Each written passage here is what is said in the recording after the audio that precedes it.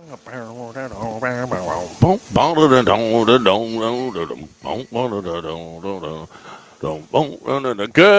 Monday morning, everybody. John and Lance along with Del live from where? Cobos Q. That's right. We're going to be here all morning long. If you're heading downtown, why don't you stop by on your way, grab a little something to eat and drink, and then head on to work on this St. Patty's Day. Great day.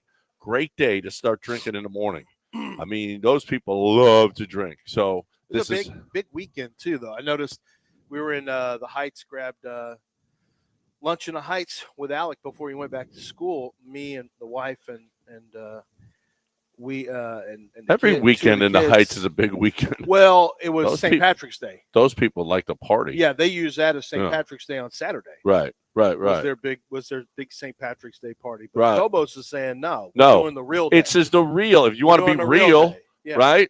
Raul said, "You want to be real? You know what?" And he got all dressed up in his orange today instead of green. Well, it's Astros orange, brother. That's right. We're trying to do Astros. That's right, baby. That's right. The official. It's coming. Opening day's coming. The official uniform of Cam Smith. It is. Wow, another homer by Cam Smith. All right. In order.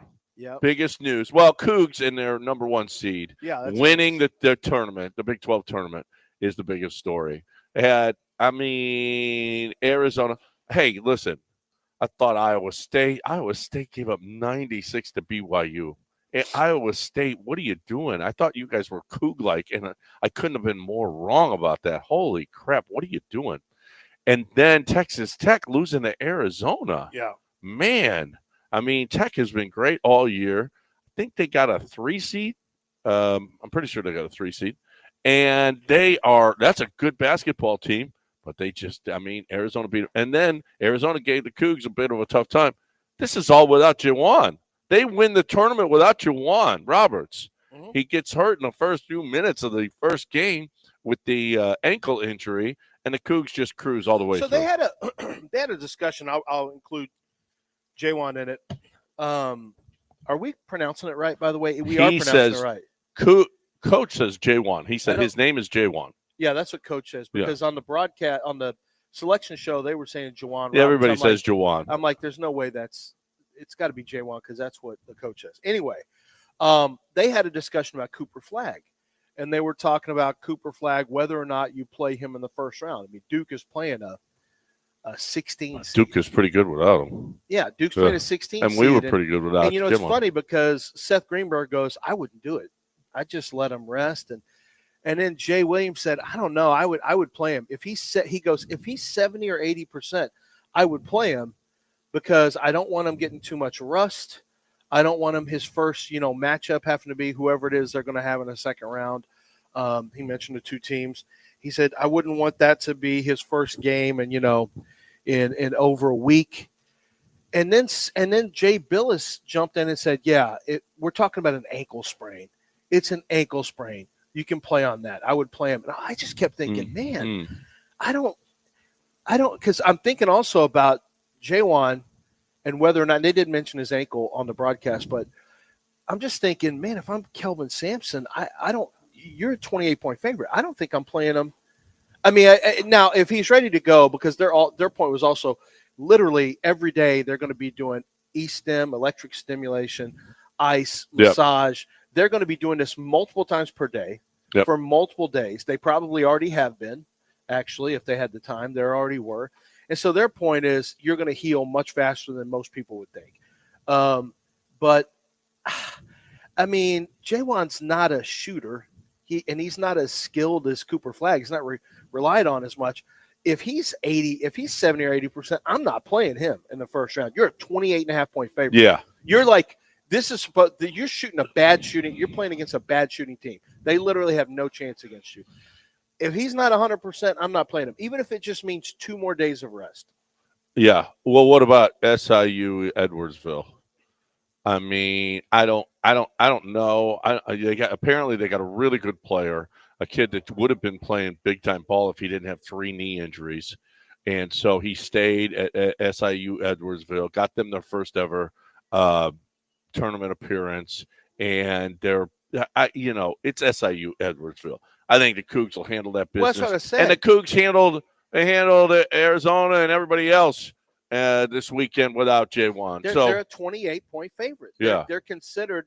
This is a bad shooting team. Jay Billis literally said, "This is a bad." Oh, shooting I thought you team. were talking about Duke's team. No. I'd switched to Houston. Oh, I and didn't I said, know that. This is a bad. You got to tell me when you're making transitions. Yeah, this is a. Well, I was talking about. I transitioned to J1 Roberts, and I just said, "Look, you've got you're facing a team that's a bad shooting team that you're a 28-point favorite over. Yeah. Why would you play him? Right. No, unless he's 100%. If he's going to be 85%, then no.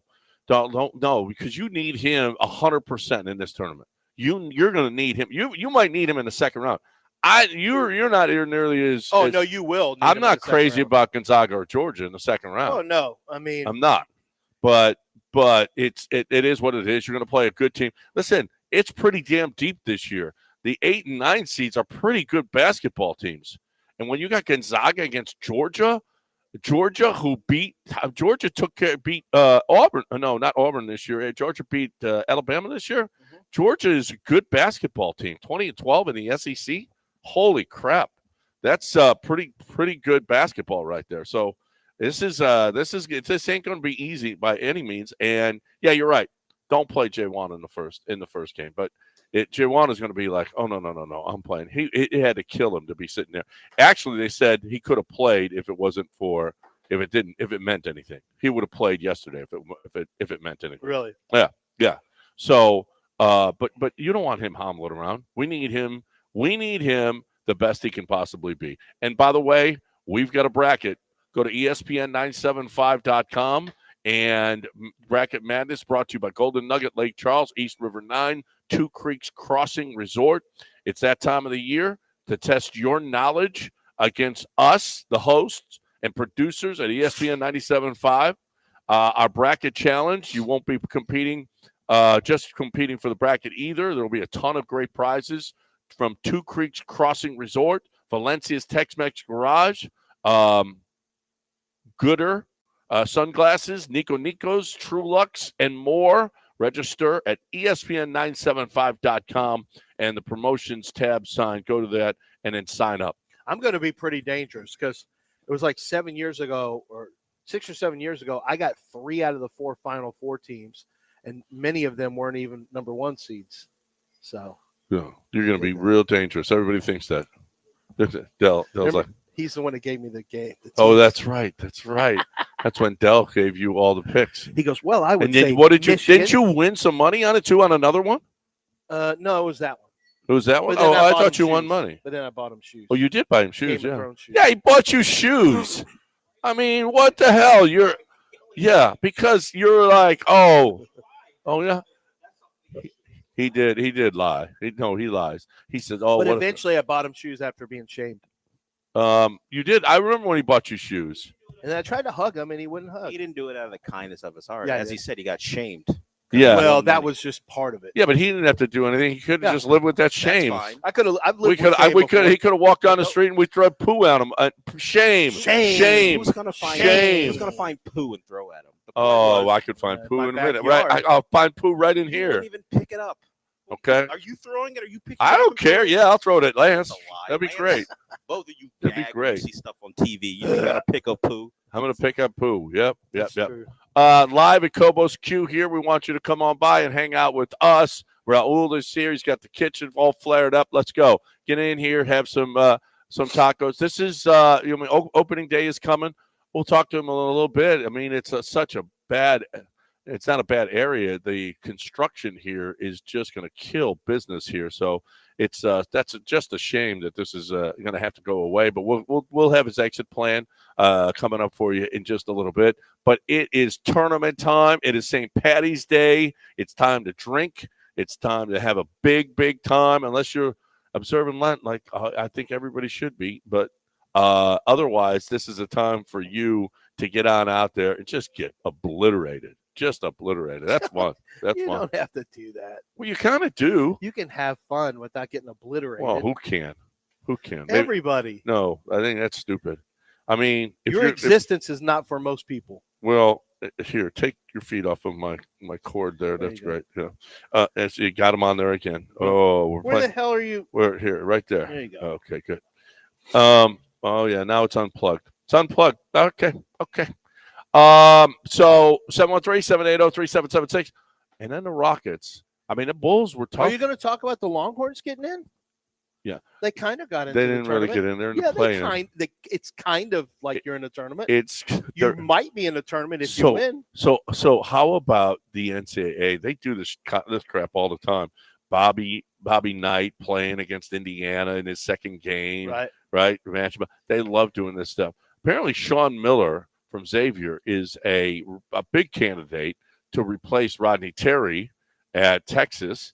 If Texas decides that Rodney Terry is no longer for that job. Oh, who's he playing?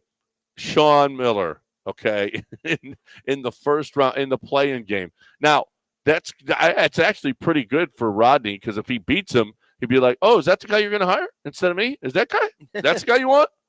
That was like Jalen the other night when Devin Booker was in town. That's the guy you want? Because watch this. I'm kicking his ass.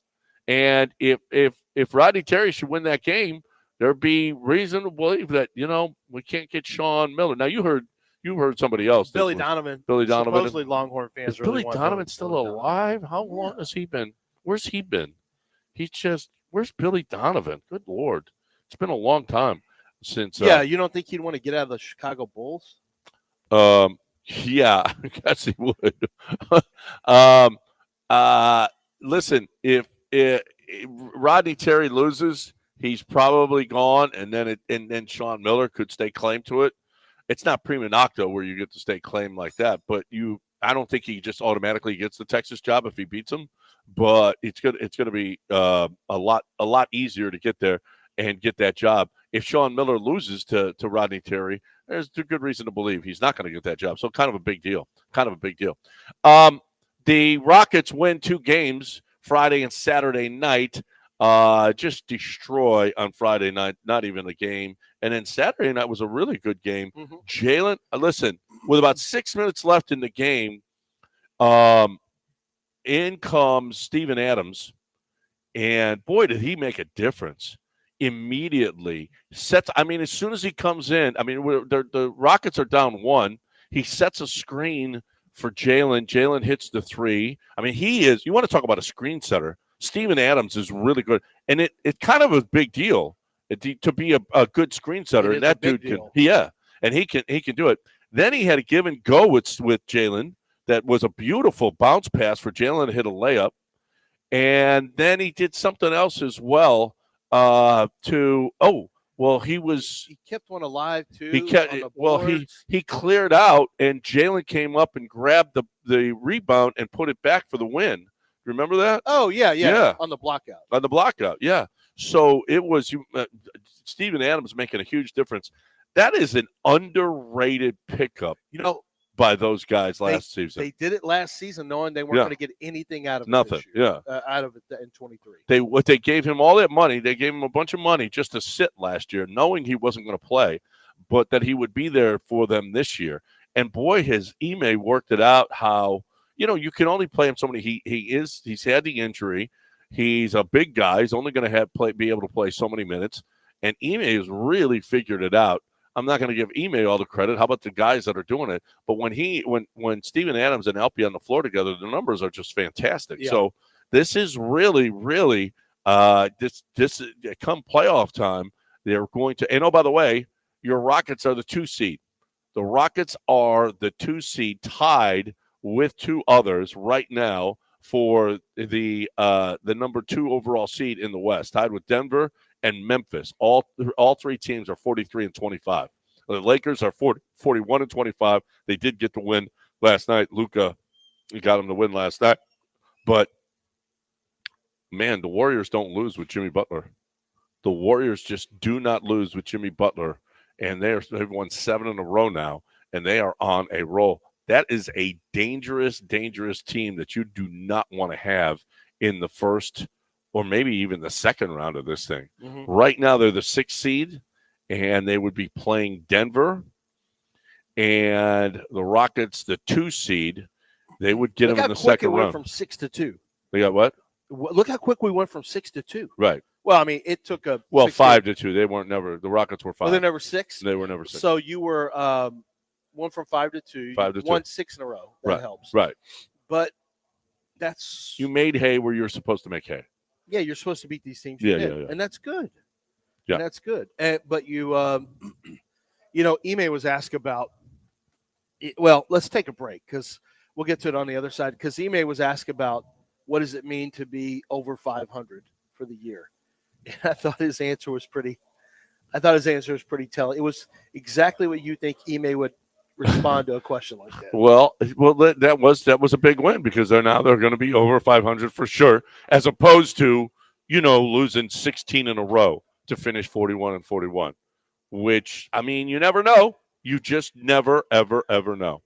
Live from Cobos Q, 713-780-3776. We'd prefer if you would come in and hang out with us. That would be great.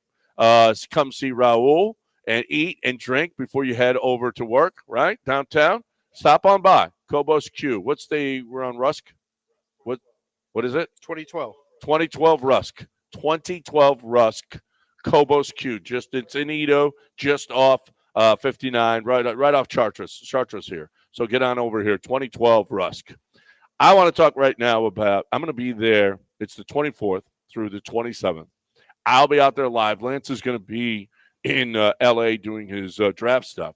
But me and Dell are going to be out there live at the Chevron Championship. Dell can't wait. He is so excited. Talk about golf. You want to talk about important and big. The first major of the year, okay? It's the Chevron Championship. It's at the Nicholas Course, Carlton Woods, the club at Carlton Woods, the Nicholas Course, which is just beautiful. If you've never been there before, it is gorgeous. It is a challenge for them. But you know what?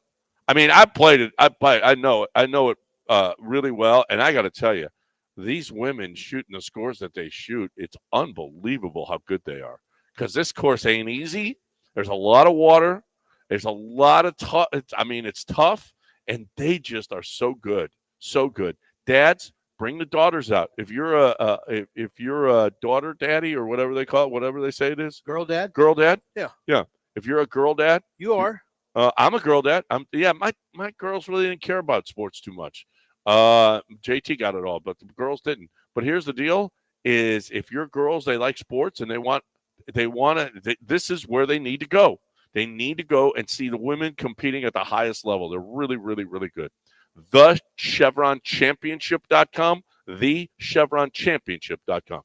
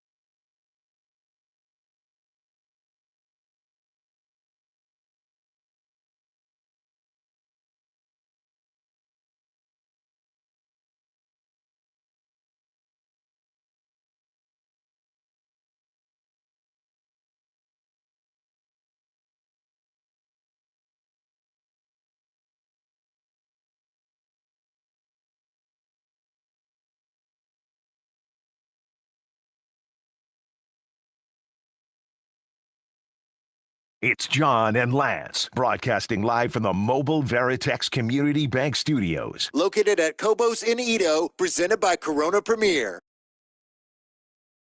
Happy St. Patty's Day, everybody. John and Lance along with Dell at Cobos Q 2012 Russ. Come on over here, hang out with us this morning, and start drinking. Do you have green beer today? We got green beer?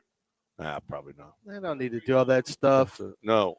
No, in veterans Chicago don't do they that. do that. They do that. I know they do. Well, they Yeah. turn the whole river green. Yeah, they turn the river green. I'm not sure that they do it anymore. I don't know. I don't know. Somebody said it was bad for it or whatever. I don't know what happened. But how about how special this day is? Rory versus JJ Spawn in a 3-hole playoff to decide the player's champion. I mean, does it get any bigger than this? So Rory and JJ are in a threesome. What did you say? No, they're not in a threesome. It's a 3-hole playoff. 3-hole playoff. Okay. 3-hole playoff, Yeah. in which it's aggregate, right? Right. So you could win the first hole by 2 strokes and still lose. This is off. This is the greatest day of my life. Okay, we got Cobos Q. You haven't drank on a St. Well, yeah. Patrick's Day ever, have you? I don't get to. No, I don't get to. What show is that? I don't know what show. Oh, that's Alexandra Diodara. Yeah. White Lotus. What is it? Yeah, White Lotus. Yeah. Is she's in this? She's in this one, right? Season 1. Yeah. Okay. That's how they get you hooked. I don't think That's I how saw. they I get saw you season hooked on 2. the I didn't Lotus. see season 1. Yeah, season 2 is strong. Yeah. That's how they get you hooked on the Lotus. Yeah. And you're in it now, right? Yeah, season 3. Is it It's all right. Is it all out, or is it they do it every week? Every week. It's Sunday. It's Sunday. It's the more and more shows are going back to that model to make sure that you keep Watch where it, you yeah. can't just power through them like Well, Dell you can did. if you wait till the end. Yeah, you can then. But if you really want to watch the show, they want to make sure they keep you for as many months as possible. Yep. 713-780-3776 is the number if you'd like to get in here with us. We're live at Cobos Q. You can still see us on Twitch. You can still see us on YouTube and wherever else we do it. We've got the video camera set up here. You can see it's crazy, the walls. I mean, Cobos did a great job. It's a shame that they're killing them with this construction. We'll talk to them about it and how it has affected this the business in just a little bit here on ESPN 97.5 and 92.5. But a big weekend. And, oh, by the way, well, Sean, do you have an intern there today? Yes, we do. You do. Good. So to answer the phones for what did you learn this weekend in one sentence? Teach them how to do it. Teach them how to just get the name. Just put the name up there. They don't have to put anything else up. Just the name so that we can fly through them because there's a lot of stuff that we learned this weekend. One of the things that I learned is that this Cougs team is built tournament tough. I mean, they go through a lull. They will go through a scoring lull. But this team, I don't care if it's Malik Wilson. I don't care if it's LJ. It could be Sharp.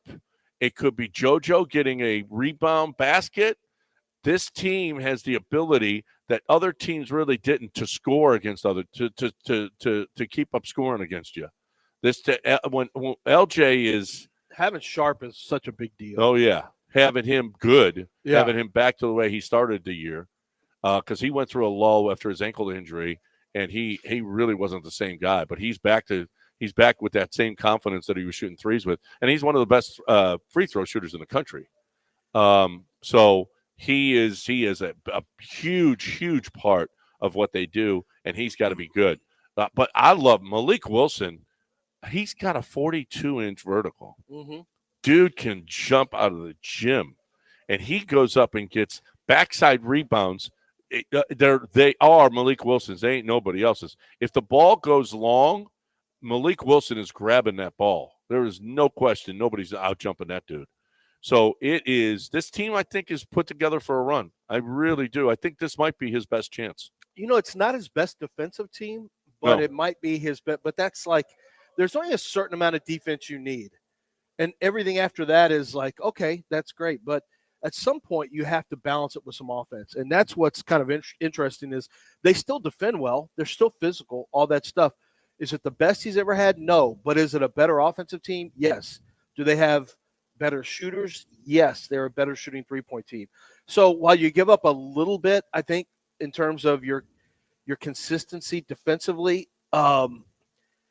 it's probably more worth it to have some offense. Like you'd probably rather sacrifice a little bit of defense to gain a little bit of shooting, because you got to have that to get. This is the third year in a row Houston's a 1 seed. 3 years in a row Kelvin's had a 1 seed. Now you've got to, you got to get past 16. You got knocked out. The injuries have played a part in it, but you want to make that run in the Final Four. I'd like to see a Final Four run now. You've had a good run over the last 3 years being 1 seed. So you don't get all the way there. This might be Houston's best chance to compete for a national championship. But it might be their best chance to get to an NCAA championship. There's some tough matchups. This is a good college basketball season. It's a deep college basketball season. You mentioned the 8-9. You're already worried about 8-9. That just tells you how deep it is. Yep. And let's just get through SIU Edwardsville first, okay? And then let's go. I'm looking right past them. Oh, stop. Don't tell Kelvin. Oh, my God. I don't even consider them. Like, if I were them, I would just not even show up. Yeah. I would get there, just claim everyone's hurt, Wow. and not even play that game. Wow. Oh, my God. You can play that game like it's already been played. Okay. 28.5. Which way you going?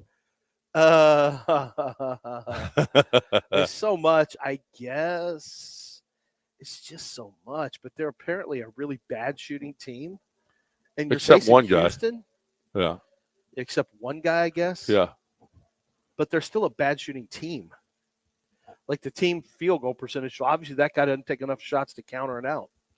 So, yeah, I'm going to take Houston. Money line. You got Houston in this one? Money line, yeah. Okay. All right.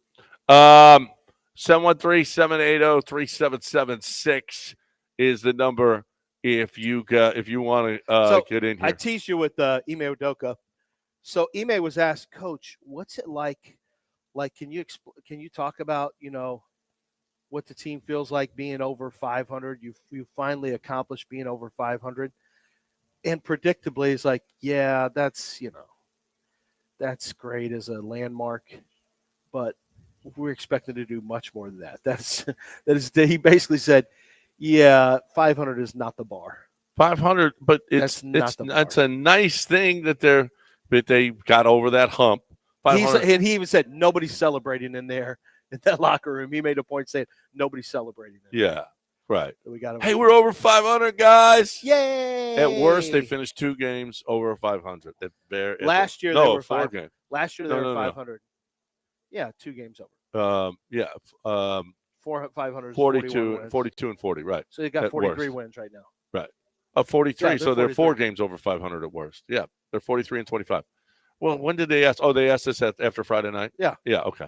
43 and 25, so they're at least 4 games over 500, and 43.5 was the number, right? Yeah. That was the under-over in Vegas. Uh-huh. Vegas were highly underestimated this basketball team. I thought it was stupid. I mean, clearly they went 41 last year, and everyone's a year older. Why would you not think they were going to – and you had Steven Adams back, which, frankly, I didn't really factor in. But if you think about it, why would you expect them not to have more wins? He's made a difference, though. He has made a difference. He has made a difference. Yeah, he's made a huge difference. But I don't know why anyone wouldn't think, okay, Ahmed's going to be better. Jalen's going to be better. All these guys are at an age where they should be getting better. I just thought 43.5. It wasn't a disrespectful number, but I just thought it's a little light. I thought they had a chance to get to 50 wins. For me, it was more like being a 5 or 6. I wasn't counting on them being a top 4 seed, but now I am. Too late. Now I am. So we're here. Let's get a home court. Absolutely. They're still, while they don't feel like one of the best defensive teams in the league yet right they now, are. Yet here they are. You know why? Because the league is so bad defensively. Yeah. Well, right. And it's not to say Houston is a good defensive team, but when you look at league wide, somebody, my son was showing me a video of how it's a new video, like 90s players couldn't guard LaMelo Ball. And it was LaMelo Ball highlights, and 90s players never saw anything like this. And this is this whole Jordan versus his dribble package. Yeah, his dribble package is right. just so substantial. and he does this move, and he goes between his legs, and he drives in and gets right to the rim and dunks it. And I said, Mason, the difference is he would have got hammered. Like, you don't get it. You wouldn't just get a run straight to the rim. You like, those plays really didn't exist very much. You don't get it just like beat somebody off the top of the key and nobody check you. Does he know? Nobody guard you? Well, Allen Iverson did it. Allen Iverson, by the way, did that and got beat the snot out of him. Yeah. Yeah. I mean, they beat but he still did it, and he became a Hall of Famer, and he still was able to succeed. There's some great moves. I mean, one-on-one, I mean, players today would be hard to guard. But the problem is you don't just get to go to the rim and get easy looks. That didn't exist. And nowadays in basketball, that's why seeing a game that goes 130 to 126 doesn't even really make you flinch anymore. Yeah. Now, a lot of it is pace. And so I was watching Alabama over the weekend. I was watching Alabama, Florida in the SEC semifinals, and my God, was that pace fast. At one point, they were on pace, and I'm talking about with 7 minutes to go to be about 60 to 60 at half. I mean, they play so fast. It is fast and shoot a lot of threes. Fast. And, Daryl Morey may have introduced one of the key components and introduced all the three-point shots. What he didn't do, though, was play at this kind of pace. The pace that they play at in the NBA now, and it's pretty much standard. Even the Rockets do this. The pace is just faster. It's just a way faster paced. Early off, we used to talk about back in the day, it's early offense. If the Rockets can get into early offense, and the thought was always, I don't know if you want to shoot a shot with 12 seconds on the clock. Like, that's a little early. Don't you want to see if you can get a better shot? Now it's no. We'll get a shot up. We'll get a shot up with 17 seconds on the clock. That's not a big deal. If we get an open three, we're firing it, and it can be 17 seconds on the clock. So you have so many more possessions now, and that's what's crazy about college basketball. There's teams like Alabama and Florida, and there's actually a lot of other teams that will play at that pace, and then you got the Cougs and St. Mary's, and you've got some teams that really slow it. Like, you've got drastically different paces and styles of basketball in college basketball now. All right. And by the way, speaking of defense, the best defensive team in the league is Orlando. They beat the Cavs last night. Remember we talked about what an ugly game it was against Orlando here? The Rockets won like 97 to 84 or something, and they just didn't look good. But there's a reason they didn't look good. Orlando can play defense, best defensive team in the league, and they just beat the Cavs playing defense, 108-103. So, I mean, that was actually a quality win against Orlando. Orlando's a pretty good basketball team, and Detroit's a pretty good basketball team. So, and the Rockets their teams now. This is starting to turn a little bit. The NBA is starting to turn a little bit with young guys, good drafting coming up and actually starting to play together. All right, we got a break. Still ahead in less than 15 minutes. What did you learn this weekend in one sentence? What did you learn this weekend in one sentence? What did you learn about Underdog this weekend? Well, I learned that with Underdog, you can take a look at golf. That's something that I learned. But what I really learned is that March Madness is here, and the dance, I mean, you're going to be posted up all Thursday, right? All Thursday, and then all Friday, you got multiple games. And you're going to be looking at your bracket. Well, how about getting instant results? How about playing Underdog Fantasy and playing March Madness, and you can go higher or lower on some of these teams that maybe you've watched throughout the year, maybe you haven't, but you're going to go do a bunch of studying anyway to get your bracket filled out. Why don't you take that knowledge of the individual players and the team defense and things like that and say, okay, this team really defends well. This team doesn't shoot it as well. Why don't you go lower on one of those teams' players for points scored? Why don't you go higher on rebounds in that same game for the opposite team? That's how you do it. You take your sports knowledge of how things are going to, you interpret how a game is going to go for individual players, and you start picking higher or lower. And you pick anywhere between 2 and 7 players. You can win as much as 1,000 times your original play. They cut it off at 1,000 times. I think that's perfectly fine if you get to 1,000 times. But it's a great way for you to make money with your sports knowledge. And they even have flex options where you can have, let's say you pick 5 players and you win 4 of the 5, you still win. That's the way you do it. It's you win straight up or you win with flex options, but you make real money with Underdog Fantasy. Go to the website, Underdog Fantasy, or just download the app. Use promo code Lance on your first deposit. You're going to get up to $1,000 bonus cash and a free pick. but you've got $1,000 in credits or a free pick, but you got to do it with Underdog Fantasy. Promo code Lance. You must be 18 or older and present in a state where Underdog Fantasy operates. Terms and conditions apply. If you feel like you have a gambling problem, call 1-800-GAMBLER. Go to ncpgambling.com.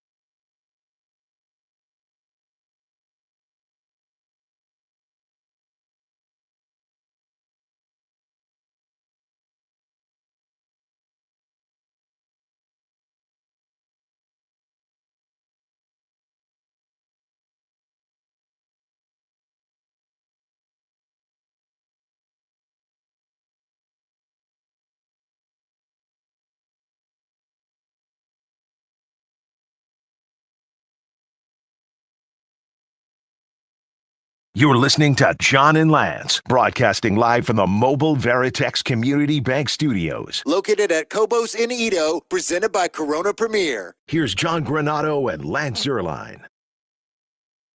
Quick segment here so we can get to News of the Weird. No. What did you learn this weekend? Oh, what News of the Weird? He's already wants to wrap up the show. Yeah, well, Not we've even worked an 7:40. hour, almost No, an you hour. haven't actually. Well, we've worked Well, 40 it's minutes been now. 40 minutes. Plus all the setting up I had to do before you the didn't show. do a. I had to get chairs or something. Kevin, he looks the same. Kevin Cooper, yeah. Coop stopped by, What that means? and he Don't was crack. That's right. Yeah, and There's something to it. dude looks like he 2002 when we started Well, with the Texans. do you think he would still look that good if he still worked for the Texans? No. He would have made it. He had had to go all the way through the Easterby years. He left that with. is true. He left with when Bill O'Brien was in. That had to be the worst years Yeah, in Texans history. having Bill O'Brien. Yeah, and now he's better off, much better off not being there with Bill O'Brien and Jack Easterby. That's for sure. Hey, this Cobos broadcast is sponsored by Corona Premier. Corona Premier.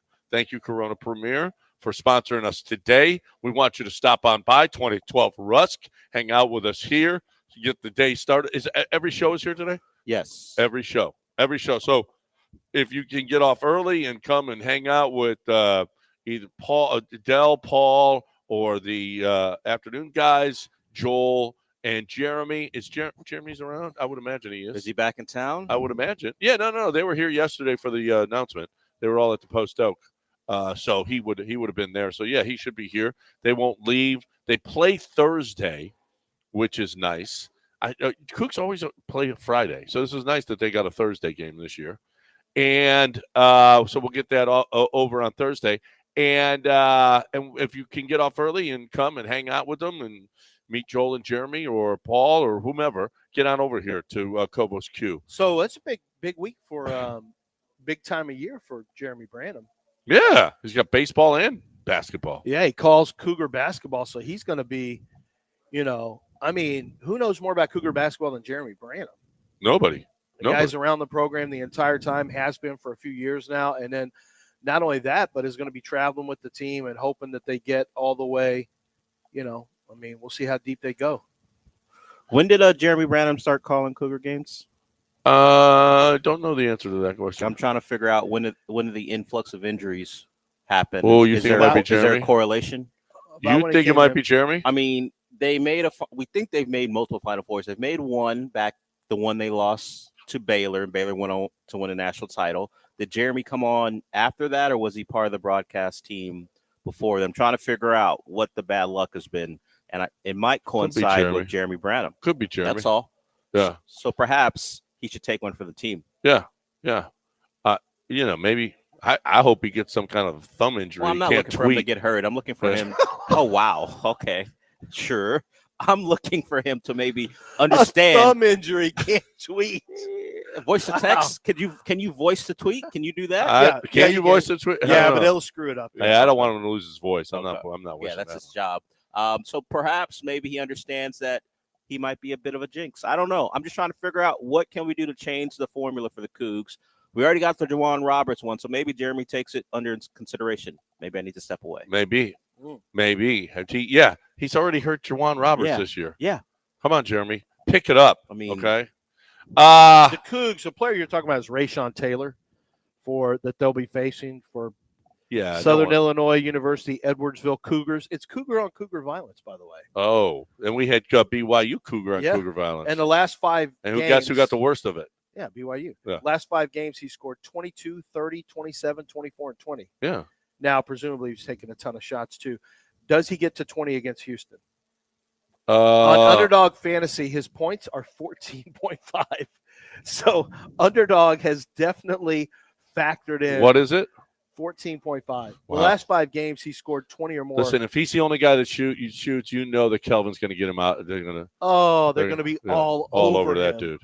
That dude. All over Man, him. I am just every time JoJo, how about as good as this team is? This is the best defensive team in the league, obviously. JoJo won the Defensive Player of the Year. I mean, how do you decide who's the best defensive player for the Cougs? I mean, with the way Juwan plays in the low post against guys, how physical he is. JoJo, too. He's got to go down low, and he's got to take care of business against whoever. He's got to get all the rebounds. He's got to block. He's got to do all the dirty work, and maybe get a putback every once in a while. But out top, the way that LJ and Sharp play and Wilson plays, I mean, this is. I guess JoJo. Would that be an interesting question for Kelvin? Do you think that JoJo is the best defensive player? Should he have won the Defensive Player of the Year in the Big 12? And I don't know what Kelvin's answer was. We all play good. We all.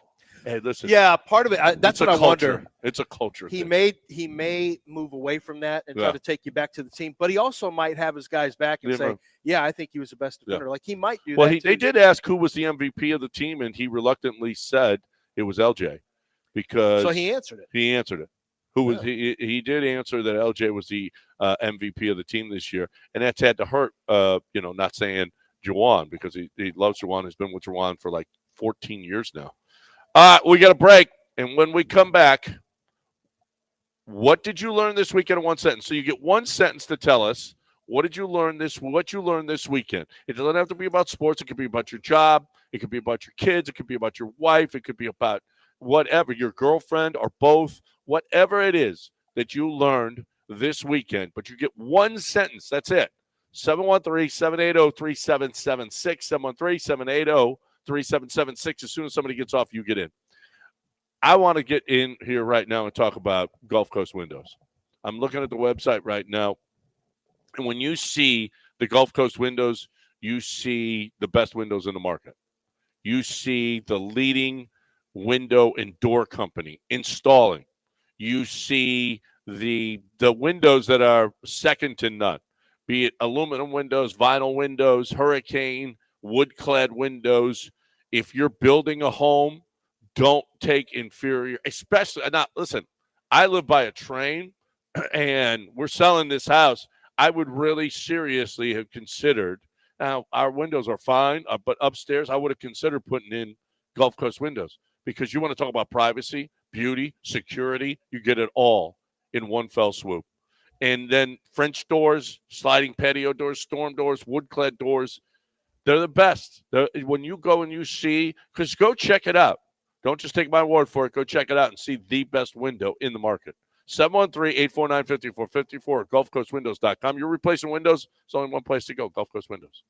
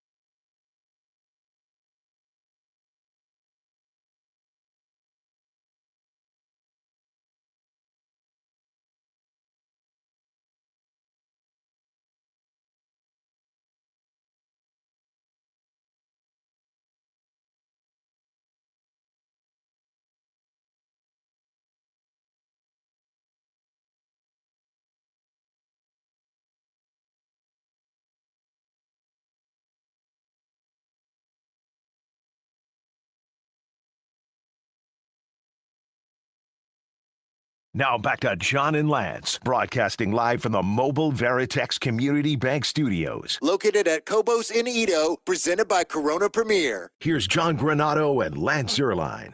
All right, welcome back. Live at Cobos Q, 2012 Rusk. We had Coop stop by. We want you to stop on by, hang out with us a little bit, have a little something to drink and eat, and get on over to work. Hurry up. Come on over here. We're We are just east of downtown. Edo, let's go. What I learned this weekend is that the green for St. Patrick's Day is synonymous with the Irish Catholic, but the Irish Protestants wear orange. So Okay, in that's Ireland- it. You said one sentence. Yep. Okay, one sentence. Okay. That's it. Well, there That's- was technically a Well, ellipsis. well, comma. So Therefore, so semicolon. Therefore, comma. so Kobos is He's a good. Protestant. Yeah, he's good. Raul. Yeah. No, he's a Protestant. Maybe. Yeah, and he just wears Astro shirt. That's all he did. I learned that yesterday, Cam Smith homered against Tyler McGill, who's a major league pitcher. Mhm. But before that, the quality of opponents that he had homered off of was less than AA quality. So there's that. You say homered? Yeah. I think it was just all of his at bats. Period. Like everyone he's gone against. Oh, had faced his that's face. right. It's not just the homers. It's his entire Oh, spring training his experience. face. I thought it was just the homers. No, it's his. Yeah. So when we talk about Cam's, well, it's not our time. We can talk. We can let people talk about what they learned. But I'm just saying, maybe back away from. Well, he he's should be. still really he should be good. playing Well, immediately. other guys were making outs against those guys. I mean, Jake was hitting 133 against those same and guys. and this is always the balance as far as if the established major leaguers suck against spring training pitching and Cam Smith is great on it. What does it actually mean as far as the season? Sean? Okay, Sean, let's go. What did you learn this weekend in one sentence? 713-780-3776. Shawnee, get us started. All right, let's start with Ben. Ben, what did you learn this weekend in one sentence? Yes, first-person shooter is awesome for video games, but it is brutal for ref cam in the cool games. That's it. You didn't see that? They had a ref cam. Yeah, and right. They ran a couple plays. We had the perspective of what the ref saw. Yeah. Uh-huh. Yeah. Apparently, it didn't go well. And then, At least for. And then you But- see his Why? hands. What go- was wrong with it? Well, apparently, it's not a Just great view bad? to watch basketball. okay. Yeah. Yeah, it's not. It's really not. In the Coug game. Yeah, in the Oh, Coug okay. game, I yeah. was thinking of I thought No. you said West. No. Like what? And yeah, Ref cam is Ref what he cam, said. Yeah. I don't know if it was Fubo or what, but it was weird how with about 6 minutes left in the first half, it went back to 8 minutes left in the first half. Then all of a sudden it was 30 seconds left. Yeah, it's And it was the end of the game, actually. I was like, what the hell happened? You got Fubo'd. I did get Fubo'd. Who's next, Sean? Uncle Freddie. Uncle Freddie, what'd you learn this weekend about Taylor Swift? Now, I learned that when J.J. Spawn on number 16 pulled out his scorecard holder and it said L.A. Dodgers, I immediately became a Rory fan. Yeah. Are you kidding me? L.A. Dodgers, Yeah. JJ? You got to be kidding me. Everybody hates you now. Everybody hates you. Wow. Go Rory. I'm with you on that one, Freddie. Are you kidding me? L.A. Dodgers? That's the worst team in baseball history. Spit on them. Sean, who's next? Well, who's next is Sean. A different Sean. A different Sean. A different Sean. 713-780-3776. Hurry up and get in. We got a couple lines open. 713-780-3776. Sean, what'd you learn this weekend? Hey, guys. I learned that I cannot make it to a 10 p.m. concert anymore. I'm just done by 8. Yeah. Damn, that's early. Yeah. I was done last night about Can't 9 make o'clock. it to a 10 p.m. concert. Man, I'm with you on that one. No, I'm typically with him, but like, can't make it past 8. Yeah. I mean, the 8. concert does not going to start. The doors open at 8, maybe, and then you have you have 1 or 2 sets playing. Yeah.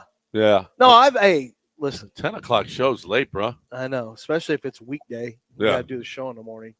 I've been there. It's not fun. No. I used to do that I ain't doing that no more. I got to go to, never mind. It's going to be awful for me in LA Sunday night. Where are you going? Well, we're going to a Ball.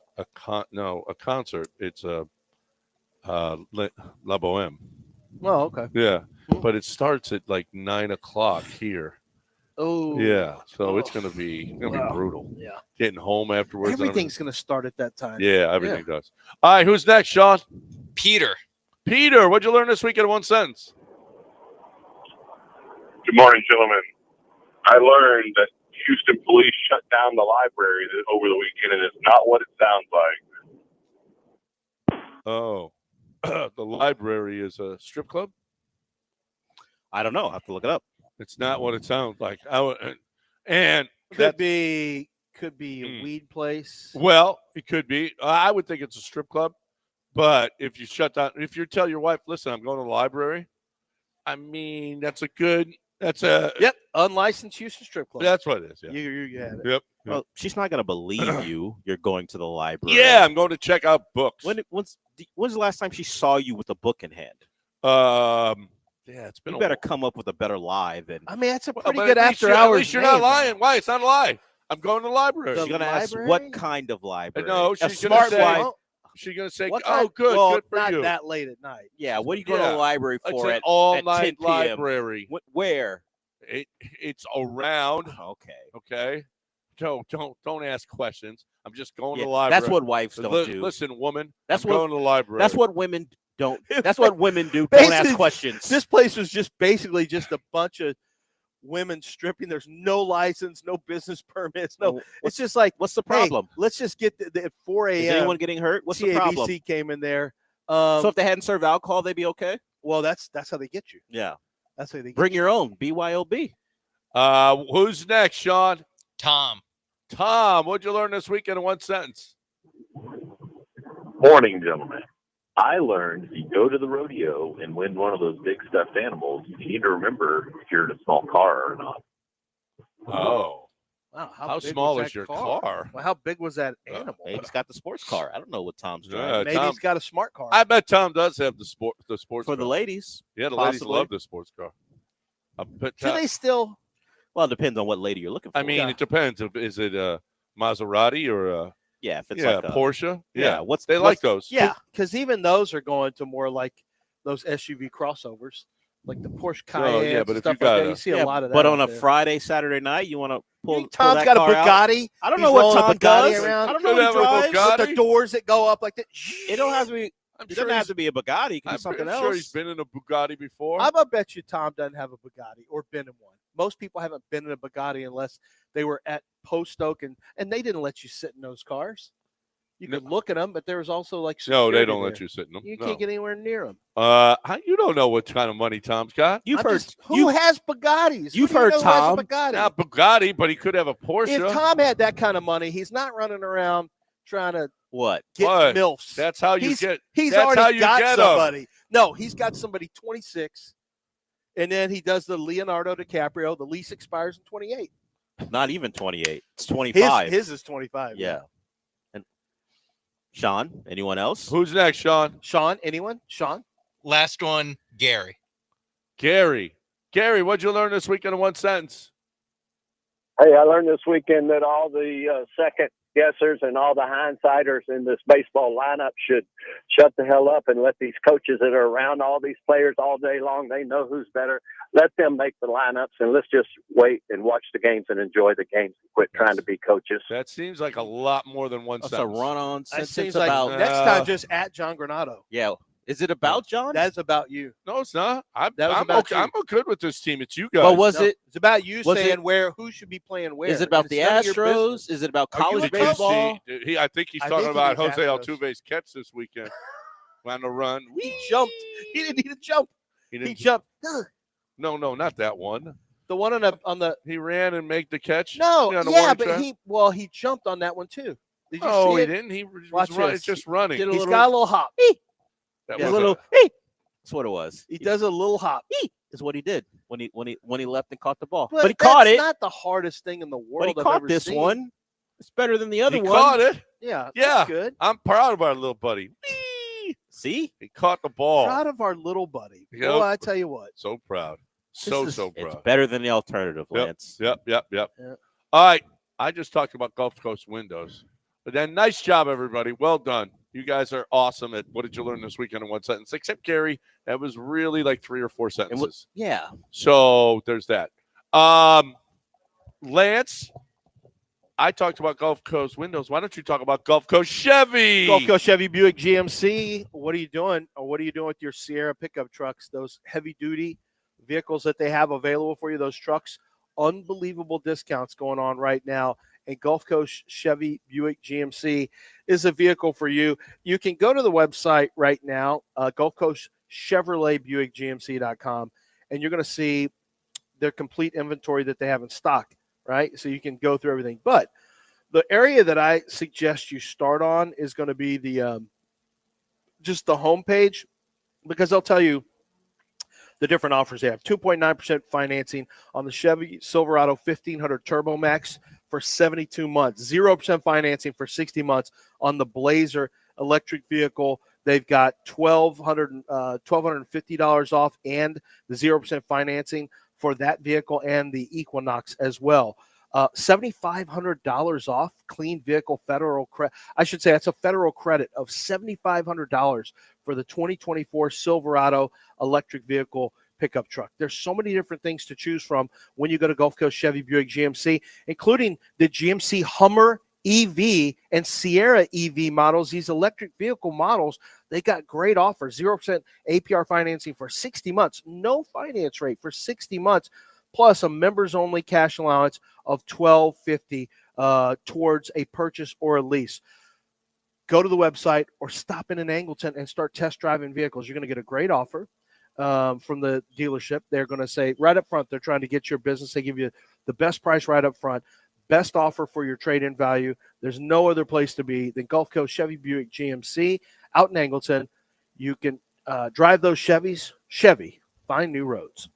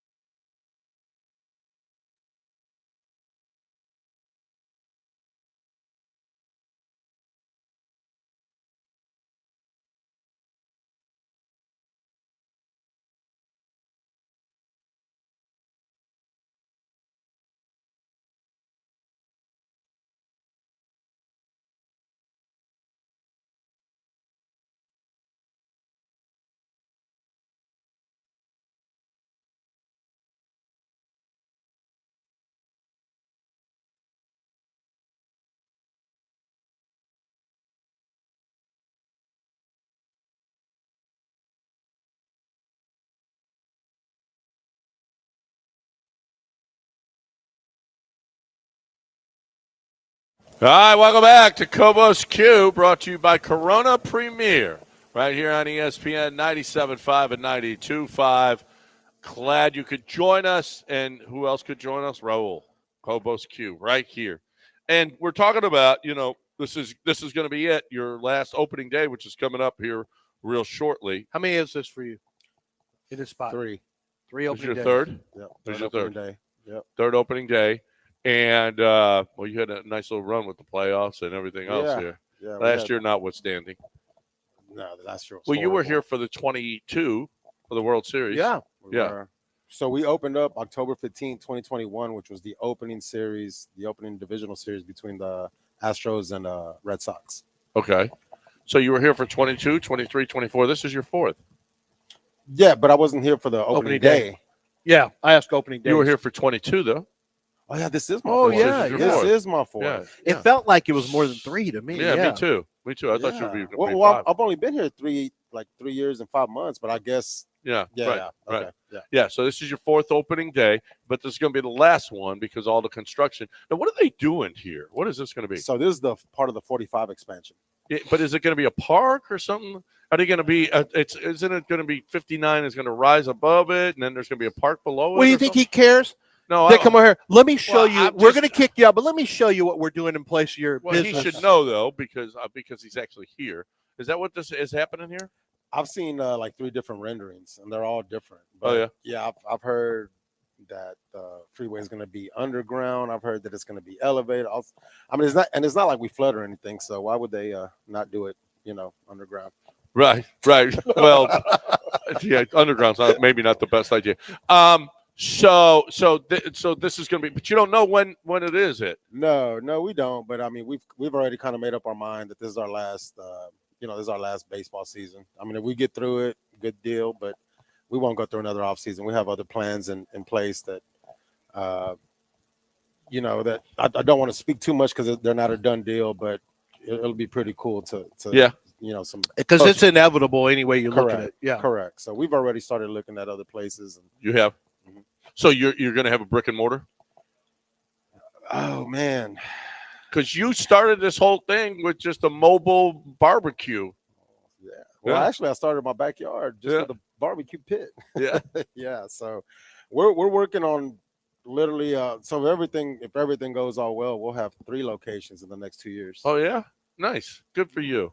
Yeah. So it might work out better for you. This whole thing might be better for you. Yeah, definitely. So we're still gonna we're looking at a spot not too far down the road. If that happens, we will have like a shuttle service. We'll buy a Sprint or whatever, shuttle people down, kind of how other places do. And then we're looking at a place in the Heights, and then obviously we're gonna open up the big one back home in the Tasita.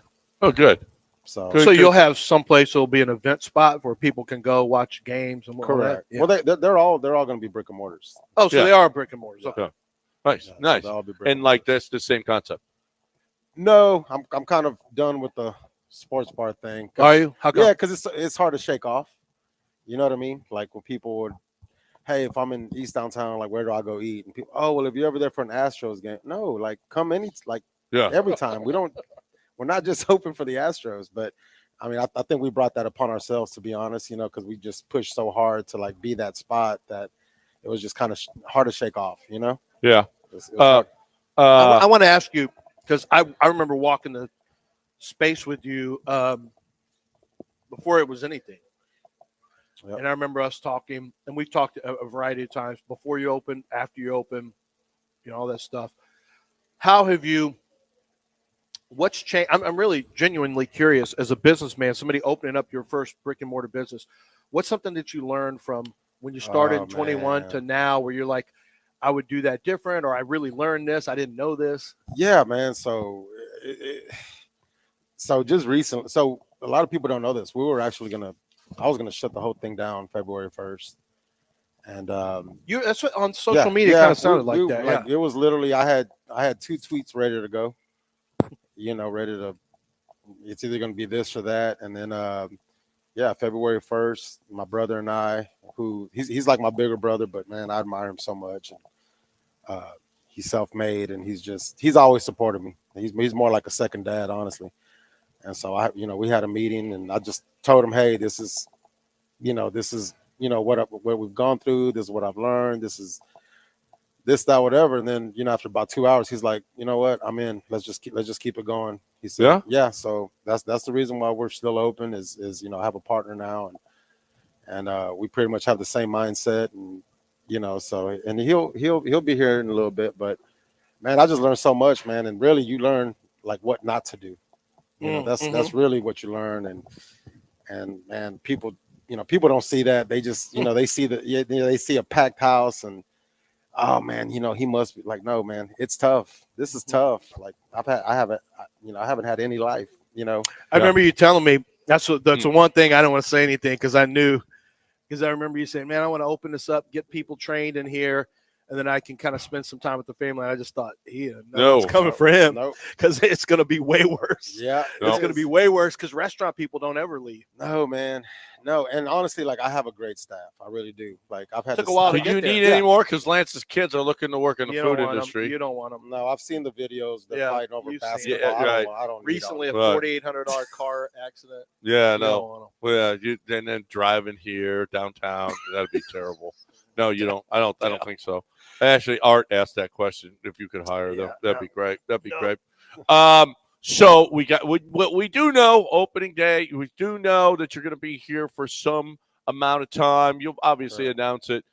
Follow. What do you at Cobos Q? At Cobos, yes, sir. On X, at Cobos Q. And Instagram, all the social media platforms. But listen, make it a big opening. Make it a big time. But just come here for lunch if you're downtown, right?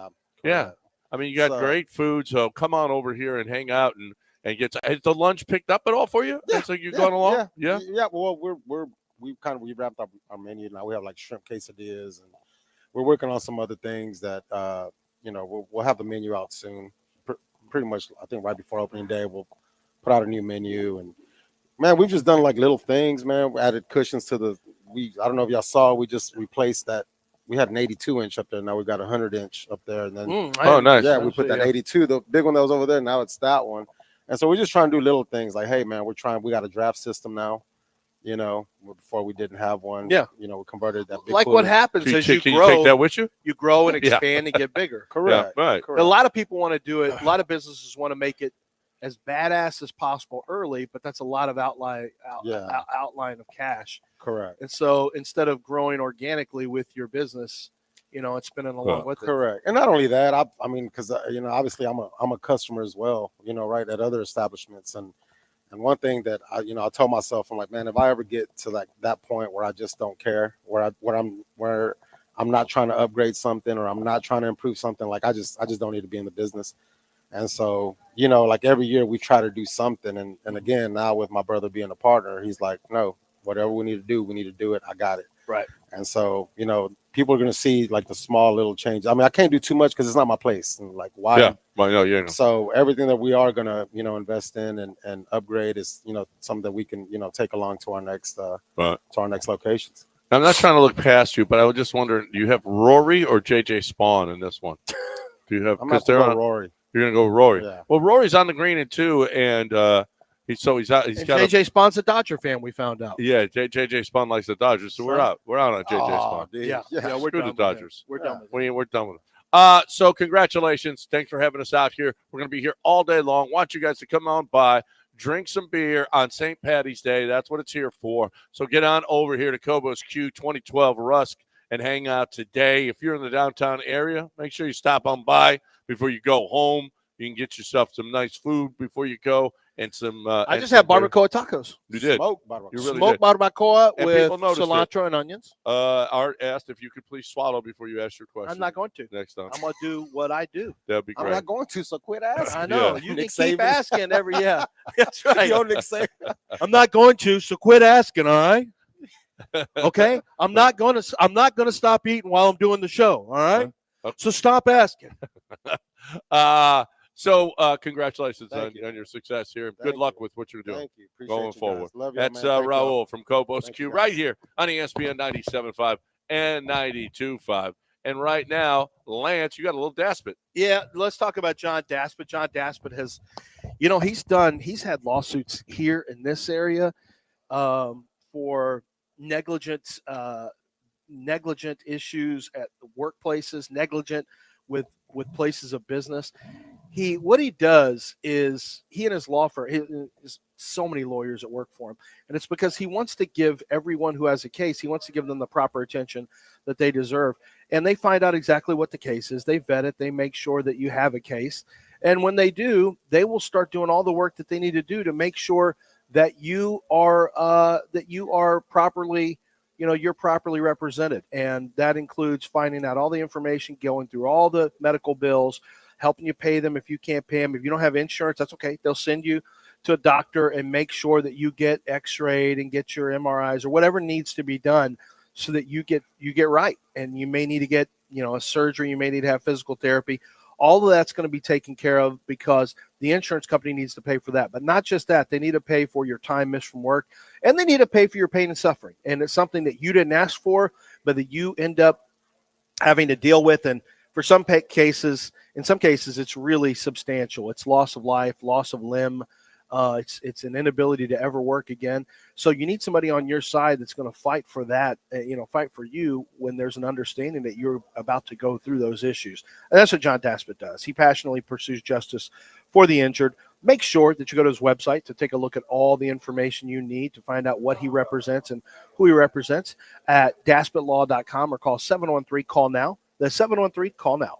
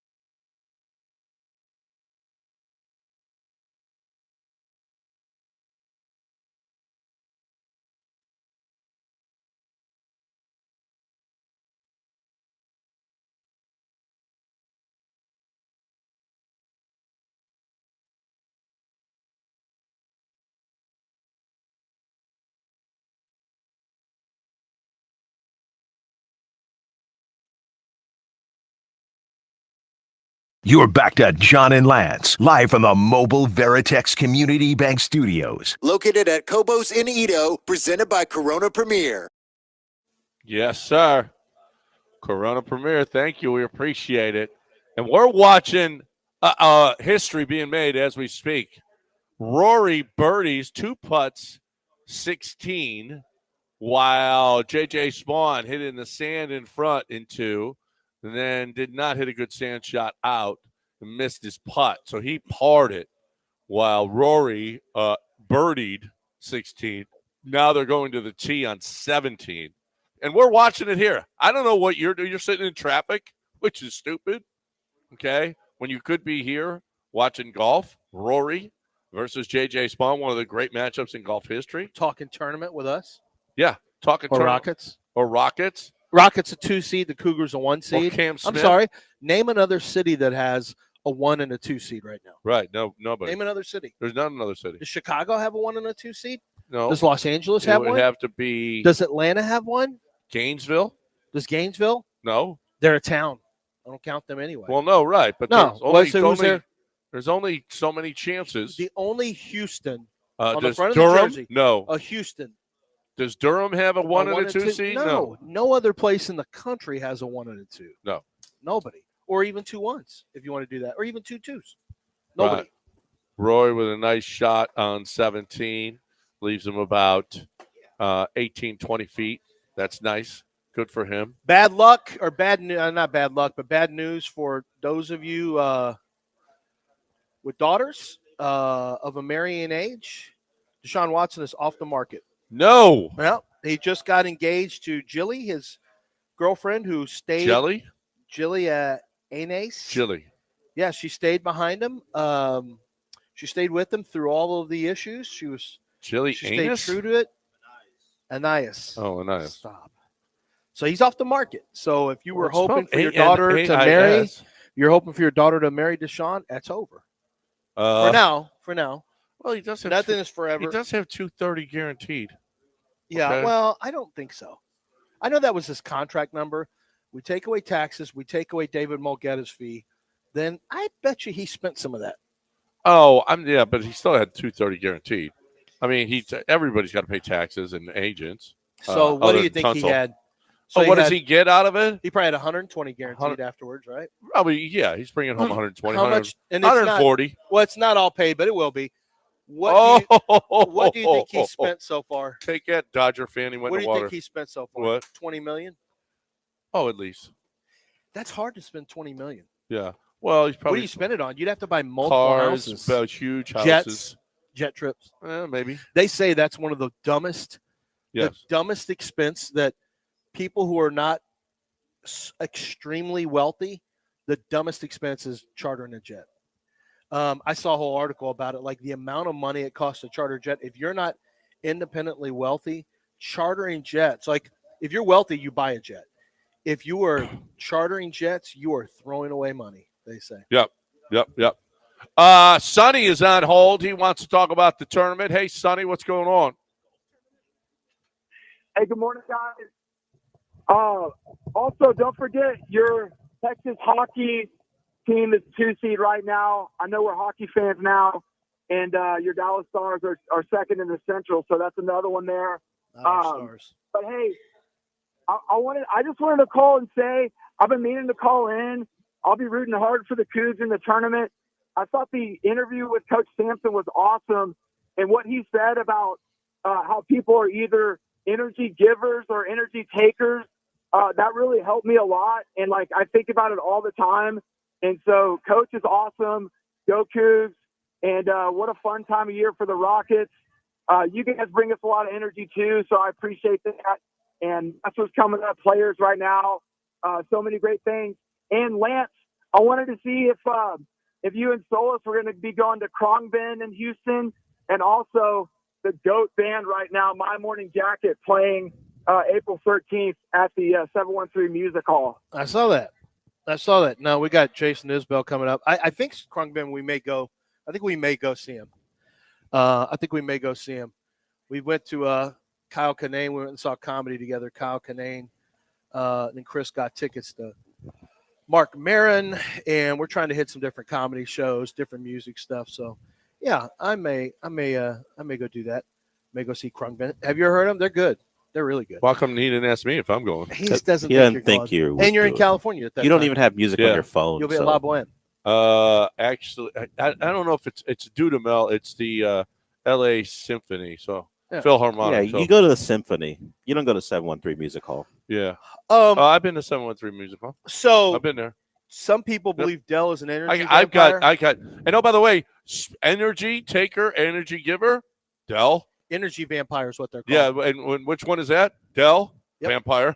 Energy vampire. Yeah, because that's why he reads all those vampire books, learning how to take everybody's energy. That's not what vampires actually do. They do. No, they murder people. Yeah, which would be that's why preferable. you read those books. Which would be preferable than sitting here listening to this show. The energy vampire See? on energy, just dragging the energy. What out of We the Do room. in the Shadows, the TV show, not the movie, the TV show, where you got that one guy. He's considered an energy vampire, where he just comes up in his character will go up. He's got glasses on. He's a little bald, like you've seen him before. He's a character actor, and he just comes up and he's a vampire, but he's an energy vampire. So he'll go up in cubicles like, hey, so this weekend I was actually gardening, and I was going through, and the process took a while because I had to find the right kind of soil. And these people and you eventually see them like slumped over. They have no energy left. It is, and I've never forgotten about that because I always think there are actual people like that. There are people like that I deal with on a regular basis. Yeah. And he's right. Kelvin Sampson is right. You're an energy giver or energy taker. Right. And that to me, there's no question that's Dell. Then don't talk to me. Okay. Keep your energy. Trying. I'm trying. No, you're not trying. I'm that. sitting here and you attack me. You're not trying. Stop talking to me if you don't want your energy taken away. That's what I want. Well, keep doing it then. That's exactly what I want. Please. Okay. That's exactly what I'm looking for. Pretty easy. When we come back, I want to JB Bickerstaff. Hey, wait a minute. We haven't mentioned this. Texans All-Pro cornerback Derek Stingley has agreed to a 3-year, $90 million contract extension, including $89 million guaranteed. So $1 million is not guaranteed. $30 million base year. Stingley's now the highest paid defensive back in NFL history.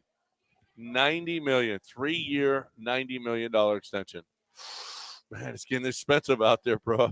It's getting awful expensive out there. And fast. Yeah, well, that's why he had to get rid of Tunsil. I mean, would you rather have Tunsil? No, it was one of the reasons. Absolutely. 100%. Absolutely. It's not the only reason. It was a multitude of reasons. No. You needed money to spend. You wanted to get draft picks for him rather than letting him walk. You wanted to change the locker room a little bit. There's a lot of reasons. I want to play JB Bickerstaff when we come back here because it is one of the best rants about referees that I've heard in a while. And dude doesn't care. He is getting fined, maybe even I could see even maybe a possible suspension. We'll play it on the other side right here on ESPN 97.5 and 92.5. Right now I'm talking about game day. We're in Edo, right? So Jared has got an Edo Game Day Men's Health out here, right here, which is close to downtown. If you're downtown and you need your testosterone shot, you need your testosterone pills, you need your testosterone if you want it to be pellets, that time release, you can do that as well. They've got all of those different options at Game Day Men's Health. They have got, I'm telling you, they got everything. A lab right there so that when you go in there, you don't have to wait forever to find out. The other places, they got a lab where they send the results in and you got to come back in a week and we'll let you know. What? No, not at Game Day Men's Health. It's right there. 15 minutes later, you're seeing exactly what's going on with your body. Listen, it's just different. I keep saying it. It's just better. I've been doing a testosterone replacement for years and years and years now, and it's just better. It's just different. There are locations all over the city. You're looking for the one nearest you that's easy. And I'm telling you, you will love dealing with Game Day Men's Health. They've got all of the different ways for you to feel better, look better, to work out better, anything that you're looking to do. It's GameDayMen'sHealth.com, GameDayMen'sHealth.com.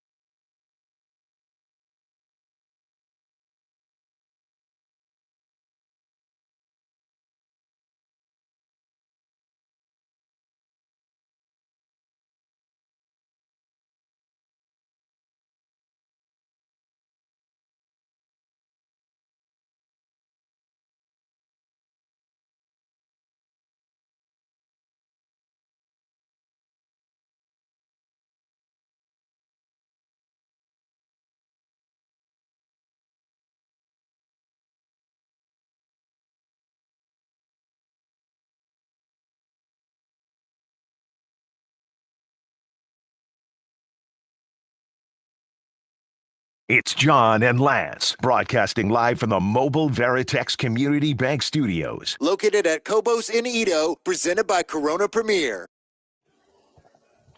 All right, welcome back here on ESPN 97.5 and 92.5. Rory with a 3-stroke lead heading into the last hole at the Players' Championship playoff as Spawn triples. Number 17, Rory bogeyed it.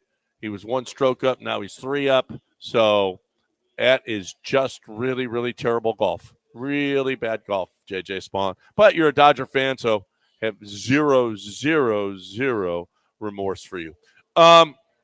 This is really, truly incredible. We were just talking to Todd. Uh-huh. Hey, we are your station for Aggies basketball, football and basketball. And baseball. And baseball. And they got a 4 seed. And they are a 4 seed. They're playing Yale. But the shooting statistics, some of the offensive statistics are historically bad. This is crazy. Wade Taylor, their best player, shoots 35% from the field. 33% from 3. It would be okay if he shot 35 from 3. That's not even very good in college 3. No. You want to be much closer to 40. The Cougs shoot 39% from 3. As a team. Yeah. So the Aggies right now are 323rd in the nation in 3-point percentage. So that's not great. That's not ideal. In field goal percentage in general, they are. I don't think that's great. 330th. 330th in field goal percentage? Field goal percentage. Well, but they get a lot of offensive rebounds, but then they miss a lot too. Well, that's kind of goes Right. hand in hand. Yeah, Right. if you're going to be a 4 seed, you're doing something. It means you're defending. A&M can defend, and they can really rebound. They're 4th in the nation in rebounding. Yeah. Okay. A&M's 4th in the nation. Well, they in get rebounding a lot because they miss a lot. with 44. Offensive rebounding in the nation, number 1. Yeah.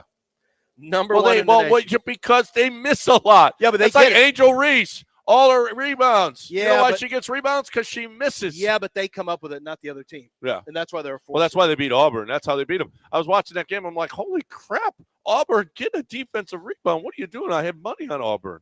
And assists per game, and this is the one that's also just incredible. Their offense is they're in the 330 range again. No, they're better. They're 320. Oh, they're in the 315s, 310s. But then if you go opponents, this is where you start to really pick up on, field goal percentage. The best field goal percentage defense in the nation, that's San Diego State. So keep an eye on them because they're in the tournament. They're in the play-in game. San Diego State beat the Cougs, and they're in the play-in. Yeah. How in the world are you not beating everybody in your league when you beat the Cougs this year? Right. The Cougs were 4-3. Their third loss was against San Diego State. So A&M's 25th in the nation in field goal defense. For context, Houston's 4th. Tennessee is 3rd, but that's really, really good. That's really, really good. In terms of the best 3-point defense, the Tennessee Vols and Michigan State Spartans. So keep that in mind whenever you're filling out your bracket. The 3-point defense, the 3-point Tennessee. defense. Yeah, 3-point defense. That means they get out there and extend on you. Where are the Houston Cougs is there? not 41st. It's still good. I mean, they're only allowing 30.9. These are just 30.9% from 3. Oh. These are slivers. The difference between Houston at 41 at 30.9% and North Carolina Greensboro at 30.1%, that's 41st and 16. That's like – so Houston is really, really good. Really there. good. And my guess is the Aggies are not far behind. So that's the real – and then here's the luck factor. Who is the worst? Who has the best free throw defense? Best free throw defense in the country? Lobos. Oh, nice. No, it's not. Well, in the tournament, it's New Mexico Lobos. You only shoot 66% against them. David Lipscomb, also 66.9%. I don't think it's David. It's Lipscomb I don't think College. they have a first name. Yeah, it's it used to Lipscomb. be. No, that's a person. yeah. Isn't Yeah. a pro? It used to, John Lipscomb, David Lipscomb. Yeah, it used to have a name on it back in the day because my friend Joe Cooper used to tell me about him. No, They're in that's Tennessee, I Lipscomb believe. University or college or whatever. Yeah, that's what But this I is. don't think it's David or John. It used to be. Yeah. No. Watch. He'll tell you. I'm positive of it. It used to be called David Lipscomb University. Is Yeah. What you're saying? Yeah. Yeah. It was either David or John, something like that. Back in It the was 80s founded and 90s. by David Lipscomb. I don't know that it was ever called that. That's what it was called before. They weren't in Division I at the time. But yeah, I'm 100% positive. They're in Tennessee, right? Yes. Yeah. Well, I want a Granado University. Well, I think I'm going to found one. No, you won't provide it. Well, One it of your has to be a famous family religious- members would get that, It but has not to be you. a religious thing. Yeah, I'm religious. Thank you. No one's buying this. JT could start one. Well, let him start it then. Yeah. Oh, Dr. Trey's in the house. What? Let's JT. go. My brother and sister went to high school at John Curtis High School. That was named after the family. Yeah. John Curtis was the So- headmaster. JT Curtis was the coach. All run by Curtis. Original name was the Nashville Bible School, which was changed to David Lipscomb College, then to Lipscomb University.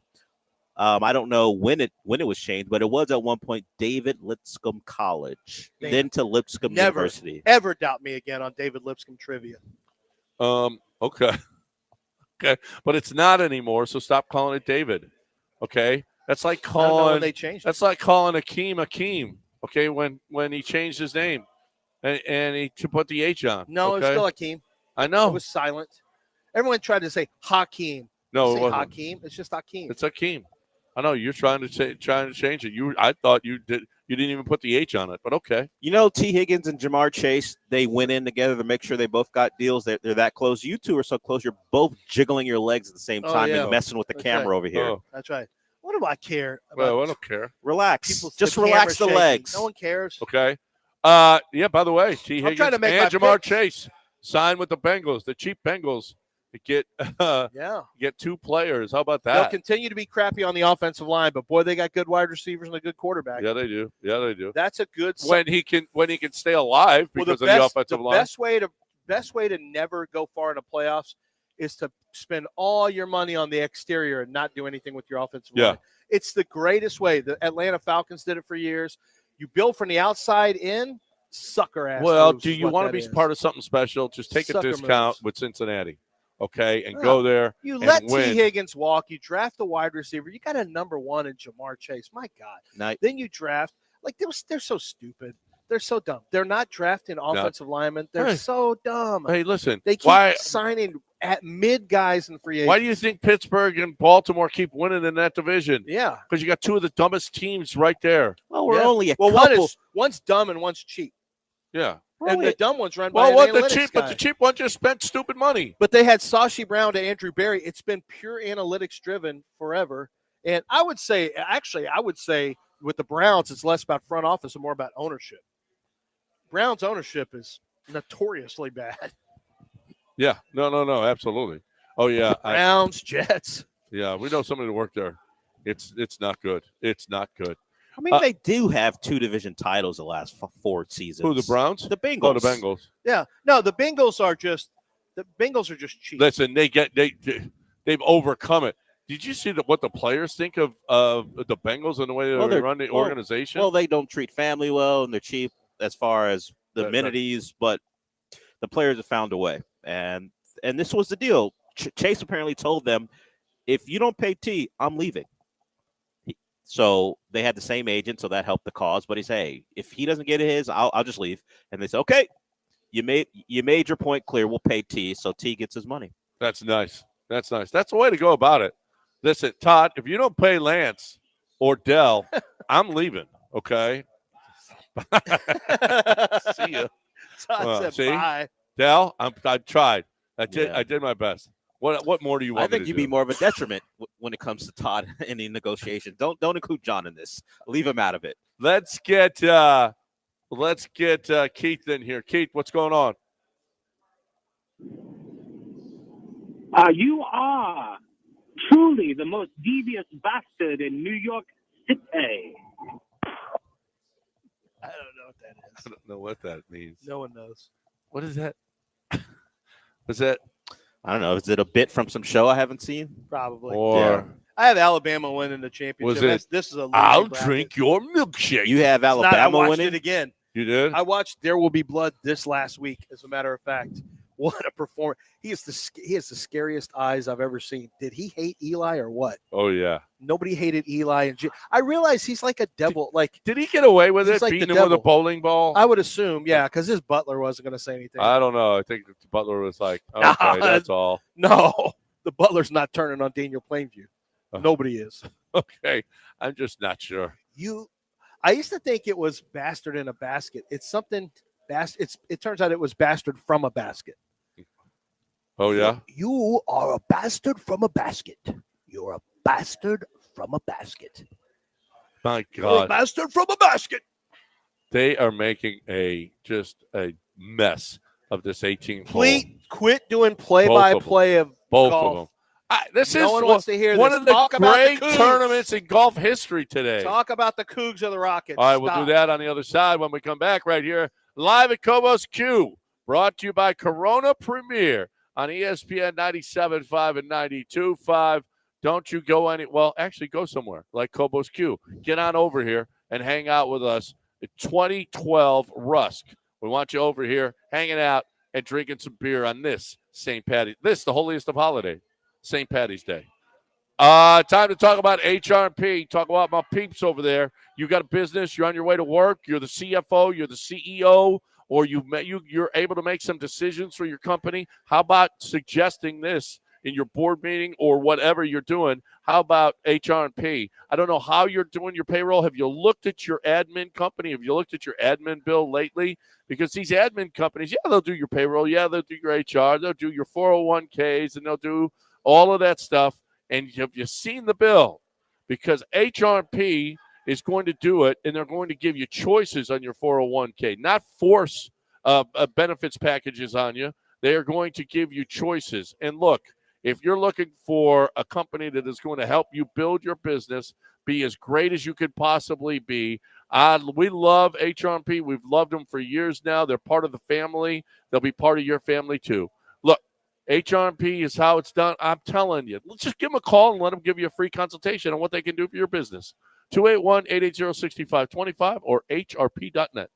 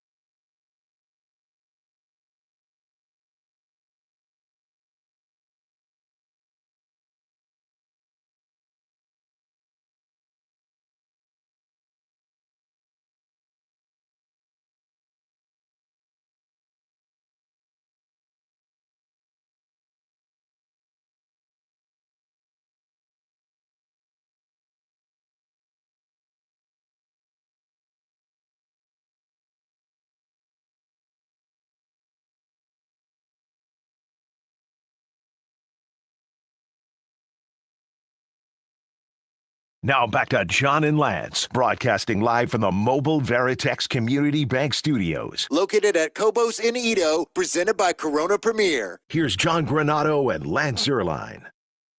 All right, welcome back here on ESPN 97.5 and 92.5. Rory about to win the Players this year, so congratulations to him. I'm so stupid. I took Scheffler winning his third straight, and he's got a hands injury. You'll remember he cut himself, remember? You remember he cut himself? Oh, yeah, that's right. Well, we were supposed to bring you J.B. Bickerstaff. Well, let's do it now. J.B. Bickerstaff, he was none too pleased. He's the Detroit Pistons head coach, and he was none too pleased the other night with the refereeing and how it went down in his game. So it doesn't matter. I mean, this is just awesome. J.B. Bickerstaff about to have a lot less money because the NBA going to find him a bunch after he had this to say the other night. I'm extremely proud of the way they continue to compete. I'm disgusted by the way that game was officiated. The level of disrespect was above and beyond. They have a guy fall down and trip on his own teammate's foot. They review us for a hostile act. They throw an elbow to our chest, neck area. I asked for him, at least take a look at it, right? Just show us the respect to take a look at it, okay? No one would take a look at it, okay? The disrespect has gone far enough, and I'm not going to allow our guys to be treated the way that they were treated tonight, okay? I tried to have a conversation with official. The official was arguing with Mark. I say his name one time, and he screams at me and tells me that's enough, right? We understand that we play a style of ball that's physical, it's on the edge, right? I coach my ass off with a passionate way. I'm into the games. Our players are into the games. We understand that, right? But we deserve a level of respect because we're competing our tails off and bringing something positive to this league, right? We're growing young players. Our young players are competing their tail off. The least that they could do is get the same respect that everybody else in this league gets and get refereed the same way that everybody else in this league gets ref. And enough is enough of it. And what you saw tonight was disgusting. It was a disgusting display of disrespect towards our guys and what we're trying to do. Oh, yeah. Wow. Oh, no. He was pounding it. He was so mad. That was fun. That's fun. Okay. J.B. Bickerstaff. Dude is going to get, I think there's a chance he gets suspended for all that. No, he'll be fine. Well, I don't know. What did he say? Like, he didn't cuss. He didn't do, like, he'll be Well, fine. you want to talk about attacking the referees. Yeah, but he didn't say they were intentionally cheating. Like, there's no. When's the last time you seen somebody get suspended for that? I don't recall going after a referee is always a fine. It's never a suspension. Now, had he challenged the integrity and whether or not they were cheating, well, obviously he's getting suspended for that. But he didn't say that. He just said it was poorly officiated. Disrespectful. That should be okay. You should be able to say that. Yeah. Well, he went a little bit more than that. He raised his voice. He raised his voice. But he didn't say anything more than they was poorly officiated and they were disrespected. He didn't say anything more than that. He didn't say they were cheating or that the officials were on the take or anything like that. So I don't see how you could suspend him for just being loud. Angry, yeah. Yeah. Yeah, I don't see it. I think it's a coach getting a little upset. Didn't call out one official by name specifically, so it wasn't an attack. That's voicing frustration. And he'll catch a fine for being so vocal about it. But, I mean, if you're going to suspend him for that, for why? I think he might catch a giant fine, though. Just the NBA saying, hey, guys, relax on the way you talk about our refs. I have Tennessee winning a national championship. I thought you had Alabama winning. Yeah, I'd forgotten to fill out the other side. So of the not the bracket. Cougs, huh? No, but looking through all this, the real, the best case scenario for the Cougs is Purdue gets through because Purdue has not played good basketball late in the year. The Cougars, of course, have to get past Gonzaga or Georgia, and Georgia's a big physical team, and they can rebound too, so they might match up better against Houston from matching your same physicality and intensity. But if you can get past that and get to the what I guess we're Sweet 16, then you've got either Clemson or Purdue probably. But McNeese could be a tricky 12 seed against Clemson at 5. But let's say it goes chalk, and Purdue beats High Point, Clemson beats McNeese. Purdue hasn't played very well going in. I think Clemson would be the favorite there. Houston versus Clemson would be a pretty good matchup. But I still had Houston getting by. Clemson's come out strong at the end of the year here. Like I have Houston, yeah, they are, and I had Houston getting beat by Kentucky. Nobody's playing better in Florida. I'm sorry, getting beat by Tennessee. Kentucky's too soft to beat Houston. A couple of days ago, we were talking about this, and I had Florida as my national champ, but I see everybody picking Florida now, and I think I'm going to get off them. Florida's playing great basketball. Yeah. Great basketball. I had them before the SEC tournament winning that. But this is everybody's on them now. I don't know.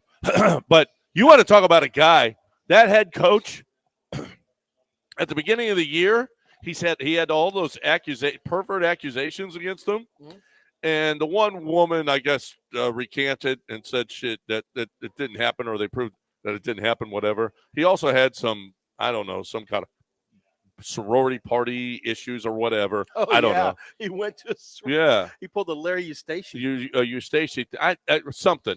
Anyway, you want to talk about a guy who was, if he doesn't win, do you want to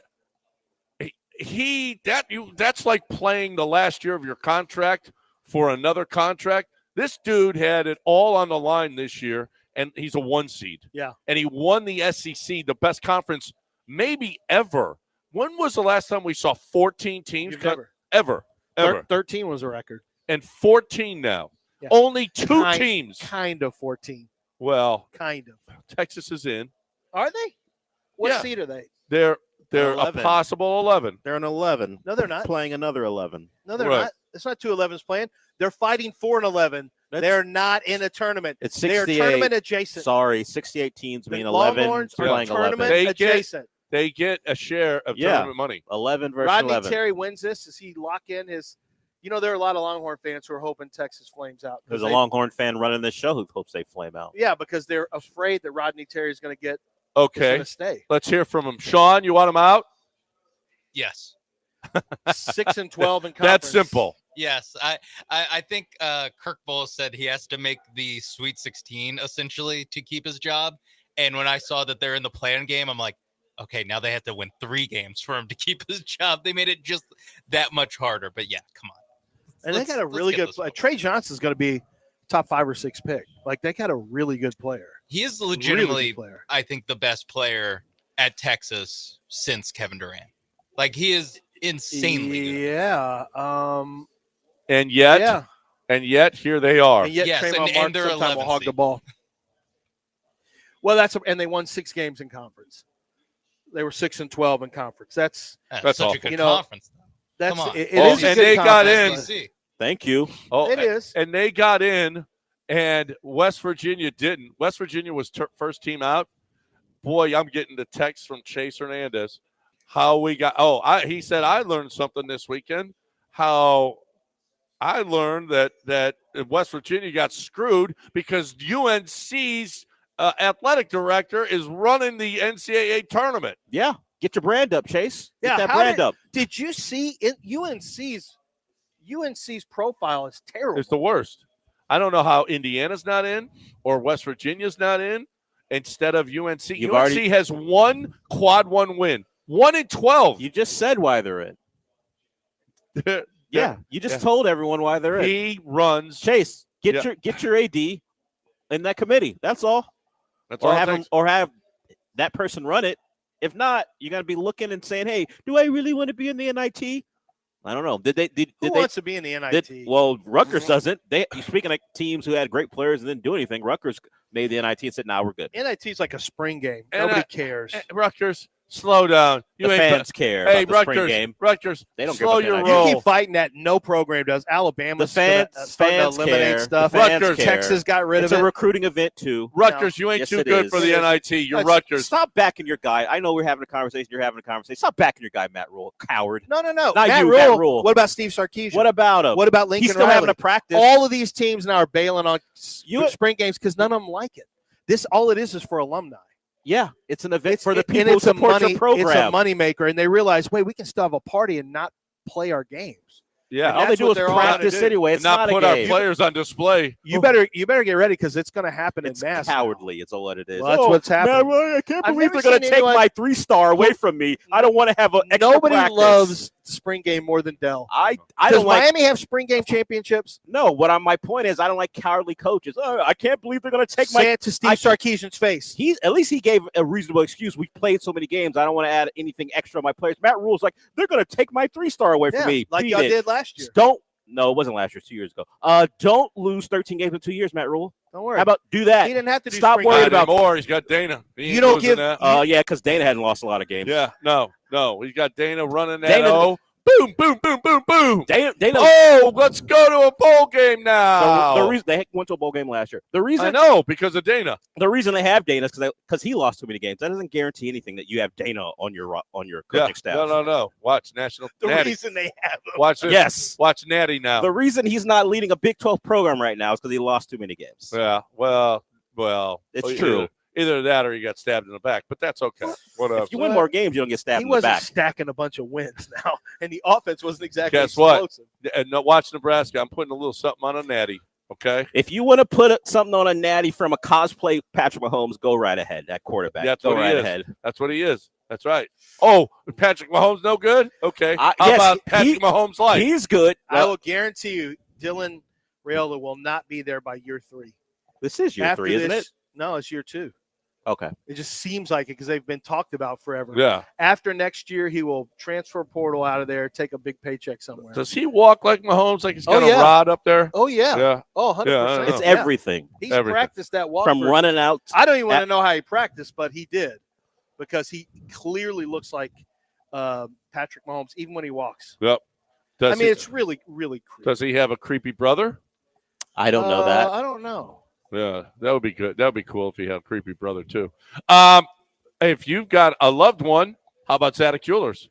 Zadok Jewelers is well, it really is for loved ones. Actually, when you think about what they do for Mother's Day, what they do for birthdays, what they do, how about for Father's Day? How about you give yourself a luxury watch when Father's Day comes up, and your kids are making you like they're coloring stuff or they're making like paper mache stuff in school, and your wife gives you some Mando deodorant or something.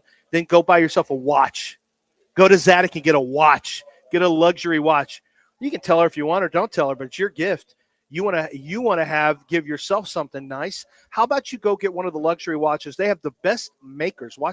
The watch companies from across the planet are all available right there at 1801 Post Oak Boulevard.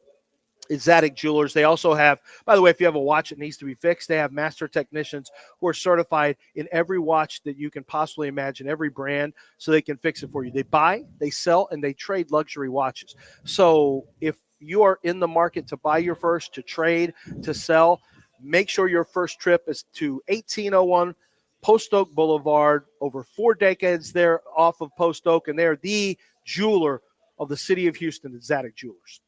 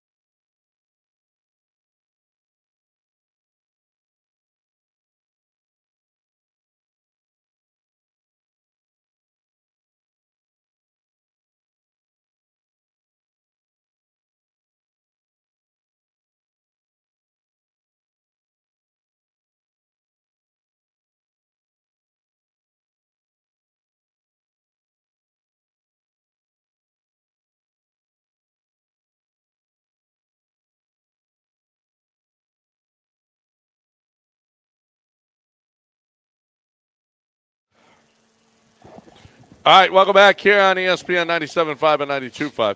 Here's a little something, too. The North Carolina athletic director, Bubba Cunningham, who runs the tournament and North Carolina got into the tournament. Guess how much Bubba made off of that? He gets a bonus if He North gets a Carolina bonus. wins. Yeah. He gets a bonus if you make a tournament? Yeah. How much? He made $104,000. What a bonus. tremendous conflict of interest. How is that allowed to stand?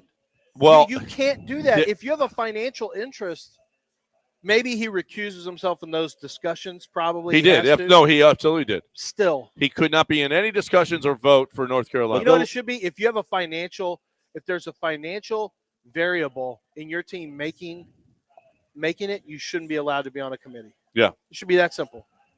Absolutely. And yet here he is. You're going to cost. He can recuse himself all he wants. You're going to cost a man $104,000 by simply not picking his team. Have that conversation with them.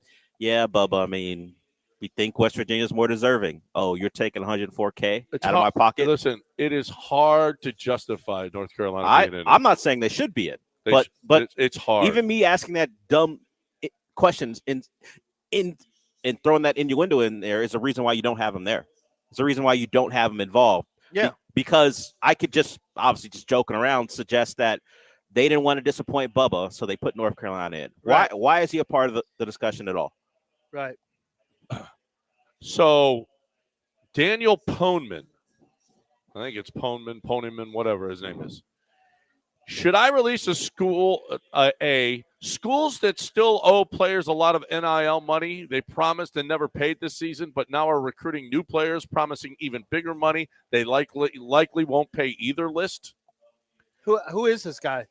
He is. Search over his little bio. Because why would he have this list? Just go to his bio. Just scroll. Yeah. What does it say up there on the top? On the top. Yeah. It says basketball agent. So he's just people that he represents. Psychedelic advocate.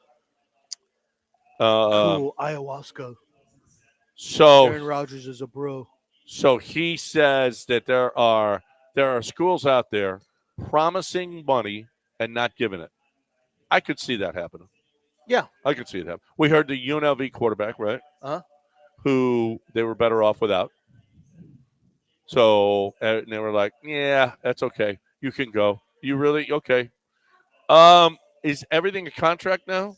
Well, with the team, it will be. Before they were with, when it was truly NIL, it was with boosters, or not boosters, advertisers.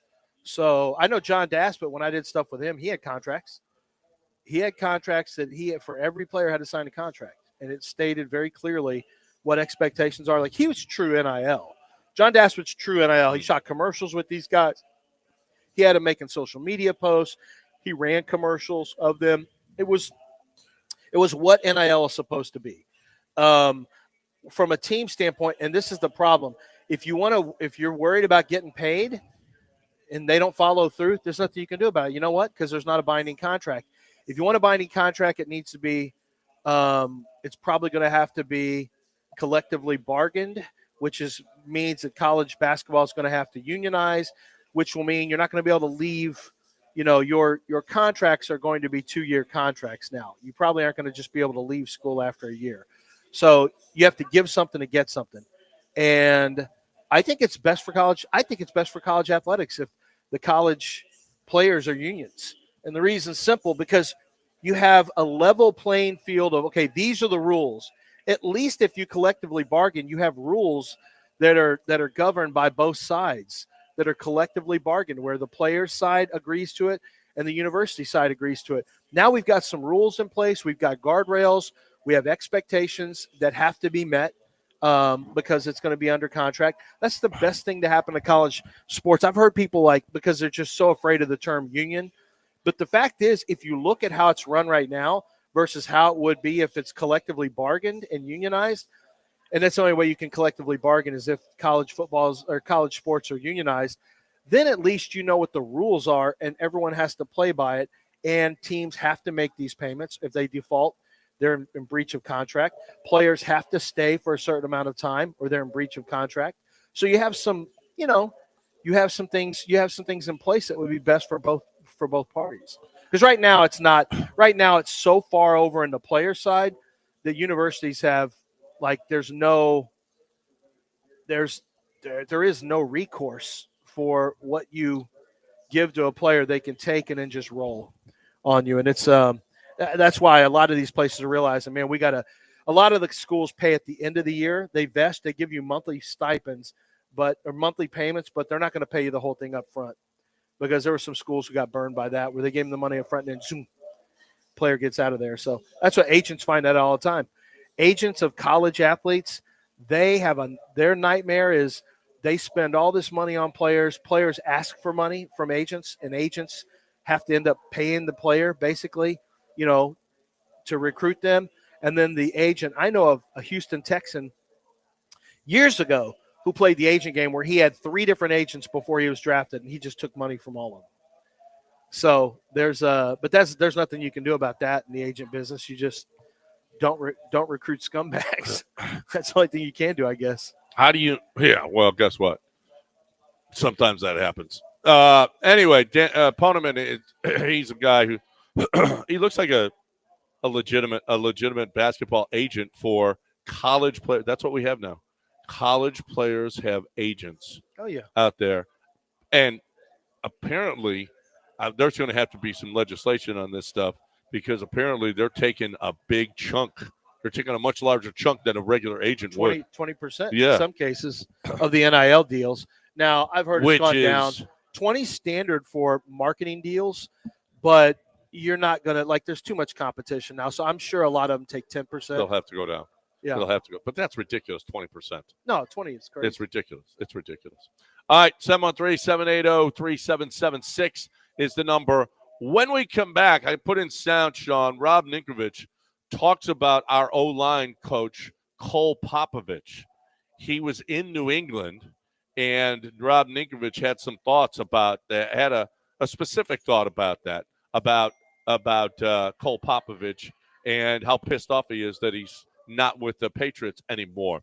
But we want you to get on over here. We got some guys stopping by, picking up some food, maybe drink a little beer. We're going to be here all day long at Cobos Q 2012 Rusk.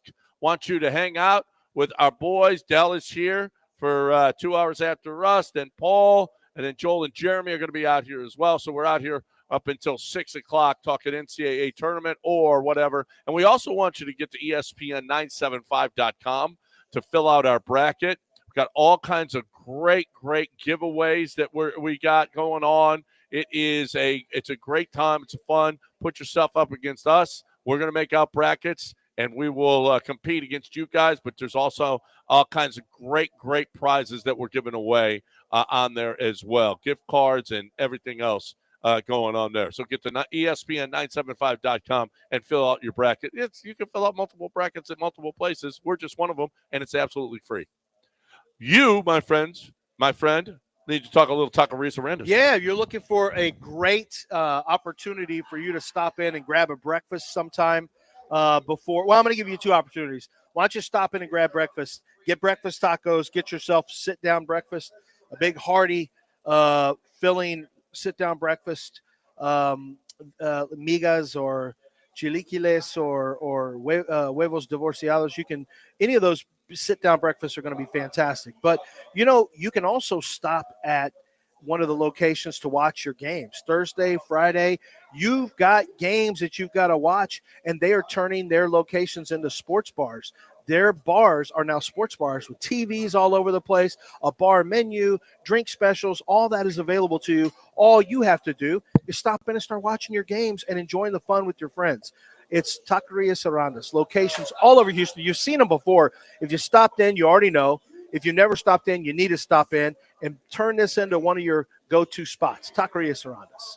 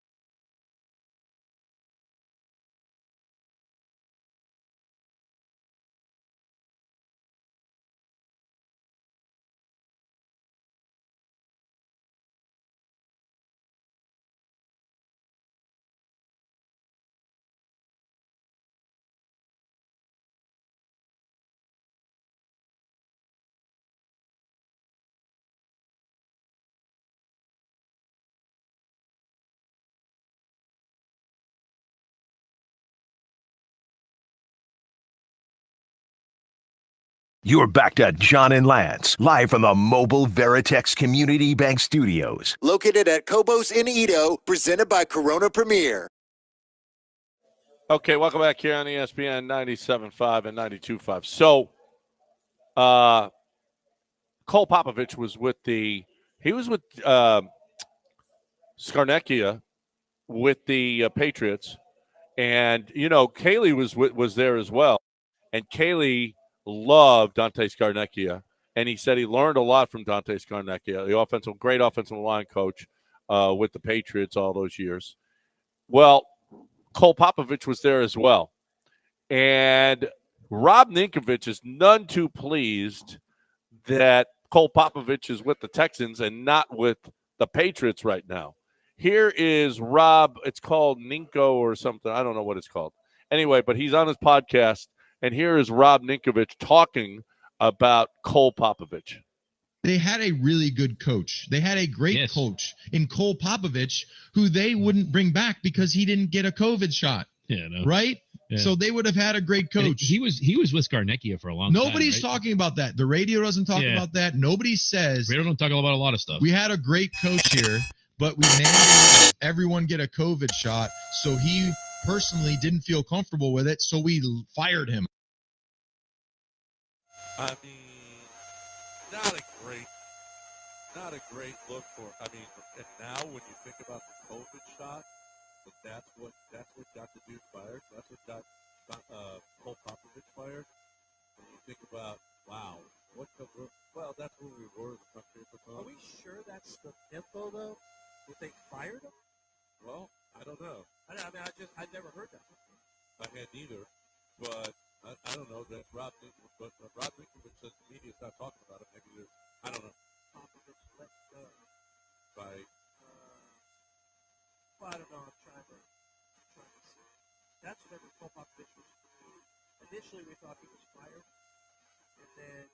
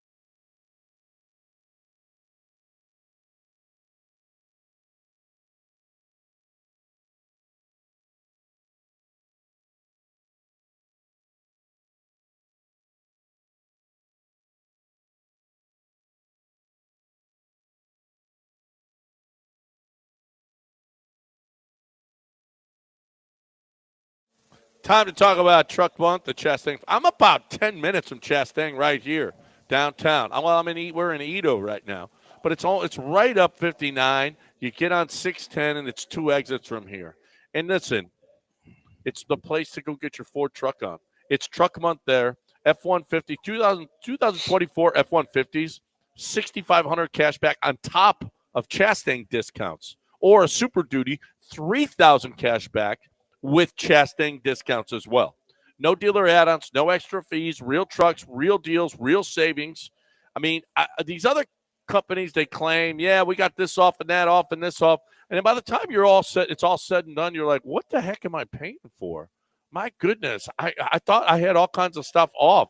And yet, look at this. Look at how much this thing has cost to me. Not a Chastang Ford. True savings. Real talk. Real savings. You get what you pay for. And that's it every single time at Chastang Ford. I love them. I bought my vehicles from them, and I'm going to continue to buy my vehicles from them. I hope you do too. ChastangFord.com on 610 in Homestead, not Hempstead, 5 minutes from downtown Chastang Ford.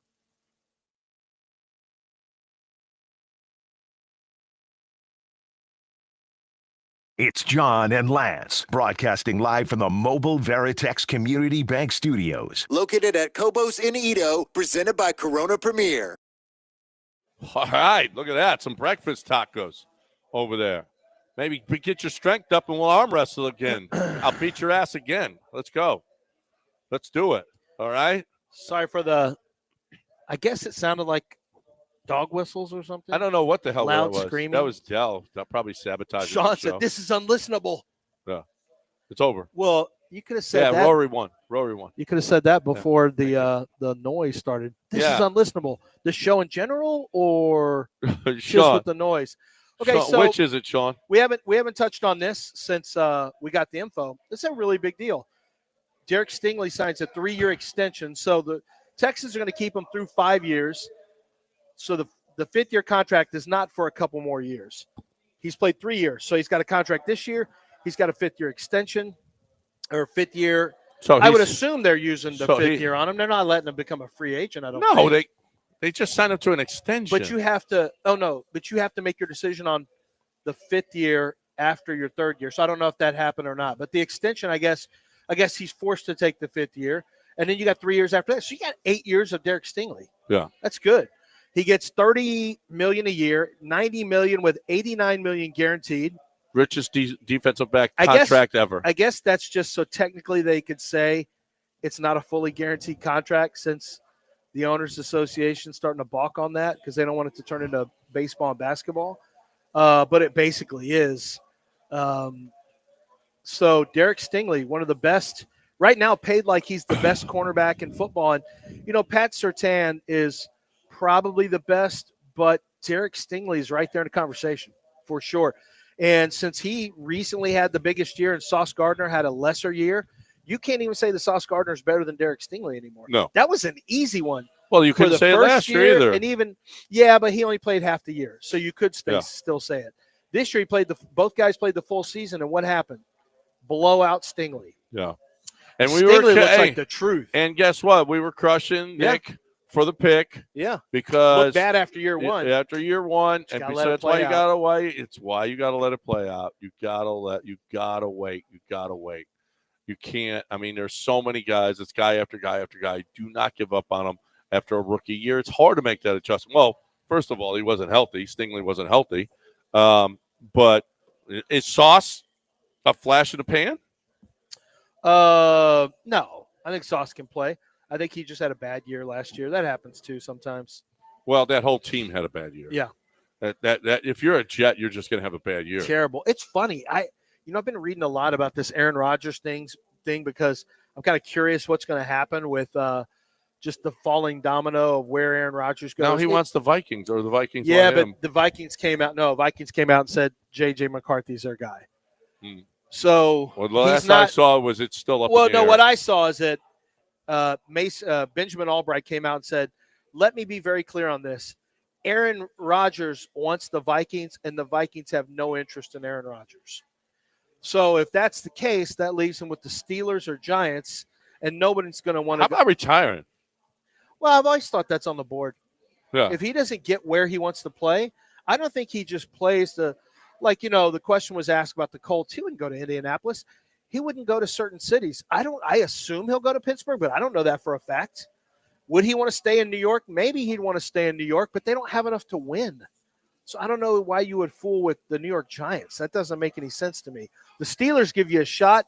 Now, he can't be the boss of all bosses because Mike Tomlin's there. So as long as Aaron Rodgers wants to play ball and humble himself, that's fine. But he's never done it at any point in his career. But I think the Steelers right now are in the same place the Colts were in previously, where they are. The only difference is they got better quarterbacks. Well, I assume. I mean, they just had Justin. Actually, you would think Matt Ryan and Phillip Rivers and Carson Wentz at the time, you wouldn't think they're any less accomplished than, where Russell Wilson was and Justin Fields were. And yet they were still able to win and get to the playoffs. So, but right now Pittsburgh is in a little spot because now they're playing Band-Aid. They're playing Band-Aid football at the quarterback position. So as soon as like the Colts? Yeah, like they did. And once you get done with that, you're in trouble. Colts are still doing it. You're in trouble. Yeah, the Colts are still. They tried to draft, and when you miss on the draft, everyone gets fired, and you have to start over again. Yep. So that's why I'm a firm believer. Unless you absolutely believe in Cam Ward and Shedeur Sanders, you can't take them. But it's easy to say when you don't have a quarterback because you also can't score if you don't shoot. Del, what did you put in there? Is Cam Ward is the next Steve McNair? There's people who think that. That was from Nate Tice, who used to work with The Athletic. I think he does stuff for Yahoo now, the son of Mike Tice. Is he that big and strong? The hand size, he's got smaller hands than Steve, but they're both were about 6'2"-ish. Steve might be a little bigger, but Cam's about 6'2", 215 to 220, maybe bigger than that. Steve was like 230. Yeah. Well, I don't know what he was when he's drafted, but at the end of the day. Steve was a beast. So strong in his lower body. Yeah, Dom Cam's Capers. 219. Yeah. Dom Capers used to tell me, he said, man, do you know how many times we've hit that dude and he won't go down? Was Cam in like that in the pocket? Cam was hard to get down, but he's also a guy who saw running as a final option and maybe caused some of his issues. He just wouldn't take off and go. He's hard to tackle. He's more slippery than physical. I don't know any other way to describe it than he was kind of like Gumby-ish in the pocket. Like you think you got him, and he'd find a way to get away. According to Nate Tice, Steve McNair, 6'1.5", 224. Cam, 6'1" and 5'8", 219. Steve McNair does have much.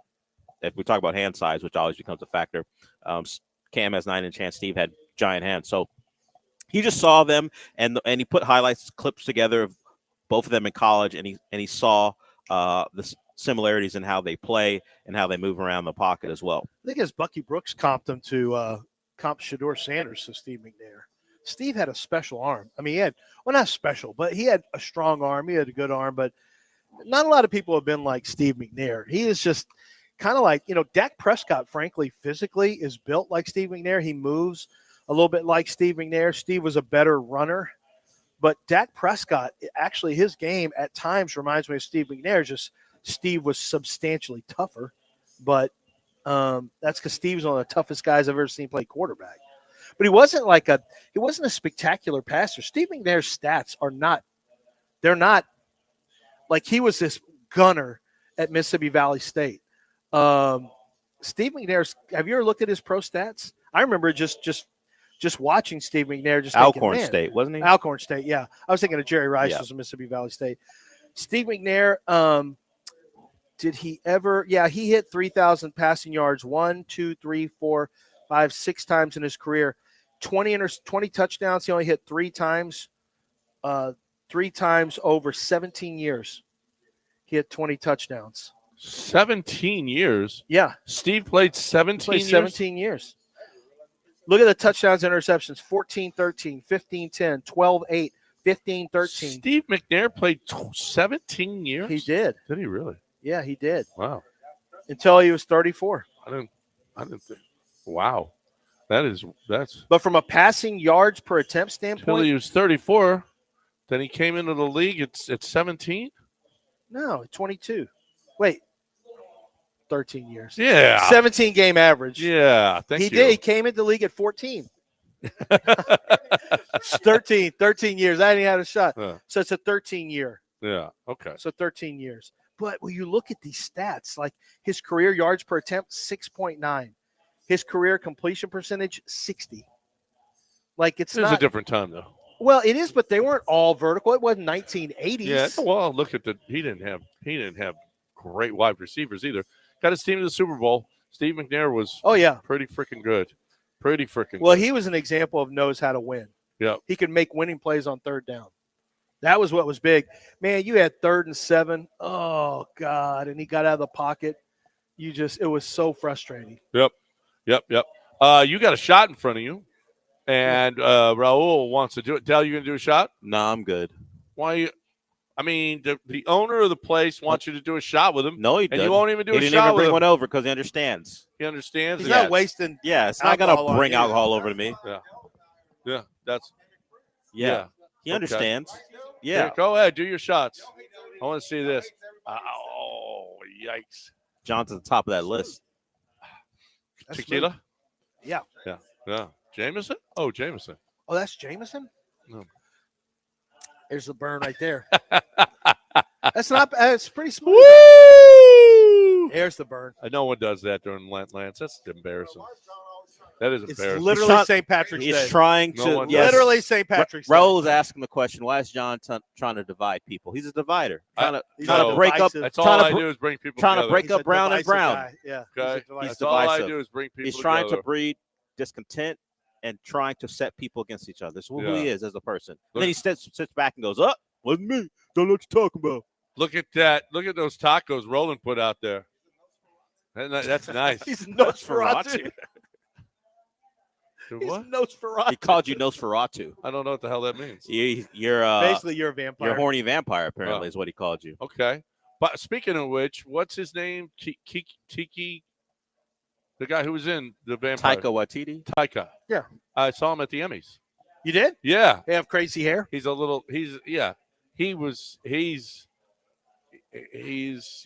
self-important. Is he? Yeah. You can tell? Yeah, he was a little. How do you know? I don't know. He was just like, everybody don't talk to me because I'm cool. Yeah. Yes, Keith. Kobos has breakfast. Get over here. Let's He's right go. there. Right there. Oh, there's Keith. Okay. Yeah. Hi, Keith. Get over here. Well, you tweeted out here. Hey, where are you? Okay, there he is. Hey, Keith. Roland's here eating. Better get his strength up if you want to take me on. Okay, in arm wrestling. Okay, that ain't gonna work out for you. So actually, this is our final segment. We talked about the Cougs. We talked a little NCAA tournament, probably not enough, and we'll continue to talk about that throughout the week. Is there anything that we missed from this? We talked Rockets, basketball. Well, they won twice. They've got a 6-game winning streak. They're a 2 seed right now, Right. which is important. You want to be the highest seed you can possibly be. Our boys are playing pretty well. You won't have Amen Thompson still for a little bit. Fred is back. Had a buzzer beater 3 the other day before the half. Cougs are the 1 seed. We got March Madness starting. Where do the Longhorns play? They're in a Aggies are a 4 seed. Texas Tech is a 3 seed. Rice did not make it. Rice did not make it. Oh, really? In. So Yeah, okay. they're not in. TCU not in. TCU not in. Not in. SMU not in, Sonny. Sorry. Not in, Sonny. Yeah, sorry, Sonny. Lo siento. Anything we missed, Del? When does Texas play, by the way? Tuesday or Wednesday? Sean, when does your Longhorns play? When do they play? When does Rodney Terry go for his When elimination does he keep his game? job? I think Wednesday, but I'm not 100%. He's not so locked in. Doesn't care. I know it's late. I saw the tip time. It was like 9 o'clock. I was like, great. Oh, there's a second game on Wednesday? Yeah, Are dragging you this thing. kind of privately cheering for the Longhorns to go as deep as possible? Who, me? So Longhorn fans, no, Granada. Oh. So Longhorn fans have to be locked in with a coach they don't want.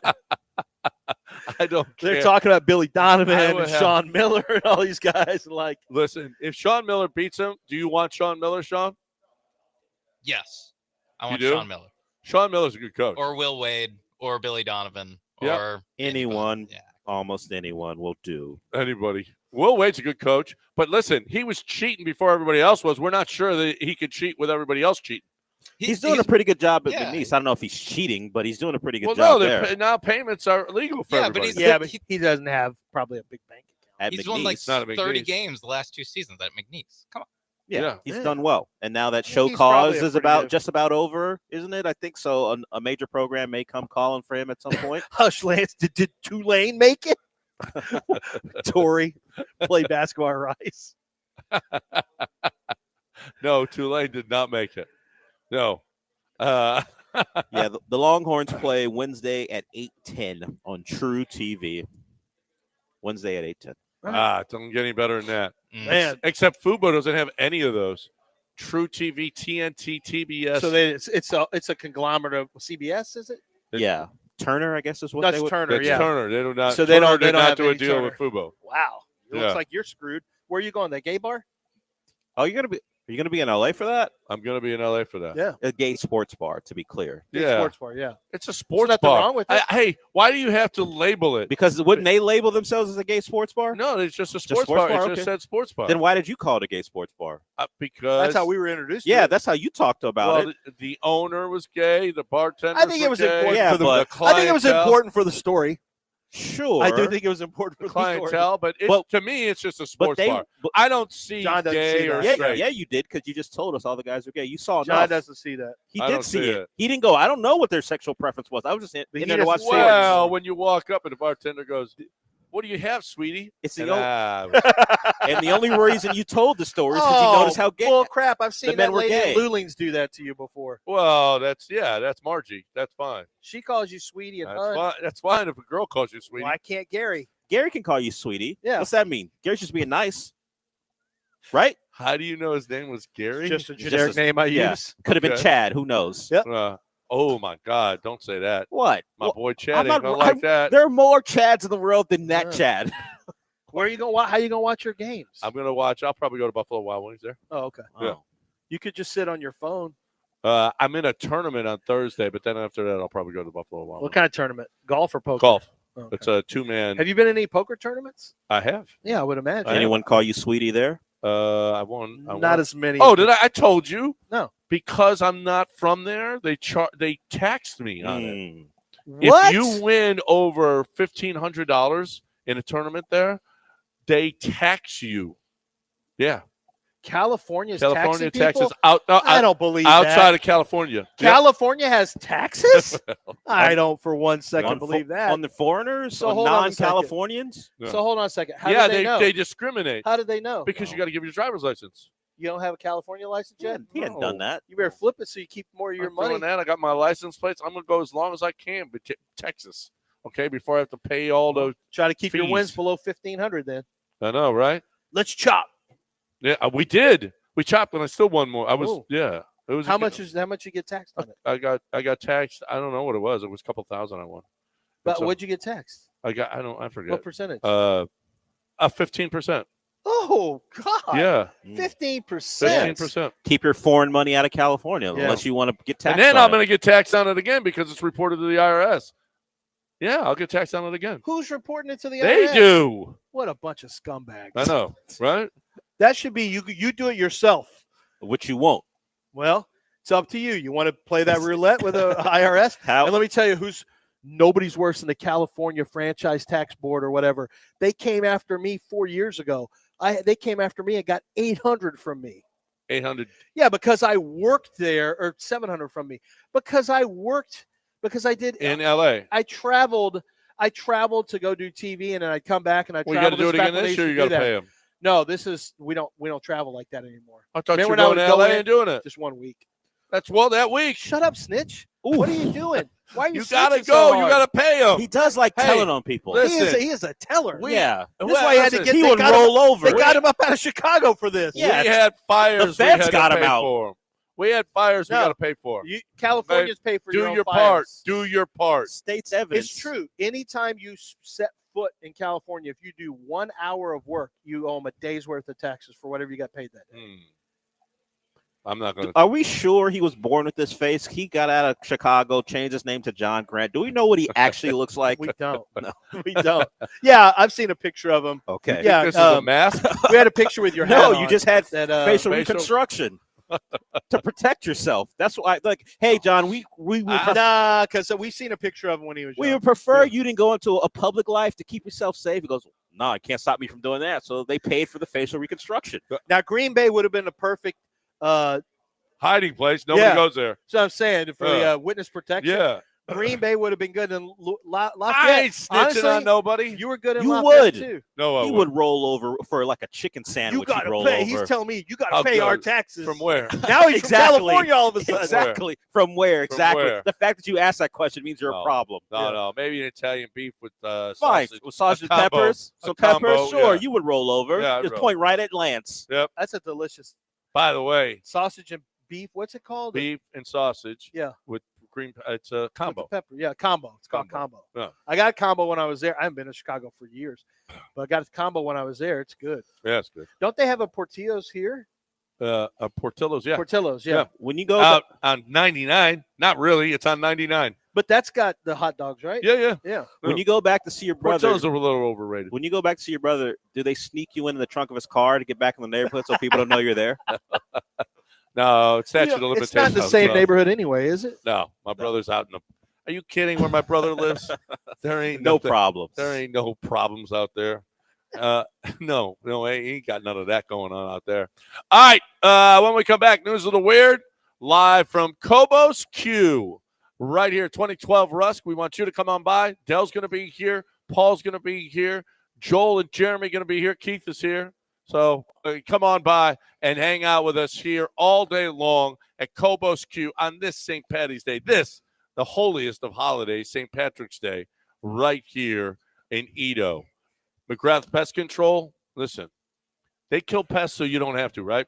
Right now, they're directed at termites and mosquitoes. Mosquitoes are going to get bad. I got the mosquito murdering system in my house. It is awesome. I'm telling you, if you're looking for a great way to not have those mosquitoes in the when you go, you got, I don't know, your kids, your grandkids are swimming in the pool and they're in the backyard and there's all kinds of mosquitoes and it's just overwhelming. And it's just terrible. Well, you don't have to have that. Get the mosquito murdering system. The mist goes off twice a day. You could do it at 6 in the morning and 6 at night. And you're not going to see any mosquitoes. It's beautiful. It's wonderful, wonderful, wonderful. We got to put up in our fence all the way around the yard, and it's just fantastic. Well, termites as well. You're buying or selling a home, or if you've got, I don't know, if you haven't checked it in a while, you need Scott McGrath over there to check. He actually is a licensed termite checker. So if you're somebody who is that you're buying a house and you need to get that house inspected for termites, well, Scott McGrath is here for you. McGrath Pest Control kills bugs so you don't have to. McGrathPestControl.com, McGrathPestControl.com.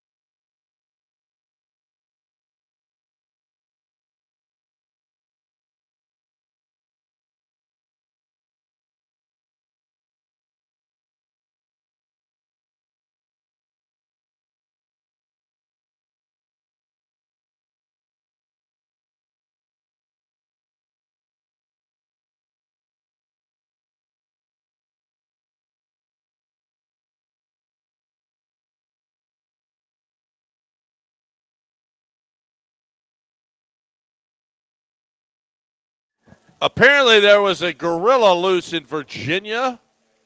So they were accusing the Virginia Zoo of losing their gorilla. Yeah, except Virginia Zoo said, we don't have any gorillas. Okay. So sorry, somebody lost a gorilla in Virginia. Somebody had a gorilla? Somebody has a gorilla in Virginia and lost it. And it wasn't the Virginia Zoo. So sorry, stop blaming the Virginia Zoo. Hey, how about that woman that snatched the wombat in Australia? You saw her grab the baby wombat? Yeah. She's about to get kicked out of Australia. Yeah. I mean, everybody's saying we can't keep kicking these people out of our country. You can get kicked out for stealing a wombat in Australia. Took it right from the mom. The mom's crying and screaming. She's like, yeah, running over like a weasel. She says I'm an influencer. She's a hunting influencer. That's what she is. She's a hunting influencer. A shelter worker scoured a bin of dog vomit for human toes so that she could sell them on the black market for $400. There's a toe market? So how much dog vomit would you go through to get human toes? Zero. Well, how much can I make, actually? Well, $400. Yeah, I'd let my kids do it. I'd give them a job. So you think I don't want to do it. You would say, hey, Sebastian, get in there and get them toes. Yeah, it's but Dad, it's dog vomit. You want $400? So just take a bucket of water and throw it on it. Big deal. Come on. And you got $400. you're gonna be fine. It's $400. You need to get one. You're a kid. You need to you get one a do month. It, though. You're fine. Yeah. Yeah, I would. I don't care to. Yeah. I've already got a job. Apparently, did you see the COP30 climate summit is in the Brazilian city of Belém? Yep. So they're going to have a climate summit. Well, to get there, they had to cut down 8 miles of Amazon rainforest to build a 4-lane highway. 8 miles. 8 miles of Amazon rainforest. Sorry. This might be a little counterproductive to your meeting. Yeah. Don't you think you could have met somewhere where you didn't have to take off 8 miles of the Amazon? That seems a little much. So what do you think Bigfoot sounds like? Oh, I've seen this kid. Well, I don't know who won, but I've seen. Do you have the audio? There's a competition. Yeah. Are we about to play the audio? Yeah. Okay. See you, Kate. Bye. Bye. So there was a competition to see who could call Bigfoot the best. Here are some of the contestants. The first one's scary.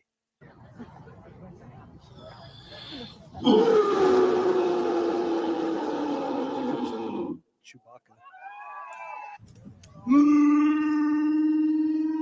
This is Chewbacca.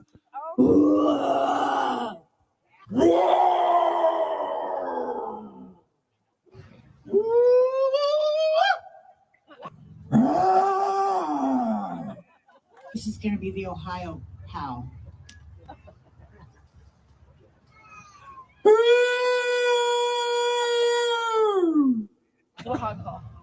Is that's Bigfoot? Hey. It's 1 or 6. I could see that. 1 or 6. Yeah, I could see that. The first one, I was listening carefully. Only 1 or 6 made any sense. So I don't know that any of them made any sense. There's really no such thing. You know what I'm saying? Okay, as Bigfoot? A Bigfoot, yeah.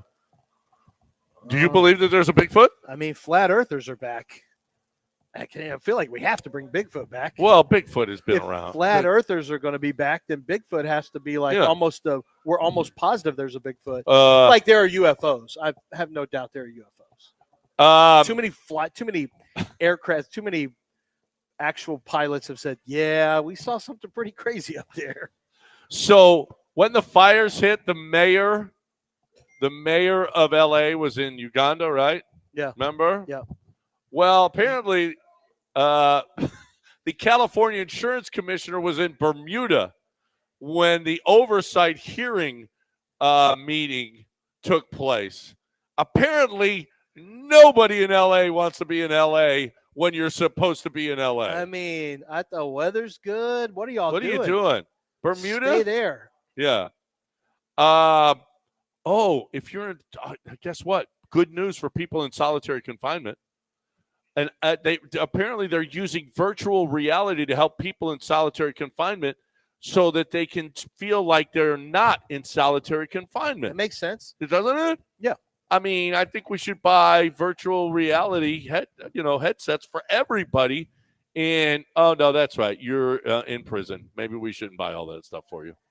Maybe we should. Yeah, maybe we should. Well, what did you do? Like if I'm in there for shoplifting, but solitary. Solitary? Well, maybe I stabbed someone because I had to set the tone. Solitary? Set the tone. Yeah. So he's working through this whole thing. I'm trying to figure out how do I make it in solitary for a nonviolent crime. Yeah, like okay. Well, maybe you did that. Well, it was nonviolent until you stabbed somebody. Well, because they tried me.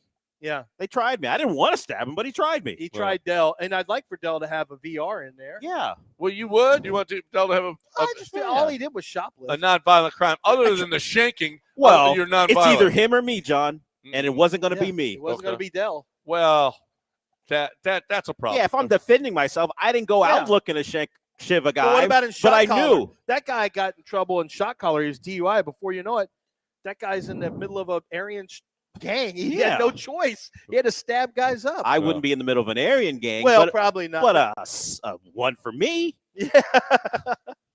Which gang would you be in? Some nerd gang that does Lord of the Rings or whatever. That's him. Don't put Lord of the Rings on Aren't me. you a Lord of the Ringer? Well, I don't know the names like he does. I've watched his movies. You're a Lord sure. of the Ringer. You read the books. No, I did not read. He read the books. He read The Hobbit. What about the guy who stabbed the vampire with Abraham Lincoln? Abraham Lincoln Vampire Hunter. Not Lord of the Rings. I know. That's even nerdier. No, a it's not. They're vampires. Abraham Lincoln was a vampire. There are no elves or orcs, just a vampire. I don't know, Del. Vampires. Sure Alternate history. Not sure you're going to win this with the I'm pretty sure Albert Einstein was a vampire in that book, too. He was? Yes, I thought it was. So when we were in New York, we went to there are little people, there aren't real vampires. When we were in New York, we went but not orcs. Oh Mary. Oh Mary is about Mary Todd Lincoln. Yeah. Oh yeah. Yeah. It was mostly about how gay Abraham Lincoln was. Well, that came out. Where did you see this? Yes, in New York. That came out like Broadway? Yes. people writing books about how gay he was. how gay Abraham Lincoln was. Yeah. And the play was mostly about that and how nuts she was. Yeah. Because she was a nut job. All right, we're done. Hey, Raul, thanks, baby. We appreciate you. Get on over here. All day long. All day long, we're going to be out here. Yes. And get your feedback on, get your drink on. Let's go. Today's the real day. Yeah, St. Patrick's Day. Saturday. This is all about today. drunks. It's a great day for drunks. So if you're a drunk, Or get people over who here. eat or people who eat quesadillas. Yeah. And smoked barbacoa. Smart barbacoa. Yeah, all that. Oh, hold on. Mexican and Irish, the same thing, he said. That's what he said. Soccer, Catholic, get drunk. Hey, the big three. That's it. You guys are almost Irish. Congratulations. Hey, I listen. If you're a Texas homeowner right now, you got a mortgage, okay, and you got mortgage payments. You have property taxes, my friends. If you have property taxes, I can tell you this, they're going up, right? They've gone up every year. Every single year, the government says your house is worth more, and they want more tax money from you, and you got to pay it, or you don't, because you go to ownwell.com. It's so easy to sign up at Ownwell. It takes 3 minutes to sign up, and you save money on your property taxes without having to do anything. They do it all. They level the playing field. Listen, those guys are professional in the government, and they're going to go, no, you got this, and it's this much. Well, Ownwell is going to fight them. 86% of Ownwell's customers receive a reduction, with average customer savings of over $1,100. Listen, don't pay, because if you let the government tell you how much your house was worth, guess what? The next time it's going up, and it's going up, and it's going up. Fight your taxes with Ownwell. Ownwell.com. The deadline to protest most places is May 15th. So get to Ownwell now. Save money on your property taxes with Ownwell. Sign up in less than 3 minutes. Start your protest today at Ownwell.com. That's OWNWELL.com.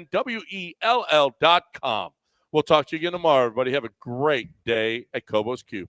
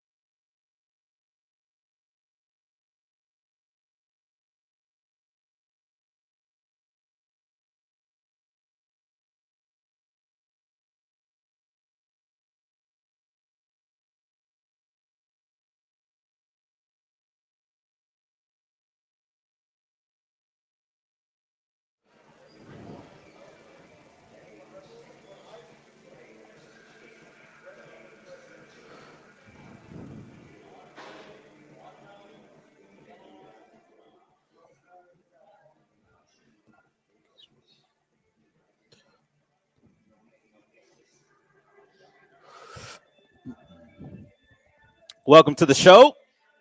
John and Lance just wrapped up their time here at Kobo's. You guys still come out here. We're going to be broadcasting all day long.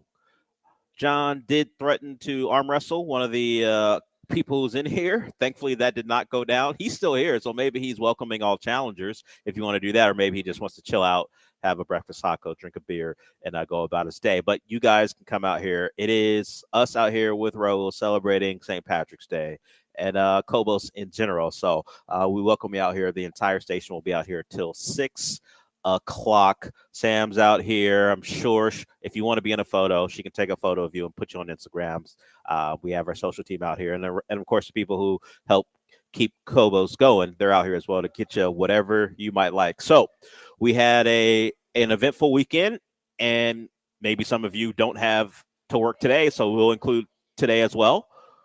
Derek Stingley gets $89 million guaranteed of a total $90 million. So they decided not to give him that final one, just to not be a team who gives a non-quarterback fully guaranteed money. I'm not sure why that $1 million, if it was a point of contention, did not get the Stingley as guaranteed money. But you have your elite cornerback locked up for the foreseeable future. With the fourth year of his rookie deal and then the rookie extension or the fifth-year extension still in play, it looks like right now Derek Stingley is wrapped up until 2029. I imagine, just because how the NFL works, he will get a new deal before 2029 even hits. It's a great time for him. He'll be still right in the prime of his career once his new contract is ready to be negotiated. So good all around. He made a good decision. I mean, as much as David Mulligetta may have a reputation because of what happened with Deshaun, not the Deshaun off the court field stuff, but the fact that once Deshaun got his deal from the Texans, he's still asked out. He gets his client's money. He got J.C. Horn his money, and he gets Derek Stingley his money. The reporting surrounding it says Stingley wanted to get to $30 million, and he gets his money. So this is why the Texans may be a bit more frugal than someone might want when it comes to signings outside free agents. They've made moves. They'll make a trade. You know, Nick Casero's aggressive. They restructured Christian Kirk after his trade. Denico Autry just got a restructuring as well. But these are the types of guys, you're in-house guys that you're going to have to pay, and you have to forecast how much they're going to cost and how much is going to determine what you can do when you're trying to bring in outside free agents. So Stingley's the first. We're probably having a conversation about the likes of CJ and Will Anderson. Those will pick up next offseason, and it'll go on. On this show, we've talked about having elite guys at those premium positions and how much it will cost you. And you're getting a taste of it right now. And just think about it. Derek Stingley, one of the best corners in the game. Some of you may think he's better than Surtain. I think we've all, at least most of us have, because of how close they were in their draft status, have decided to elevate Stingley over Gardner after this last year. Stingley is great when it comes to ball production. If he gets his hands near football, he's going to make a play. Illustrated best by the second interception against the Dolphins, where he just ripped that ball out of Tyreek Hill's hands. That's something Sauce Gardner does not provide for the Jets, but the Jets are going to pay him a great deal of money as well. But Stingley gets his first, I believe. Right, Sean? Sauce hasn't got his money yet.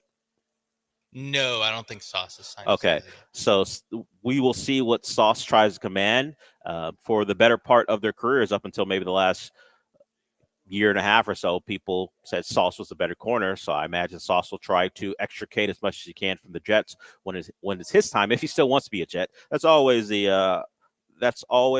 something that's not brought up. Generally, players, when they know a max deal is coming from their current team, they don't generally ask out. But, you know, it's been a kind of a bleep show in New York. So maybe Sauce is a guy who doesn't particularly want to be there. We think Garrett Wilson is one of those guys. He doesn't have a quarterback right now, although it's someone he's familiar with, and Justin Fields, who's coming in. It's cool when you're playing in college together. When Justin Fields is throwing you the football on the NFL level and it's not going well, there may be some frustration there. We'll see if Justin Fields is enough to keep Garrett Wilson there. But he's one of those guys who's going to be looking for a new deal. And we got receivers getting money, so we'll get to that too. But back to the Texans and Stingley, and really the Texans overall. They have taken the first step in securing one of their foundational pieces. They traded one away. If you believe Laremy Tunsil is one of those guys, they probably didn't. That's why they traded him. But with him, Stingley locked down, you got to feel pretty good. You just hope that the Will Anderson deal goes the way you want, and I expect them to. I think the Texans don't have any problems paying their elite guys. I think all the guys you want to be Texans will be Texans. It'll just be a question of who gets sacrificed for that to happen. I would say You might be looking at a Titus Howard being one of those guys sacrificed, and mostly because he doesn't play up to the level of his contract. That's simple. I think the Texans will pay you if you play up to the level of the contract, and they consider you someone positive for the locker room. And that's the caveat with Tunsil. They didn't think he fit what they wanted to be, so they had to get rid of him. And it certainly helps when you trade him. You can go pay Stingley, and we'll just see who's next. Part of the joy and the best part of drafting well is the first 3 years or so where you are getting elite production and talent, and you're not paying them what free agents get. Now we're rolling into the point where Stingley is the first of your elite players who gets a big deal. The question will be, how do you build a roster around it? You do it through the draft, and maybe the Texans aren't going to invest as much money into the offensive line. They'll try to make up for who they have to pay as far as the money they're doling out. They'll try to find value in the draft.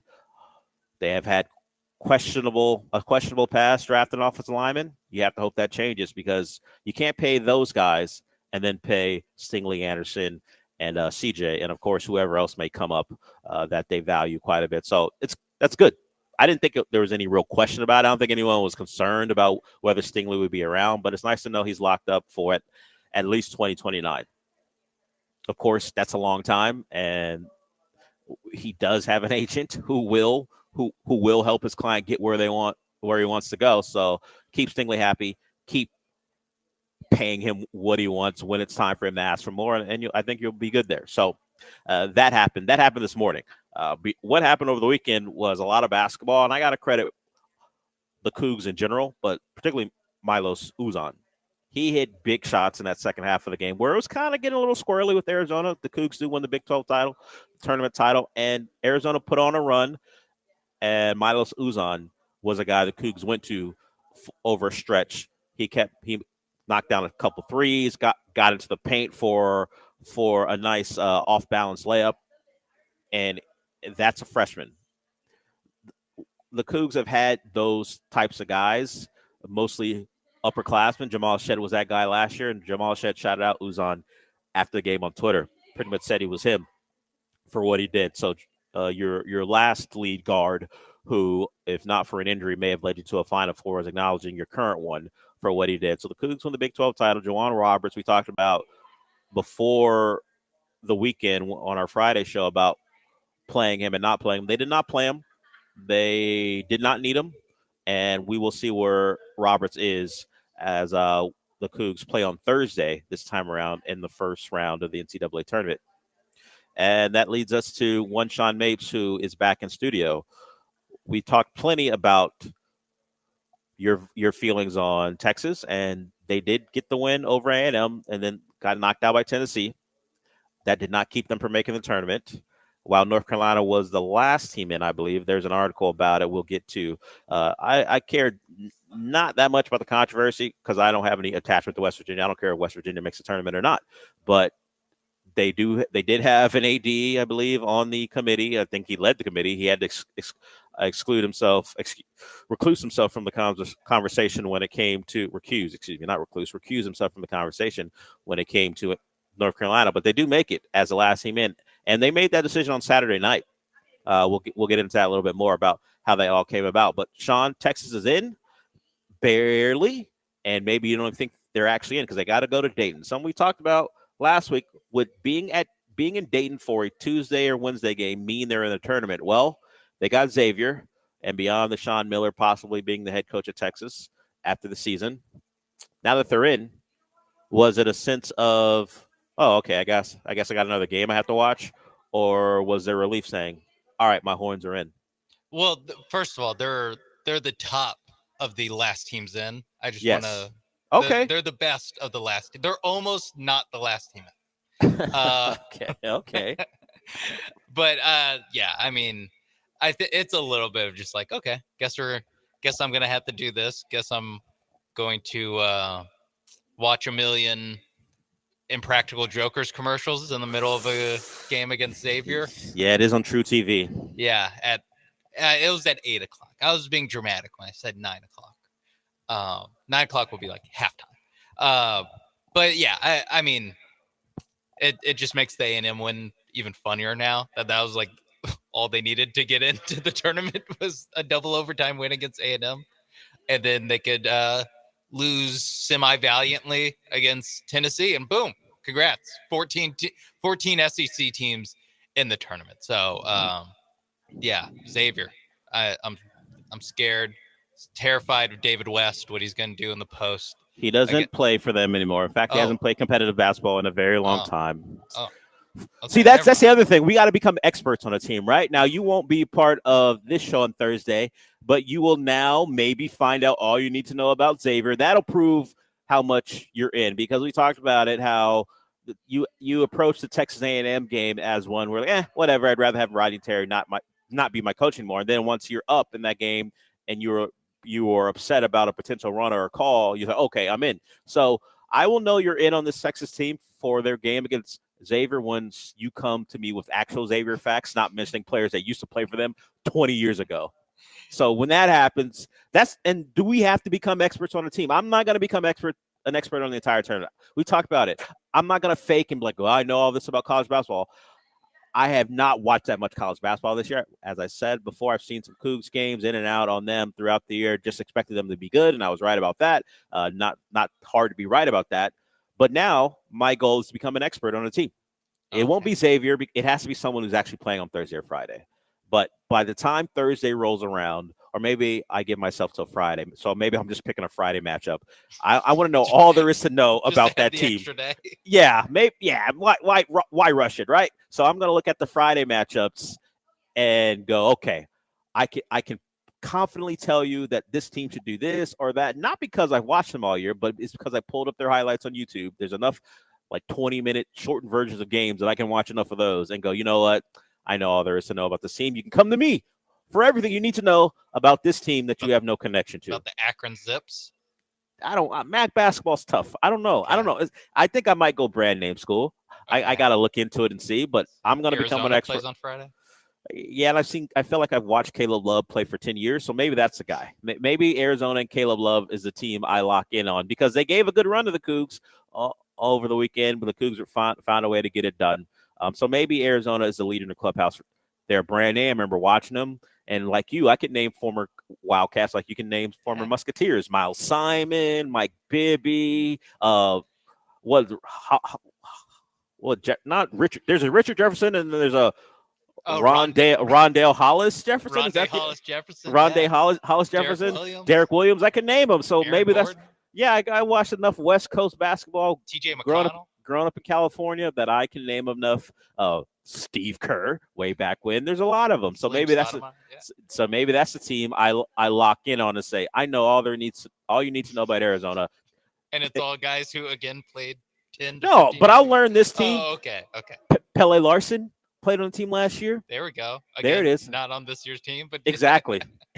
I'll find out. I know Caleb Love. I know about him. I do know him. So I'm all over Caleb Love. I got Caleb Love. I know UNC's Caleb Love, less about Arizona's Caleb Love, but I know enough. So we're at that time. We're in that time where everyone becomes an expert.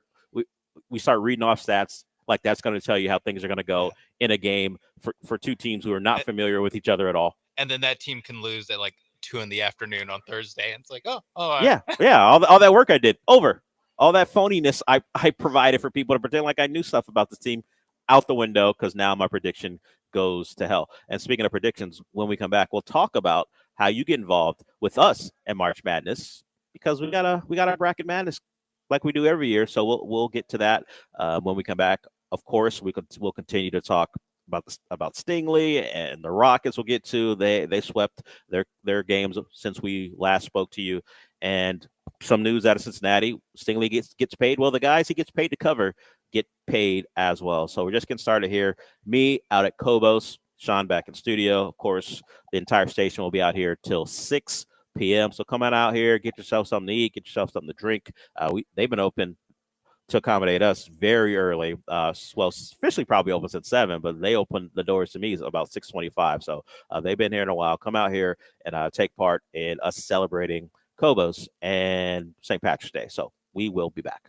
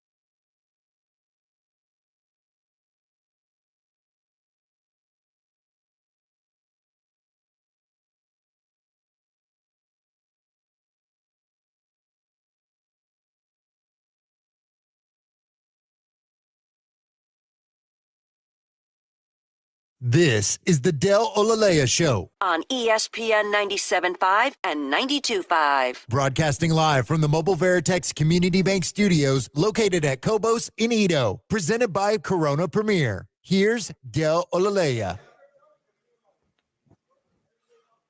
We are out at Cobos 2012. Russ, come out here and join us.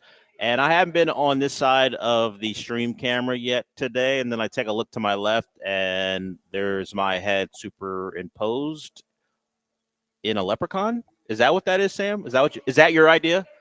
Okay. Sam's out here with us, and she laughs. And my guess is funny. I mean, I didn't know I was going to get that treatment. I did see John and Lance get that treatment, and then I saw mine.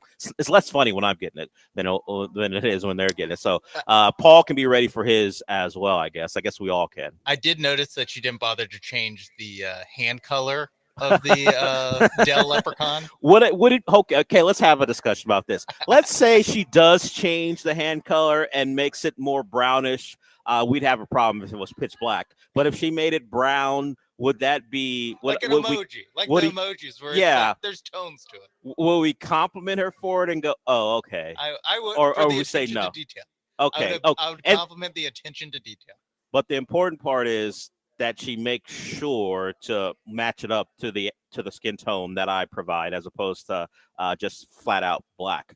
So she did not do that. Yeah. She did not do that.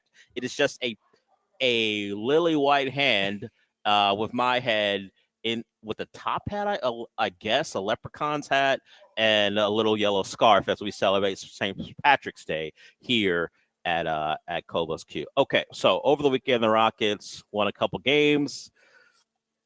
They did what they had to do. And because they did what they had to do, they are now tied for the 2 seed. They currently own the tiebreaker for whatever that means right now. At 43-25, Ime was asked about after Friday's game when they officially clinched being over 500.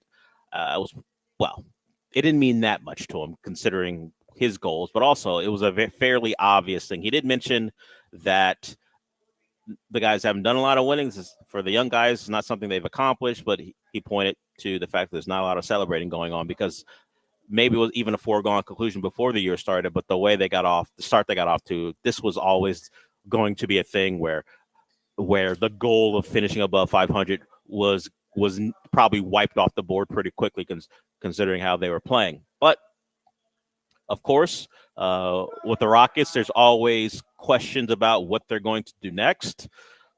The belief is that Tillman Fertitta is a star hunter. He would love a star here.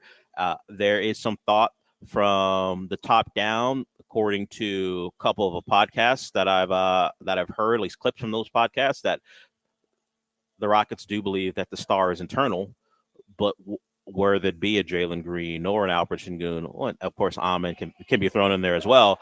But they are not against the belief that the star could come from within, and that's good because if you ask Matt Ishbia, the star's not coming from Phoenix, at least not Devin Booker. That was a speculation, and it kind of ramped up a little bit, which is funny because we're after the trade deadline, so it's not like any deal could happen.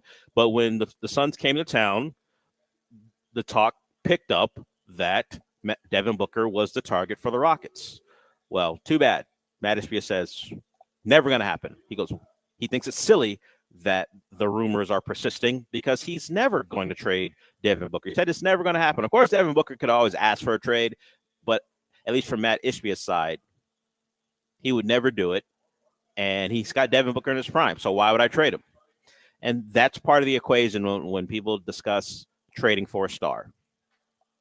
What does that star mean to the city?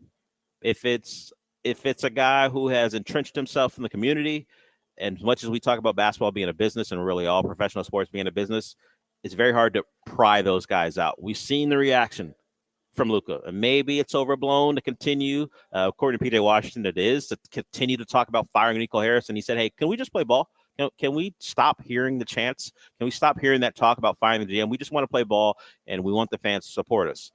But when you trade someone of that status, and I would imagine, I can't say for sure, don't live in Phoenix, that Devin Booker has that type of love from the fans. You trading him for, let's say, even young young players who play, unlike what the Mavericks got for Anthony from the Lakers in Anthony Davis. If you're trading for whether it be a Şengün or Amen Thompson or Jalen Green, whoever it might be that goes Phoenix's way, is that going to make up for what the fans might say is a bit of a betrayal to trade our guy who doesn't want to go? And that's what it will always be. If Devin Booker wants to leave, the fans will hate it, but they'll get there and wrap their minds around it. If he says, I don't want to go and they traded me anyway, then we're talking about fire James Jones and Ishbia sell the team. You have seen an example of what happens when the player doesn't want to go and the front office thinks it's the best move for the team. So Matt Ishbia is telling you, I'm not doing it.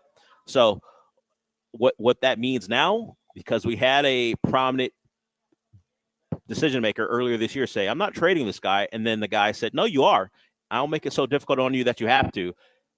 And they did it. And I'm referencing Pat Riley and Jimmy Butler. So I don't suspect that Devin Booker has the Jimmy Butler attitude, that he would make it difficult on the Suns. So I would say, at least for now, maybe push aside the thoughts of Devin Booker coming here and enjoy what you have, because it might be who you lean on to elevate the franchise for the foreseeable future. And that's not a bad problem to have. Thinking that the combination of Green, Amen Thompson, and Şengün are your core, and we joke about the core 7, but if we're just being real, it's a core 3. Cam Whitmore doesn't play. Reed Shepherd, when he's healthy, gets spot minutes. I think at this point, you just say the guys who are the guys right now are Amen, Jalen, and Alperen, and all the other guys are ancillary pieces that we like. If Tari Eason could ever play back-to-back games, we love to have him as part of make it a 4, but I see it as a 3. And maybe that 3 right now is good enough. We will get a chance to see them in the playoffs, and that's what I guess the last stretch of the season is about. I am not that concerned about their seeding. Of course, you want to be in the top 4, mostly because it means you get more games at home. I don't think Toyota Center is such a great advantage, and I'm not sure the Rockets as a team are going to be fearful of going on the road. We just haven't seen them in a playoff environment. This is what this season is about. What they are when the games matter the most. And we'll find out quite a bit about them. But as a 2 seed, 3 or 4, just find one of those spots. And then I wouldn't be against some shenanigans at the end of the year to get a matchup you like. I just don't know who the Rockets would love to play. Do they know themselves enough to know that this team is better for us than not? Maybe they say we don't play Denver. Maybe they say we'd rather not see Anthony Edwards. I don't know. Do you think, Sean, that will play a part in anything? The Rockets will start the games of saying, you know what, if we're a 3, we get to see the Lakers.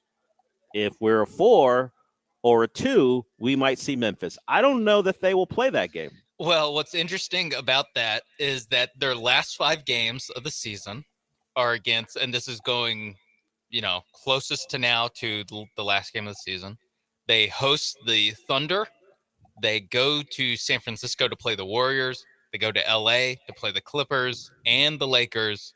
And then they finish up at home against the Nuggets. So they will be playing essentially all the teams that will be in the mix. I guess not the Thunder.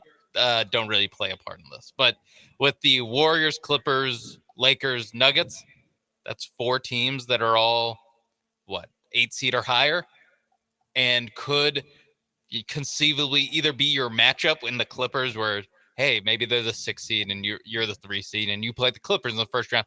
The rest of these teams are all teams that are vying for home court or are going to be a team that the Rockets are looking to or avoiding playing. I'm just not sure. I really am not sure how much it matters. I'd prefer not to play the Nuggets, but it's not like the Nuggets kill the Rockets or anything. You're right. The Lakers are a good matchup, but it's also you want to sign up to play Luka and LeBron? When either one can be the 2 best players on the floor for every game you play. Just because you go give me Alperen Şengün on Jackson Hayes. I like that matchup. So let me have 2 of the 10 best players in the league. Yeah. Maybe Amen getting after Austin Reeves, whatever it might be, but you still have those 2 guys, and the other thing you have to take into account, the calls the Lakers are going to get. The Lakers already shoot the most free throws. They shoot more free throws than their opponents by an exorbitant amount. The fact that Luka, who probably doesn't get a great whistle if you go back to his Dallas days, at least according to him, if you just go by his reaction, he gets a great whistle. Worst Yeah, whistle in the league. yeah. If we're going by his reactions, but that whistle will get better in LA. It'll get better in the playoffs. He'll still complain because that's part of his DNA. But the Lakers and the whistle they are going to get, you don't want a part of that. And we know the Rockets are volatile, whether it is at officials or against other players. I don't think the combination of playoff pressure and how much these games mean and dealing with the likely officiating that'll favor the Lakers is going to do the Rockets any favors. You could see frustration boiling over and that turning into a loss of focus. So I would appreciate them playing a team who doesn't get the type of whistle the Lakers are going to get, just for their mentals, because I don't think the Rockets could handle a series where they're getting no calls at all and the other team's getting all the calls. Yeah, that's a little bit of like you could see a young team just kind of like spiral imploding. In that way. Yeah. You mentioned at the start that because Toyota Center isn't like some fortress that you don't care about home and road, but I think that it does matter being on home or being at home, just for you're not on the road. You're not having to go to Denver. You're not having to go to either Chase or crypto.com, like just not having to play in those arenas more often than not. And it's less even about like game 7 would be at home. It's more about game 1 and 2, like get your feet wet at home as a young team. I think that matters. I'm not sure how much it matters, but it's like I'd prefer to be 2, 3, 4 as opposed to 5. Yeah, I think your point about how you start a series means more than the potential of a game 7. The fact that you can start a series in your building and not have to deal with going to Mile High and playing the Nuggets, this experienced team, and watching the environment kind of raise to the level of the moment. Can Toyota Center do that? We haven't seen it in a long time because the Rockets haven't provided these moments. It'll be a question. I mean, I know I saw a tweet from someone over the weekend talking about how empty it was. Well, you're playing the Bulls. I don't know what you expect on a Saturday when they're playing the Bulls. But yeah, I think your point is a good one. All right, we'll wrap up the segment here. If you want to get in on anything, you can. 713-780-3776 is the number. We're taking calls if you want to call in. We're at Cobos until, well, at least this show is until noon. Of course, the station is here until 6. So if you want to come out here, take part in the St. Patrick's Day celebrations, or just celebrate Cobos and all he provides. I get it. You might associate him with Astros baseball, and of course that's part of the deal. But he's just a restaurant. You can come out here and eat anytime you want and enjoy what he has to offer. I know Lance this morning had some smoked barbacoa, breakfast tacos. I've seen those from several people, so it's a good time to come out here. They're open earlier than normal to accommodate us. So come out here, enjoy yourself, and of course you can do that. Well, past 6, but at least the station will be here till 6. We will be back.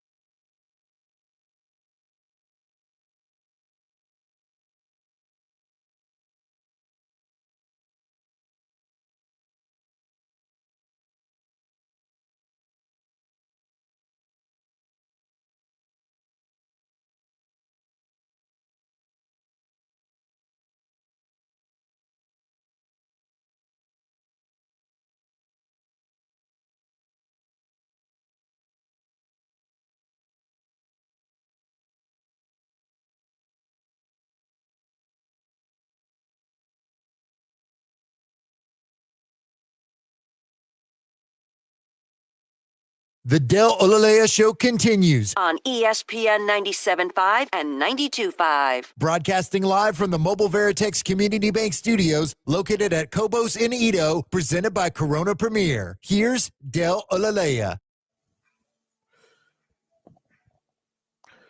We ended last segment talking about the Rockets and their potential for a lack of composure. Well, this is an article from Wednesday. I don't know what's happened since. I know Cade Cunningham got ejected from a game, but as of Wednesday, the Rockets led the league in ejections. They have 7. We know Amen has had his issues. Fred's been thrown out of a couple games, and Alperen and Jalen have both been thrown out of a couple games. So leading the league in ejections not so bad. We know part of that is because of how they want to play, and they don't back down from anyone. It's something we like. I don't know if they're likes to fight guy, but they like to get into discussions about the game of basketball and what people are doing out there. And if they don't like what you're doing, they'll have a talk. And of course, the latest was the Adams Plumlee ejection. So we're at 7. We played some sound from earlier in the show, or at least, excuse me, the morning show. We played some sound with JB Bickerstaff going off on the officials because of how he thought his team was treated. Kind of feel like that might be every night in a playoff series against the Rockets. So just beware. I know Kendrick Perkins said Shaq, who said the Rockets were old. The Lakers are old, and that's why the Rockets would want to face them. I do think seeing the Lakers whistle may be something no one wants to see, but particularly a young team who hasn't had to deal with it before, and how the playoffs are refereed, particularly if you don't have the respect. And I mention respect because that's kind of what JB Bickerstaff talked about. He says his Piston team is being disrespected. And when you go up against Shea and the Thunder, Shea the master at embellishing and creating contact and getting to the line, it's probably going to frustrate you quite a bit. So just be on the lookout. Once the playoffs hit, we haven't had to deal with it for a while now, but once it comes around, just see who's on the opposing team and how many free throws they get, and see if that translates to the playoffs. And I can bet that the Rockets are going to be on the short end of the calls, because that's just kind of how it works. I don't know why it's like this, but a young team who doesn't have a lot of guys who are established tends to not get the type of whistle they would think it's fair. So just something to be aware of as we get closer and closer to the playoffs. Okay, so I mentioned earlier that the Bengals are paying guys, and these are the guys that Stingley likes or has to cover, and that's how he makes his money. Well, T. Higgins and Jamar Chase both got big deals from the Bengals at the same time. And according to reports, Jamar Chase said, if you don't pay T, I'm leaving. So let's get this done, or you're not going to have me. And they both have the same agent. So the plan works. They get big money. The Bengals keep their top 2 guys. And, of course, Burrow has his money, and Burrow was another person involved in making sure his 2 receivers got their money. Mike Gesicki, their tight end, got money. So they're paying Joe Burrow pass catchers, and now they're trying to bring back Trey Hendrickson. So the Bengals at least bringing back their name guys. The question will be, much like the question is for the Texans, who aren't you paying, and how do you find value? They don't have a great offensive line. They've never had one under Joe Burrow. They've depended on him to make up for it by his decision-making and how that offense is run. I don't dislike it for the Bengals. I get it. If Joe's happy, you probably have pretty good shot at being a good team as long as he's healthy. And the question is, how do they keep him healthy? I think they're 9-8 in their last 2 years after the back-to-back deep runs in the playoffs. So the returns have been diminishing since they lost to the Chiefs in their rematch in the AFC title game. So they've got to find a way to keep their quarterback healthy, and maybe part of that is keeping their 2 wide receivers healthy. So that happens. I saw it, didn't mind it, but I thought to myself, oof, that's a lot of money when you clearly have a number 1 and you have not had a problem going out and finding pass catchers. But the Bengals go do that. What else was there over the weekend that we have not touched on as of yet? So we have the tournament. Oh, I forgot to mention this. I talked about it as a lead-in. It's Bracket Madness time, and you can take part in that with us at ESPN 97.5. So all you have to do is go to ESPN975.com, look under the promotions tab, and with the tournament fully set, you can play against us or just a couple of your buddies if you want to get them to sign up as well. And it's not just the joy of beating John, Lance, Jeremy, Joel, all the guys, Paul, and saying you're smarter than us, you get prizes as well. As I said, just go sign up. And when you do, by the way, it's brought to you by Golden Nugget Lake Charles, East River 9, and Two Creeks Crossing Resort. If you don't have a perfect bracket, which of course wins you big, but there are also other prizes like something from Two Creek Crossing Resort, Valencia's Tex-Mex Garage, Gooder Sunglasses, and Nico's True Lux, and more. So going out to ESPN 975, go to ESPN975.com and fill out the bracket. Just click on that promotions tab. Sean, have you filled out your bracket yet? Have you even thought about it yet? I have thought about it. No, I have not actually filled out a bracket. I hit a snag signing back into the bracket. What's it called? The apps that you do the bracket on your phone, and then I just forgot, to be honest. I hit one inconvenience of like, it's not the email I remember it being. Well, I'll come back to this at some point, right? That's kind of how you know it goes. what? I need to have dinner, and I'll get back to this. Maybe do some research on who you think might win, and then get back. Or no, apparently no research at all. Research is just it's the biggest waste of time there is when it comes to the NCAA tournament. Like, there's no reason to go, because if you do the research, what you'll come down to is, wow, these good teams are really, really better than all these 12 and 13 seeds. But you know that the 12, 13, 14 seeds are going to win some of these games. Yeah, you have to boil into the equation or into your thinking. I got to pick a couple upsets. I don't know why I'm picking these upsets. Does this team shoot the ball well from three? Do they play it? If you even go that far, do they play a pace maybe that might slow down the opponent? But other than that, it's just, hey, somebody has to lose who's a top seed. So how do I pick them, and can I get lucky? Or I saw Seth Davis on the reveal show be like, "Oh, watch out for this! Watch out for these guys." I'm like, I will watch out for these guys, Seth Davis. I haven't heard of UC San Diego until right now, but now I think they're going to beat Michigan, who I just saw win the Big Ten. Yeah, win the Big Ten title, tournament title, but I think UC San Diego has a real shot. And you know what? Maybe UC San Diego wins, but I don't know why. I don't know why they'll win. Am I supposed to trust you, Seth Davis? How often are you right about these things? Yeah, that's the thing, is that you go like, this sounds ridiculous. And then, we're going to sit here Thursday and Friday and be like, can you believe that, a 2 seed lost to a 15 seed? Like, yeah, no, this just happens. It's just about picking the right one, which is why no one ever does it well, or no one ever. I guess people do it well. No one's done it perfect. Yeah, people go on runs and maybe they're one pick off. Hell, I wasn't even trying. It wasn't even in my bracket because I didn't have one at the time, and I gave Lance 3 Final Four picks, not because I knew anything. I say, hey, you know what? This might happen. Yeah, NC State. I like what they showed. I like the big guy whose name I don't know. I think he's going to have a remarkable run into the tournament. That DJ was what, Burns. Yeah, not me saying I don't know, but the people picking. That's how the reasoning would go. DJ, that's fun. That's a fun name. He looks like a fun player. He's old school. Doesn't look like a traditional basketball player. Let's see what he can do. And it led to NC State making a Final Four, and Kevin Keats not getting an extension and then getting fired, which NC State clearly made the right decision, not giving him any money. I mean, you would love your administrators to be able to go, okay, this is not real. It's fun. We love that we're in the Final Four, but this ain't real, so we're not going to give him an extension. Yeah, should we be in the position where we have to go on a miracle run to win the ACC just to be like, what were they, like an 8 seed, a 9 seed, just to make the final? Like, there's a little bit of like, well, the fact we're in this position to be a Cinderella is they were an 11 seed. Yeah. An 11 seed. I will give them this credit. They're an 11 seed who did not have to play in Dayton, but they won the ACC. Yeah, so they won the ACC tournament. Yeah. They won. Yeah. So to what you expressed, they had to go on a run to win the ACC tournament to get in. Be an 11 seed. And then when they got the 11 seed, that run continued up until the Final Four, where they got drilled by Purdue. And all it comes down to is that someone in a room after they lose to Purdue has to be like, God, we can't fire them. Like, they would kill us if we fired this guy. We can't fire him, but we don't have to fire 3 weeks ago.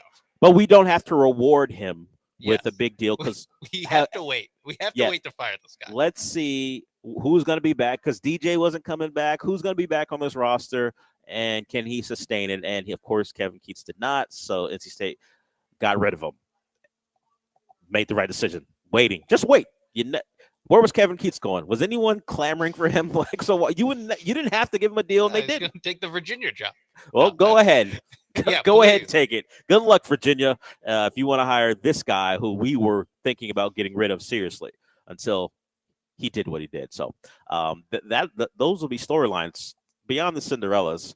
Which coach changed their entire fortunes through this, whether it be making the tournament and keeping your job or going on a big run and maybe parlaying your run into a different job. That is the flip side that I always find amusing, is that there's a coach that was coaching like a 13 seed who won some, the Patriot League or something. Yeah. And then he wins 3 games and all of a sudden it's like, you know what? How would you like to run Louisville basketball now? Like, how would you like to run a top level, maybe not an A++ job, but like a A- job where you just zoom from, how your campus was tiny and you had like to hand out flyers to get people to go to, your 7,000 seat arena. What if you coached in the Big Ten now? How's that going to go? Great, right? Right. I mean, for some of them, yes. But yeah. It's like the flip side of the Kevin Keatts thing, where it's like, this guy went on a run, so we can't fire him. It's, well, this guy got hot at Loyola Chicago, so I guess we have to hire him now. The comfort of knowing your administration or your athletic department has competent people in it, it's got to be fun. I don't know what that feels like. Haven't known what that felt like for like 20 something years. So, but for other people, for other fans of college programs, it's got to feel pretty good to know that you're not going to get duped by a flash in the pan type of run, or you beat your rival in a big game late if it's college football. I wish I knew what that felt like. Don't know what it feels like anymore at all. But once again, good luck, Jay Lucas. Yeah, I was gonna say it's the Jay Lucas show. The Duke has not looked the same since Jay Lucas took the Miami job. Yeah, Cooper Flag did get hurt, but they still went on to win. He never got hurt when Jay Lucas was around. It's true. Jay Lucas showed the ability to keep other players' ankles away from Cooper Flag when he's elevated. You're right. You're right about that. To Georgia Tech when that happened. True. That's true, but they did not lose, and they went on to win the tournament, including beating North Carolina. Yeah, they won the ACC.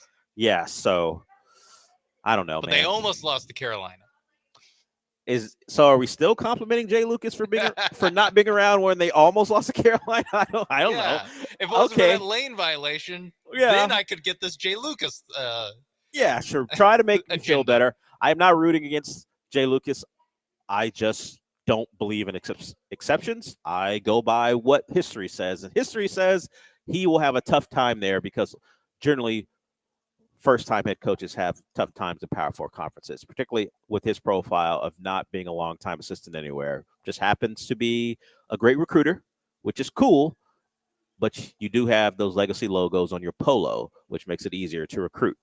He was at Texas as an assistant. He was at Kentucky, and he was at Duke, and now he's at Miami. So beyond my lack of excitement about this hire, just be on the lookout, everybody. Whoever you root for, pray that your decision makers at least allow history to be a guide. They don't have to completely follow it, but understand it's easier when you've done it before. And maybe Texas will be looking for a head coach, or maybe to Sean's chagrin, Rodney Terry goes on this big run. But Chris Del Conte is still smart enough to not give him a large deal because he knows who Rodney Terry is and that Texas program is under him. There's a picture of people celebrating, like Texas basketball, people celebrating them being in, and the look on Chris Del Conte's face, let's just say he's not hugging people or anything. He's just kind of like looking off in the distance like, gosh, I got to wait another week. He goes, oh, no. I know it should be done. I just can't do it yet. Well, good luck to all who celebrate March Madnesses, and hopefully your teams do well, and hopefully your picks do well. And of course, you can use our Bracket Madness on ESPN 975 to do that as well. Okay, to at least take advantage of your great picks as well. Okay, we need to wrap up the segment, And then we'll get into our two of the show. If you want to call in, you can, 713-780-3776. We'll get into the Cam Smith numbers because he had a big day yesterday. But Brian McTaggart was like, hold on. There's some context to what he's doing, and maybe the Astros are using that context to possibly not make the decision that everybody wants them to make. We'll talk about that when we come back. But first, I want to talk to you about Prize Picks, America's #1 daily fantasy sports app. And listen, it's March. It's time. There's going to be games on all day Thursday, all day Friday, for basically all day Saturday and Sunday too. Right now is the time to get in and, hey, listen, you're going to fill out a bracket. Do you want to fade your bracket? Do you think, I know I had this team winning, but maybe I don't really believe in it, so I'm going to choose less on their best player. Or you're going to follow your bracket. You're going to say with your chest, I think that Akron's leading scorer will continue to score. I think he's going to go more, and they're going to beat Arizona. I think they play in the first round. You can do that on Prize Picks. Not just college basketball. They have NBA. They have spring training baseball. Actually, the Tokyo games are coming up, so it's going to be regular season baseball too. They have MMA. They have darts. They have soccer. Whatever you want, it's on Prize Picks, and you can mix and match those lineups as well. A little bit of college basketball, a little bit of professional basketball, a little bit of baseball. Whatever you want, you can do it on Prize Picks. Tonight, Rockets, Sixers, Quentin Grimes, former Coug himself, and only Sixer who can put the ball in the basket. So I think he's going to put the ball in the basket. I think he's going to go more than 20.5 points. Jalen Green, it's been hot recently. I think he goes more than 22.5 points. He killed the Sixers last time they played around Thanksgiving. Went way over on that one. And then Alperen Şengün, more than 36.5 points, rebounds, and assists. No one on Philadelphia can stop Alperen Şengün. Let's make it happen on Prize Picks. Download the Prize Picks app today. Use promo code MAPES when you sign up to get $50 instantly when you play your first $5 lineup. That's MAPES on Prize Picks. Get $50 instantly when you play your first $5 lineup. You don't even have to win to get that money. It's guaranteed. Prize Picks, run your game.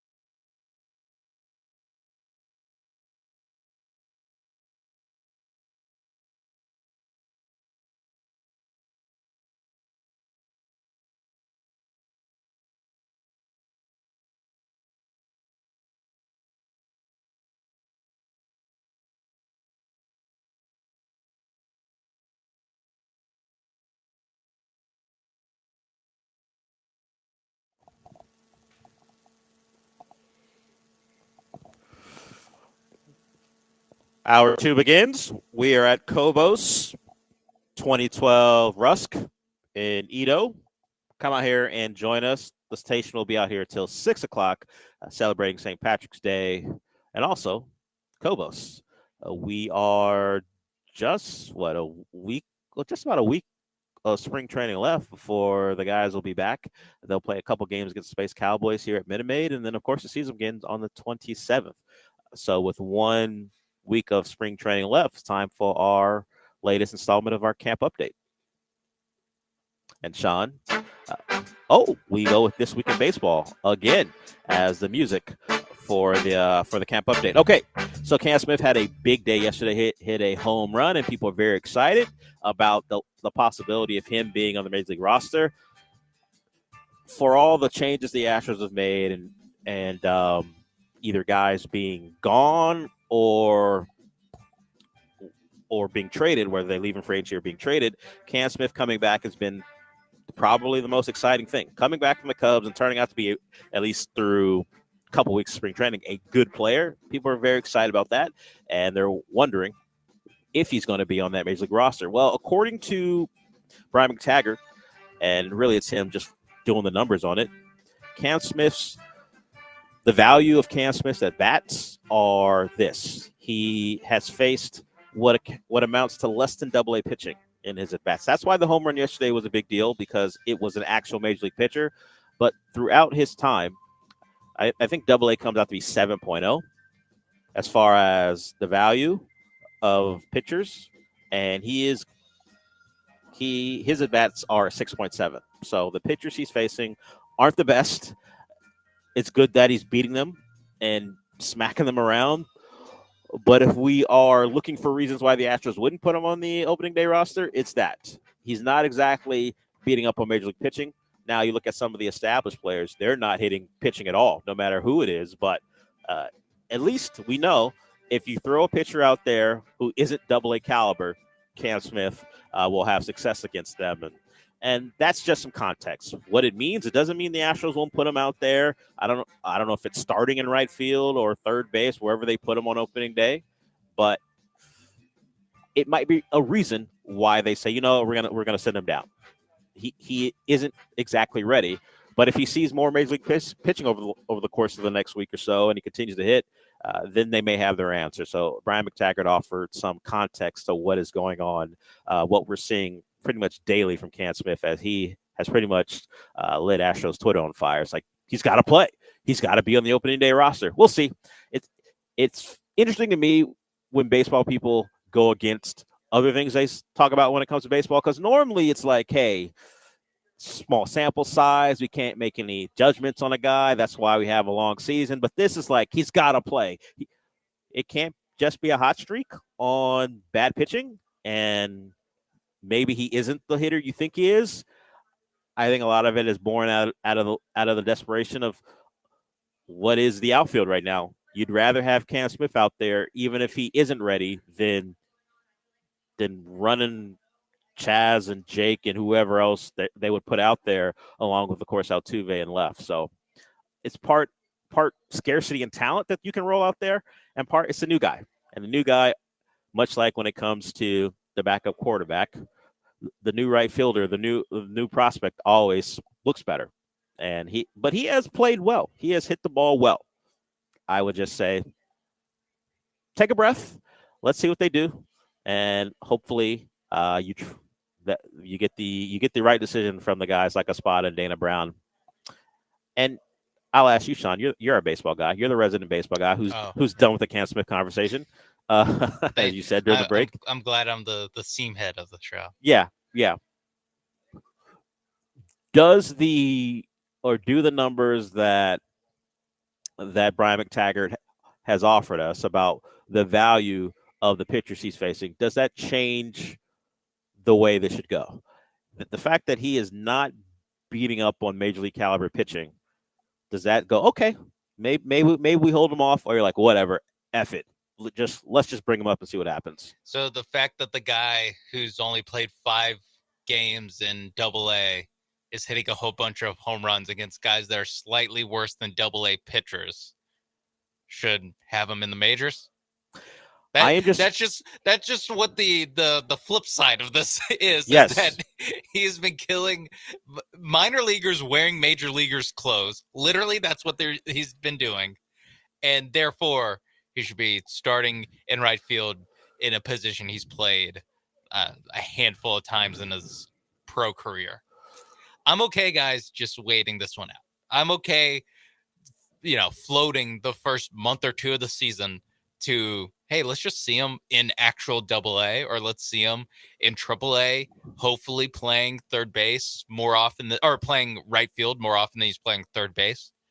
And then you can call him up in like May instead of, I don't know. This feels a little bit like the Astros haven't had a real deal prospect in a while, in like a really long time, maybe since Kyle Tucker. Honestly, they haven't had a real hitting prospect where you expect them to come up and immediately be awesome.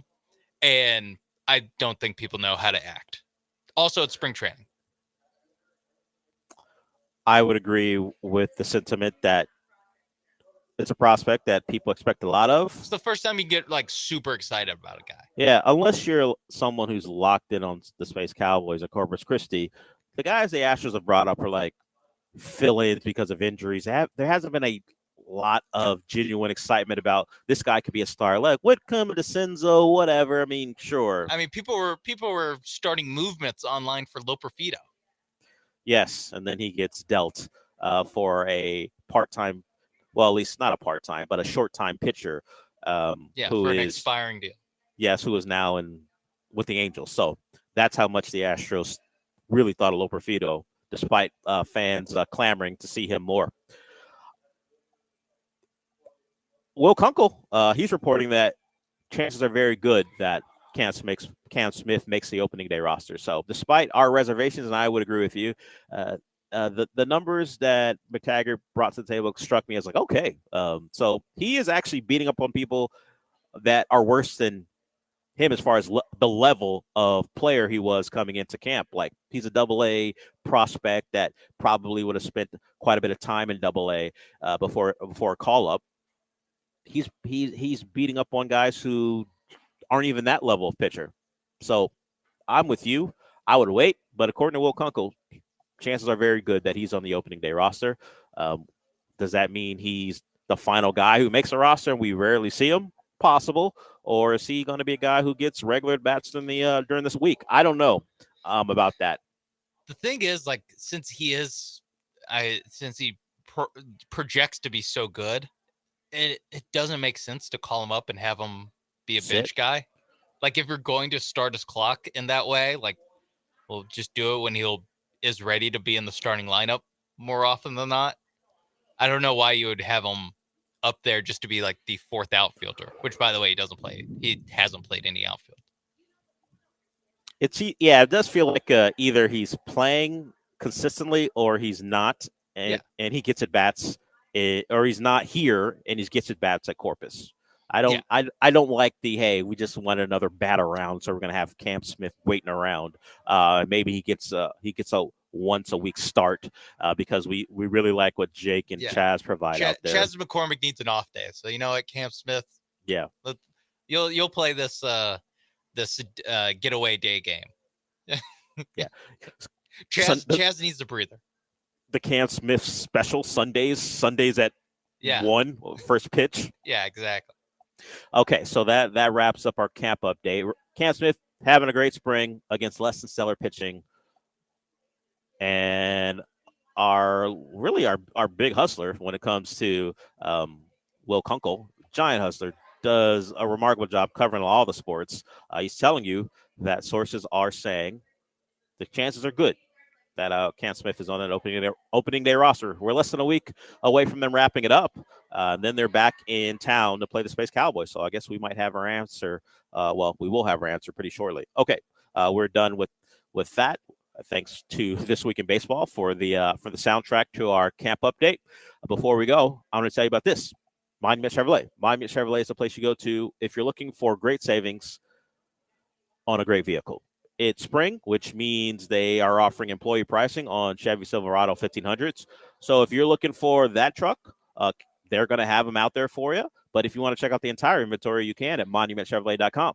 So whether it be the Silverado 1500s or other Silverados, or you want a Trax or a Blazer, just check out what they have to offer. And then when you see a price you like and a vehicle you like, going out there, it's in Pasadena off of Beltway 8 and 225. That's where the dealership is for Monument Chevrolet.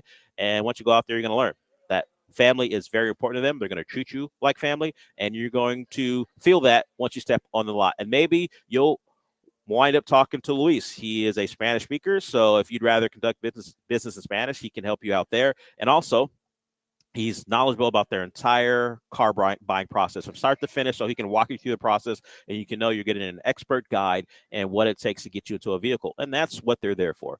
Sure, they're friendly. They're going to make it quick and easy for you. But the point is to get you in the car that you love, and Luis, along with the rest of the people at Monument Chevrolet, will do that for you. Just go to monumentchevrolet.com, check out the inventory, and then see the vehicle you want. Go get the vehicle you want, and they'll do it for you as quickly as possible. In Pasadena, off of Beltway 8 and 225, Monument Chevrolet. Chevrolet. Together, let's drive.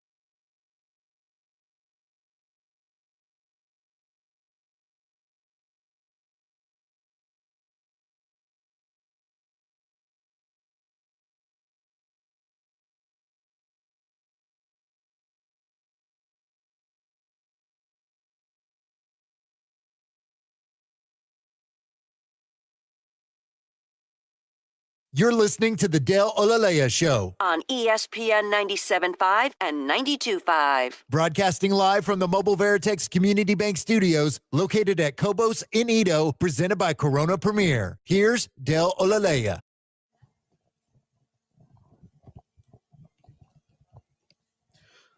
I did want to clean one thing up. I said the numbers came from Brian McTaggart. It's from a tweet from Chandler Rome.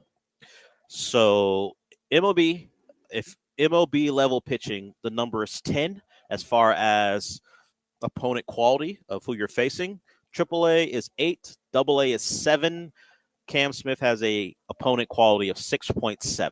So he's just a little under AA pitching of who he's faced. And that's why hitting that home run off of Tyler McGill is important, because Tyler McGill is an actual big league pitcher. So we will see what the Astros decide. As of yesterday, in direct contrast to Will Kunkel, Chandler Rome said it's at 35% that he gives it 35% that Cam Smith makes a team.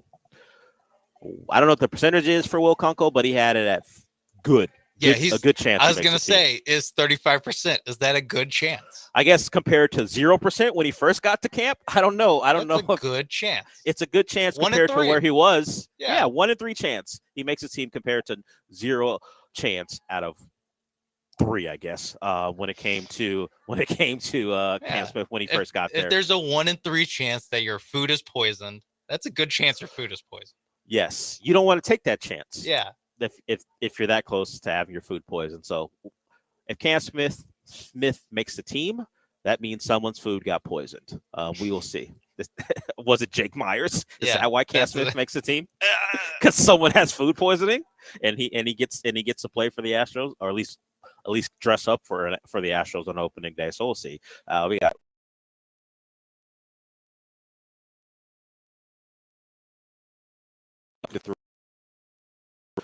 Remember, you can go do our bracket madness on ESPN 97.5. We are not. Well, do we do this by Wednesday, Sean? I mean, we can pretend like it matters, and we can give a prediction on who's winning the national title, or do we just go, hey, just watch the games, everybody? There are enough people telling you who they think are going to win. Just enjoy the tournament. That's how I treat the tournament. I don't go in thinking, oh, this team is going to win. Oh, I need to make a prediction. That's why I don't like brackets. I don't like being put in the position to pretend like I care about who wins this thing. I just want to watch the games. It's a great event. Just let me watch. Just let me enjoy the time.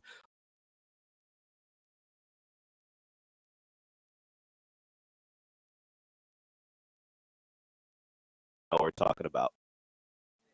Yeah, I mean, I make no bones about it that I do not watch any of these. I watch mostly. I passive aggressively, really watch Texas basketball conference games. That's that's how I view college basketball, through the lens of SEC teams as I'm doing something else. So for, I don't know. Well, I guess this is a good year because there's 14 SEC teams.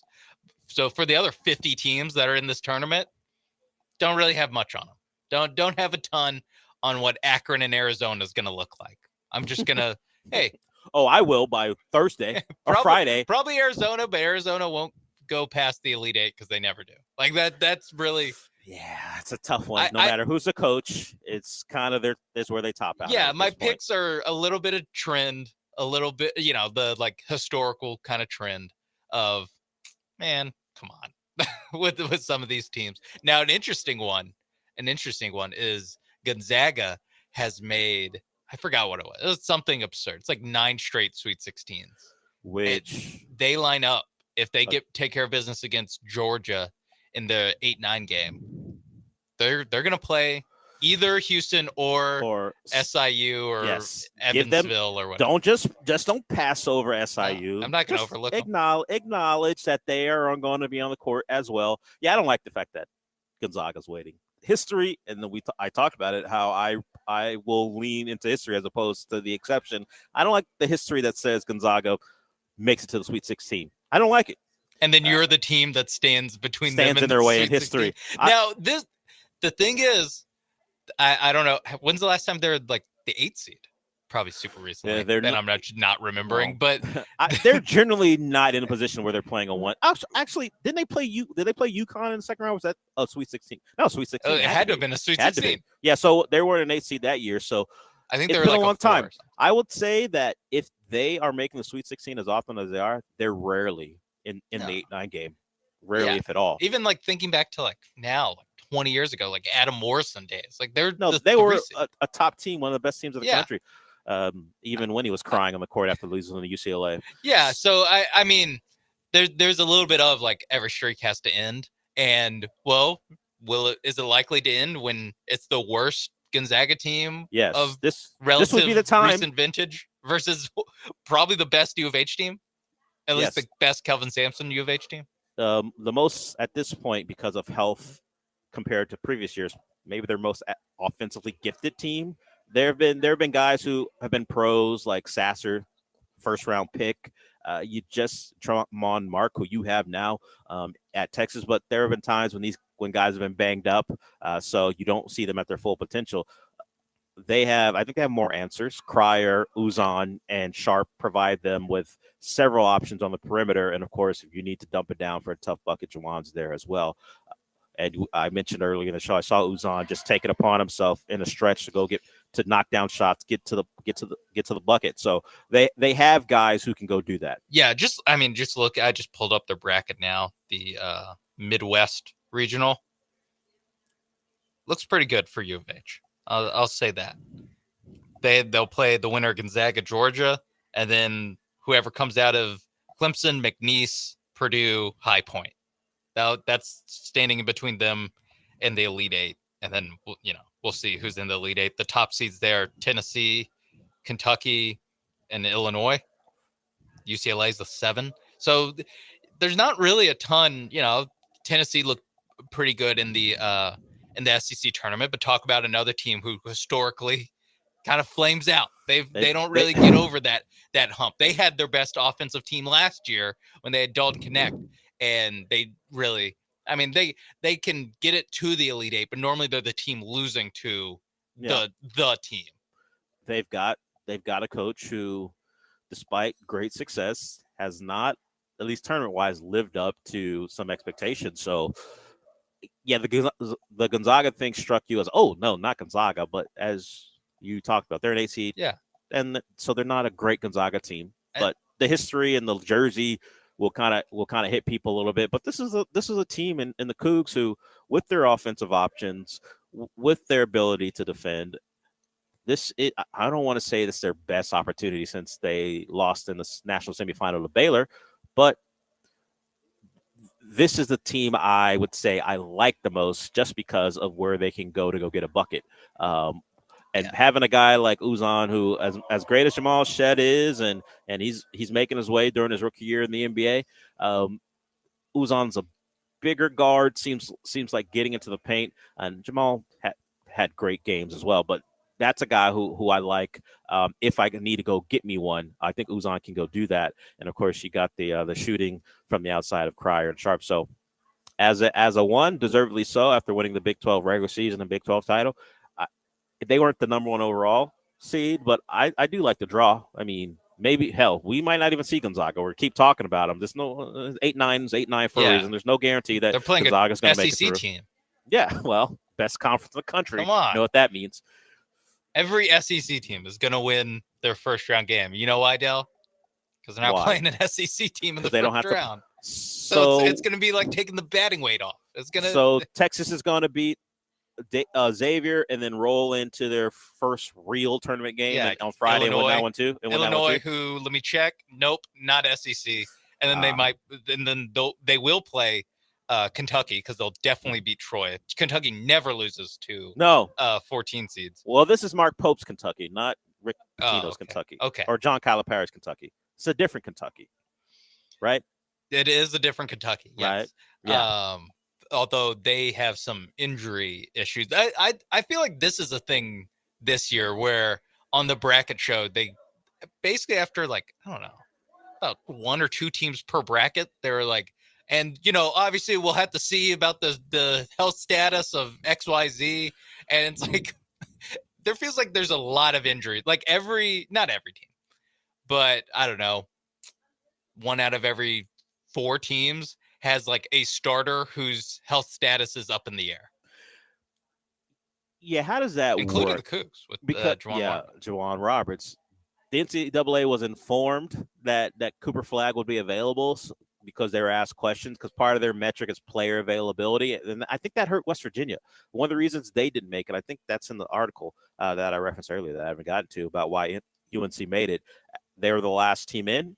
Their place was decided on Saturday night.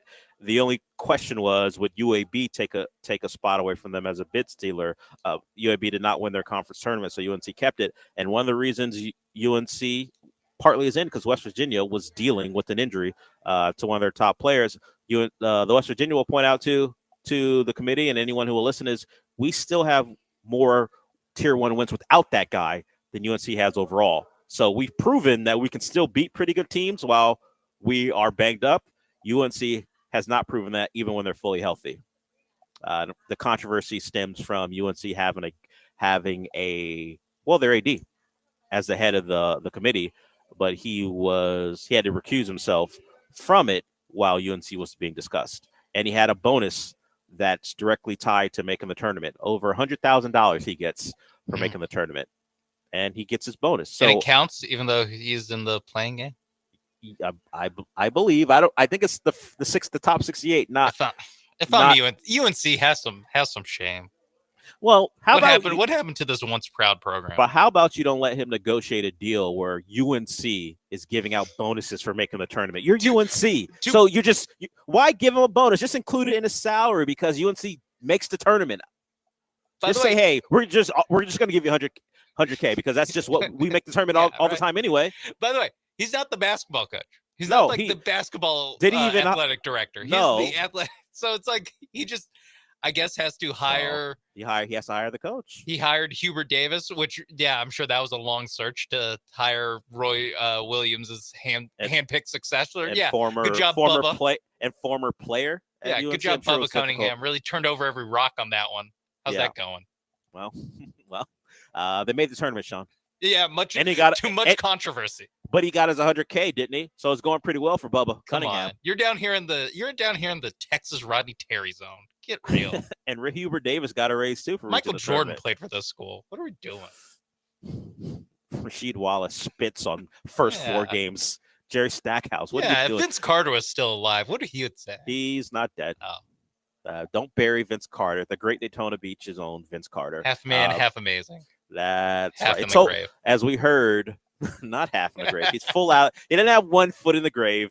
He's still fully out of the grave, working for NBA TV at a time, and being honored by the Nets and the Raptors. Being honored by every team he's ever played for. Well, I mean, it's quite a comeback for him and the Raptors. Forced his way out of Toronto.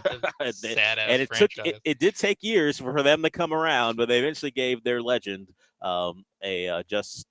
his just to do, and retire the jersey and all that stuff. But yeah, can't wait for the Kawhi Leonard San Antonio Spurs jersey ceremony. I don't foresee that happening. I don't really see it happening. That one got ugly too. Jimmy Butler in Miami. I mean, he has a better case because he actually went to the finals. Yeah, the Raptors didn't do anything with it. I don't know exactly how it turned out because I wasn't locked in on the Raptors Carter feud. But at any point in his plan to escape Toronto, did Jimmy Butler did Vince Carter and his people leak to the media that Pat Riley crying about his dead dad was unhinged? You know what? I'll have to look at newspapers.com for that one. I don't know if there's something you can't come back from, but when the man cries in front of you, talking about how because Jimmy Butler recently lost his father, how the man cries in front of you because of the loss of his father and the loss of yours, and it's reported that he seemed unhinged. That's difficult to come back from, but I never say never, right? Never say never. Never say never. I just don't think Vince. I don't think Vince had one more in him. I don't think he had that in him. I don't think he embarrassed the general manager for the Raptors like that. But maybe he would have. It would have got him out, and he got his way out just like all the players do.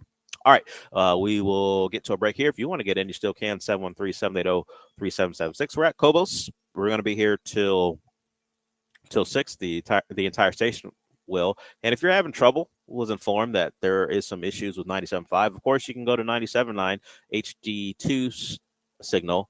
If you have an HD radio, click over to 97.9 HD2. Just wait a little bit. It takes a little bit to click in, and then there it is. You have crystal clear radio, and of course, 92.5 is also an option as well. We will be back.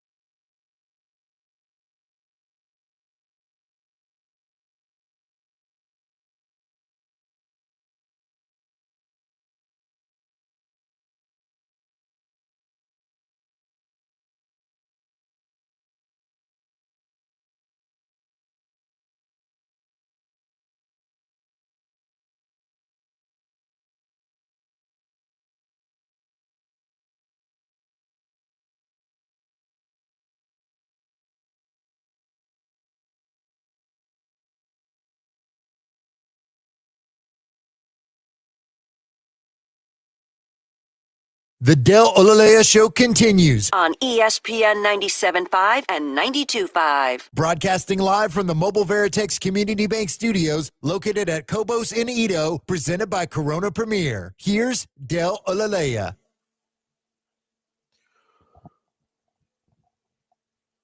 We're here at Cobos up until 6. Come out and join us. Get something good to eat. Get something to drink. It's all here for you. And, of course, it's not a bad place for the tournament, too. Haven't even mentioned that yet today. We've got TVs everywhere. So if you're out and about, you want to find a place to eat lunch and watch tournament games, you can do that as well. Sure, he'll be your place for the Astros, but it's not just an Astros place. Anything you need when you want good food, come to Cobos. He'll get you squared away and got the great TVs out here for you to watch whatever. They can change the channel to something you want to watch that's sports related. John demanded that he watch Rory versus some dude named JJ Spawn to win the Players Championship. That happened. So if Cobos is willing to do that, put on golf at 7 a.m. in the morning, he'll get you set up for something you want to watch as well. Okay, let's get to Eric. Eric wants to get on. What's up, Eric? Hey, Don, Sean. What is the chances of the Cougars winning it all this year and the Lady Longhorns winning it all? And also, did you watch that last week tonight with Don Oliver about the betting in sports, how bad it is, how addictive it is? I know y'all promote that a lot on this channel. I was wondering y'all's thoughts on it. I'll hang up to listen. I did not see the John Oliver thing, but as far as gambling in sports, I'm not going to disagree that it has an addictive quality. Obviously, that's why you hear all those disclaimer and tags when you hear those ads. If you got a problem, call so-and-so and so-and-so. So it's acknowledged that. Don't do anything that you can't come back from when it comes to betting, right? Sean's not telling you to bet the house or when you go to Prize Picks. He's not telling you to spin what you can't. It's supposed to be done for fun. Well, it's daily fantasy sports. It's yeah, sorry, it's not betting. Yes, it's daily That's fantasy why it's sports. legal here in the great state of Texas. You are not right. Like that evil, morally bankrupt gambling that they're talking about you on are, John Oliver. You are right. There are differences between what we talk about depending on who you're talking about. So daily fantasy it's not illegal, but sure, you are using money. Completely good. But it's great. Prize Picks is great. Morally up and up. But if you have an issue money-wise, we would say don't use any money that you can't afford to lose. That's the golden rule. Now, some people don't follow that, but I would say it feels pretty simple. If you can afford to lose it, try your hand at whatever. Daily fantasy, gambling, but if you can't, maybe take a step back. And as far as the Lady Longhorns, that's our PSA, by the way. As far as the Lady Longhorns and the Cougs, very good teams. I don't know, Eric. I don't know what the chances are. I think the Cougs, as they're presently built, healthy, have a good shot to at least make the Final Four. A really good shot to make the Final Four, as evidenced by the fact that they're a 1 seed. What they're going to do there, isn't that all about the matchups and who you face? And if you have a good shooting night, like I can't predict who's going to go off or who's going to have a poor night shooting. That's part of the equation. It speaks to the gambling aspect of everything.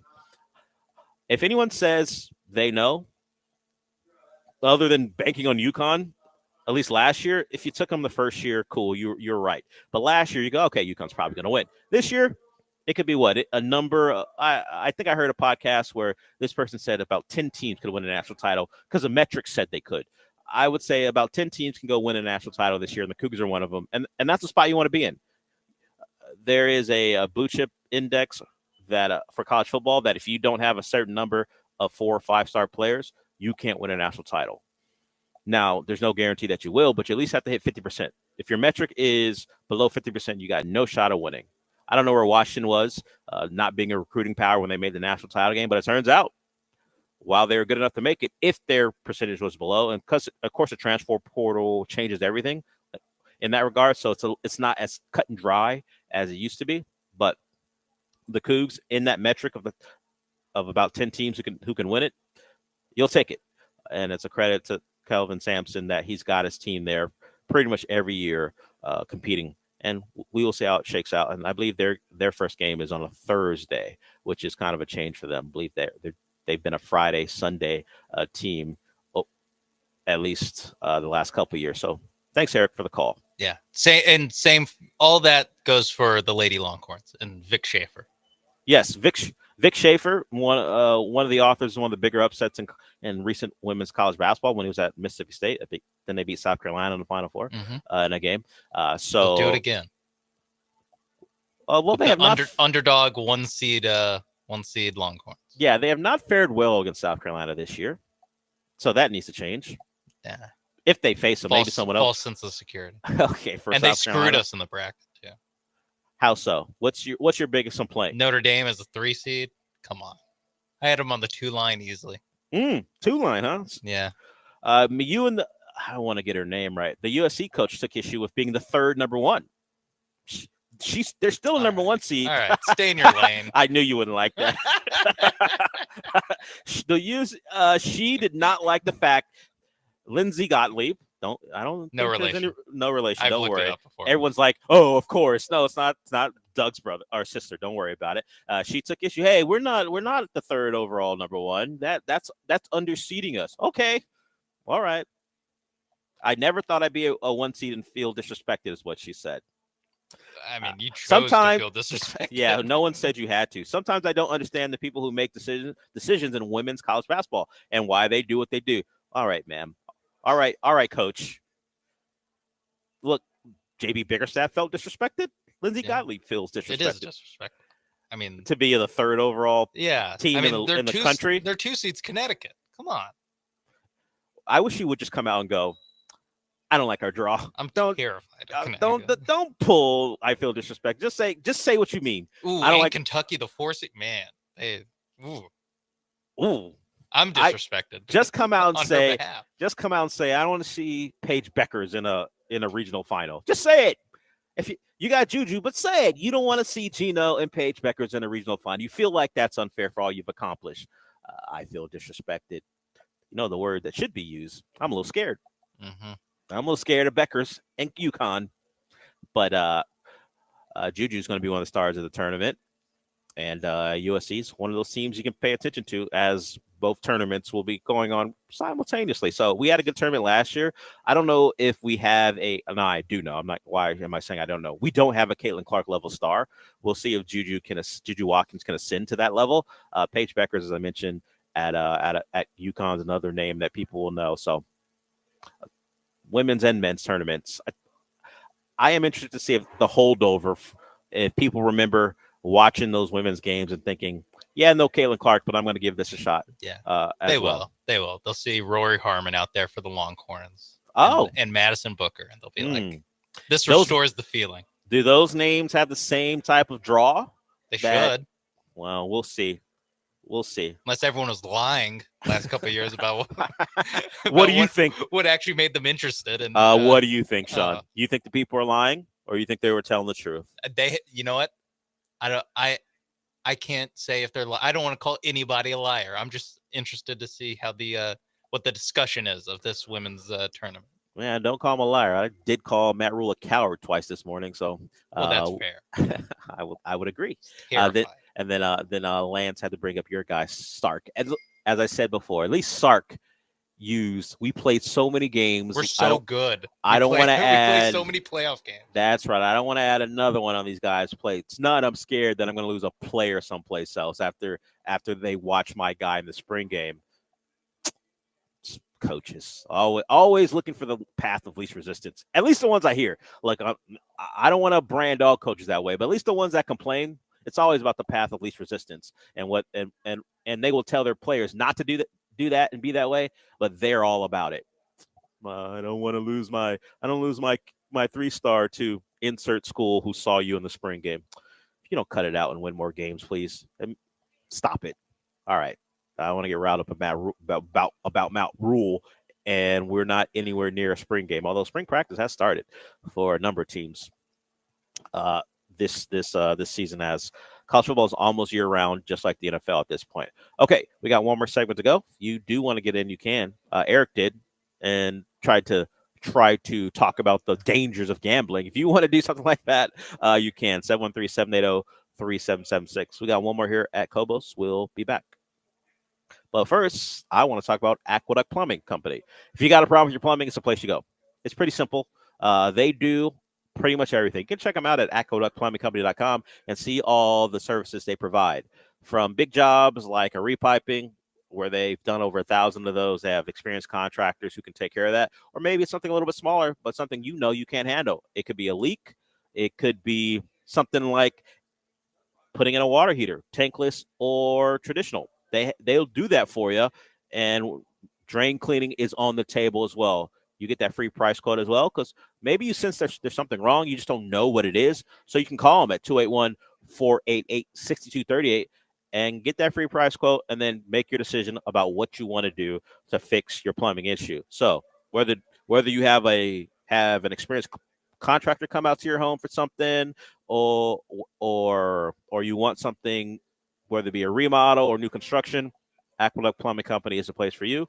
Go to aqueductplumbingcompany.com, click on that handy service drop-down menu, and see all the things they provide. And remember, once again, you can call them at 281-488-6238. Just go to aqueductplumbingcompany.com. That's aqueductplumbingcompany.com.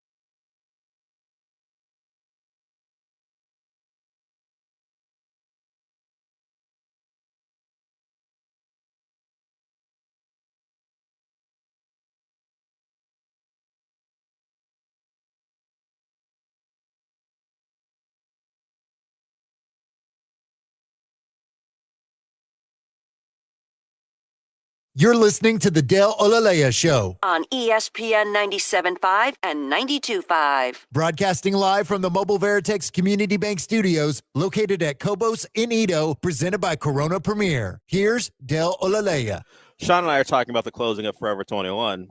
I made the wrong assumption that Sam shops there. She goes, no, that's on me. Made a mistake. Don't make assumptions, people. But it did lead to a discussion about Red Lobster and them going out of business, but yet still having Blake Griffin do commercials for them. And Sean and Brian, who are both back there, Sean's been here since 7, so he'll be done for the day, and then Brian will take over. They both are two guys who say they can put away an entire basket of cheddar biscuits from Red Lobster. Yeah, Brian has said the word easy every time he Easy. mentioned it. since. Easy. And with I think confidence. he scoffed the first time. Is it something like you're going through a couple sodas, or you just going through these things like candy, like you're not even struggling?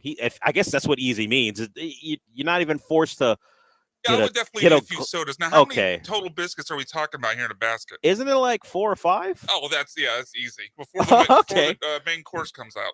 Yeah, I thought that's what a cheddar.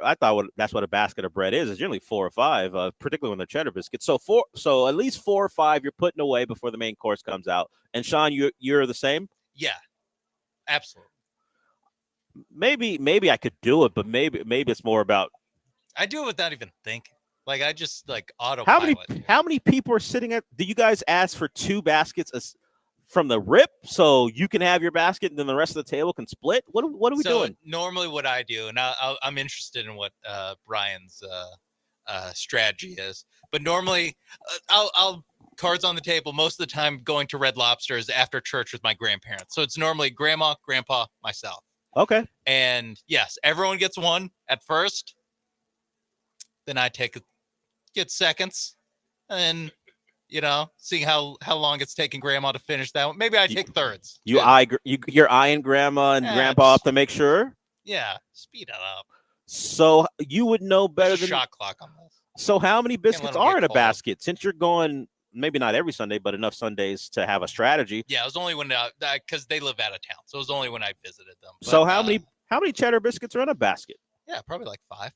Okay, so 5, and you are likely to get 3 of the 5. So you're not putting away an entire basket. And then there's another there's another okay, one you're not that done. comes. And do grandma and grandpa partake, or you just clean out those 5? Normally, only one of them will have one more. The rest I was a growing boy.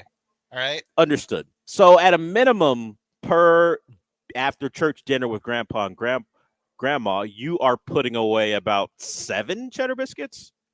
Yeah, probably in the 6-7 range. Yeah. Yeah. So the 3 from the original basket, and then 4 more because only one of them is getting an extra.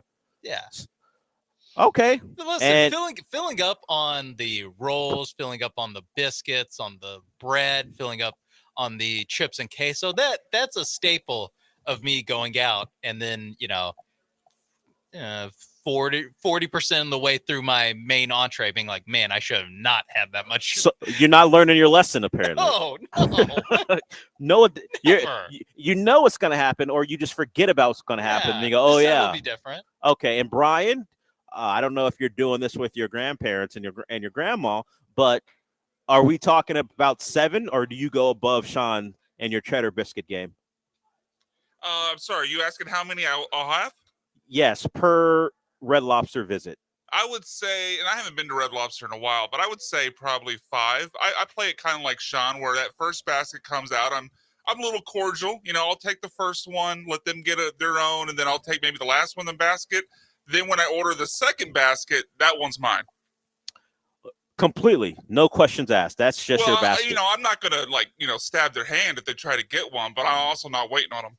All right. So the majority of the second one, the trick is to get 2, maybe even the third in the first one, and then the majority of the second one. Do you think if you could get away with that with people that aren't your grandparents? We'll just go through the basket faster. Probably we'll just have more baskets. Just have another basket brought out. Okay. Because you might just have to do this, basket 1 strategy for basket 2. Just kind of depends. So if no, I don't think I've been to Red Lobster with someone under the age of like 70. Yeah, I don't remember the last time I went to Red Lobster with someone who didn't procreate to create me. I don't remember the last time I've been to Red Lobster by myself or with anyone else. Art asked, does Mapes wear a headband at Red Lobster? And he asserts that Sam shops at JCPenney. Mapes, is the headband a Red Lobster thing? But you're going after church with the grandparents. Yeah. You're not wearing a headband. Come on, Art. Yeah. What kind of question is that, Art? Listen to what I'm saying. Yeah, context clues. Also, this was when I was like 13. All right. And the hair wasn't as long. I was in probably. Catholic school. I had to keep it tight. All right. Or the nuns would have a problem. Okay.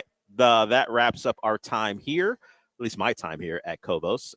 Gallant is in the building. He just showed up, so he'll get you going from 12 to 3, and then the Killer Bees are after that. Thanks to Brian for his input on how he attacks the cheddar biscuit basket.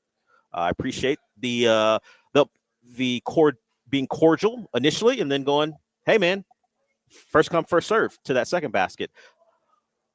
We'll see if I take that approach next time I walk into a Red Lobster. All right. Since we're done for the day, Sean, what does that mean? We did it! We did do it. I'll talk to you tomorrow.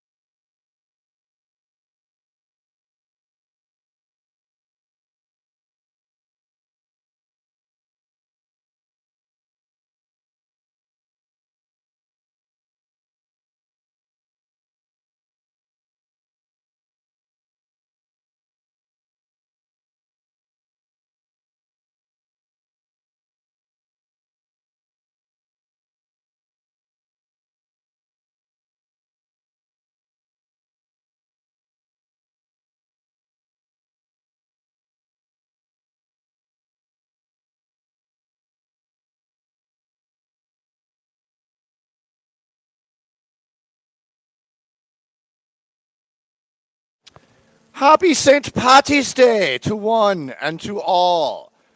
It is the most interactive sports talk show in Houston, and I am Paul Gallant. Yes, as the voiceman said, we are out here at Kobos all day long, one of our favorite spots in downtown.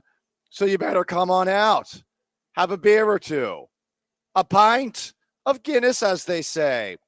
Lots of stuff to dive into on today's show. I would say that we're going to talk a little March Madness with the Houston Cougars, of course, being a 1 seed after winning the Big 12 over the weekend. Texas Tech couldn't even show up for the championship game.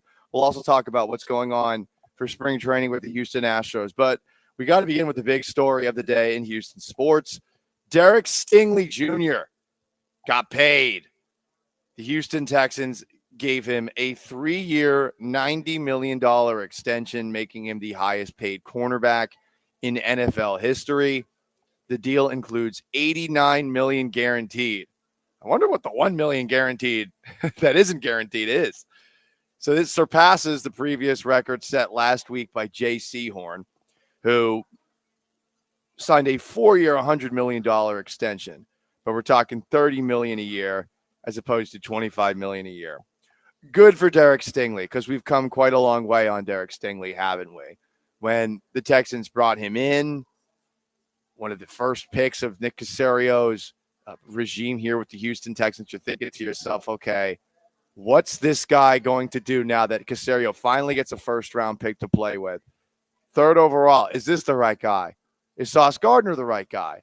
Everyone liked what Stingley did at LSU, but I think there were some people right after the pick was made that were thinking to themselves, okay, we got to keep an eye on what Sauce Gardner does. And let's be honest, Sauce Gardner did outplay Derek Stingley right out of the chute with the New York Jets.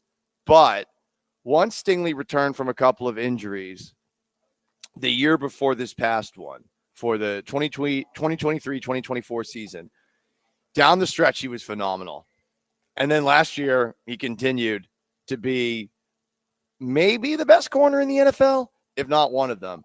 All-pro year last year, 5 interceptions, tied for 6th most in the league, 18 pass breakups, which was the 2nd most in the league, and he allowed the 2nd lowest completion percentage among cornerbacks with at least 200 coverage snaps per NFL Next Gen Stats. So you go from where he was in the 2022 draft, where some people are wondering because he's hurt and because of Sauce Gardner playing so well, is this guy a bust, to where he is now, which is better than Sauce Gardner. I think we all have to agree, and one of the tops in the game. So I'm happy the guy got the move. I do find it interesting that the Texans do not give out deals that are longer than 3 years, because you take a look at the last big extension that Nick Casario made, Nico Collins last year, 3 years, $72.75 million, or before that, Laramie Tunsil, 3 years. Nick Casario doesn't like going past 3 years with contracts. And I imagine that allows a little bit of flexibility, say things hit the fan for a player, falls off a cliff, and also allows for players like Laramie Tunsil to negotiate another new contract when that thing expires. But this most importantly frees up some cap space for the Houston Texans in the near future. So there you go, guys. Derek Stingley gets the 3-year, $90 million extension. I want to know if anyone's against this. I feel like everyone's on the same page here. This is an obvious no-brainer decision. This is one of the better players in the league at his position, and he is the strength of this team, which I think if you take a look at it going into next year, especially after acquiring C.J. Gardner-Johnson, it's the secondary. You have Stingley. You have Kamari Lassiter as a 2nd-round pick last year, playing outstanding in his rookie season. You have Jalen Petrie as your nickel guy, who is fantastic in run support, great blitzer. And you had Kalen Bullock last year, who had 5 interceptions as a 3rd-round pick rookie. And sure, some gaffes from time to time, but you love the range that he shows. So you're all set with your secondary. I think it's really the one area outside of the defensive ends, because the Texans just keep on signing defensive ends, where you've got no questions about what you've got going on here. It's a really good secondary. He's the best piece of this secondary. Corners are expensive. $30 million a year is a lot, but I think it's well worth it. as far as Stingley himself, incredible ball skills for a corner to the point where I've always wondered whether or not he'd be able to play wide receiver. And on top of all of that, this is a guy who's surprisingly physical. And I noticed this last year in training camp because take a look at a guy like Derek Stingley, and you're probably not thinking about somebody who is going to be coming up and run support and hitting people, which a lot of corners don't do. You know, they follow what Deion Sanders did back in the day, and they're like, I'm not going to do that. But with Stingley, who got bigger this past offseason, you have another guy who is physical. And, you know, talk about swarm for the Texans, flying to the football, hitting people, sticking people, and Stingley gives you that. So I'm happy for him. He's also one of those corners who, you know, it's nice. It's a refreshing change of pace. He shuts up. I'm not saying, hey, shut up and backpedal. All I'm saying is compare him to Sauce Gardner, who clearly wants to be more than just a corner. He wants to be some sort of celebrity, someone who seems to be concerned with the like count on his Instagram posts. Stingley's very humble, very quiet.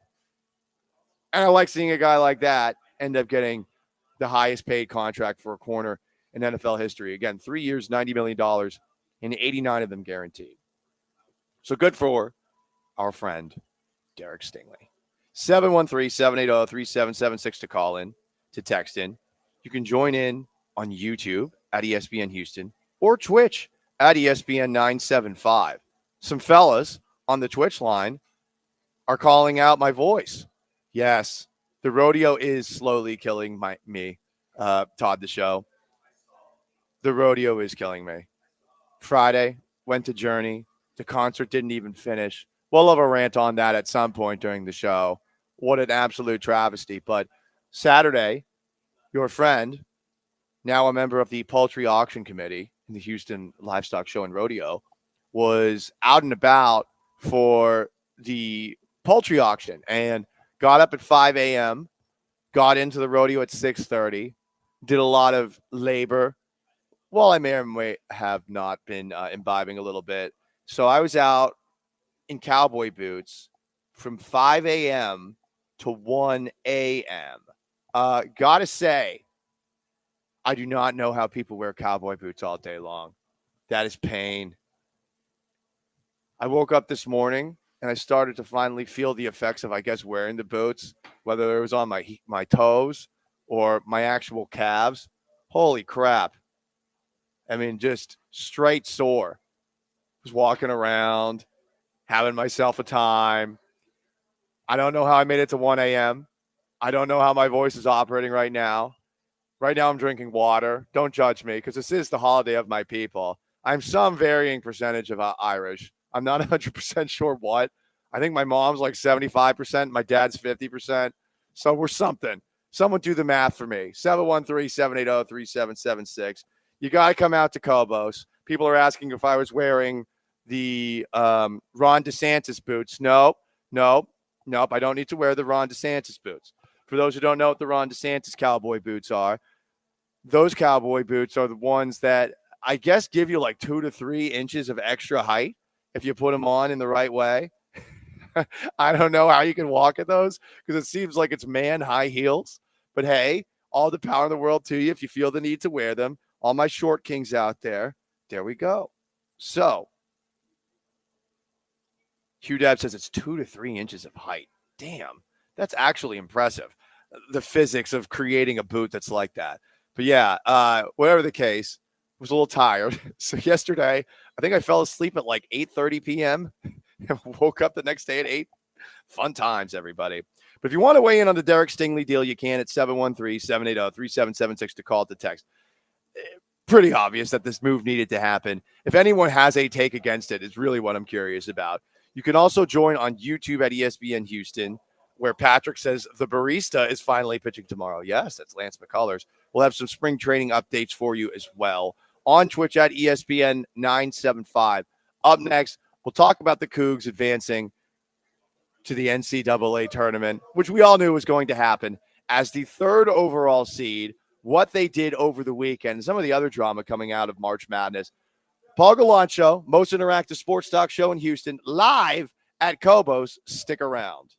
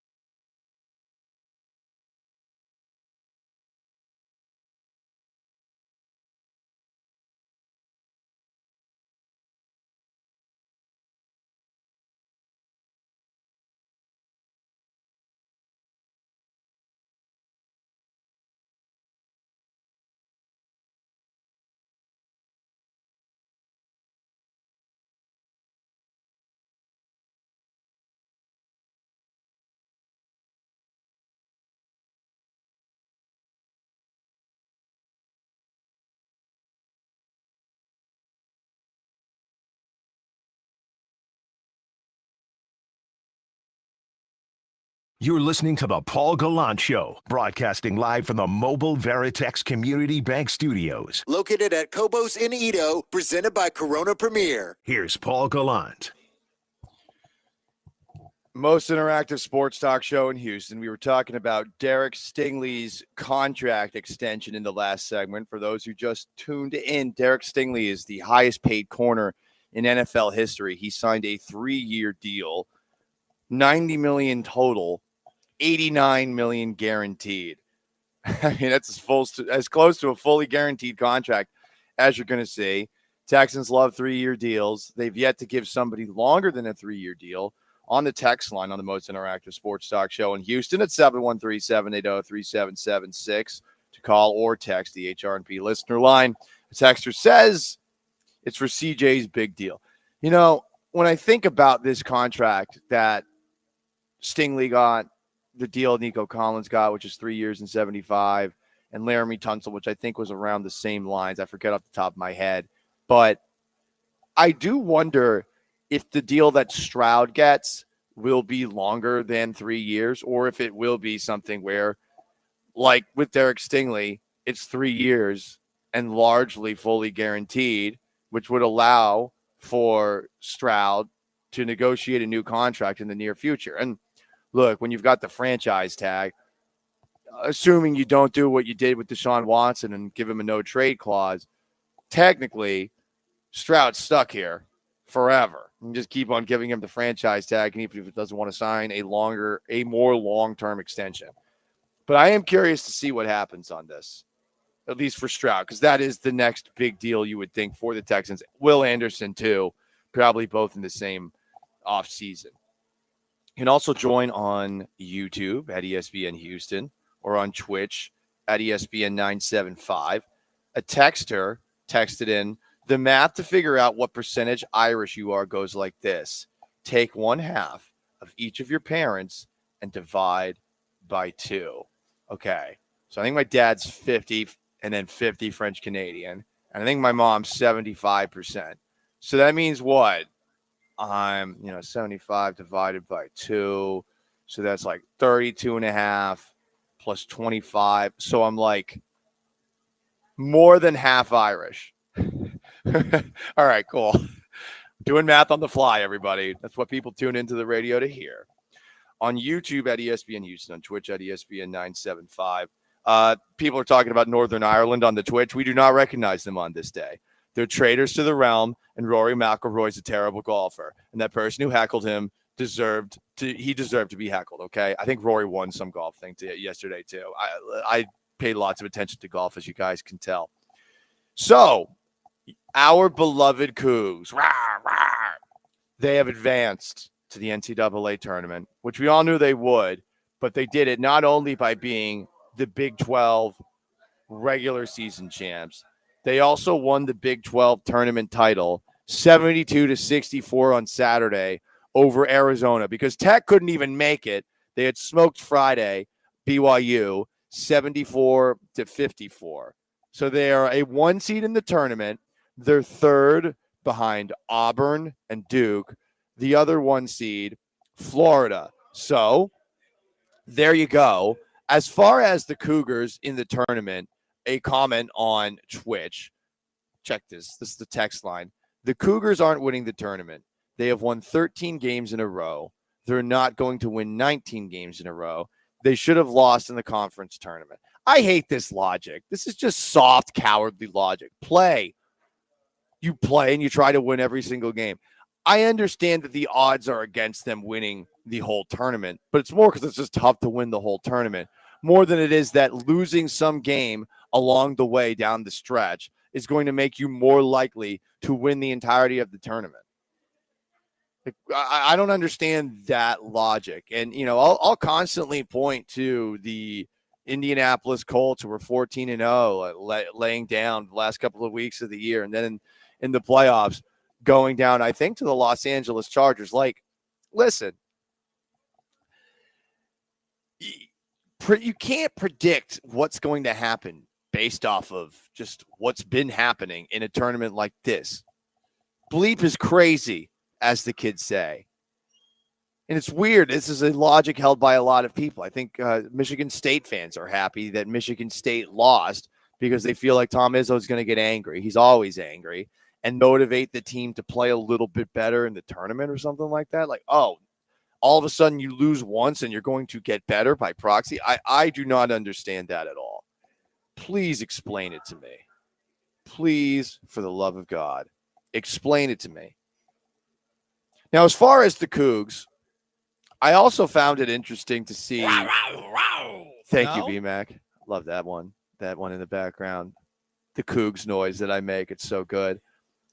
Fox 26 has been flexing up a storm over the weekend. Have you guys noticed this? And I like the guys at Fox 26. Nate Griffin brings me on a lot. Will Kunkel, I think, does a very good job doing the digital side of a generally just on television medium that some others don't. And both Fox 26 and former Fox 26 anchor Mark Berman have been saying, yeah, we're the home of the Cougs. We're the only team in Kansas City. We're the only TV station in Kansas City for the Big 12 tournament. And I like that. I like that they're flexing it. It is true. And it does make me wonder just about the Cougars as a whole and where they stand in the grand scheme of things here in town. Because lots of people went to the University of Houston. That's for sure. How many people went and were diehard fans while they were there? I don't know. Because obviously the basketball team has gotten really good over the last couple of years, and they have become the premier team of the Big 12, which has been very interesting to see. But does that draw back in a lot of people who maybe root for the University of Houston, but if Texas is playing or if Texas A&M is playing, schools that they might have grown up rooting for, does that turn things into what's going on, Raul? We getting a shot right now.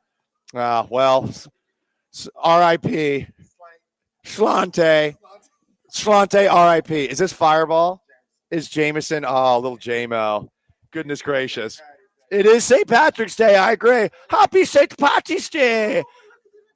Oh, and I have a shillelagh right here, and I brought my shillelagh, and I have my shot of Jameson right here. I'm not culturally appropriating anybody. I'm Irish, more Irish than anybody out here. That's for sure.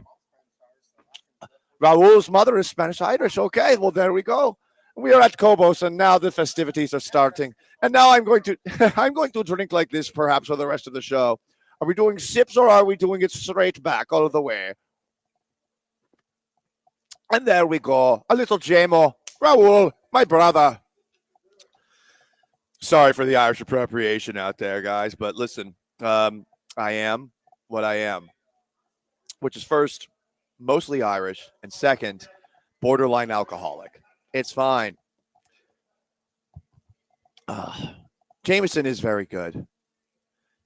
There was a time in my life where any of the sweet whiskeys, if I tried to drink it, it would immediately projectile vomit back up. Not fun. Jack Daniels is what started it, but Jameson, made by the fine folks in Ireland, it's not the same. It's different. It's better even.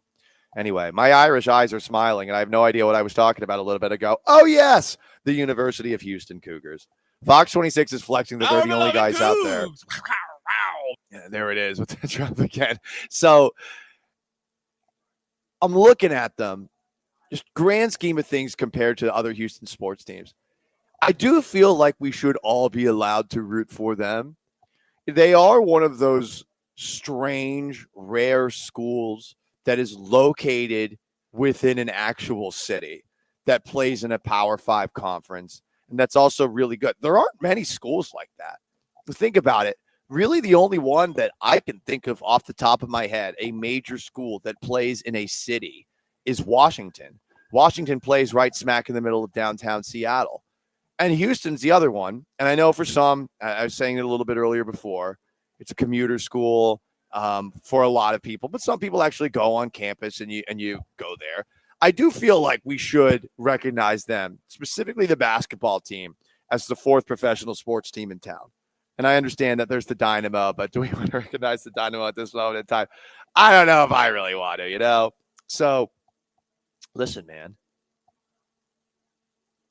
I feel like they're the fourth professional team in town. And I think that they're going to win the tournament. Now, do we really buy into this idea that they won too many games in a row, that this is really going to be the straw that breaks the camel's back?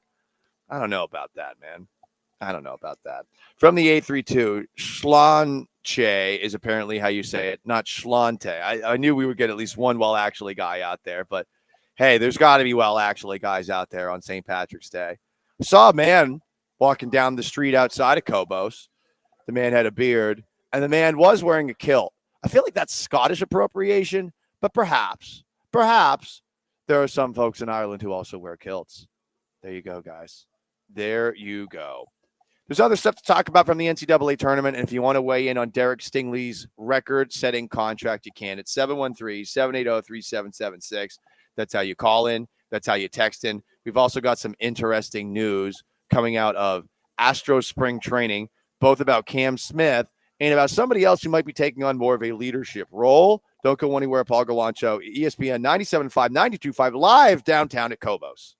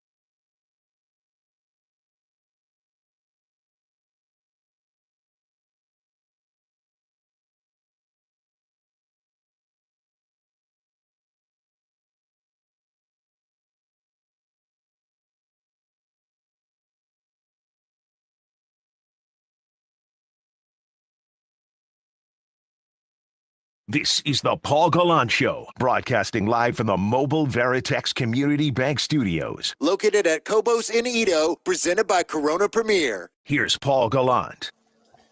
Little flogging Molly. Hell yeah. Sounds problematic, doesn't that? As a band name, Flogging Molly. Flogging is abuse. It's not good. Not good. But if I'm not mistaken, this song is What's Left of the Flag by Flogging Molly. It's actually Drunken Lullabies. Oh, it's Drunken Lullabies. Son of a bitch. B-Mac, you're stealing my Irish card from me back in Mission Control. Although you're Irish too, right? Yeah, more Scottish. Oh, got something in my throat there.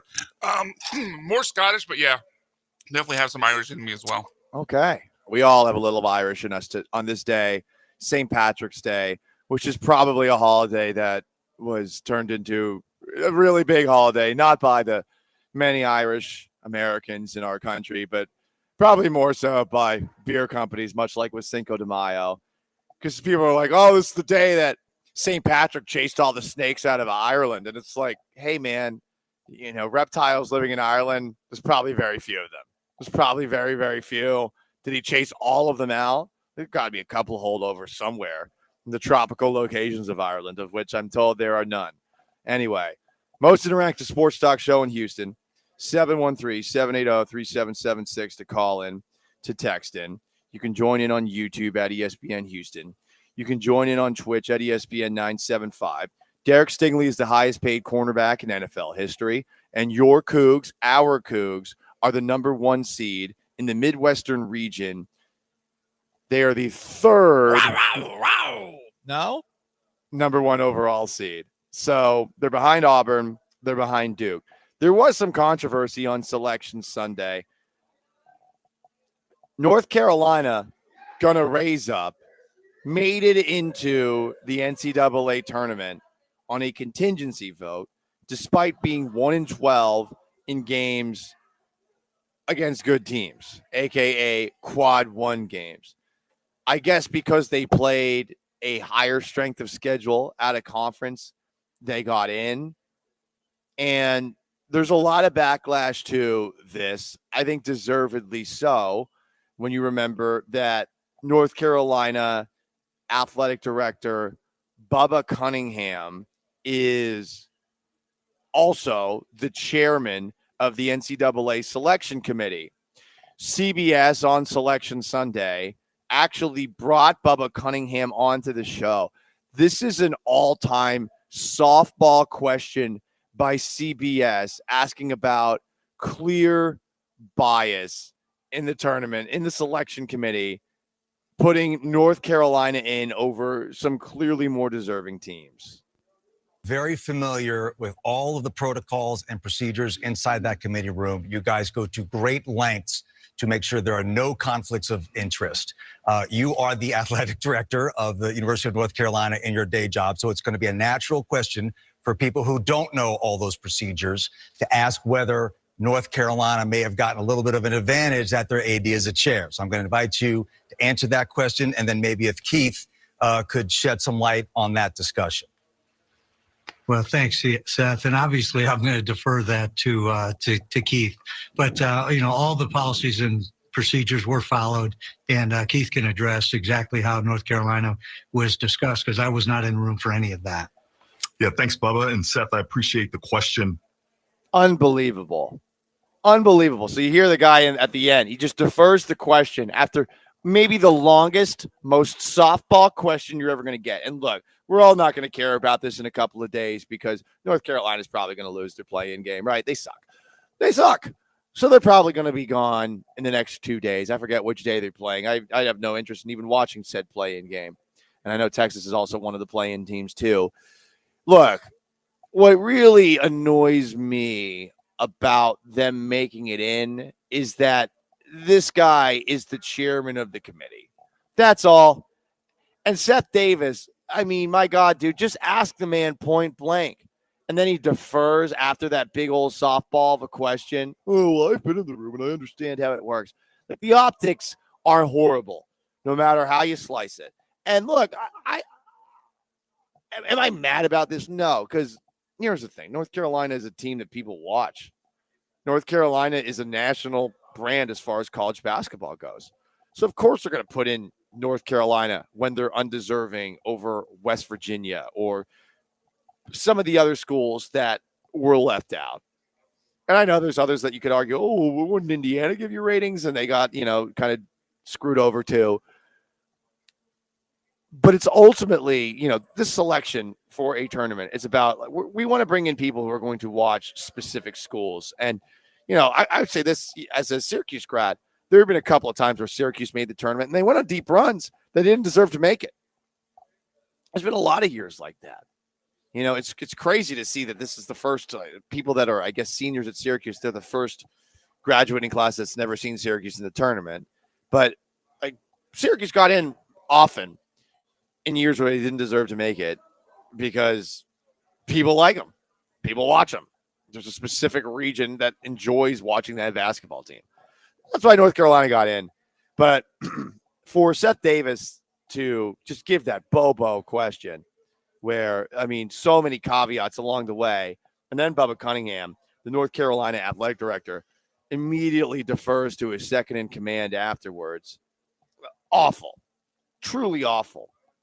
Chris Mad Dog Russo had North Carolina AD Bubba Cunningham, I guess, on after the selection Sunday was done.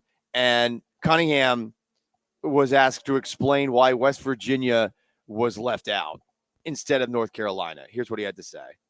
The injury to DeVries is one of the factors. Player availability is one of the things that we take a look at. And they had a few great wins early in the year when he was eligible. He had a great year all year long. They did, even without him.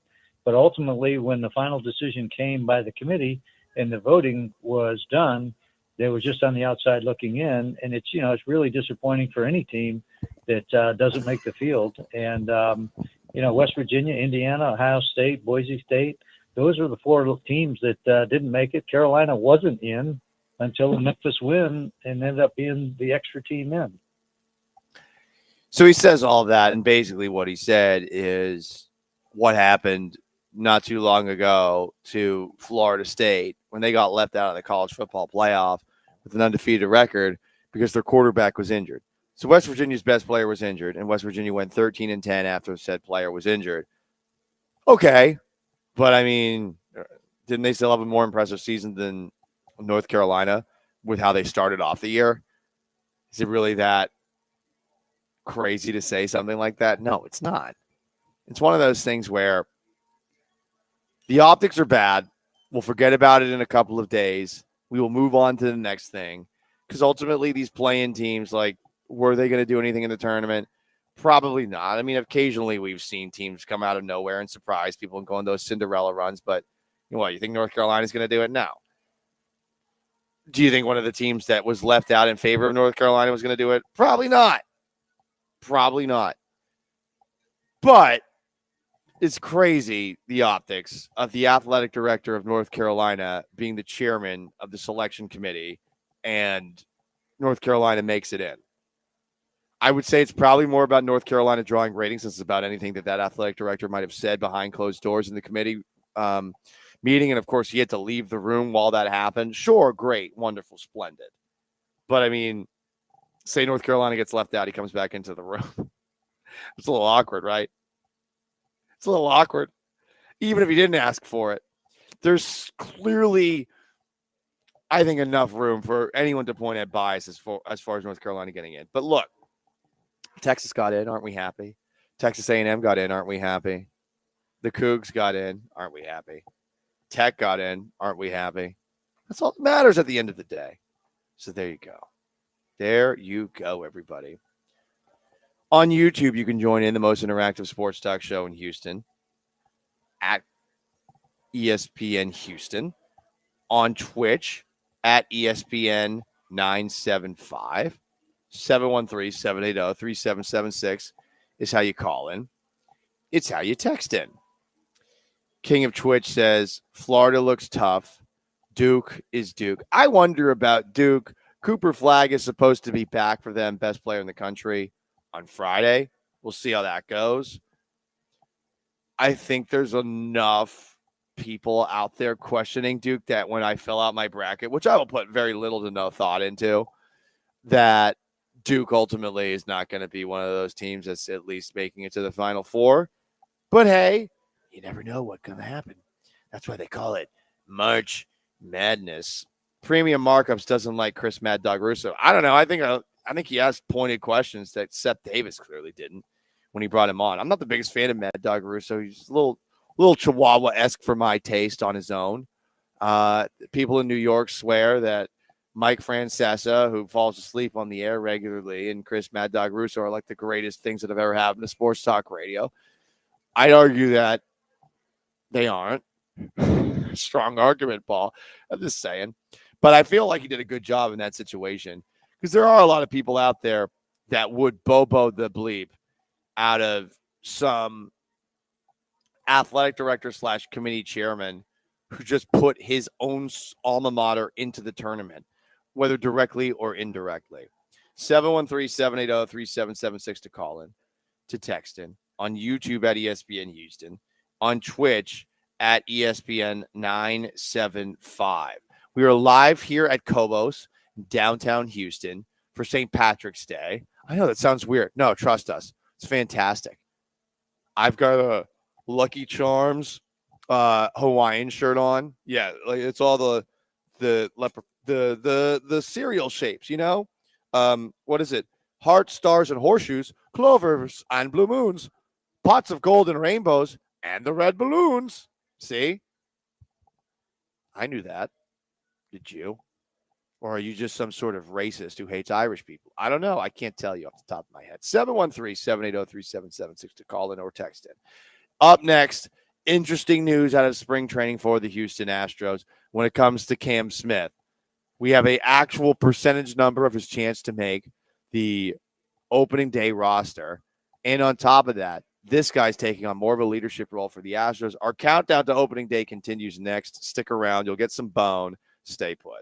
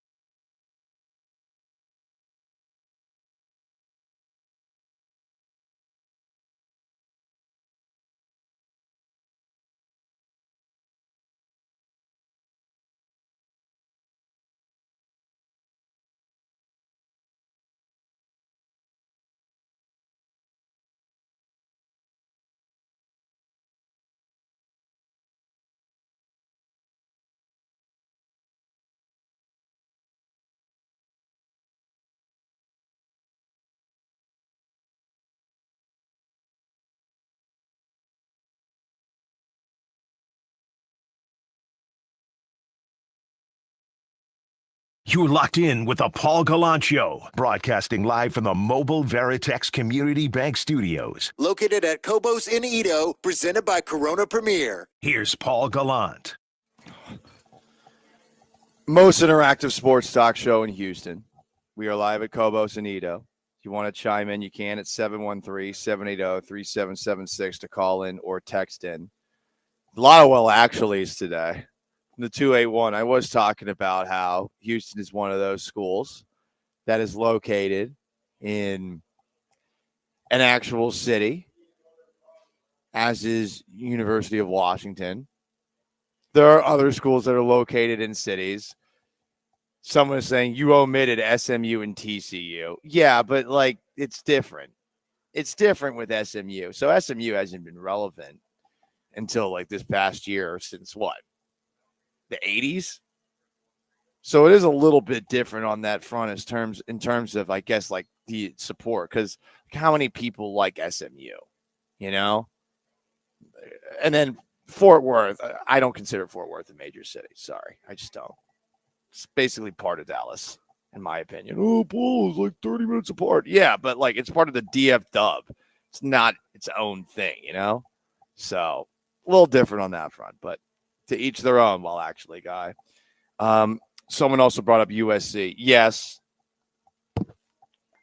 USC is in the city. USC is, considering it's a private school, it's in the shadiest part of town. Oof, not great. Not great. Don't walk off campus there. Here's an interesting juxtaposition of the prep school, the private school, in the midst of places you would not want to walk around by yourself. Anyway, guys, we are getting closer and closer to opening day for your Houston Astros. In fact, we are 10 days away. You know what that means? It's time for that bound.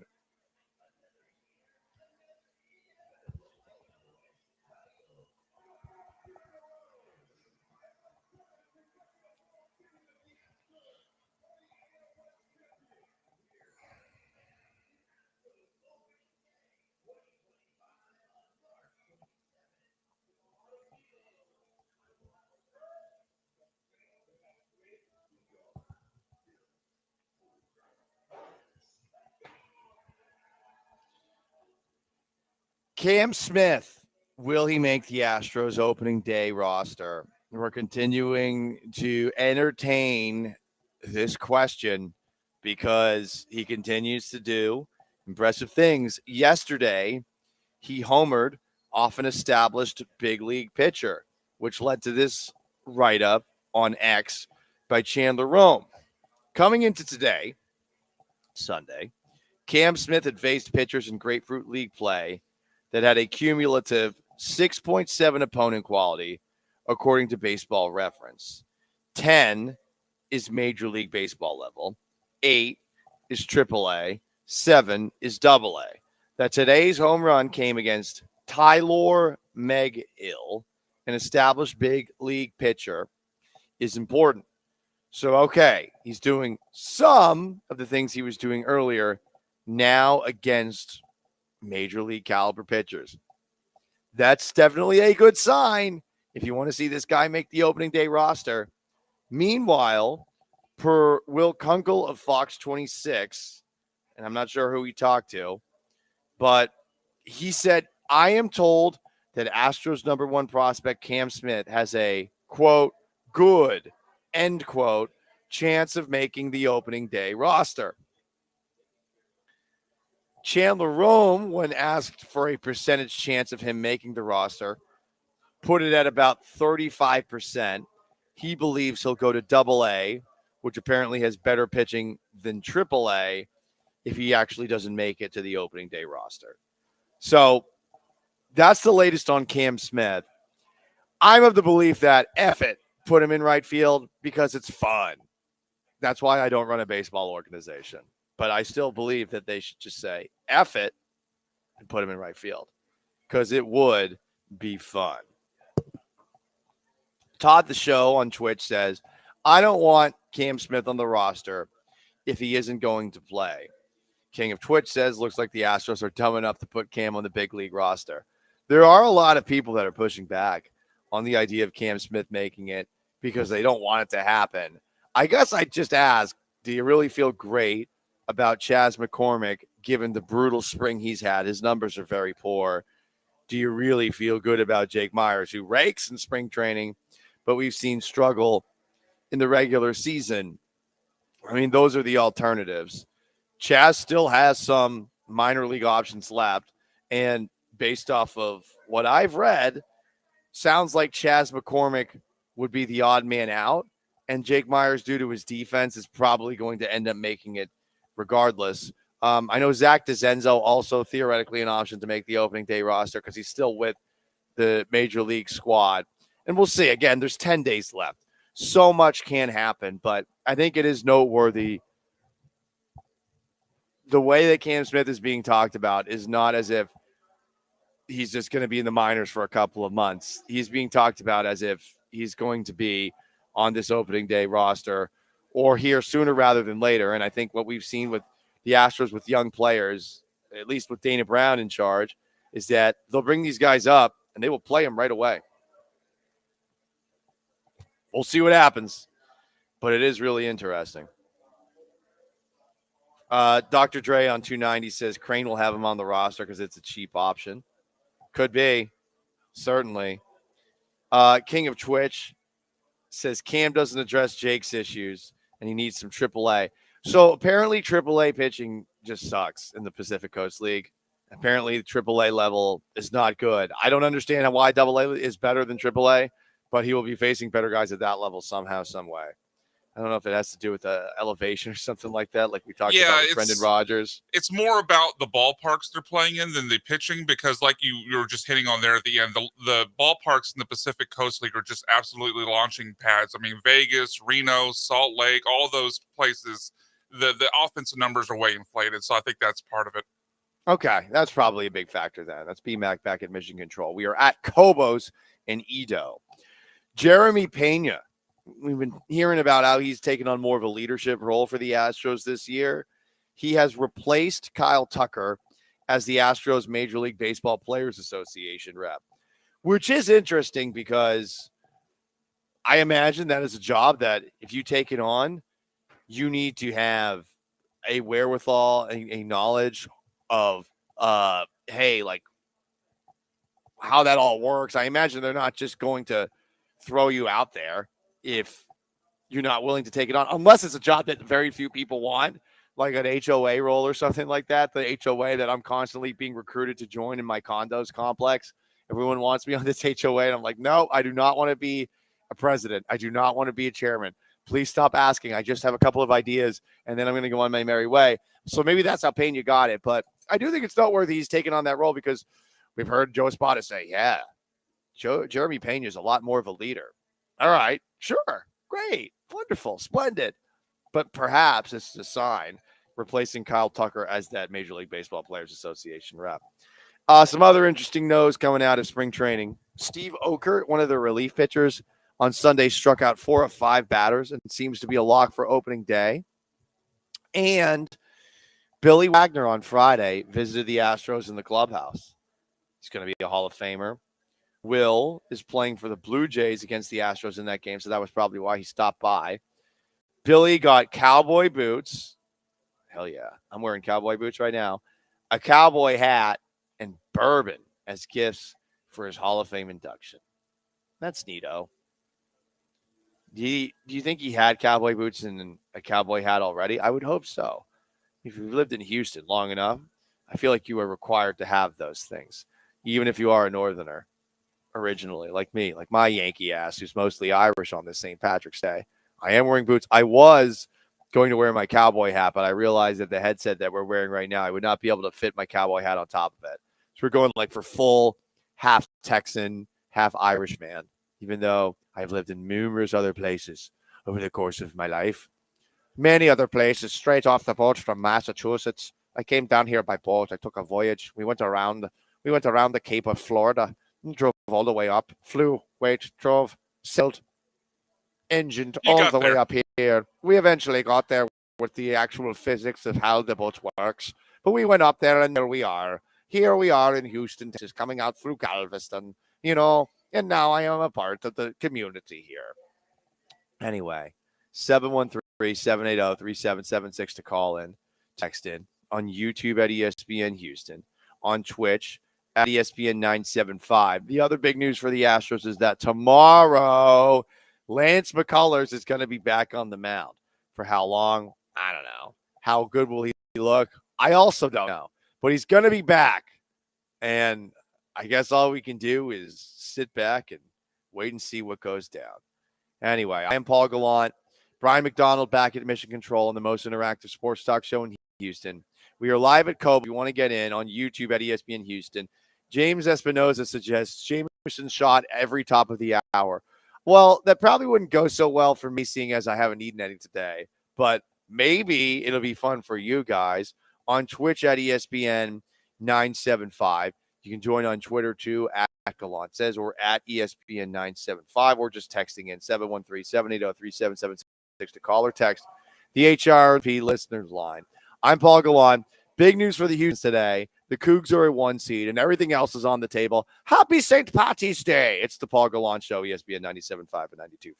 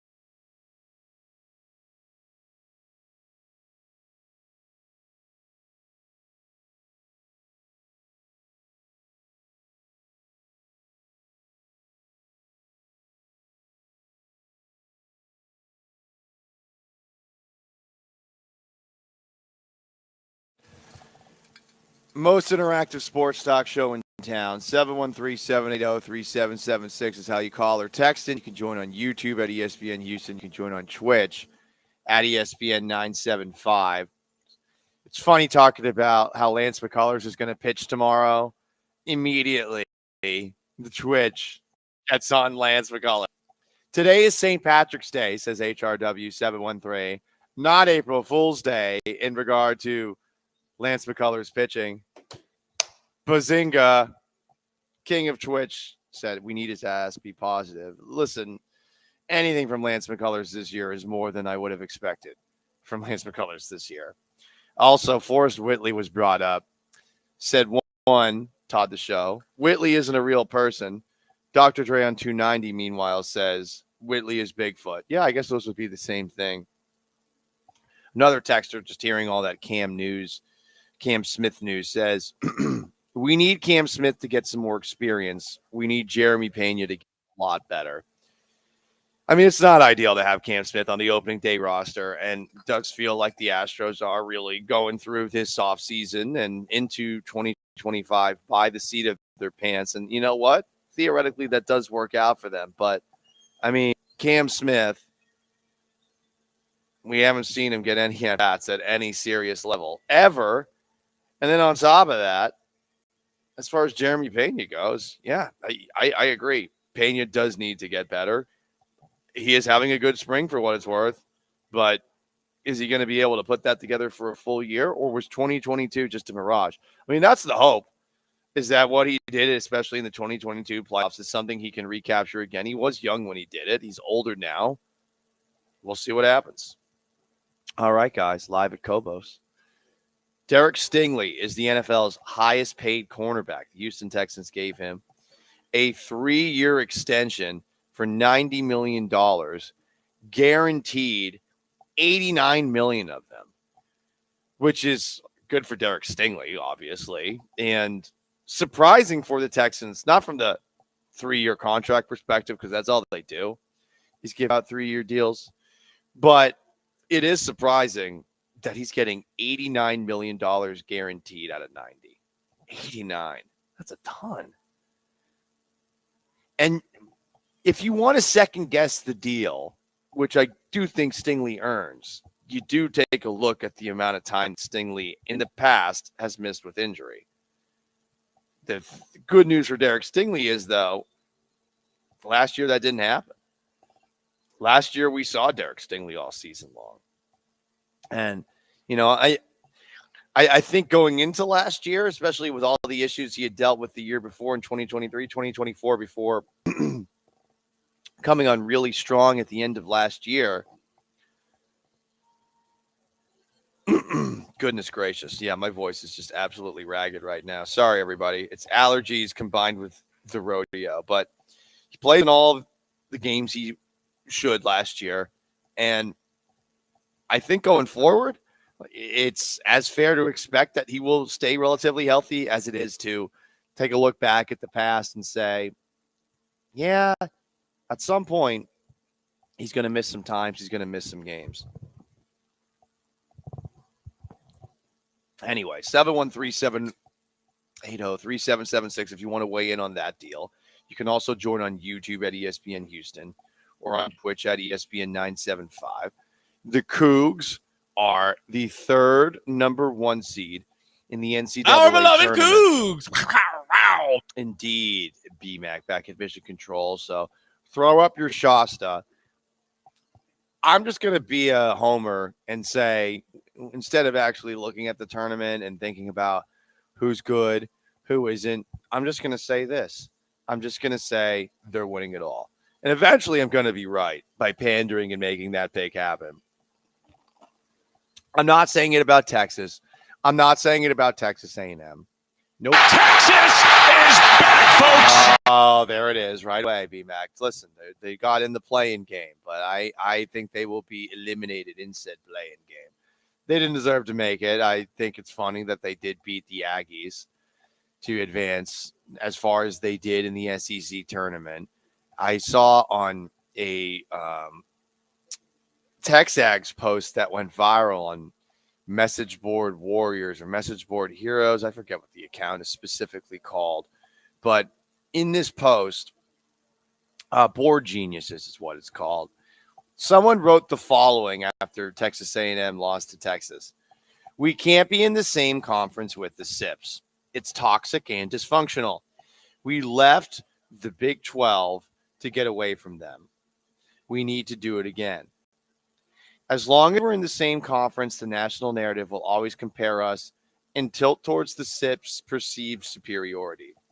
We've already seen this happen this year.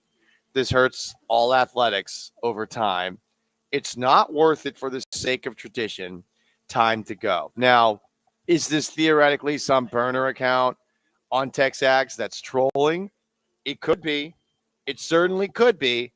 But is it also perhaps an actual Texas A&M fan? Given the multiple use of the word SIP, I would assume that's the case. Something I learned today. I didn't know why Texas was called the T-SIPs for all this time. I guess the Aggies put out some sort of mythology about how all those who went to Texas stayed in school and sipped tea, while all the Aggies during World War II actually served in the armed forces. I don't know. That seems to be a stretch. That seems to be fake news. And it's part of the Aggies legend. And I guess that's why they call Texas the T-SIPs. I think Texas A&M should stay in the SEC. That's just a thought. I think it helps to be in the SEC. Iron sharpens iron, right? I mean, yeah, they lost to Texas, and maybe they just can't handle the pressure of playing Texas in any sport. There's a lot of pressure on you when you're playing that game. Get them, Texas Aggies, on SEC Championship Thursday, because it needs to happen, because we're not little brother, like doing a midnight yell all of a sudden. Eventually, they need to make it happen. They didn't make it happen in that game. I just thought that message board post was funny, though. Like, going into the tournament, that seems to be hanging over their heads, even though they finished out the season, if I'm not mistaken, on a pretty strong note. On YouTube at ESPN Houston, on Twitch at ESPN 975. Chewy's bringing up, it surprised me that West Virginia got left out. West Virginia was better than North Carolina. And there's several teams that were better than North Carolina. North Carolina getting into the NCAA tournament, if there's something you want to get mad about today, this is the one thing you could point at and say, what the hell is this? What's this all about? But I'm not like actually outraged about it. And I don't think anyone truly is, because you're all going to forget about it in a couple of days. Tournament expansion is probably going to happen in the near future as it is. You know, we've heard this floated, and people are saying, oh, it'll lessen the play. Will it? Or will you have single elimination games that people will watch and bet money on? Because that. So they will expand the tournament, and we'll start having these conversations about even worse teams. And it won't be about Power Fives anymore. So the funny thing that'll happen is that those conversations will completely fade away. But we've seen a tournament expansion discussion before. I bet it will be expanded to maybe not like 128, like doubling it. But I do think that they will make this thing a little bit bigger. It makes sense. It really makes sense. It's more money. It's more gambling. Yeah. Oh, the quality of play is down. No, less controversy, because you won't be talking about major programs that are bubble teams. The teams that are bubble teams going forward are going to be complete afterthoughts, you would think, at least over the course of the regular season. And maybe there's some name brand recognition that they can bring to the table. But no, I think it'll actually help them out. 713-780-3776 to call in, to text in. You can join on YouTube at ESPN Houston. You can join on Twitch at ESPN 975. There were some interesting things that happened in conference tournament games over the weekend. Clemson did not make the ACC title game. They lost in the semifinals in a game where they got locked out of their locker room at halftime. And they had a chance to win on a last-second layoff, but their player got destroyed while driving through the lane. Like, he got fouled 3 times, put on his ass, so Louisville ultimately goes on to win that game instead of Clemson. Go watch that replay. Like, they really did get hosed there. And imagine getting locked out of the locker room. Again, like, I don't know how much time you're going to be spending in there and what you'd realistically be doing. Like, oh, there's a pep talk that someone's going to give us. We're going to be able to draw up some plays and figure things out. No, you're probably like drinking a little extra Gatorade, taking a seat on a bench, maybe taking a leak. You're probably not doing much more than that. But to be locked out of your locker room in the midst of a game, that is certainly bad omen. We also saw North Carolina, who again made it into the tournament despite not making the ACC title game. They did not make it after one of their players got called for a lane violation on the game-tying free throw.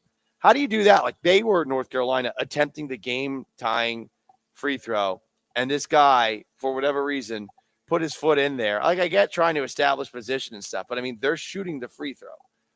You have to kind of assume that they're going to hit it, and I don't mind them getting called for that. I think some people said that was bad. The worst moment, though, of all moments in the conference tournament weekend, the MEAC championship, South Carolina State had just tied the game 12 seconds left. They lost after one of their players intentionally fouled the other team after they just tied the game. No, man, let that thing play out. Let's see what happens in that moment in time. So, rough weekend for many other teams out there. It is the Paul Gallant Show. We are live at Kobo, 713-780-3776 to call in, to text in. I'm curious if is this the kind of coffee I think it is? Ooh, they made me some Irish coffee. Kobos rules. They know how to treat a lady.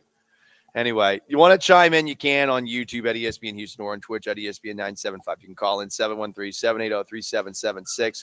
We are live at Kobos for St. Patrick's Day. Come on out. Stick around.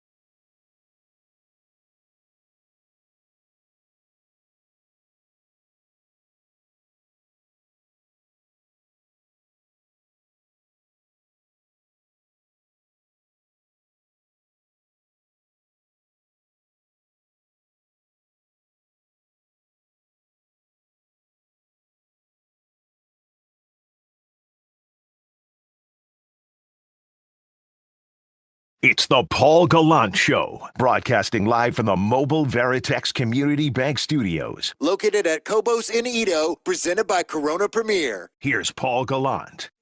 Happy St. Patty's Day, everybody. I really wish I could do this for the entirety of the show. Try to speak in a hacky Irish accent. Alas, I cannot because my voice is largely gone due to allergies and I think inflammation due to being around the rodeo as much as I've been over the last couple of weeks. Still 1 week left. I will be back out there tomorrow, taking a night off tonight. There's a certain point where you got to realize, hey, I'm an adult and I'm paid to talk, and I probably need to get my voice to sound a little bit more like myself again. So I think after today's show, I'm going to the doctors. We'll see how that goes. We'll see how that goes. They're probably going to be like, you're just having too much fun, Paul. Can I tell you guys something, though? Friday, I didn't have fun. And I've been waiting for this rant for a while. And it's coming to me naturally. So, listen, the rodeo hosts a lot of concerts at NRG Stadium. And I'm musically challenged. Basically, any music that's newer than 2003, 4, 5. Probably could not tell you who sings it, who it's by, off the top of my head. That's what that app Shazam's for. It's a great app because there will be certain songs that you hear and you're like, oh, I know that song, but who's it by? Or, oh, I know that song. I want to add it to my Spotify list. It's not to say I don't like new music, but when I looked at this year's rodeo concert lineup, there was only one band that I wanted to see. It was Journey. That was the only concert I cared about. So Friday, knowing that I was going to have to get up at 5 a.m. the next day as part of the Poultry Auction Committee auction to do some work there, I remembered that this is going to be my night, this Journey concert. I'm going to enjoy it. I'm going to be there for all of their bangers, whether it's Don't Stop Believin', Separate Ways, Faithfully, amongst many other good songs by them. I'm not really the biggest Any Way You Want It fan. Only the Young, the song from the movie Vision Quest, is a banger. That's a sports movie. Matthew Modine.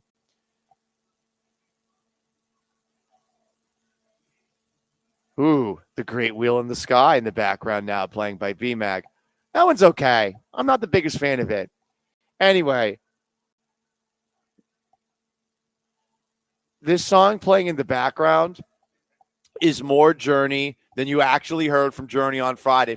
Because for those who don't know, in the midst of Don't Stop Believing, which was the fourth song that they played, all of a sudden the sound cut out. Now, everyone in the moment thought that the sound cut out entirely because Journey wanted people to sing along to Don't Stop Believing.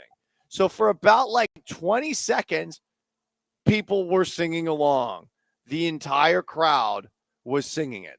The entire crowd. But after a certain point, we were like, okay, can replacement Steve Perry go back to doing his job again? Can Journey do the whole concert thing? And then all of a sudden, the lights turned back on, and the announcer guy inside the stadium said, we're having some technical difficulties. The concert will resume momentarily. 10 minutes pass. The concert does not resume momentarily. The voice guy speaks again saying, we're still working on fixing what's happening. 5 minutes later, eventually, the PA guy says, sorry, the concert is over. You guys must proceed out. And everyone's like, oh, especially me. You got 4 songs? 4, not even. Not because you didn't finish. I find the irony that the song that it cut out was during "Don't Stop Believing," which is obviously the ending of Sopranos. Yeah. Yes. For those who don't know, spoiler alert, but Tony got whacked in that moment because it's moments earlier in that show where they talk about how, like, hey, when you get taken out, it just fades to black and that's it. And yeah, that's how the show ended. Just a surprise cutout in the middle of Don't Stop Believing by Journey. Who knows what happened to Meadow, to AJ, to Wifey Wife, but that's it. And that's what happened to concert. And right now in the background, we are doing you a service because we did not get this. You know, there's been a lot of moments in time where we've talked about stadiums here in Houston, about building the Texans a new one. You notice how they tried to soft launch that a couple of weeks ago to get the taxpayer-funded money to build the stadium. They hired a new president. This guy's got experience building new stadiums. And normally I would say I would push back because I don't want to have to pay out of pocket for another stadium when this stadium is perfectly fine. 4 football games. This stadium is effing awful. Awful for concerts. Always has been. And this is the final straw. I have stopped believing in NRG Stadium. Kill it with fire. Blow it the bleep up. Blow it up. Not like a terrorist or anything like that. I mean like with like demolition crews and stuff. Safely done so no one dies. But that stadium sucks for concerts. And for the concert to die in the midst of the only concert I cared about, I'm still pissed about it. I honestly wish I'd been able to do a show Friday as I was walking down the stairs in a pack of angry people because I was heated on Friday. And look, apparently if you went to the concert, as they just said today, you can get a refund. So that's fun. Or you can donate your ticket proceeds to charity if you so choose. I think I would want my refund because you're spending an entire Friday night out there. I almost got a hotel room at the hotel because I thought I was going to have to get up so early, 5:30 in the morning, for the poultry auction stuff the next day. And I'm thankful I didn't get the hotel room. I'm thankful for that. So NRG Stadium, I'm out. I hate it. It's a terrible, terrible, terrible concert venue. And they should be ashamed of themselves for screwing that up. They should. It caught fire. You serious? That's what they said after the fact. Something backstage caught fire. I don't know who started the fire. Journey started the fire. I don't know. I don't care. I'm just pissed. Some commenters. Screw the Texans. They stay at NRG Stadium. The Houston Livestock Show and Rodeo should get their own stadium. Yeah, I agree with that.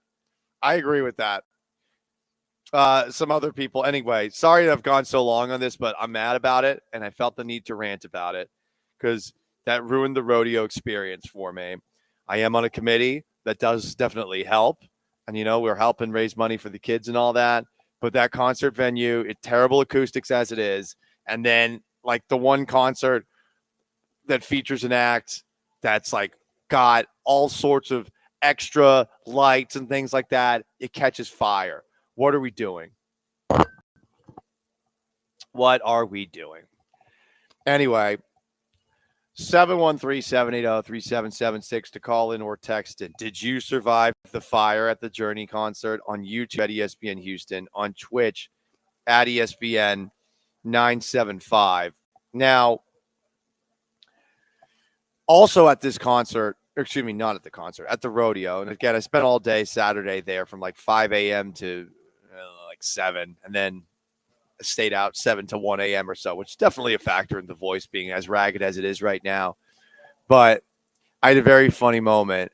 So I'm sitting at a table in the wine garden at the rodeo, and I stand up to take a picture because, as always, as I've brought up with you guys, people always assume that I'm good at taking photos. And I think we all know the reason why. But people always think I'm good at taking photos, and they come up to me over everyone to take the photos. So a couple of girlfriends of mine on the committee came up to me and asked me to take a picture. So I stand up on the table to take the best possible picture I can, and my hat blows off my head. The hat blows off of my head, and it hits a glass of red wine that's right over a woman who's wearing a light blue dress, and it just destroys the dress. Now, this woman, I don't know very well, but definitely gives off Mean Girls vibes, doesn't exactly talk to other people, and definitely carries herself as if she's a lot better looking than she actually is. Hey, be confident, right? But be nice, be kind. And she was so pissed at me. I profusely apologized several times. I offered to pay for dry cleaning, yada, yada, yada, yada, yada, yada, yada. But ultimately, she refused all of those requests. I just think it was very funny that my cowboy hat took out her wine glass. No, we are not going out on a date. I did meet somebody on Saturday. We'll see what happens. I think we're going on a date today if my body survives the next couple of hours. So that's your date update. It is the Paul Gallant Show, ESPN 97.5 and 92.5. 713-780-3776 to call, to text, YouTube at ESPN Houston, Twitch at ESPN 975. Derek Stingley's the highest paid cornerback in the NFL, and one of the Texans' biggest rivals ever made a couple of surprising moves over the weekend. Stick around.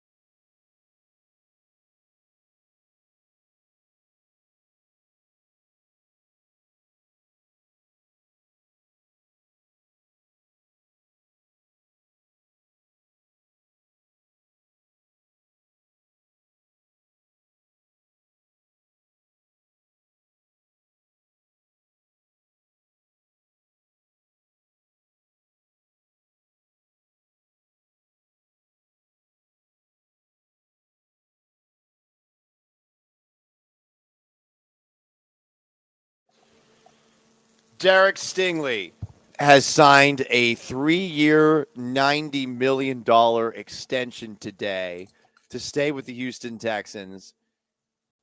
He was getting towards the end of his rookie contract, $89 million guaranteed. The average annual value of the deal, which, doing your math, $30 million, is a new record. Last week, Jay Sehorn signed a 4-year, $100 million extension with the Carolina Panthers that averages $25 million a year. Stingley, a great season last year. All-Pro, 5 picks, 18 pass breakups, the second lowest completion percentage against among corners with at least 200 coverage snaps, 46.7%. Insane. The Texans passing defense got a lot better last year. They still had the occasional, what the hell is going on? Big play allowed. But they were so good in so many games against some of the best quarterbacks in the league. Josh Allen specifically, Jared Goff, who they picked off 5 times. And he's the one that's leading that unit. Clinched the game against the Dolphins with one of the interceptions that he had. He had 2 picks in that game. He guarded Tyreek Hill, CeeDee Lamb, DJ Moore, among other good receivers over the course of the year. And Nick Caserio stays giving out 3-year deals. I wonder if that'll change with CJ Stroud. But this deal, I would imagine, in some way, shape, or form, gives the Texans a little bit more money to work with right now. And we'll see if they use that money to sign anybody else the rest of the offseason. We talk about the Texans' rivals, like who's the biggest rival in Texans history? I would say just given the weird amount of playoff games that they've played against one another, just 2, but also the amount of primetime games that they've also had. A lot of Thursday games, the occasional Christmas game. The Cincinnati Bengals are one of the Texans' arch rivals. I think so. Paul, what are you talking about? No one knows anything about Cincinnati and Houston. Fine, but I just feel like given the amount of games that have been played against each other, I feel like there's a little bit of a rivalry going on there. But the Bengals, they have reached extensions, surprisingly, with not just Jamar Chase, but also with T. Higgins. They signed both of them. And while they're still looking to trade Trey Hendrickson, they gave Jamar Chase a 4-year, $161 million deal, $112 million of it guaranteed. So it's basically a 3-year deal. T. Higgins, meanwhile, agreed to a 4-year, $115 million deal guaranteed for the first 2 years. Chase is going to make an average of $40.25 million a year. That's an NFL record for a non-quarterback. They have been trying to get extensions for both of these guys for quite some time. And the Cincinnati Bengals, who have been known for a long time as the cheapest organization in the NFL, I think it stood to reason that both could theoretically be gone. But here we are looking at the Bengals actually paying guys. I really never did think we would see the day. So good for the Bengals not being cheap, and clearly they listened to Joe Burrow, because during the offseason, Joe Burrow pushed very hard for the Bengals to sign guys. I think he was on a podcast, multiple podcasts, in fact, Sirius XM radio on Breakfast Ball, and pardon my take, he said, if the Eagles can pay more players than their quarterback, the Bengals can do it too. And the Bengals actually listened. Now, their defense has some serious question marks. And if they're going to get back to where they were not too long ago in an actual Super Bowl with Joe Burrow running the show, I mean, they're going to need to upgrade that part of the team. And trading Trey Hendrickson is probably going to make them worse. Also, remember that the Bengals are a very cheap organization. They don't pay money for like Gatorade and for team meals, really. But they also don't even pay for scouts. They have a bunch of local scouts. They have probably less scouts than any team in the league. So basically what they always do is they look for guys that they could find and sign to bargain bin deals or draft later on because maybe they had some bleep hit the fan off the field. But they're actually giving out contracts here. So a congratulations to Bengals fans everywhere. Big news. Love is not dead, guys. Love is not dead. Deshaun Watson is engaged to his longtime girlfriend, Julie Anais. You know what? Love can survive everything. You know, love can survive so many things. Love can survive sickness, right? In sickness or in health. Love can survive distance, and love can also survive 1, 2, 3, 4, 5, 6, 7, 8, 9, 10, 11, 12, 13, 14, 15, 16, 17, 18, 19, 20, 21, 22, 23 at least counts of sexual misconduct. And it's also amplified by 240 million. Yes, he has money. That is true, B-Mac. He is a quarterback. There's that. Not a bad-looking guy. But love survives and conquers all. Gotta say, it makes me a little depressed.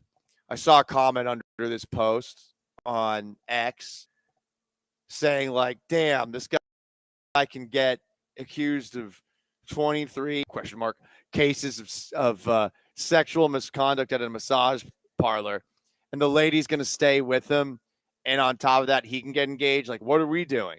And the answer is this: you're not being rich. So you need to go listen to your nearest toxic masculinity podcast, or those like finance bro podcasts where the guy is like clearly interviewing himself, but he's looking off camera and he's like, you don't do enough. You need to wake up every day and seize the day, every single day. Stuff like that. You need to watch those because that's how it works. You need to make money. So that's, I guess, what I'm going to have to do. Is an OnlyFans coming? Someone asked on the Twitch. Possibly. Might have to because we got to make that money to find the wife. Okay. More news. Cooper Kupp, cut by the Rams. He signed a 3-year contract with the Seattle Seahawks. Good for him. Good for him. And also we found out that Sam Darnold, who signed that ridiculous deal with the Seahawks, 3 years, $100.5 million, is actually a very easy deal for the Seahawks to get out of. So basically, Darnold's contract is fully guaranteed for the first year of his contract. His 2026 contract is $27.5 million. $17.5 million is guaranteed for injury and becomes fully guaranteed in the week after Super Bowl 60, which is this year. His 2027 compensation is $35.5 million. None of it's guaranteed. There's some incentives and everything like that, but basically the Seahawks can escape this deal after just 1 year. And for those who don't know, teams are not supposed to get rid of contracts when a guarantee flips from injury only to full, but that's what the Raiders did with Derek Carr in 2023. So we'll see what happens, guys. We will see what happens. More comments here, more NFL news. Aaron Rodgers is still unsigned. Oh, no. When is he ever going to find a home? He's homeless. It's going to enable his ayahuasca addiction. Rodgers participated in the RX3 charity flag football game on Saturday, and at least per Pro Football Talk, there are no quotes from Rodgers talking about what he will do this coming season. Steelers, Vikings, Giants, and retirement are all theoretical ones on the table. Perhaps the fact that we haven't heard anything new lends itself to the idea that he could retire. Saturday in The Athletic, Rodgers' interest in the Vikings, an article was written about that. So, hey, if Rodgers is hoping to sign with the Vikings and the Vikings are strongly weighing the possibility with J.J. McCarthy under center but not really having a true rookie year, hey, we'll see what happens. But maybe he will end up being a Viking and just completely copying everything that Brett Favre has done. I bet there is a part of Rodgers that wants to stick it to the Packers. And this would give him a chance to. DeMarcus Lawrence has a very interesting condition. Very interesting post on social media, not condition. Sorry, I'm reading some of the comments on Twitch while talking. DeMarcus Lawrence and Micah Parsons, you might remember we talked about this on Friday. They got into disagreement. Lawrence said in an interview that he was never going to win a Super Bowl with Dallas, and Micah Parsons got pissed about it. So DeMarcus Lawrence responded back. They got back into a little scuttlebutt on X.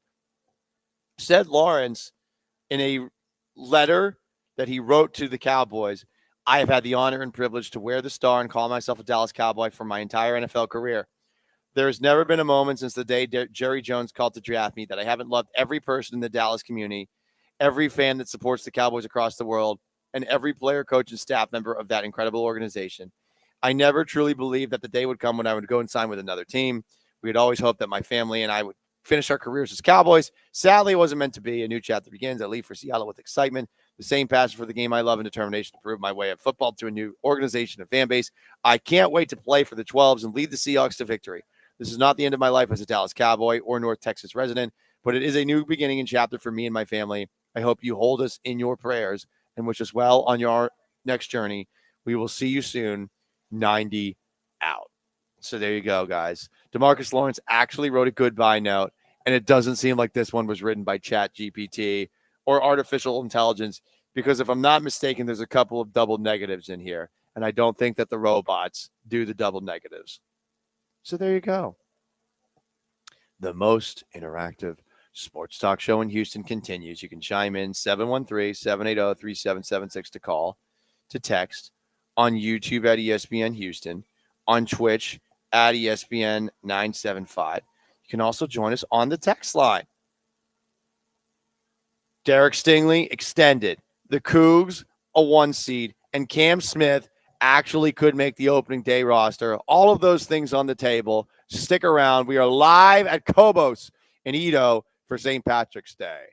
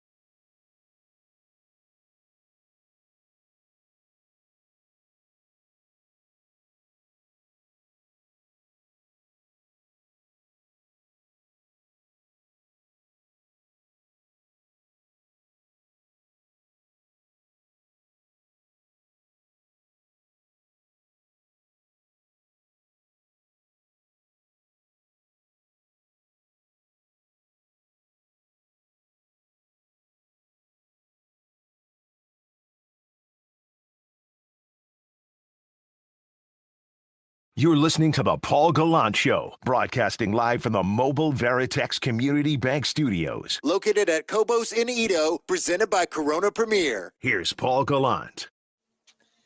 So for those who don't know, this is the Irish anthem for drunken Red Sox fans. It's called Tessie. It's also from arguably the greatest baseball video game of all time, MVP Baseball 2005.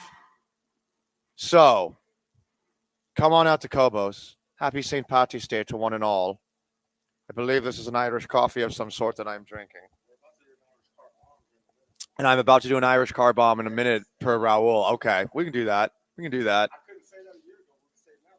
That's true. That's true. Raul said something off the air that I'm not sure I can repeat on the air, but it was funny.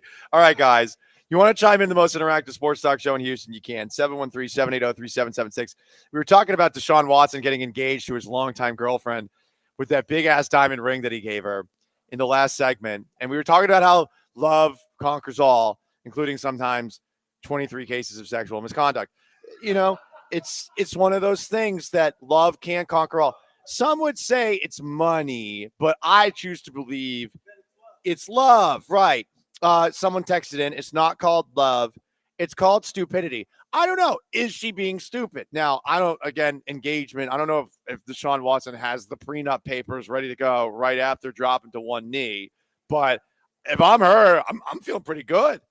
I'm feeling pretty good about this. Now, obviously, he's a little bit of a sicko. No, it's a little weird. But maybe she's into the massage things that he was looking for from all those people he was just sliding into the DMs of on Instagram, because he thought they gave massages. Eric, the driver, says, as we've seen time and time again, love wins, even in the face of 20-plus allegations of sexual misconduct. Someone texted in, damn, Paul, even Deshaun Watson's finding love. Meanwhile, your investment in Jergens is skyrocketing. Life sucks for you. What are Jergens? Jergens, It's looking this up. it's lotion. Oh.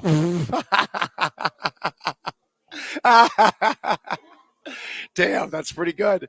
Yeah, honestly, wish there was some sort of lotion that I could put into my throat, which again, phrasing, but right now this thing is ragged from all these allergies. Dry coughs are the worst. Like, you're coughing and you sound like you're dying and nothing even comes out. So it's not even productive. So you don't even know why you're coughing. I will say it's been giving me a nice ab workout over the last couple of days. I do think my abs, which are pretty nice, are a little more toned. 409 Josh texts in, what's the over-under for how long before Deshaun Watson's girl divorces him? I'm guessing 6 months after his final guaranteed money is paid. Damn. We're only 6 months away from Watson getting the last of that contract. That guy's going to have the most ironclad, especially with David Muley, get it, as his agent, the most ironclad prenup as part of whatever marriage that they have. It's going to be the most ironclad prenup. So I don't know if she's going to be able to take the money and run, but would you suck it up? And phrasing, Paul, would you just tolerate that and stay with this guy when you get that much money? I mean, I don't know if I'm too proud to say no, even if my wife was a sexual assault or in misconduct or sexual misconduct or in massage therapy sessions all the time. But she also made $250 million. Would I walk away? I don't know. I don't think I would. I would just be like, yeah, well, it was only massages, right? With those 25 different people. Only massages. So there you go, guys. You want to jump in, you can. 713-780-3776 to call into text and YouTube at ESPN Houston. OTR Sean says, Jergens is up 1% on the exchange today. Hell yeah. Hell yeah. Let's go. So my investment's fine. All right. So we talked about this in hour one. It is truly crazy that Cam Smith, as an opening day roster maker, is a real possibility. I don't know if it's good. I don't know if it's bad. I know the Twitch seems to hate the idea. I make it feel, or it feels to me like it's a lot of it's 100% wishful thinking to hope that the guy's going to be good right out of the gate as a major league player. And it's also just a fun thing to talk about and think about. But it also 100% feels like the Astros are flying by the seat of their pants whenever we hear about Jose Altuve in left field or Cam Smith in right. But Cam Smith yesterday homered off an established big league pitcher. And per Will Kunkel of Fox 26, who was out at spring training, now he's covering the Cougs. I guess the only guy covering the Cougs locally at the Big 12 championship in Kansas City. Cam Smith has a good chance of making the opening day roster. And if he makes it, he will get at-bats. So very interesting to hear all of that. And I'm really wondering if it's possible. Chandler Rome said 35% chance he makes the opening day roster. I mean, just spitballing a couple of weeks ago when we were talking about the start he was having, I think I was at 5 to 10%. And then they started talking about him in right field, and that percentage chance went up and up. 35% is very high. 35%. Now, again, it's Chandler Rome, but I think Chandler knows what he's talking about. I know a lot of people aren't the biggest fans of Chandler, but I think Chandler knows ball, as the kids say. And while he's definitely pushing back at some of the people that believe it's already a decision that's been made, I mean, he's writing articles talking about the possibility. So is it going to happen? Is it going to happen? I really wonder. I want it to happen. Not going to lie. I know a lot of people aren't thrilled with the idea of a guy who's never played above, the A level, playing baseball with the Astros to open up the season. But isn't it a lot more fun to have Cam Smith on right field? Raul's trying to get me over to do an Irish car bump. There's a commercial break. We got it in 5 minutes. 5 minutes. Give me 5 minutes. Hopefully my voice can last another 5 minutes. But it is interesting to see all this news with Cam Smith. Tomorrow we will see Lance McCullers back on the hill for the first time in a very long time. That's exciting. But I'm looking at Cam Smith right now, our favorite aircraft carrier, at least as described by all those prospects. And there's a very good chance he's going to be out there. As far as Altuve getting moved to left, we have a comment from Houston, Texas, Dave. He says, keep Altuve at his same position. I don't really like the possibilities at second base right now. I mean, I know Brendan Rodgers is a Gold Glover back in the day with the Colorado Rockies, 2 years ago, 2023? And that he had a couple of moments in spring training where he looked okay, but he's playing outside of Coors Field over the course of his career. He's really struggled.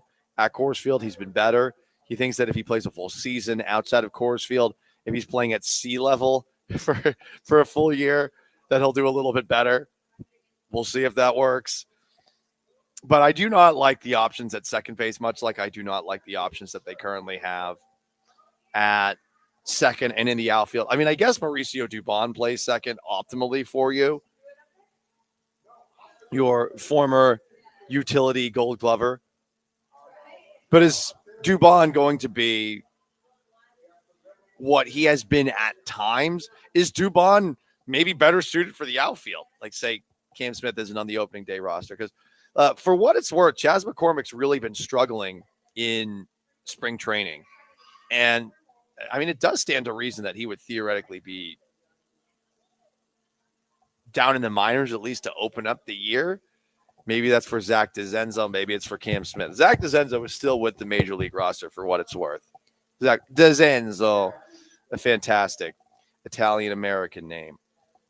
713-780-3776 to call in, to text, and people want to stay on Deshaun Watson. From the 845, Watson's fiance is probably one of the massage therapists that didn't tell on him. No, his fiance is truly like a stunner. A very strong, powerful, independent woman. She is, I think, a musician / model. Her name is Jilly Anase. Like she is. She does not have a wiki page, so I don't think she's a very good singer. Jillian Eswicki. Let's see. Come on. Got to give us something here. She has 2.4 million followers on Instagram. I guess she has an IMDb page. She is professionally known as Jilly. Undeniably a name that resonates with talent and ambition. Okay, calm down, IMDb. From the heart of Houston's dynamic art scene, what does that mean? Jilly made her mark early on, not only by being crowned Miss Teen Houston in 2011, but also by impressing many with standout roles in musicals, captivating dance performances, and her skills in competitive cheerleading. At the age of 18, Jilly moved to Los Angeles, a city known for creating stars. By 2014, she was deeply integrated into the music scene, collaborating with some of the industry's noteworthy names. How, though? Was she dancing? Her 2015 EP, The Juice, grabbed significant attention in the industry. Jilly's reach wasn't confined to music alone.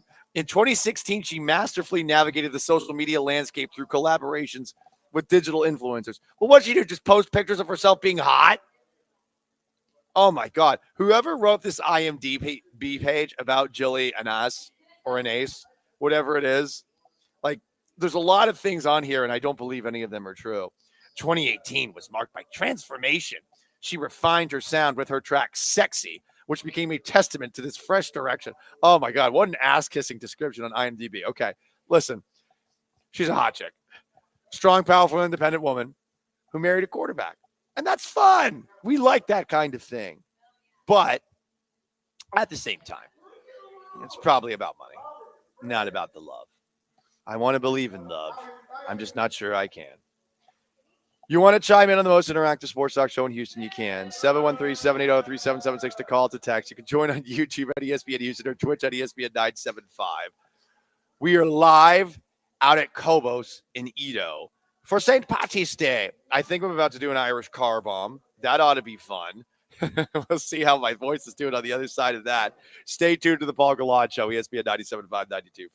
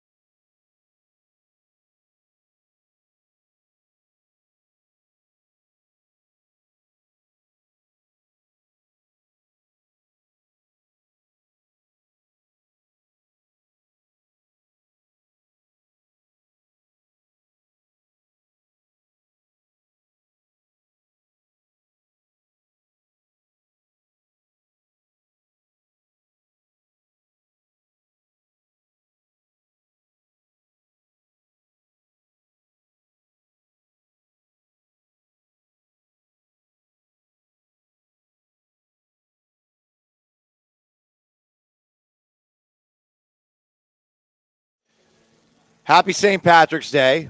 We are live at Cobos and Ito, and I am joined by my very good friend, Raul. Sponsored by who though? Sponsored by Corona. Premier. Corona Premier. Let's give him a hand. Let's listen, give Corona a hand. you have an Irish car bomb, and all of a sudden you start forgetting things very quickly.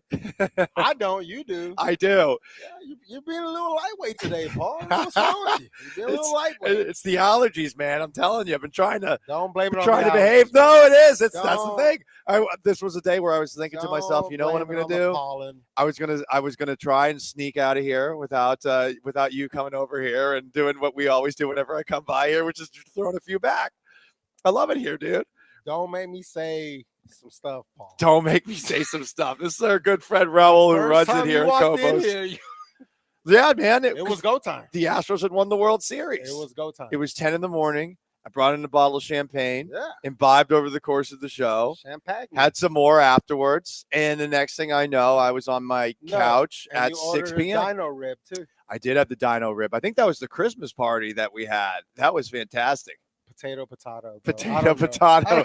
It all blends together It for all of blends us. together. Well, we're so thankful to be out here. It's a beautiful day outside here in Ito. And, you know, I know that this time of year is when you guys are gearing up for Astros opening day. It's just 10 days away, and this is the go-to spot in Ito to watch the Stros. Thank you. Yes, sir. Like this is what we this is pretty much what we've been waiting on, you know, since the season ended.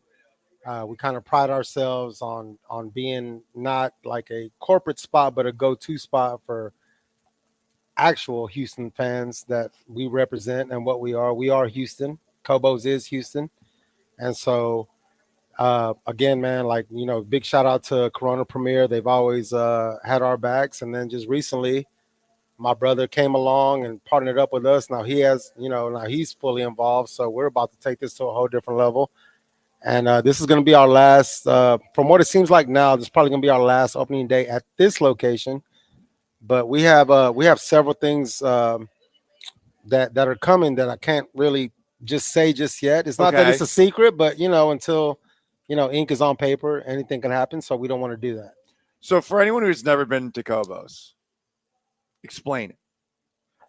Man, we're not a restaurant. We're not a bar. We're just a vibe, man. Like, come here, have a great time. You know what I mean? Feel like you're at home. Feel like you're in your backyard.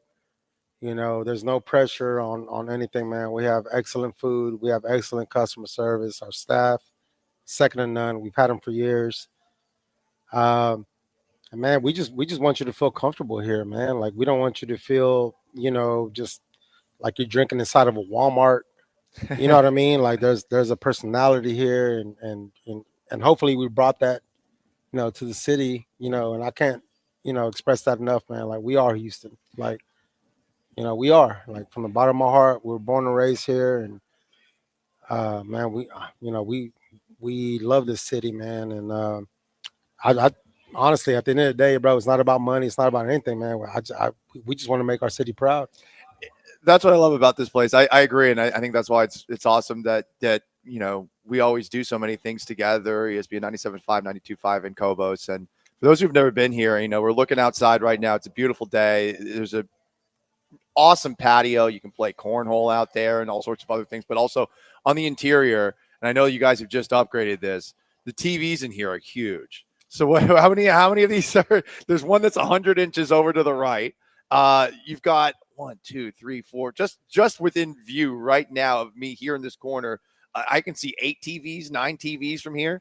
And you want to watch inside, you can see the games on TV. Or if you want to stop here, pit stop before or after an Astros game, it's right around the corner.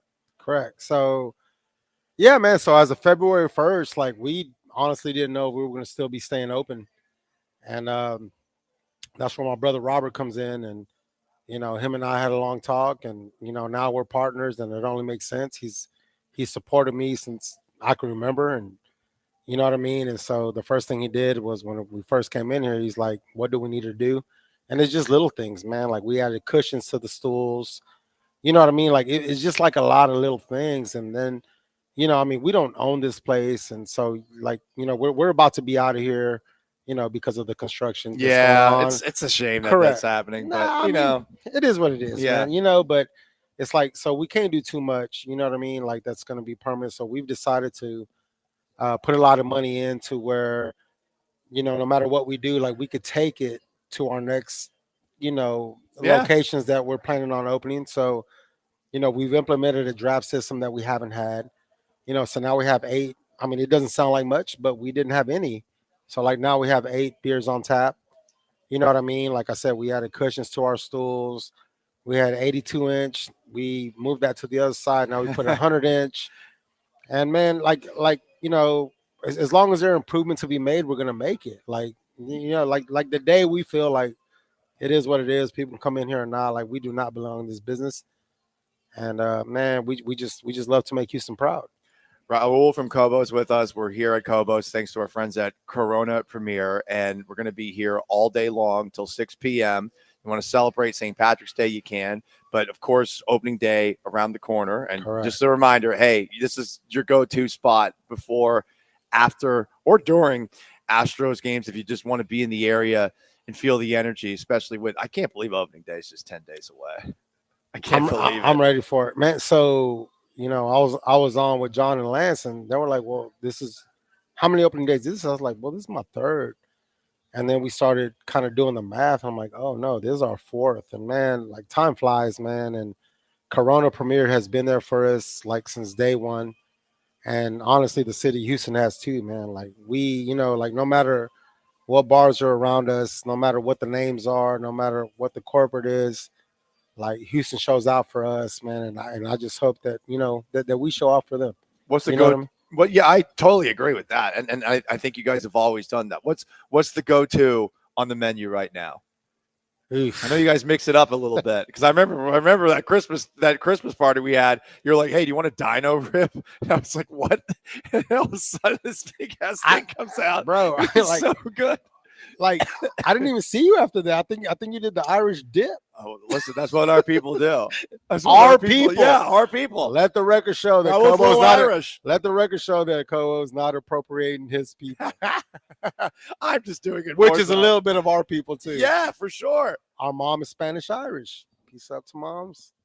Mm. I think that's why we drink so much. It's definitely why I know. Imagine being Irish and Mexican. Soccer, Catholic, and drinking. Oh yeah, I mean, yeah, that sums it up. We relate. We relate on a lot of different That levels. sums it up. So is someone on the Twitch is saying, is Cobos also the home for Real Madrid soccer, or is that no longer the case? Or is that someone trying to troll you? It has never been the case, but we will show them. But I am a Barca fan. I'm Barcelona. Oh yeah, that's what I was about to say. Yeah, I saw your eyes light up. I was like that. I'm a Barca fan, and it's not even because of Messi. I've seen I became a Barca fan whenever they had Edgar David. So okay, fun fact: our father played for the Mexico national team in the '60s. Oh, very cool. And so we like my first sport was soccer. And then, I played it 3 years, won MVP all 3 years. And I was like, I want to play football. Yeah. Hitting somebody and not getting penalized It's for it is a pretty fun. good thing. It is fun. And so, but no, like all Real Madrid fans, Barca fan, any fan, like they're all welcome here, man. But no, like at heart, I'm a Barca fan. Okay. Barcelona. See, I like them too because I remember the first time that I watched Spanish soccer. It was La Liga. It was La Liga, yeah. and I saw Lionel Messi, and I liked Barca's uniforms as well. And Barca's the one city that I've ever visited in Spain. Oh my God, amazing. So whenever our dad retired, the first thing we did, so Messi was 18 years old, and the people that know, they will know. Barca versus Club America at NRG. Messi wasn't even wearing the number 10. I think he was wearing like 19 or another number. We bought 14 tickets, and we were like 5th row, and we saw him, but he wasn't even the star. It was Ronaldinho, Samuel Eto'o, Mm-hmm. you know what I mean? Rafa Marquez, everybody. But I've always been a Barca fan, man, and I used to be a Ronaldo fan, but whenever he left United, I was just like, nah. He's just the LeBron James of soccer, man. He's a flopper. He does He's a flop. flopper. He does Yeah, flop a lot. yeah. Twitch that. I will say I was so bummed that Messi did not end up playing in the game against the Dynamo a couple of weeks ago. I was too. It was like, no, play every game. No, I was too. And again, like to me, like even if he would have played it, I wouldn't have went. Yeah. Because I saw Messi live twice. I saw him in the Barcelona jersey, and I saw him in the Argentina jersey. Whenever it was the CONCACAF. Yeah, we were at NRG. He made the free kick. And I'm like, you know what? I'm good with that. I don't want to see him in a Inter Miami jersey. I don't want to see Ronaldo in a, Saudi Arabia jersey. Like, man, like these two are the greatest literally ever. And early on I was like, no, it's Messi, Messi, Messi. But like as as we got older, I was like, hey, bro, like let's just appreciate both. Like they are great, and we're never gonna see something like that again, probably. Yeah. So that's that, on that level. But anyway, yeah, we're drinking. We're St. Patrick's drinking. Day. It is St. Patrick's Day here at Cobos. Thanks to our friends at Corona Premier. He is Raul. This place is wonderful, Raul. We Thank always you. appreciate you Thank guys you, bringing man. us down here. And listen, opening day, it's 10 days away. You want to have yourself a good old time before, after, within walking distance. This is the place to go for food, for drinks, for hanging out, for having a good old time, and for repping H-Town. Thank you. Yes, sir. Absolutely, Raul. It's our last one, and we're gonna. So let's make it a big one, huh? We're gonna make it a big one, and then just real quick, I don't know how much time we have, but just real quick, Anytime, man. We do have certain things in the works, but we can't name them because What a it's not tease. because it's not more. No, it's not pen on paper yet. I gotcha. Like if it was, I'd be more like I wish we would be able to Yeah, say yeah, it, yeah. but we can't because anything can happen. I feel you. But like you guys just know, man, like we have some really big things coming. And like it would not even be a thought without the support that we get, man. And I just love Houston, man. Like I love my city, and bro, like we will put on for our city. Like when it's all said and done, we will put on for our city, no matter the location. And y'all come out opening day, the whole weekend, y'all will see some stuff that no one I'm else excited. can, like no one else can offer. I'm I'm excited. telling you, no one else can. Like we're pulling out all the stops because this is our last hurrah at this location. Let's go. I'm excited. Let's go. All right. Here's Raul. This is Cobos. Appreciate you, Thanks to man. our friends Thank at Corona you. Pereira, and we Yes, will be sir. right back. It's the Paul Gallant Show, ESPN 97.5 and 92.5. Stick around. Yes, sir. Thank you.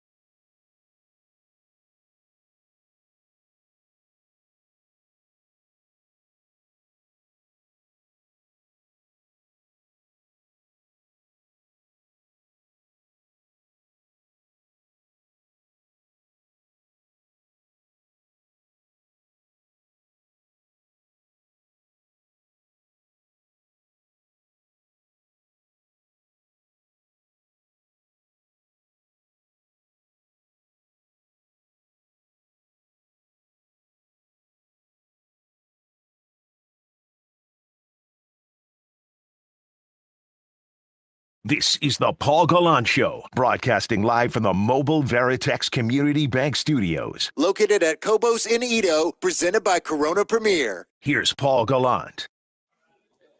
Love that flute in the background. It did sound a little bit like, a recorder. Anyone else have to play a recorder growing up? If you were Catholic, you probably did. If you went to a Catholic school. Sorry for everybody that had to hear those things. My God. I think I bought one a couple of years ago as a prank, as part of some advertising thing I was doing for another alcohol company. But we are here thanks to our friends at Corona Premier at Cobos, Edo, Houston. The last hurrah for them on opening day coming up in just 10 days when the Astros open up their season. And listen, as long as it stays open, it's going to be a fun place to go. You heard from Raul in the last segment talking about some of the big things on the horizon for Cobos. Listen, guys, if you haven't been here before, great food, great drinks. It's fun people, great people, and there's a patio outside too. And on a day like today the weather is perfect. Last couple of days have been nice. Less humidity, a lot of sun, less of that fog crap that we were dealing with the last couple of weeks. So very nice to see. Big news of the day for Houston sports is that the Houston Texans have signed Derek Stingley to an extension that makes him the highest paid cornerback in NFL history, which is pretty crazy to think about because it wasn't that long ago that I think we were wondering if the Texans screwed up by drafting Derek Stingley over Sauce Gardner with the New York Jets. Stingley, the third overall pick in 2022. Sauce Gardner, the fourth of the Jets. Gardner, to open up his 2022 season, becomes Defensive Rookie of the Year. It's a pretty good 2023, but people aren't throwing his way. Derek Stingley struggles / is injured for much of his first two seasons. But last year, he made it through the whole season. And the season before that, despite missing several games, he had a lot of interceptions. He is really good in terms of sticking with wide receivers. He's physical, one of the rare corners who actually seems to like hitting people. I don't think many corners do. And on top of that, just tremendous ball skills. I really do think that if we're talking about what corner in the NFL could play wide receiver as well, if you really needed him to, I think Derek Stingley's the number one. Honestly, there are times where I wonder if, say, the Texans found themselves in a position where they desperately needed to put somebody out at receiver, especially given, some of the depth issues that the team currently has. I mean, I know they traded for Christian Kirk this offseason and that they already have Nico Collins locked up for the foreseeable future. But, depth is not exactly ideal with the Texans wide receiver group. I think Stingley could play that position. So 3 years, $90 million total, 89 of it guaranteed. So what? We're talking like 99% of this contract is guaranteed, considering where we were for it to get to this point, and I think for it to be universally approved by anyone who follows this team is something else. Also on the docket, the Cougs, 1 seed in the Midwest region. Our beloved Cougs. Thank you. BMAC back at Mission Control. They, I imagine, are going to be a hot pick to win the whole thing when brackets start to get filled out, with Selection Sunday being yesterday. They're the third overall seed behind Auburn and Duke. I do feel like they should have been higher than Duke. I mean, if North Carolina is getting in over West Virginia because West Virginia's best player was missing for a while, and North Carolina, despite being 1-12 in quad 1 play, this quad thing is weird, but whatever. They make it in over West Virginia.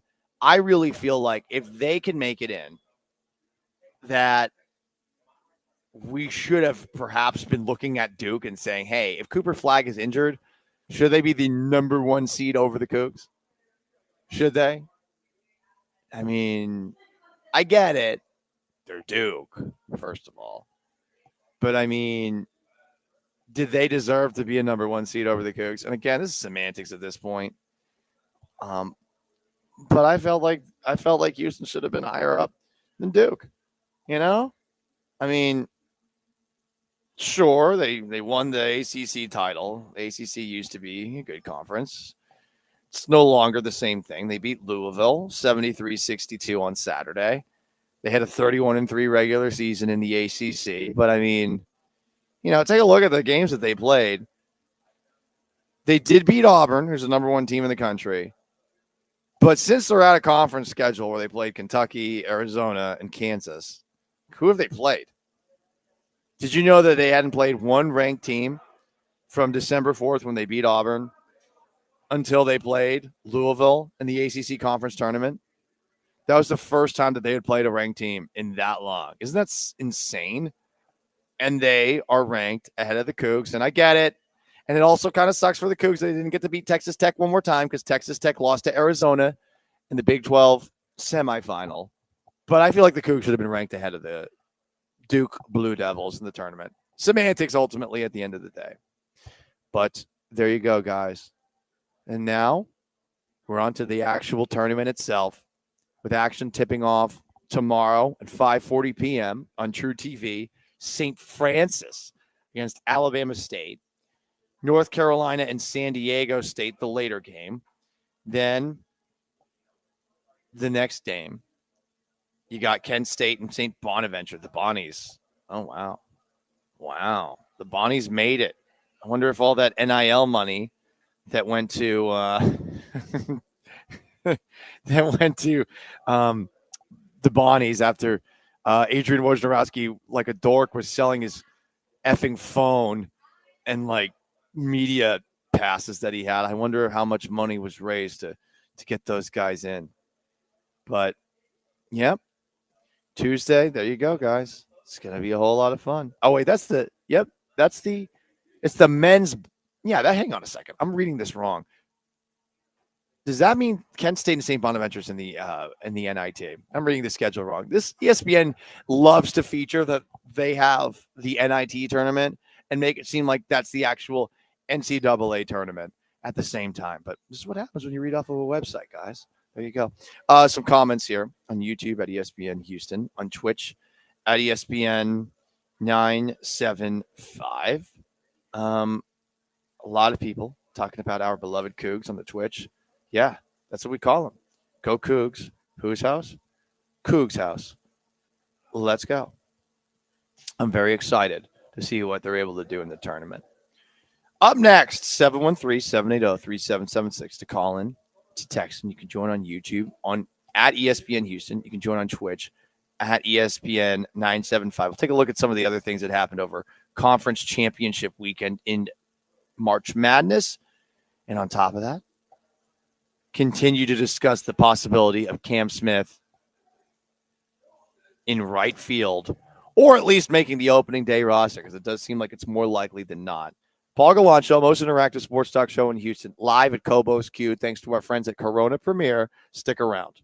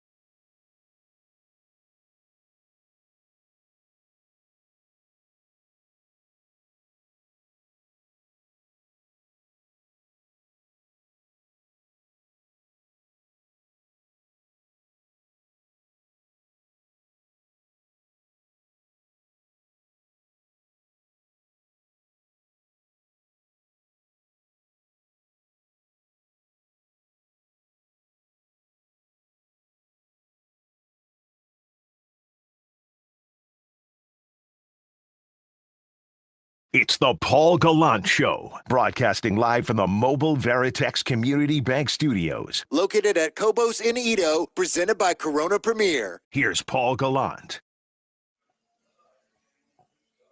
A little more drop kick. Happy St. Patrick's Day to one and all. 713-780-3776 to call in or text into the most interactive sports talk show in Houston on the HR&P listener line.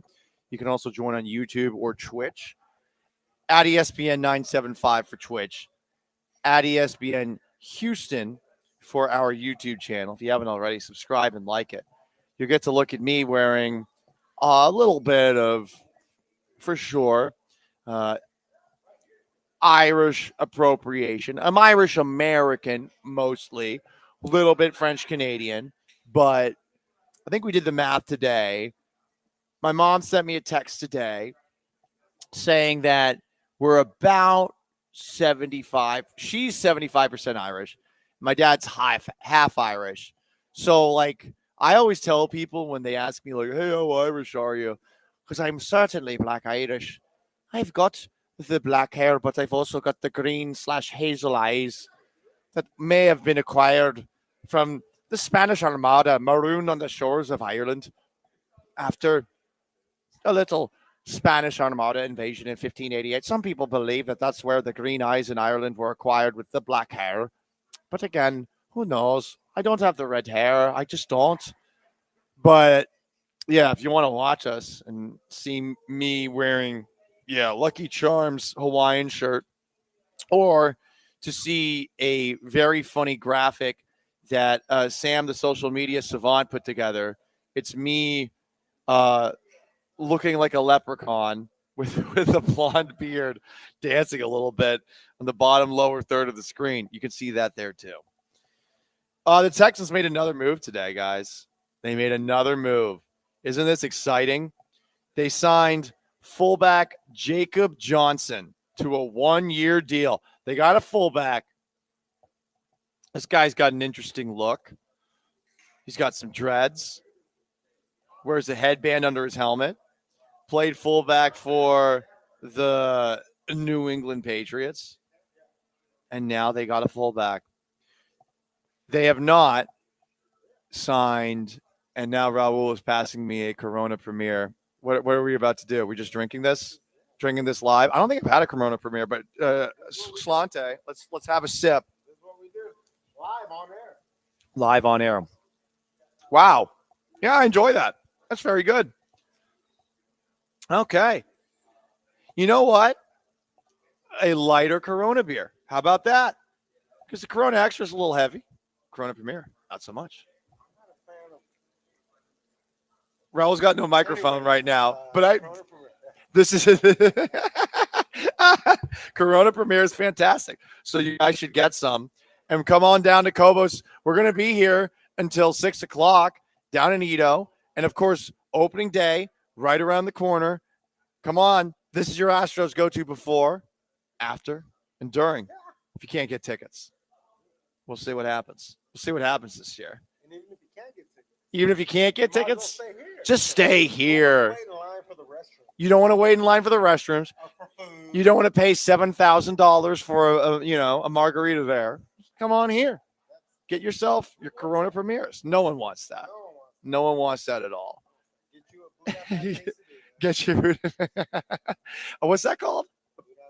Buddha Mac quesadilla. What's in that? Because again, you got no microphone on and start smoked boudin, mac and cheese. Damn. Oh wow. Goodness gracious. No, I have. Well, I don't like cheese because I'm weird.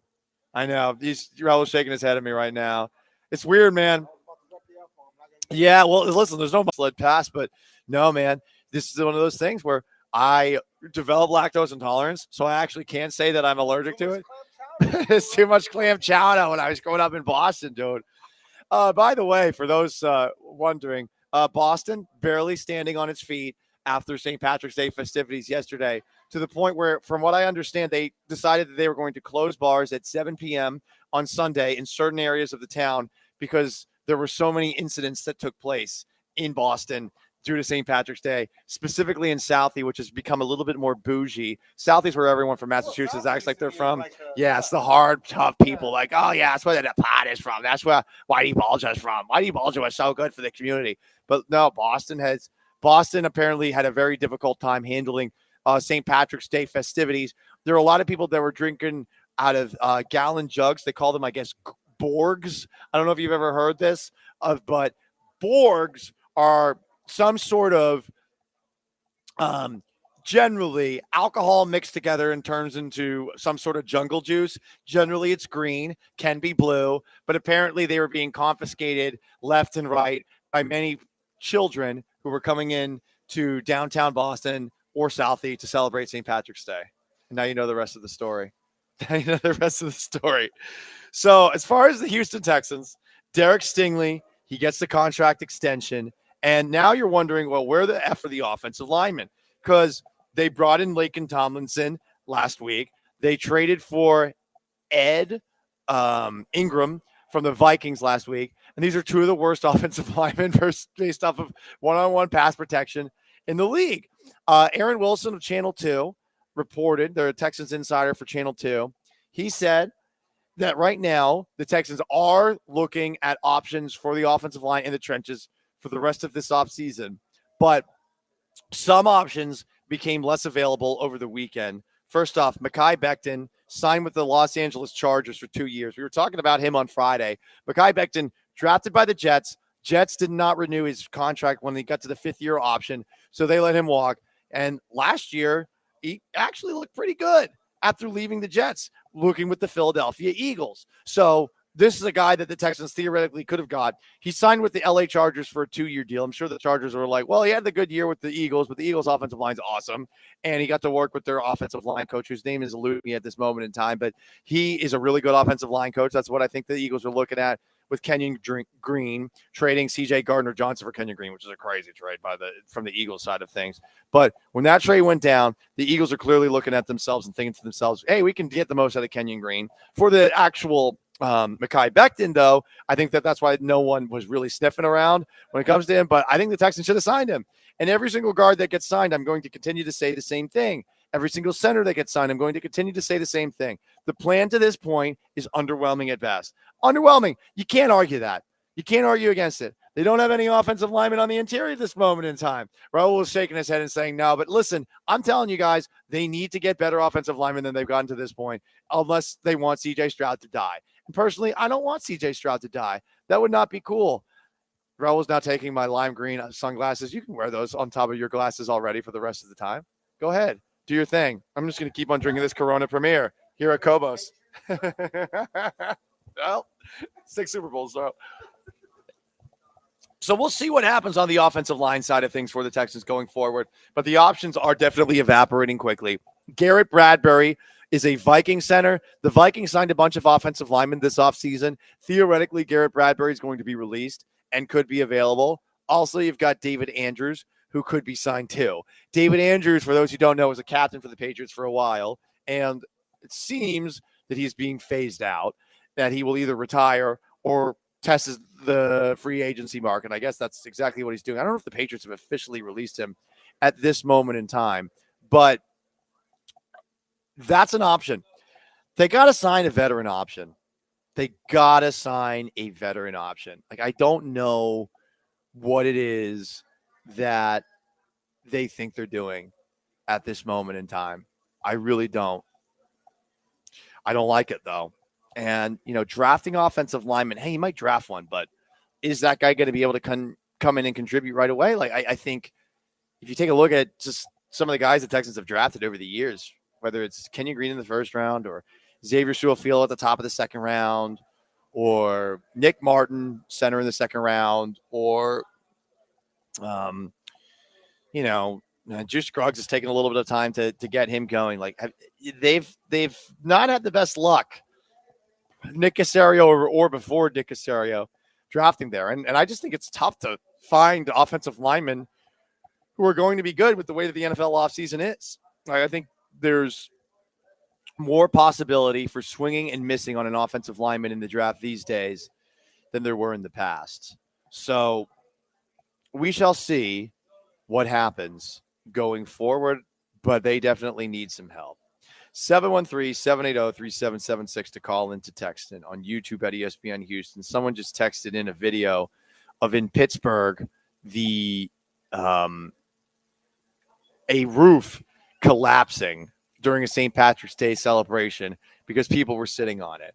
So we'll see how Houston handles St. Patrick's Day. I imagine they will handle it a little bit more low-key than those cities in the Northeast that are just overrun with the Irish or Irish Americans. But, guys, it is the Paul Gallant Show live at Cobos. Thanks to our friends at Corona Premier. 15 minutes left before we turn it over to the Killer Bees. 713-780-3776 to call, to text on YouTube at ESPN Houston, on Twitch at ESPN 975. Stick around.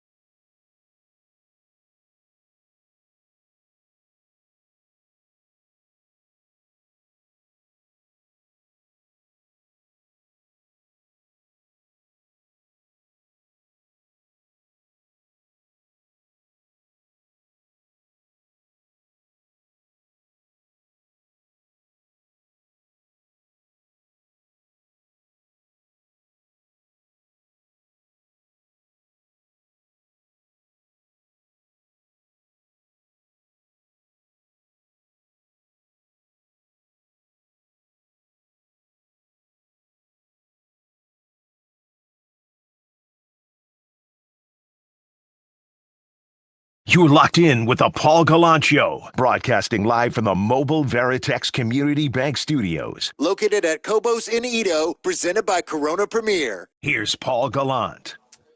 The most interactive sports talk show in Houston. You want to chime in, you can. 713-780-3776. It's how you call, it's how you text. Texans, very aggressive when it comes to re-signing guys to 3-year deals, because that's what they do. That's the big news of the day in Houston sports. And I don't think anyone disagrees with it, so I'm not sure how conversational it is, but Derek Stingley signed a 3-year extension with the Houston Texans. worth $90 million, $89 million of those dollars guaranteed. You love to see it. You truly do. Also, the Cougs, one of the 4 1 seeds in the NCAA tournament. They are officially the third number 1 seed behind number 1 overall Auburn, who has been playing great of late, but had a great regular season and beat the Cougs in the regular season, so that makes sense. And then Duke is the number 2 overall seed. I don't really know about that one. If you're going to leave out West Virginia because their best player is hurt, well, why not make the Cougs the number 2 overall number 1 seed over Duke if Cooper Flagg is hurt and you don't necessarily know he's going to be ready to go on Friday. But that's at least what Duke is saying, is that he's going to be ready to go Friday. The Rockets play the remnants of the process in Daryl Morey tonight, 7 o'clock.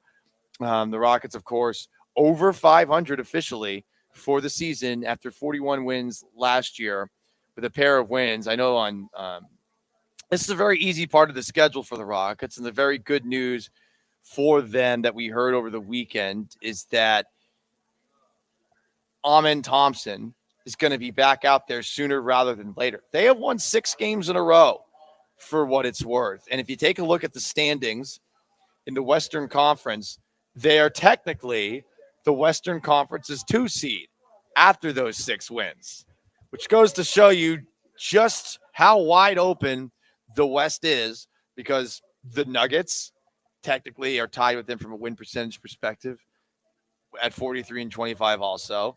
The Grizzlies, or the Rockets, won the season series with 43-25. The Lakers cooled off a little bit. They are 41-25. And the Warriors are all of a sudden the 6th seed in the West after 7 straight wins. The Timberwolves, meanwhile, have won 8 straight. So between the 2 seed and the 7th seed in the Western Conference, we're talking about a difference of just 3.5 games. Will be very interesting to see where the Rockets ultimately land, because they are in the midst of a cupcake buffet. If they get Amen Thompson back and we actually get to see this team at full strength with Fred VanVleet back too, will be very interesting to see what they do. Philadelphia, Orlando, and at Miami this week before they play Denver on Sunday. Relatively easy schedule until the last couple of games of the year, starting at the end of March with a road game against the Lakers, Oklahoma City, and Golden State in the month of April, and another couple of games against the Lakers and Nuggets to wrap up the year. But they're gonna, if they continue to do what they've been doing these last 6, all right, maybe they actually can be the 2 seed in the West. I would bet against it for sure, especially with how close things are. Like one little slip up, that might be all it takes. But you know what? Like, they're doing this without Amen Thompson. They got Fred VanVleet back, and it's been a whole lot of fun this year watching this team play. 713-780-3776 to call, to text, on YouTube at ESPN Houston, on Twitch at ESPN 975. Let's do a little garbage time before we get out of here.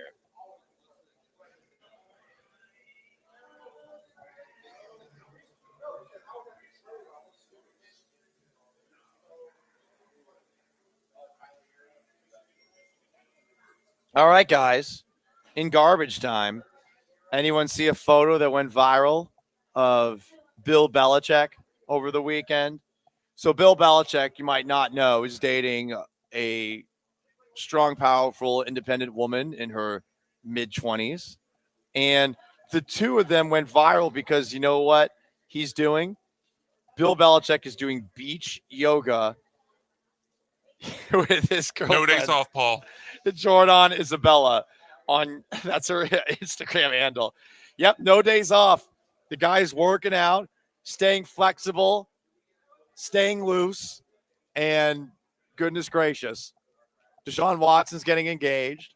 Bill Belichick is dating a strong, powerful, independent woman that would be slightly age appropriate for me, probably a little more age inappropriate. And your boy's single as F. So that's life. But you got that Jergen stock, though. I do have that Jergen stock, as a texter brought up a little bit earlier in the show. And while it was funny, know that comment went straight to my core. Uh-oh. and I may now have to participate in St. Patrick's Day festivities to forget about the pain. I might have to do that. Continuing garbage time. Shout out to this man. Shout out to this guy.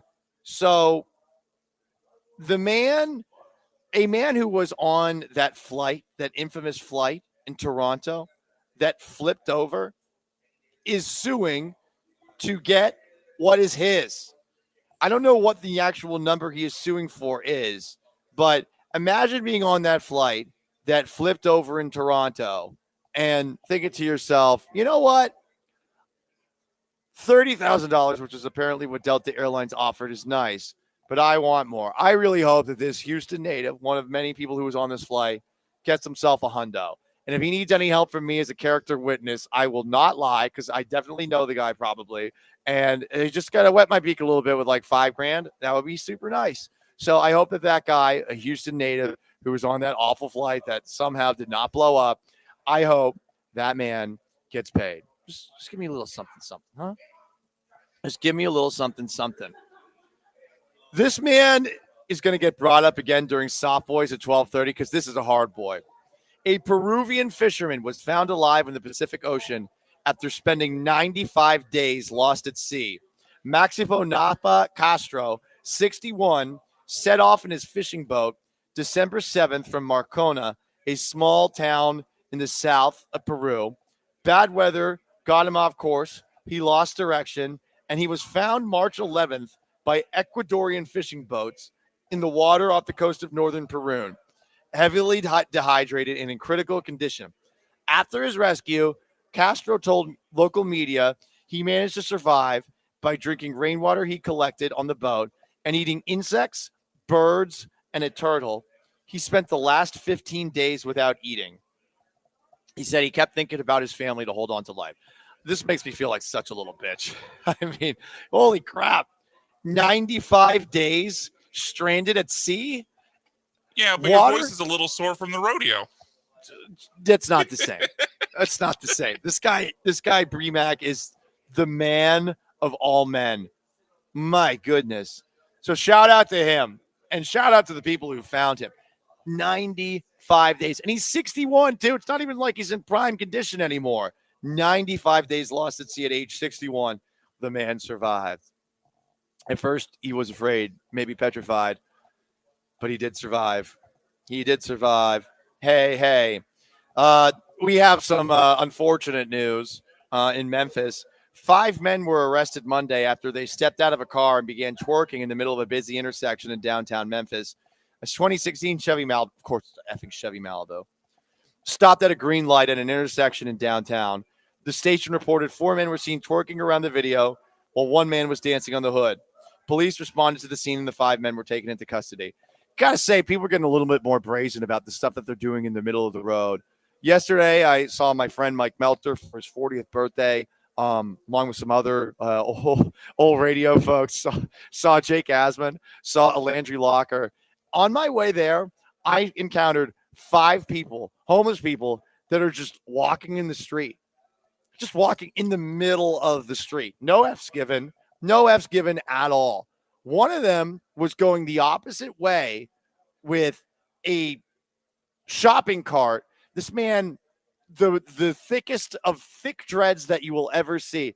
Imagine going in the right lane, opposite lane, just basically walking with a cart, a grocery cart, straight ahead, no F's given. Hell, on the way to here, nearby where I live, I saw another guy who's basically dancing in the middle of the street on Chimney Rock.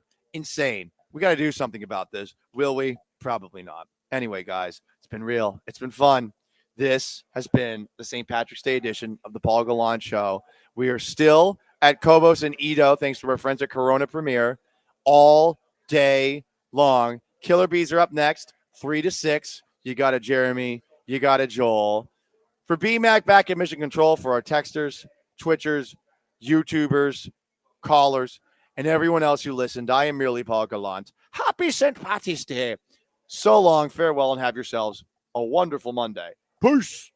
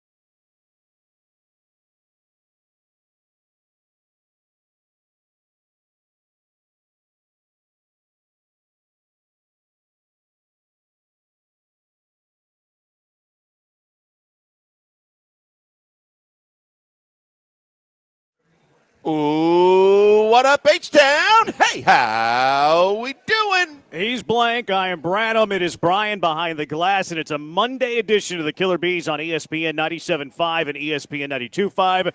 It's a St. Patrick's edition of the Killer Bees. It's a St. Brackets. I like to take a little bit more in that latter one. But we're also at Cobos Q. There's no better place to be on a St. Patrick's Day, a St. Brackets Day, on a beautiful Monday. Look at this weather. This weather's outstanding. Phenomenal. Get on out here to Cobos Q. Have a drink, have a bite. Great spot to have a bite. Just a great spot to hang out. So swing on by to Cobos. We'll be here until 6 o'clock. Raul would love to have you. It'll be a fantastic time to be had for all. I know you like being here, Blankers. I love it here. Raul is like family, and it's a great story to how they've gotten to this point.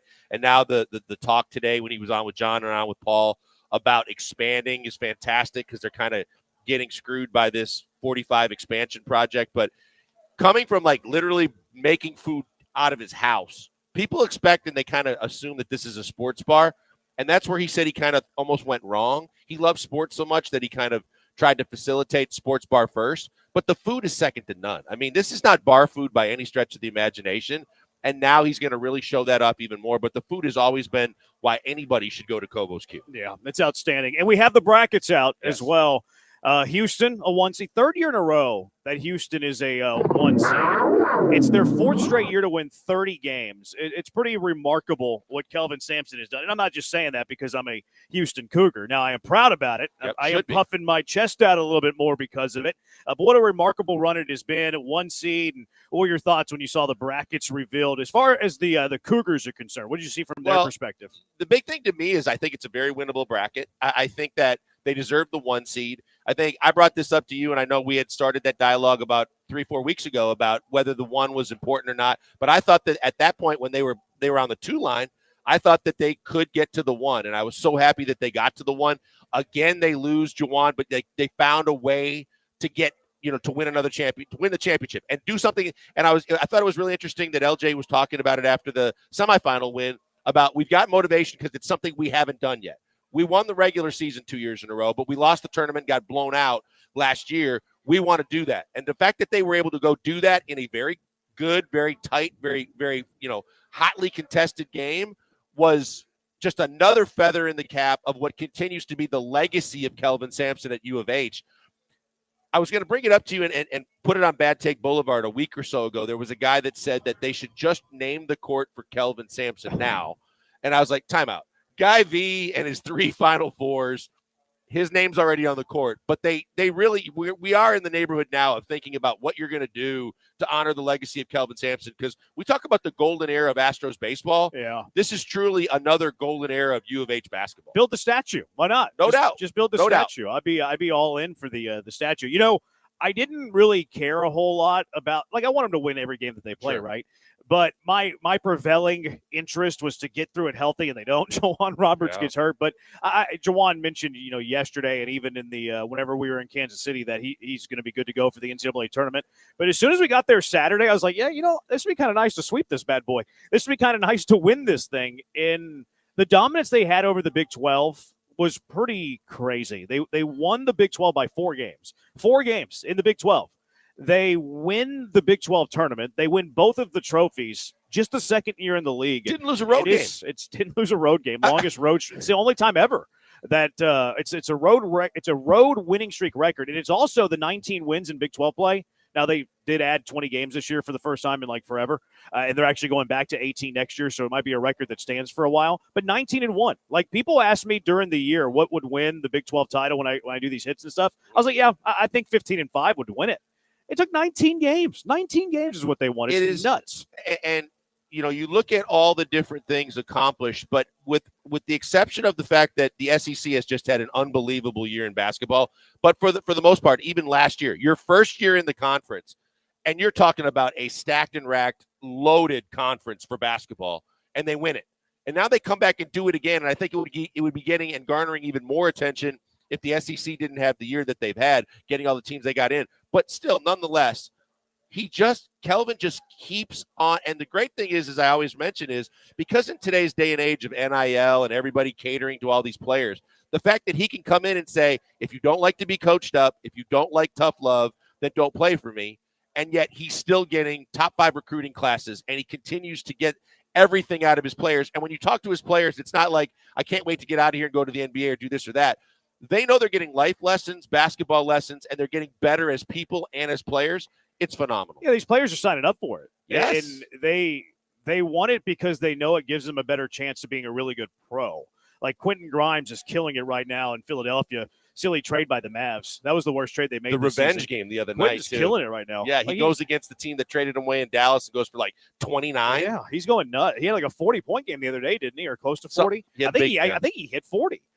Marcus Sasser, like he was a first-round draft pick, is playing, doing things in the league. Jamal Shedd, second-rounder, but is getting minutes as a second-round rookie. Like these players, Jarris Walker, a lottery pick. These recruits know the development they get when they go to the University of Houston. Sampson doesn't hide, the fact of what it's going to be like, and they crave it. They want it. They want to be coached because they want to get better, and they know that it's their best chance to make it as a professional, and he's proven that time and time again. And then it's like Jamal Shedd, because Jamal Shedd, people were a little unsure going into his last year at U of H, like, is he an NBA player? Not only does, is he up for winning the National Player of the Year award, but he's showing everything now when he gets a chance to play in the NBA that he's a legit NBA player. And Fran Fraschilla, you were on the air. Fran Fraschilla started talking about it at the end of the game, the championship game, about the fact that Kelvin handpicks his players. And when he gets guys, you can't predict like when they're going to actually blossom to the peak. But like Uzan has now become a guy that's going to be an NBA prospect because of what he's done since he got midway point and beyond in this season. And the way he played in the tournament, you're just like, you have to take notice of a kid that can play on the next level. Yeah, that's who I was going to bring up is that point. Like Milo's, his development from where he was this time last year to where he's at now, he's turned into an NBA prospect, like you mentioned. He wasn't like he'd always been on the NBA radar, but if you looked at any mock draft last year and you could use everybody, he wouldn't have been on it. This year, like he's starting to get some buzz. And if he had a really good Big 12 tournament, obviously really good title game, and he went off for 25 against Arizona, but he's now becoming that guy. Don't you love this music, by the way? I do. I just love this music. It feels like I love this time of year. Yes, I'm biased, but this is my favorite sporting event really all season long. And like, there's a lot of good ones. Super Bowl, really good, but that's more about like the ending of a fantastic NFL year. College football has gotten better in my mind because you had the playoff now. I used to hate the national championship game or the semifinal because it didn't really invite everybody. I'm a bigger fan of it now. I like golf. Like the Masters are really cool, but this is my favorite sporting event of the season. So this music is nostalgic for me. I really like it. It's just because anything can happen, right? We've seen some of the most iconic things happen in sports happen in this tournament, from the Leitner shot to the unfortunate when you're talking about it from here, but like the Villanovas, the NC States, the complete underdogs that go all the way and run the table. We've seen so many different things that people will remember for the rest of their lives coming out of March Madness, that it has just become this massive event that everybody wants to see and be a part of. And now with the brackets and everything like that, now everybody partakes even more. But it's just a phenomenal time to be dialed into college basketball and all the excitement. And like those first 2 days, that first Thursday, Friday, where it's morning, noon, and night, that's unreal. Yeah, let's talk about those brackets, because obviously the Cougs had an unbelievable dominant season. And look, I'm not picking against them in the second round. Obviously, we're assuming victory in the first round, very much assuming. But I didn't think they did any favors there with Gonzaga as an 8 seed. I thought Gonzaga was rated a little bit lower than they should have. I mean, 9-1 in their last 10. Kim Pom, for whatever that's worth, has them as a top 9 team in the nation. It feels like a team, a tougher draw in the 1-8 matchup potentially in the second round than Houston should have gotten. I think that they're all tough draws, quite frankly. Now, the Ken Pom, the fact that Gonzaga is number 9 and they've been to 9 straight Sweet 16s, like I am aware of that. Georgia also has, I don't know how to pronounce it, Asa Newell, I think, who is a top 5 pick in this upcoming NBA draft, talented freshman. So, yeah, that's a tough matchup. But you look at all these 8-9s, like which one of these are not tough matchups? Florida could potentially get UConn, who's the back-to-back defending champion, who's capable of beating you. Oklahoma has a really good freshman. You look at Auburn's 8-9. Louisville, who I thought was underseeded as an 8. I expected them to be like a 6 seed. They were an 8 seed. Duke gets Mississippi State Baylor, which you could say what you want there. VJ Edgecombe's very good at Baylor. Yep. I love Norchad Omier, one of my favorite players in college basketball. Now, Baylor is a little bit undermanned because they've had a ton of injuries. If they were at full health, look out. Mississippi State comes from the SEC. The SEC was the best conference in basketball this year. So I don't disagree with your point, Brian, but I think that all of these 8-9s are very tough. In fact, the committee was weird. Like, there's been a lot of drama about North Carolina, West Virginia. We'll certainly get into that. Yep. I thought the weirdest seed was Memphis. Like, I expected Memphis to be on the 7-8 line, and all of a sudden they pop up as a 5. And I believe I heard, and I'll double check this, that they're the only top seed, like a better seed, 5-12 matchup, that is a Vegas underdog. And they're a 5 seed playing the 12 seed, and that's a popular upset spot. But you don't see 12 seeds favored over 5 very often. No, and this might be Penny Hardaway's best team since he's been at Memphis. Not talented, but I agree with you in the sense that they play the best. Right. They actually play as a team, and he's getting the most out of everybody instead of them all looking for NBA contracts to show out what they can do.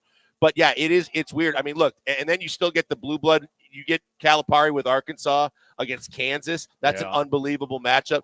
The winner could get Pitino at St. John's, I believe. That's going to be a crazy matchup. So there's a lot of drama that goes into all of this, but the storylines abound across all the matchups. Yeah, Memphis does have an injury to their point guard. That's something that is a factor probably with Colorado State being favored. But Colorado State's the only lesser seed in the first round of the tournament that is a favorite. All the other ones, it's chalky. It's chalky. Usually you don't see that. Like, you'll see a 9 seed as a favorite. You'll see a 10 seed as a favorite. But I thought the Memphis as a 5 seed was pretty interesting. Now, the biggest controversy, it comes with the final pick. North Carolina and Bubba Cunningham's, who's the North Carolina AD, who was also the tournament chair, which talk about a conflict of interest. Yes. And he had his right-hand man going on all these shows, like the CBS show, the ESPN show afterwards, where they're like, hey, we can't ask Bubba Cunningham about North Carolina, so we have to ask his right-hand man. But, like, he would leave the room anytime North Carolina came up. But he's in the room whenever they're talking about all these other bubble teams. It makes zero sense. It makes no sense at all. Here was Bubba Cunningham talking to the media, one of these TV shows afterwards, where they selected North Carolina as the final team in. The injury to DeVries is one of the factors. Player availability is one of the things that we take a look at. And they had a few great wins early in the year when he was eligible. He had a great year all year long. They did, even without him. But ultimately, when the final decision came by the committee and the voting was done, they were just on the outside looking in. And it's really disappointing for any team that doesn't make the field. And, West Virginia, Indiana, Ohio State, Boise State, those are the 4 teams that didn't make it. Carolina wasn't in until the Memphis win and ended up being the extra team in. That was Bubba Cunningham. Appreciate you, Bubba. Now, the points he brings up is interesting. First off, he received a 6-figure bonus, by the way, for North Carolina making the tournament. It's in his contract that he gets an extra month's pay if they make the tournament, which is 6 figures. So that's kind of interesting in that sense. He brings up West Virginia being down DeVries, who's the player's son, or the coach's son, who's very good. Tucker DeVries would have been one of their best 2 players. Javon Small, Tucker DeVries. Small was still very good. DeVries missed most of the year. You know how many games? Like, you heard Bubba Cunningham say that, right? Right. Like, they didn't have Tucker DeVries, so they weren't, we have to take that in consideration. Do you know how many games Tucker DeVries has played this year? 6. Tucker DeVries played 8 games. He played 8 games. He hasn't played a basketball game since December 6th. So, like, what are we doing here? This isn't Kenyon Martin getting hurt in their conference tournament. Right. This guy hasn't played in 2025. The last time he played was in December of 2024. So, like, that logic makes absolutely zero sense. I don't know if we heard it here with Bubba Cunningham or if it was another clip, but Bubba Cunningham, again, North Carolina AD and NCAA tournament chair, he cited the Torvik, which is a computer model. North Carolina was 36th. West Virginia was 34th. West Virginia was better there. He also cited the WAB, which is wins above the bubble. North Carolina was 42. West Virginia was 41. So, like, where are your points here? All the points that you're bringing up cite West Virginia over North Carolina. And the biggest thing to me is, especially West Virginia playing in a very, very tough conference, is the fact that Carolina was like 1-11 in quad 1 games. They won 1 quad 1 game the entire year. Yeah. And you're supposed to live on your resume of playing when you're playing against other like-minded teams, likability teams that look like they're going to be tournament teams. When you go 1 and whatever it is, and it's double digits in quad 1 games, you don't deserve to be in the tournament.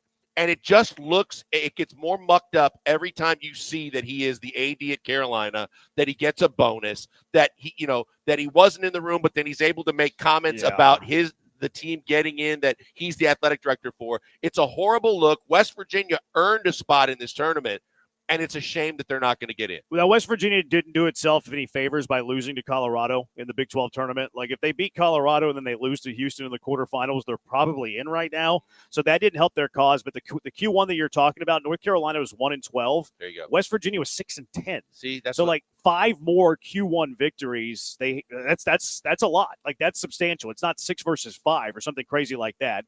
They cite the DeVries injury. He hasn't played in this calendar year. They cite the Torvac or whatever. West Virginia's better. They cite the wins above the bubble. West Virginia is better. It's crazy. Now, West Virginia has lawyered up, which is this is the rumor here I heard on, well, it's like on Twitter. I didn't hear this. I read this on Twitter.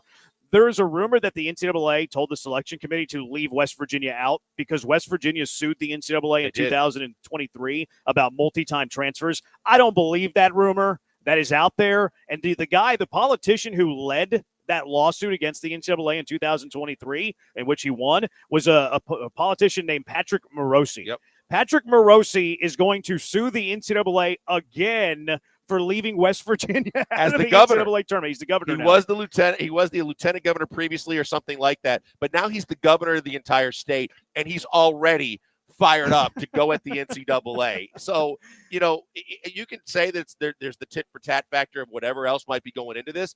I just think, if nothing else, on the quad 1 wins alone and the resume, I think West Virginia deserves to be in. I don't believe Carolina deserves to be in. Look, Carolina, even if they find a way to push that game to overtime against Duke, Duke's playing without 2 of their key players, including Cooper Flagg. And so you're not going to tell me that was a big Q1 win. That was a win, right? And they got one, and they were supposed to win that game. They didn't, and they found a way to lose that game in regulation. It just, to me, doesn't make any sense how Carolina's in this tournament. Yeah, I thought it was criminal. And you know who's kind of like happy that this is all going on? Because we're not talking about them. Bingo. Yep. We're not talking about – and look, were they worthy? Probably worth the conversation. But how many times have you heard a peep about Texas being in and not – being the team that should have been snubbed? You're hearing nothing about it. Now, they helped themselves out. They beat A&M, which cost me a PTO day. I'm not too happy about Texas. You and me both. Yeah. So, but looking at it, no, it didn't cost you a PTO day. You worked Friday. It cost you a day off. It cost me a day off. Yeah. But to me, looking at it, Lenardi all the way up, even through the A&M game, had the two teams that were going to be out was going to be Carolina and Texas. But then when Texas did end up winning in double overtime, and then they hung with Tennessee enough to where they felt it was a good enough run where they felt like it was warranted to go from first 4 out to one of the teams in. But Carolina and Texas were the 2 teams that were out, even as they started their conference tournaments, that were able to turn it enough to get in. And the ironic thing of all this too, Jeremy, I think both of them can win their first game. Yeah, it wouldn't surprise me. It wouldn't surprise me. I would probably agree with you. Because I think North Carolina is going to beat San Diego State. I do too. Although I kind of think that they're pretty good. Texas Xavier's sneaky good matchup. Yep. Like, that's a really fun game to be a first 4 game. Let's talk about our favorite matchups, the difficulty of these regions, some of the storylines that are out there. The committee says that they never do storylines, which is, I think, a bold-faced lie. 713-780-ESPN. Busy show. Reed Geddes, the all-time assist leader in Houston Cougar basketball history, will be joining us later to get his thoughts on what he thinks of the bracket. Mailbag Monday. It is a Monday after all. There is a roster crunch dilemma when it comes to the Houston Astros, too, that I've started to notice. A bold take I have about Cam Smith. We'll get to the Rockets. We'll get to Derek Stingley as well. What are your thoughts on these brackets that were released yesterday? 713-780-ESPN, the HRP listener line. We're on YouTube at ESPN Houston. I see Dre. Dre just walked into the door. Look, it's Dre. Dre, everybody. Give Dre a round of applause. Big applause for Dre. There we go. 2 people clapping. That's awesome. There are 3 people. We got 3. Joe Blankers, you didn't even clap for Dre. I know That's him. your guy. Why didn't you clap for Dre? No, he's fine. Yay, Dre's here. All right, we'll get to Derek Stingley as well. 713-780-3776. Killer Bees broadcasting live from Cobo's on ESPN 97.5 and ESPN 92.5.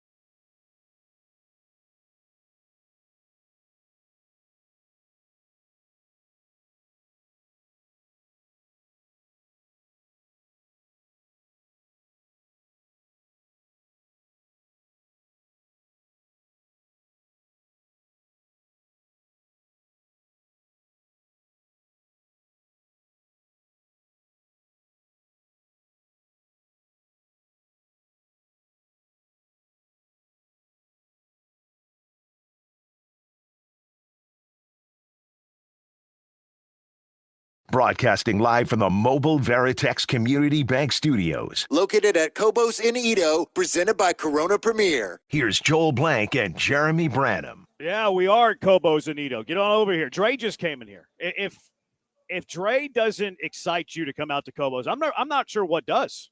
Although there was only 2 people clapping for him, though. It was kind of disappointing. I told him I was never going to clap for him. I don't know why. I don't know why you think I that. know the guy. I don't know that he deserves a clap. I know the guy, too. I clapped for him. I know, but I don't think he deserves to be clapped for just because he walked in. We didn't clap for Joe George when he walked in. I wasn't here when he walked in. Well, he walks out and walks in. I mean, I understand if you want to clap for Sam and her family, then you can do that. But, I mean, Joe George, you're going to clap for him? Well, I didn't clap for him. Okay, that's good. I don't think anybody clapped for Joe. So I don't know how the point stands here. Well, Joe, did anybody clap for you? Did anybody clap for you when you walked in? See, he said no. Joe, has anybody clapped for anybody all day when they walked in? Dre. See, so Dre. Jeremy clapped for Dre, and he's justifying it. I'm not clapping for Dre. No, I'm not justifying it. I'm saying I'm surprised you didn't do it. No, he owns the place. Raul owns the place. I'm not clapping for him either. Well, he also didn't walk through while I was already here. I would clap for Raul as well. Plus, he needs a little sympathy with that arm that he hurt fighting off a bear. That's what he hurt it fighting off teddy a bear. bear. Yeah. What he does for Houston is he fights off teddy bears. He did it for the H. Yeah. Is what's happening. He broke his arm. Right, Raul. That's exactly right. Texter says, good to hear you guys on today. Oh, my goodness. Who let Paul get that drunk for a while? It was entertaining, but it went downhill like pretty quick. Yeah. Was he? I know. He seems sick. So Did he have here's a couple the thing. pops? We mentioned It is Raul, St. and Patrick's Day. he's done 2 interviews on air today. One with John and Lance, and one with Paul.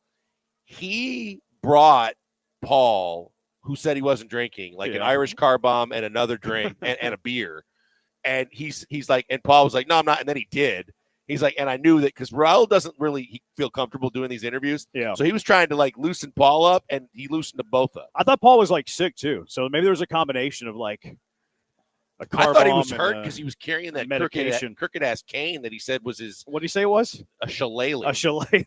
Who else would? If I told you there's one ESPN host who carries a shillelagh, who would you pick? It would be Paul. It would be Paul. It would be Paul. Texter, nobody in the first 4 out and last 4 in deserve to be in, but bubble for a reason. Well, you have to get to 68. And if you're picking your most deserving 68, then, yeah, half of them do deserve to be in, half of them deserve to be out. Now, if you want to say that there's not like a national contender there, I would agree with you probably. Saints Patrick, my son was born the night Nova hit that buzzer beater, and I started yelling in the delivery room, wife not happy. I was at that game. That's one of the best finishes for a final ever. Yep. Ever. Jordan was in the building. He and I were hanging out that night. Corey, Houston has been absolutely amazing this year. As a Tech fan, I was upset they aren't healthy. They weren't healthy after Baylor and couldn't get to the finals against U of H. I feel like Tech should have been a 2 seed, and I feel like they have a shot. I do have U of H winning it all, though. I really like that Texas Tech team. If Darion Williams and Chance McMillan are healthy, I think they get to a regional final. Now they have to beat St. John's. They'll have to beat St. John's in the elite in the Sweet 16 to get to the Elite Eight. And I think that is as good as St. John's has been, and the great job that Pitino has done. I think they're gettable. I think they're beatable, and I think that Texas Tech. I'm in total agreement with you. Like, unlike Iowa State, who's never going to be fully healthy now for the rest of the year, because I thought Iowa State and Texas Tech were kind of similar. That if they get their 2 guys that have been out back, no matter what they're seeded, they can do a whole hell of a lot of damage. And I still firmly believe that about Texas Tech, and they're very well coached, and I think that they could go a long way. Iowa State, on the other hand, because of missing one of their 2 best players, I think that hurts them immensely. But I think Texas Tech, no matter what, how much you put stock in and worry about where you've been ranked and what you should have been seeded, throw it all out the window and understand that's a team that could go very deep into this tournament. I just hope McMillan's healthy, because if he's not, then I think that's a bit of a game changer. Like, I think they need both of those guys to be able to beat St. John's. Now, look, their second round matchup is going to be tough too. Missouri Drake. Drake's a popular pick to beat Missouri. I like Missouri there. I think Missouri's a lot better than people are giving them credit for. Good. Like, the SEC was really good this year. I'm not going to front. Usually I'm an SEC hater. I can be this year. They were unbelievable. They were really good. Everybody in the SEC was fantastic. They deserved, 13, 14 teams? I lost count. They deserved 14. all of it. I think it was 14. It was the conference record in the NCAA tournament. Kansas, Arkansas is interesting. You got Bill Self and Calipari battling it out in the first round. Winner of that one probably gets Rick Pitino if he can avoid the upset of Omaha. I was listening to a lot of like bracketology coverage yesterday. Apparently, Coach Cal and Rick Pitino hate each other. Apparently, they loathe each other. So you get that matchup in the second round. That would be headline drama all of the stuff I love in my sports. See, I wondered that because they both coached in Kentucky. Was that the changing of the guard? Was that Pitino's old school and doesn't agree with how Coach Cal was all about the one and dones? But look, in that case, I'm with you. I want all that drama, all that smoke, and I would love to see that. And I think Bill Self is kind of that. I think he views Calipari as like a guy that he's always constantly going to be competing with, like name recognition and career and things like that. I love that matchup, and I think that was one of the ones when the committee, whether they admit it or not, that they put there for television and hype purposes, and it's going to get all that and more. Yeah, they say they avoid storylines. I don't believe it. But that's a sexy first-round matchup. I think the Midwest region is tough, like Brian was talking about. I think Gonzaga and 8 seed when they're a KenPom number 9. I thought that they were underseeded. Georgia's very talented. Georgia probably deserved the 9 seed, but Georgia has wins over some incredible. They beat Florida this year. Georgia has a win over Florida, who might be playing the best basketball in the entire country. They beat St. John's earlier this year. Georgia beat St. John's. I think it was in the Bahamas. They beat Kentucky. They beat Oklahoma. They beat Vanderbilt. They beat Texas, all those teams in the tournament. But if you have a win over Florida and St. John's, it shows how good you can be. It shows that you're capable of beating anybody in the country. And I think Gonzaga is that way as well. And then, not to go forward and all that stuff, but Purdue, if Purdue gets out of the first 2 rounds, they will play a regional in Indianapolis. That's a home game for Purdue. And Kentucky's the 3 seed there. That would be a home game for Kentucky too. Kentucky's not far, Lexington from Indianapolis is pretty dang close. Yeah, that's dangerous simply because of the fact that sometimes I don't think the committee looks at it as deeply as they should. But even my buddy's got tickets for the regional in Milwaukee, and he was talking about it. He was hoping to see the Cougs. But at the same time, I was like, oh my God, you guys could be playing home games if they win their first 2 games. That Marquette could be a home team in Milwaukee and not be a 1 or a 2 seed. So I think that a lot of times the committee doesn't pay enough attention to that. In close proximity, fan bases that travel, that could be a serious problem. We've had it happen in the past in the last couple of tournaments, and it could happen yet again. 3 hours is all it takes to drive from Lexington to Indianapolis. Didn't the Cougs run into something like this? Yeah, it was Auburn. It was Auburn and Birmingham in the second round 2 years ago, whenever Houston was the 1 seed. Now, Auburn this year has something similar. Auburn could play Louisville in round 2 in Lexington. Oh, yeah. So Auburn got it a little bit this crazy. Year from the geography thing. Now I think Auburn's loaded. In fact, did you watch the bracket release on CBS or did you wait till they came out? I was watching it live. The South region was the first region that they released because Auburn was the overall number 1 seed. Whenever I saw Louisville as the 8 seed, I was like, wow, it's an underseed.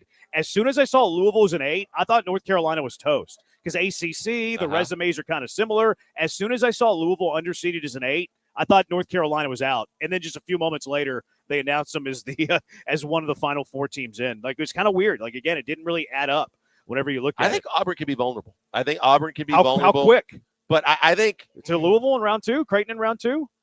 Or are you thinking more? I think Creighton's going to give them some problems. But I think as you get inside of – I think they could win their first 2 games. And then I think that it could get even dicier for them. I don't think they're playing their best basketball. Obviously, Florida beat them in the SEC championship game. And I think as good as they've been, I think that they are vulnerable, and they are one of those teams that could be on upset alert pretty quick. They're pretty loaded, but I think they've lost 3 of their last 4 heading into the NCAA tournament. I think Louisville will give them a game. I don't think they win it. I think they probably pulled away late. But I think Louisville is good enough to give them a game. Now, Michigan A&M, potentially in a Sweet 16, could be tough. As you look at the South region, A&M, of course, you could listen to all their NCAA tournament games here. Michigan State, I think, is being overlooked a little bit as a 2. Whenever I look at Duke's region, I don't see them having any trouble in the first 2 rounds. Mississippi State, Baylor, I think they handled them so they can kind of ease Cooper Flagg back.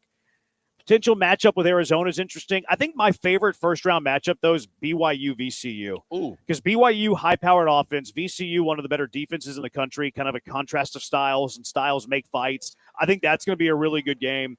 The West region, I think, is pretty loaded. Florida, I think, is playing the best basketball. Don't sleep in Maryland. Number 4 seed, Maryland's very talented. Really good. And then I like the bottom half of that bracket. I think St. John's could go to the Final 4. I think Texas Tech is capable of going to the Final 4. And then, obviously, I think the Midwest region is pretty stinking loaded. I think if you get Wisconsin, BYU in the second round, those are 2 kind of underrated but very, very talented teams. They play a little different in their style of play. I think BYU's got two really talented players. Yeah. I think obviously Tanjay from Wisconsin is a guy that's kind of improving his stock, like we talked about Uzen. He's improving his stock as the season goes along as a guy that could probably play on the next level. But I think that those are interesting. And what do you think their ceiling is, Wisconsin? 2 games. See, I think they can get to the Elite Eight. They have the ability to do that, but come tournament time, for the most part, except for the 1 year when they should have won the national championship and lost a game they had won against Duke. Yeah. That they normally kind of underachieve after they get past the 32. But look, Greg Gard, as much as I've been critical because he doesn't really recruit in the big cities in the Midwest, I think he's done an unbelievable job. His point guard from a year ago is just absolutely having a career year at Nebraska this year. And he still found a way to reload and win. He beat Michigan State, which has been a team that's been super hot in the semis of the Big Ten. So I think that they are capable. I just don't believe that they're going to go deep. Tournament's fickle. I could see them like Grant Nelson for Alabama is banged up. Like his status in the tournament and how healthy he is in the tournament is up in the air. And Alabama's the 2 seed. So I could see Wisconsin like actually getting from that bottom half of the bracket to the Elite Eight to play Duke. But I could also see them losing in the second round of either BYU or VCU. Yeah, I think VCU could beat them too. I think either of those 2 teams could beat them. So like they're their run I think is going to be kind of interesting. But it's going to be a lot of fun. Cannot wait to get it all started. And of course, if you want to enter a free bracket, you can do it with us. ESPN 97.5's Bracket Madness back and brought to you by the Golden Nugget Lake Charles, East River 9, and the Two Creeks Crossing Resort as well. It's that time of year to test your knowledge against our listeners and all of us, the host, the talent, and then producers like Brian at ESPN 97.5 in our bracket challenge. You won't just be competing for a perfect bracket either. We'll have prizes from Two Creeks Crossing Resort, Valencia's Tex-Mex Garage, Gooder Sunglasses, Nico's True Lux, and much more. It's free to enter. You can win free prizes. You're kind of dumb if you don't enter. Go to ESPN975.com under the promotions tab to sign up. Join the competition. Maybe you win some free gear because you're good with your brackets. You're good in March. All right, 713-780-ESPN HRP listener line. Derek Stingley has signed an extension, the richest corner in NFL history. What's up Nick Casario's sleeve with this deal? 713-780-3776. Killer Bees live from Cobos on ESPN 97.5 and ESPN 92.5.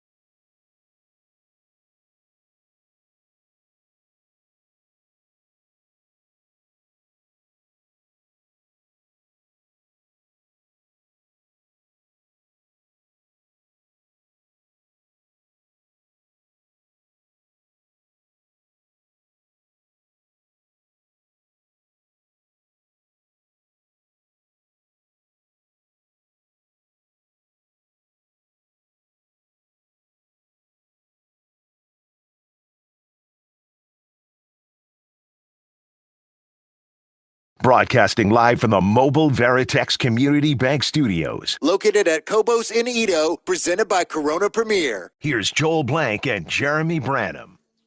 Get on out here to Cobos. Today's broadcast presented by Corona Premier. You know your spot to watch the NCAA tournament? Right, yeah. Cobos. This is your spot to watch the tournament beginning Thursday all the way into April. You're looking to watch some college basketball. You do it at Cobos. No better place to do it. 713-780-ESPN. Texter says it takes great guard play and veterans to win in the tournament. I don't disagree with that. I think you're right. Ocho, I think Zaga's more favorable matchup for U of H than Georgia. Georgia has length that can bother U of H. Their shortest starter is 6'5", and they're anchored by 6'11", Asa Newell. Asa Newell's a stud. I don't necessarily agree with you, Ocho. I really don't. I did a deep dive on both of those teams late last night. I think they're both very, very good. They're both capable of going deep into the tournament. Georgia on any given night can be the best team in the country. On any given night. Now, I wasn't aware of that because they had fallen off quite a bit. Yeah, they've fallen off from where they used to be, and obviously Ant Edwards played there as well. But yeah, I just, with all the teams in the SEC, I don't look at Georgia the same way as I look at the a lot of teams in that conference. But they've had a heck of a run, and if you've got NBA prospects, you got a chance. If you can beat Florida, and yes, they did it at home, but they beat St. John's on a neutral floor, yes, early in the year. But if you have wins over those two teams on any given night, you could be the best team in the country.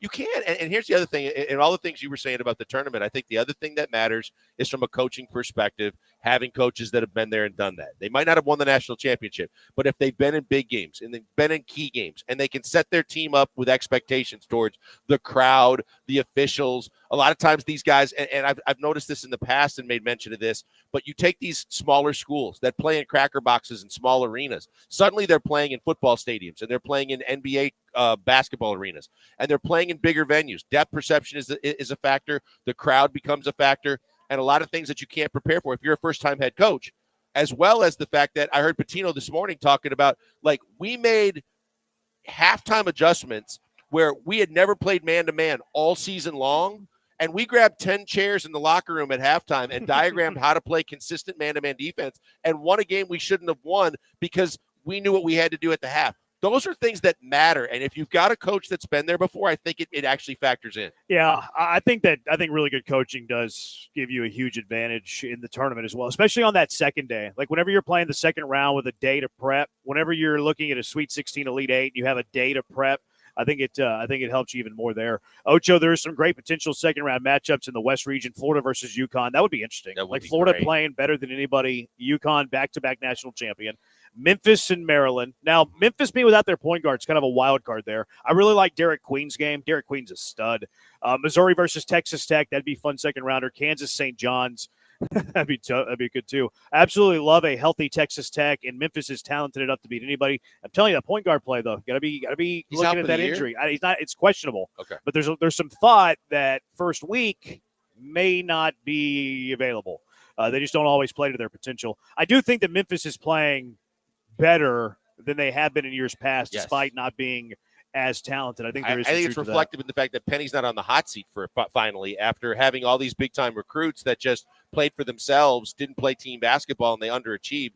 This year, they're actually playing more team basketball and they look like they've got a chance to go further because of it. So credit there. And of course, obviously, can you imagine if you're Bill Self and you have to get through Calipari and Patino, and if you survive that, like that's a hell of an accomplishment all by itself. Yeah, Kansas has a lot of doubters right now too. They're talented though. Yeah, they have some dudes, but they're not very deep.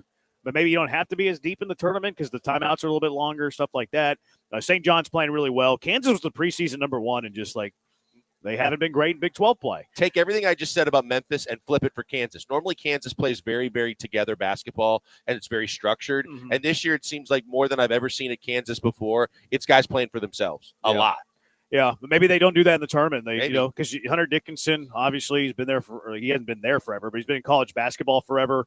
Really good player. They have DeJuan Harris was a national championship winning point guard. I'm a big fan of KJ Adams. I think he's a good player. I think he's really good. Yeah, I think he's just like one of those really good college dudes. We'll get to Derek Stingley in a moment. Now that we do have some breaking Texans news, they have signed a corner. Saw that. Ronald Darby is signing a 1-year, $2.5 million deal with the Houston Texans. So Not an offensive lineman. I don't think Darby can play on the offensive line, but you're looking at your third corner here. Yep. Darby last year, if you care about Pro Football Focus grades, was a 60.3, which isn't great, but it's not awful. Like, it's better than Jeff Okudah, right? Right. So this is probably your third corner. I don't know if he can play inside at all. I imagine he can, 5'11", 190.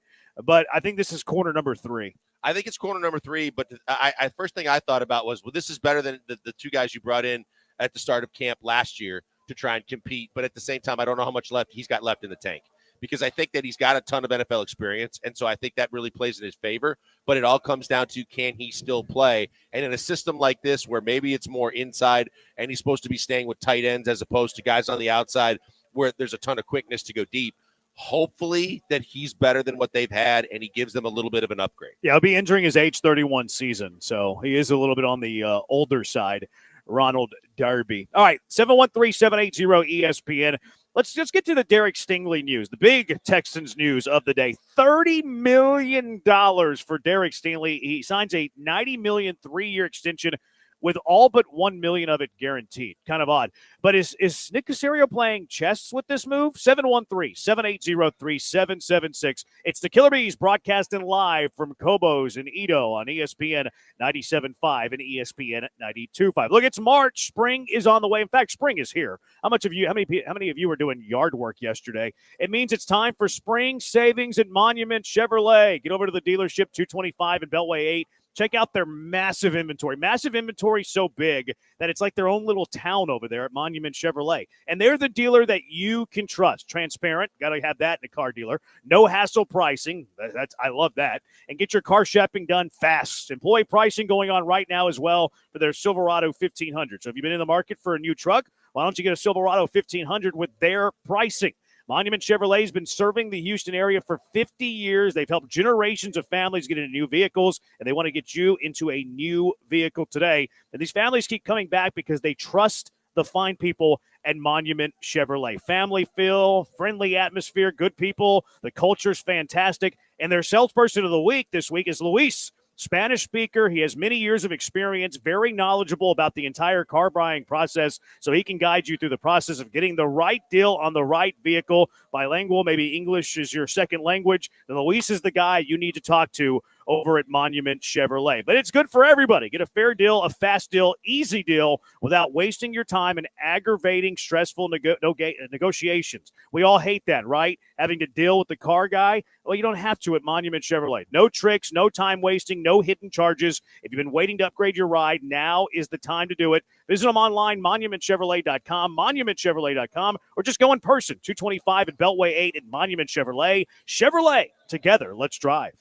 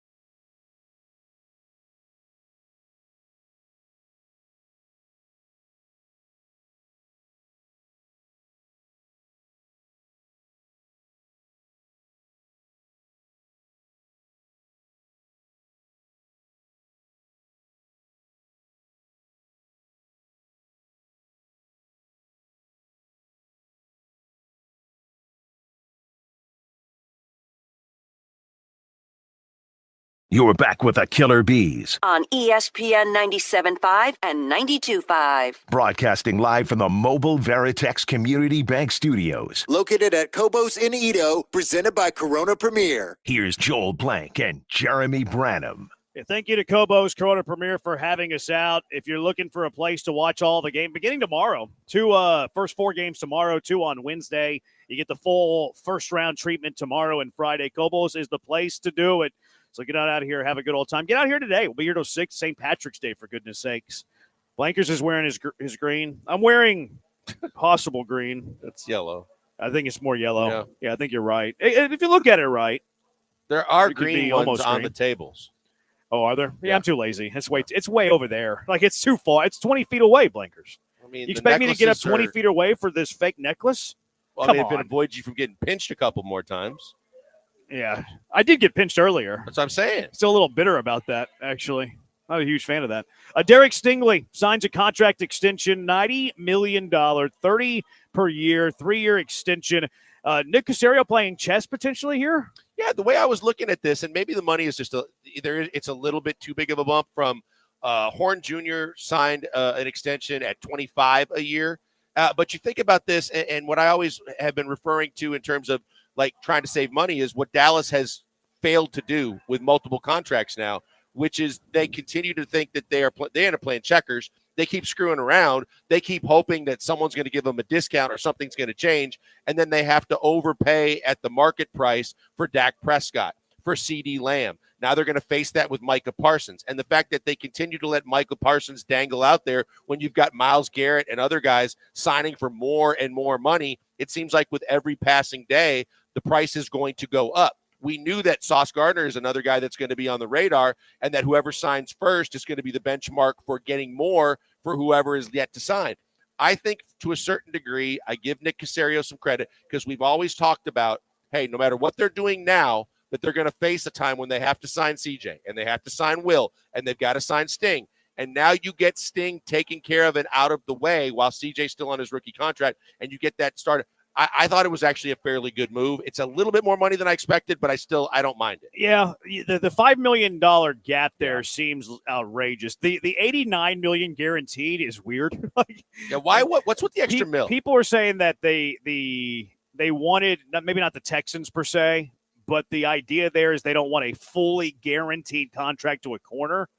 I mean, it seems like semantics to me. Yeah. Like, it's kind of weird, but whatever. It seems like a great gap there, but I really like 2 things here. The first thing is I believe Nick Caserio does a good job of extending good players early that they're going to keep anyways. And you alluded to this with Dallas, where they kind of like, hang on.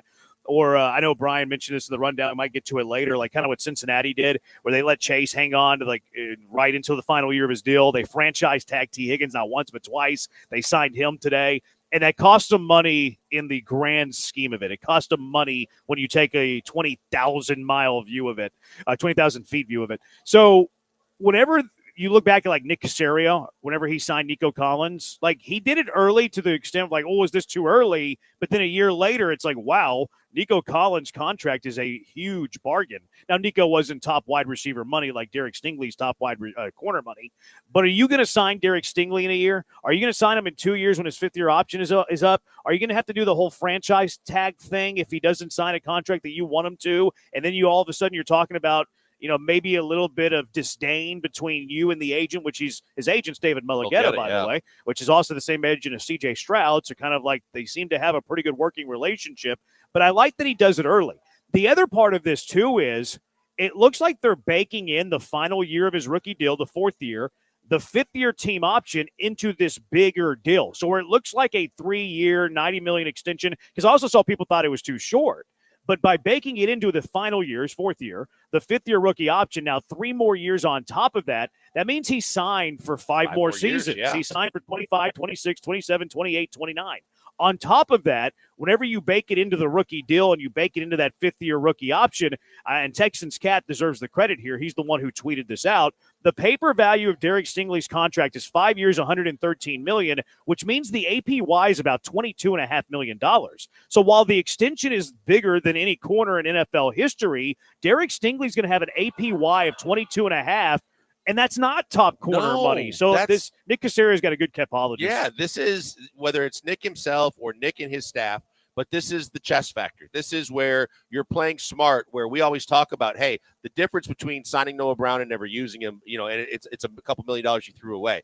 But on the grand scheme of things, this is a lot more money. And if you end up that your AAV over the course of the next 5 years is in the 22 range as opposed to the 30 range, how it looks when you look at it just from, the first glance, you should realize that that's a pretty good significant savings. The corner market's going to continue to go up. I guarantee. I just don't think that Sauce Gardner's going to have that kind of a deal. He's probably going to get top dollar across the board. And so I give Nick actually credit for doing it now and doing it the way that he did it with those extra years at the end. I haven't really seen any criticism to this. And look, there are times whenever I can see some criticism in a deal, like maybe you can throw the injury concerns out there. But even if Stingley were to get, let me knock on wood.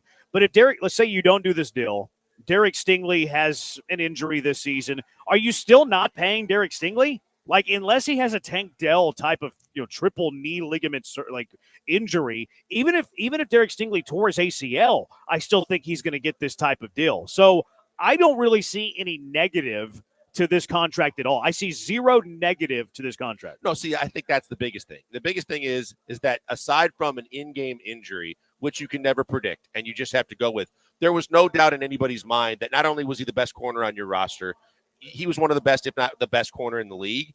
So already that he ain't going anywhere. When we talk about those key core guys that make up this team and what it's going to do for the next several years, he's one of those guys. CJ's one of those guys. Will Anderson's one of those guys. He's one of those guys. And so that there was no, like, a guy that's on the bubble where you're going, hey, maybe for a little less money or maybe if we can meet somewhere in the middle. This was pretty much a given. He was going to be back anyway, so you took care of it ahead of time. You actually did it in a very savvy way to save some money along the way. And you got to believe he's got to be happy, too, knowing that this is something he doesn't have to worry about. Yeah, long term, this is going to be a kind of a team-friendly deal. Like, you're going to pay more this year and next year than what you would have. But those 3 years to the extension that you added, I think it's very sure. Again, I don't see a negative. There's a negative out there, 713-780 ESPN. And I'm usually, I like to call myself a realist. I wouldn't call myself a pessimist, but some people might call me a pessimist, always looking at the negative, a negative Nancy, whatever you will. For someone who has that reputation, me, I don't see the downside of this at all. Like, zero downside. I'm a fan of it. Good move by Nick Caserio, much like it was for Nico Collins. And I saw downside in Nico Collins' extension. I thought it might have been a little too early. I'm an idiot. I should have thought that. But I saw the downside of that extension. I don't see the downside here. 713-780 ESPN if you see a little bit of downside. Do you see any downside? But I saw some people that didn't understand. You did see it? No, I saw a few people that said aside from the actual money and the average annual value, they were assuming that $30 million starts this year. Yeah. And they were worried that they were going to be financially strapped now and they couldn't do anything with free agency or otherwise to get offensive linemen. I also saw some people say, why only 3 years? Mm-hmm. But whenever you still have the fourth year of his rookie deal, the fifth year team option, then the extension, you're looking at keeping him for 5 more seasons too, like this season and then 4 more. 713-780 ESPN. If you have any negative to the Stingley extension, I want to hear it. I really do.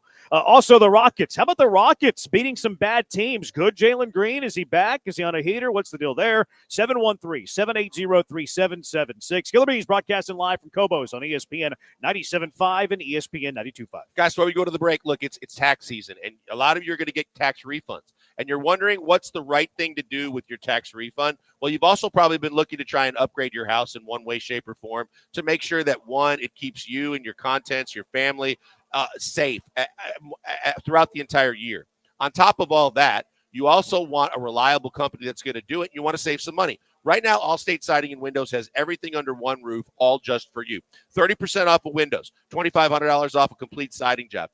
And the greatest thing about it is they give you free estimates. All you've got to do is just call them, 832-204-1936.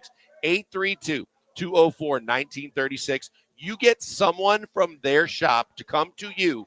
And believe me, some of the things you might not have thought about, not only do they have the best products in the business, both with windows, siding, front doors, and so much more, and you can check it all out at allstatesidingandwindows.com, but their experts are going to come to you, and they're going to explain, hey, your house was built this year. The architecture is this. Therefore, the products that we suggest that are the right fit and look, not to mention what they're going to do for your house, your energy savings, and the overall curb appeal, is exactly what you need to know so that you make the right decision. This is a decision that's going to last for years and years and decades. You're going to want to make it right with the right people, and that's why you go to Allstate Siding and Windows. They've been in business for almost 50 years. They're going to take care of you as Houstonians. You mentioned ESPN 97.5. On top of the deals that I gave you, they'll give you a little something extra because you listen to us and you want to go to them because they have been loyal supporters of ESPN 97.5 for a long, long time. Go see Mary. Go see her family. Tell them I sent you by, but make sure that you realize they're going to take care of you every step of the way. We got new windows on our house, and it's done everything and more that they promised. Hurricane safe. Keeps the cold air in the summertime, keeps the warm air in the wintertime, and the overall curb appeal of the house goes way up. Check them out today. Go to allstatesidingandwindows.com.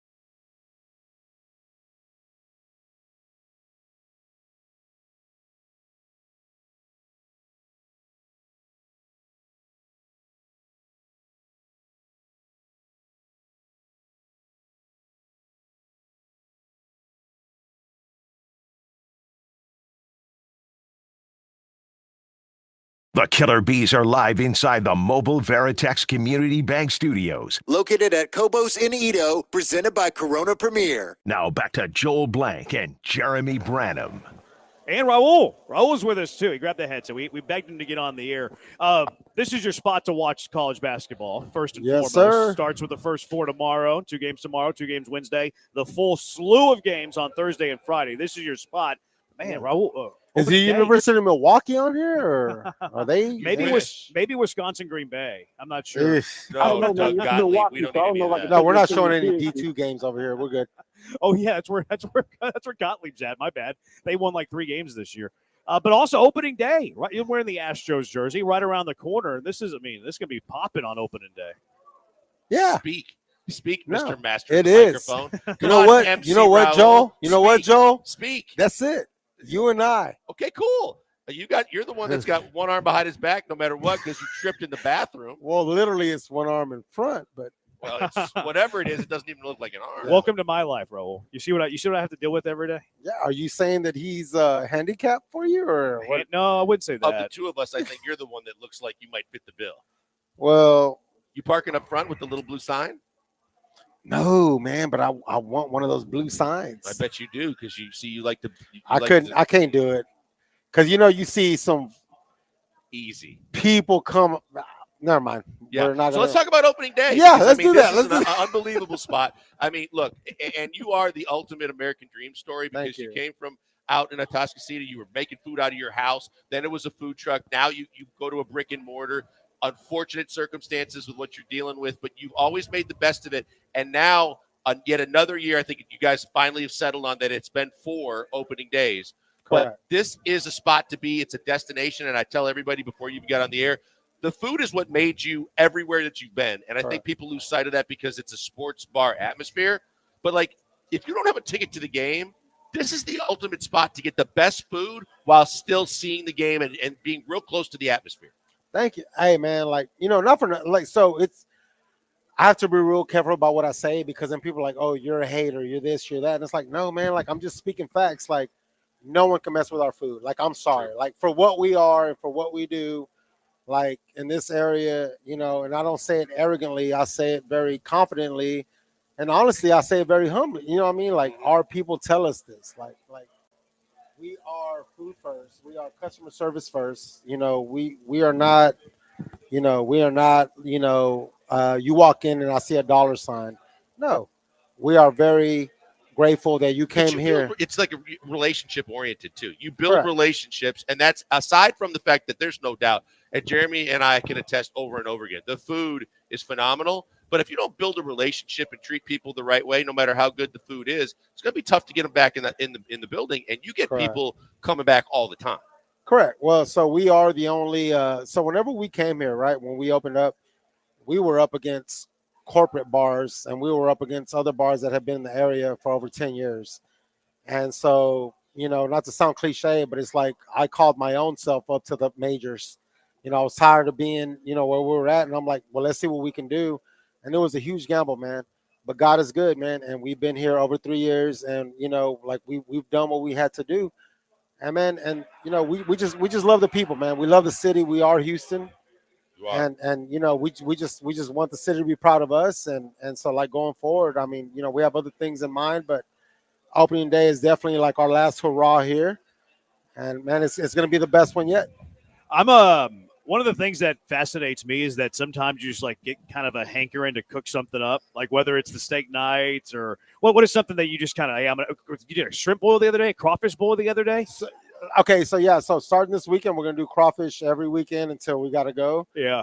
We just put shrimp quesadillas. Man. Yeah, shrimp quesadillas. You just get a wild hair and do whatever you want. I'm a Dilla quesadilla. I'm quesadilla connoisseur, as you know. Let's do it. Okay. Let's do it. Do you do shrimp? Yeah, of course. Shrimp, yes. Chicken, shrimp, whatever. Whenever he whoops it up, I got one coming out for you here in a minute. I didn't know you like seafood. I don't like all seafood, but yeah, shrimp is fun. Yeah, fantastic. It shows you how much I listen. So, like, the thing about us is that we don't have to go through red tape. Yeah. Like, you know what I mean? Like, see, but here's the other thing too. It's like you put out pictures of food porn. Like, you put out these pictures when you create and decide we're going to do something. And a lot of times you see the picture and you go, man, that looks awesome. And then you show up and it's a totally different thing. No, it's actually better when you taste the food, no matter how pornographic your picture is of the food. When you come in, it's that much better. And that's what I think people have to realize. That's why I said it's always about the food first. So we're always food first, man. We're always food first. We're not a restaurant. We're not we're not a bar. Honestly, like, we came here to be a restaurant, but like once we opened up, like I tell my wife, I'm like, we're not a restaurant, like we're a bar, but we're not a bar either because we don't have bar food. You know what I mean? Like, like we can actually hang and compete with restaurants that are full-blown restaurants in this area, and yet, you know what I mean? We have all the screens, and we do everything we do. We have the athletes coming in, the celebrities coming in, everything else, and man, like I've learned to give myself grace over these last couple of years, man, and I'm just very proud. I'm just very proud of what we've done. Again, man, like I can't say it enough, man. And it's not cliche, but we are Houston, and we really just try to make the city proud. Appreciate it, Raul. We Yes, sir. appreciate everything that you do. And the food is fantastic. Just to echo what Blankers is saying here. Opening day, Thursday, March 27th, 3:10. So this is your pregame spot, postgame spot, I'm imagining, too. Yeah, we open up at 10:30 in the morning. Sponsored by Corona Premier. They're going to be here handing out some goodies. It's about the best I could say. Yeah. And then because you've had some goodies. Yeah. And we're going to go all out. Opening day This is on our last hurrah okay. on opening day. So just that's I was going to ask you. Yeah, we already know why you should come out to Cobos for opening day. I was going to ask you to maybe peel the curtain back a little bit, but you're not going to just come out here. Just come out and enjoy the party. Just it's going to be better than anybody else has going on. Just come out. Just know, like we do have we do have other other things that are lined up, and I think actually very special things that we're trying to do, but all right. I cannot say them just yet. Fair enough. I think the biggest key too is for all the people that saw it, follow Raul, follow Cobos, understand that it looked like in February this was all going to be going away. Yeah. It's not a goodbye. It's a see you later when he does wrap up this location, and that no matter what he can and can't say, rest assured that it ain't going anywhere, and there's probably going to be a more opportunities for you to kind of indulge. Did you just say too much? No, I said enough, right? You said it perfect. You said it better than I can say. Yeah. See, there. Well, 100%. that's a given. Yeah. There you go. Yeah. You should hire him to do your marketing. It's not a bad idea, really. He's pretty good at it. He's pretty good. We don't get along. But that's part of the reason why, because then I'll be honest with you. That's my man right here. Raul, thank you for having us That's out my man. today. Love As you guys. always, Appreciate excited, you, excited for opening day. Yes, excited sir. what you have coming Let's up. go too. Cougs. Let's go Cougs. Who's winning the tournament? They are. There you Hey, Final Four for sure, and then He's not going to give you the full blown. Yeah, I'm a little disappointed in you. A little. Yeah, right now. you could have just Yeah. unloaded your. Well, I'm Houston love disappointed there. in you that you didn't take a shot with me. Well, I have to go to work after I work. It's St. Patty's Day. Yeah, I have to go to work later. St. Patty's Day. I can't have any Jaeger on my breath when I'm doing the Kelvin Sampson show. He's more professional than Paul Gallant. He wouldn't do those kind of things and put those. Where's Paul at? If it was, he and his cane are outside somewhere looking for a yeah, parking he spot. used his shillelagh to find his car.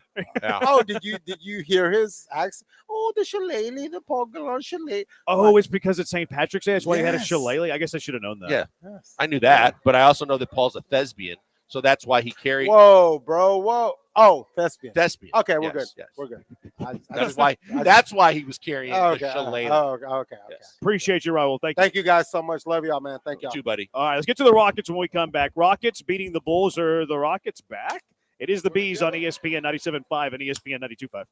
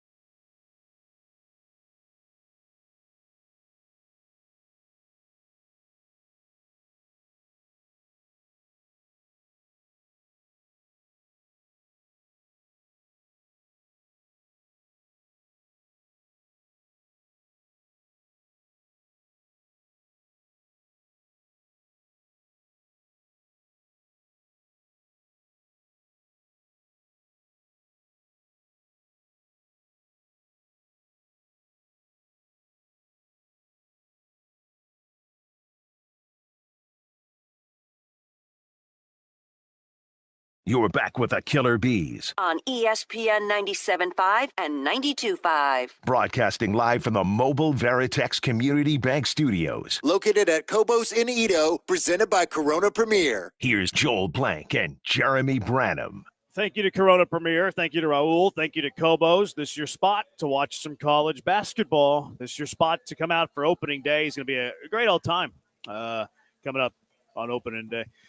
Opening day is right around the corner, which, by the way, we're going to play like our 10 days. Yeah, isn't it nuts? Crazy. Kind of snuck up on us. We're going to play our I know everybody's riveted and on the edge of your seat whenever we play our Astros prediction game. What is it? Astros liftoff?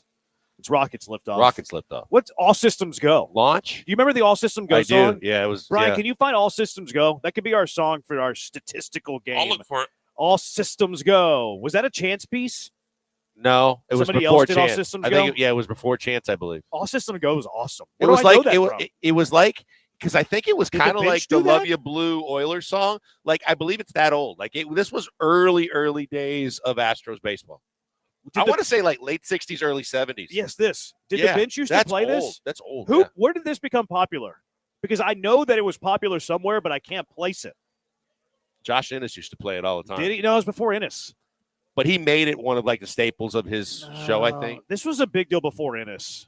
But yeah, but like I said, like in the like late 60s, early 70s, this was it. This is a banger. It's better than what's his name's Texan song. Who's Texan song? Just Drive Me Smooth, MFer. Oh, I don't know. I like that song. That song drives me nuts. Paul loves it. It's football time in Houston. Yeah, I can't stand it. The Texans are ready to play.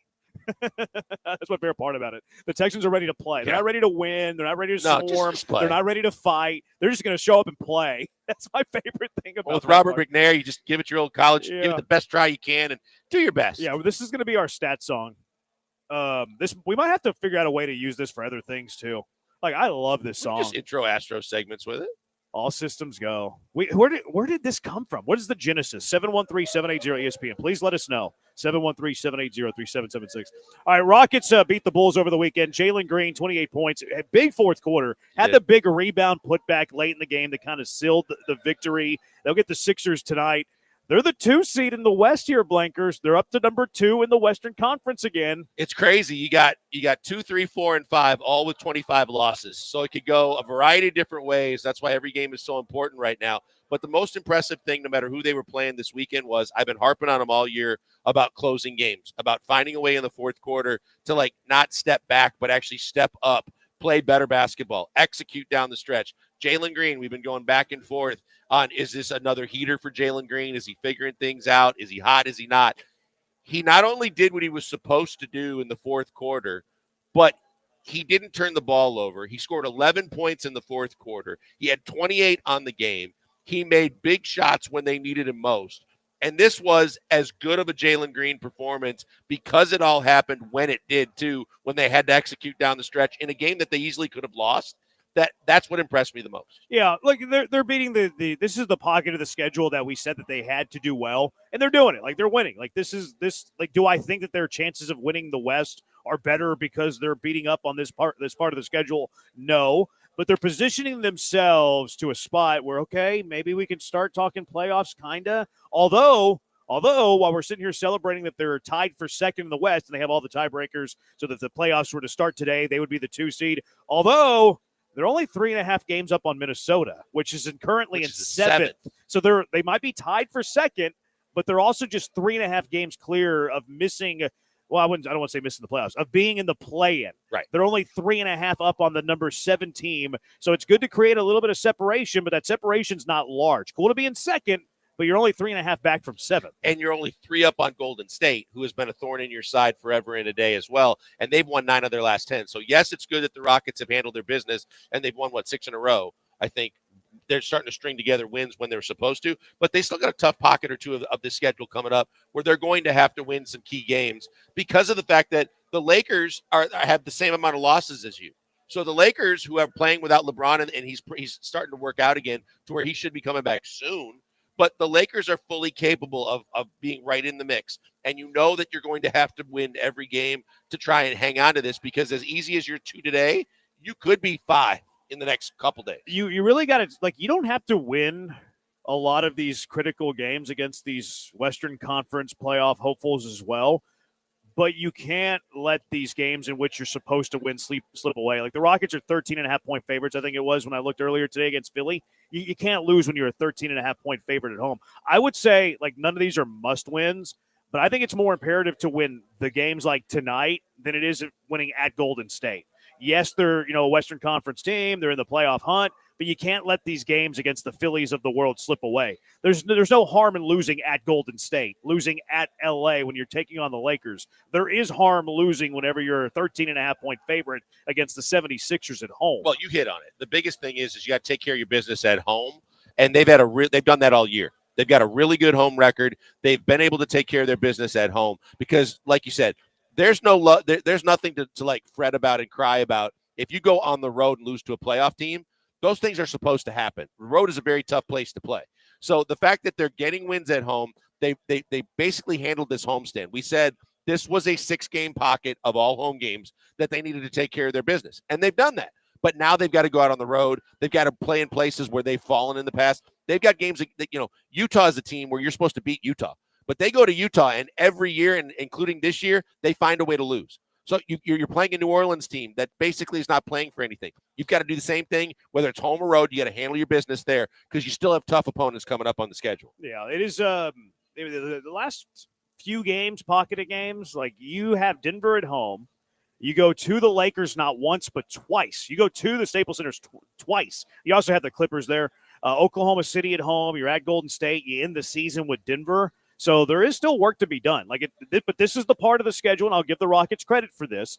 This is the part of the schedule where they had to dominate to position themselves in a nice spot to make the playoffs for the first time in a long time. So that should be complimented that they've been able to do that. Now, what about Jalen Green? Like we're critical of Jalen Green whenever he performs poorly. What about when Jalen Green performs pretty good, like he did the other night? No, look, that's why I was giving him his flowers, because it's not only the fact that, look, he's had several games this year where he's had a big game and had 20-some points, but then in the fourth quarter, he's crumbled. He's turned the ball over. He's taken bad shots, missed shots. You're going to miss shots, but if they're bad shots with two guys on you and you're taking a fadeaway three, things like that, then I'm going to be critical. And I think that the other night, what it showed me, and again, if you didn't see the game, you were out and about, I understand it, but at the same time, the Bulls were winning for a good portion of that game. The Bulls, as bad as their roster looks, their young players were playing their tails off, and they had every chance to win that game. And Jalen Green used the fourth quarter to get 11 of his points. When he wasn't scoring, he was playing defense. He got that little key stretch that basically won the game for them, and he wasn't turning the ball over. So for all those things, I think that Jalen Green deserves all the flowers for this game Saturday night. I see a lot of Jalen Green development this year. Like I think I saw this some last year too. Now his shooting's always going to be inconsistent. Like it's always going to be an issue where he has 3 or 4 games when he scores 25 or more, and there's going to be some issue. There's going to be 3 or 4 games where he's in the teens, that he's around 10.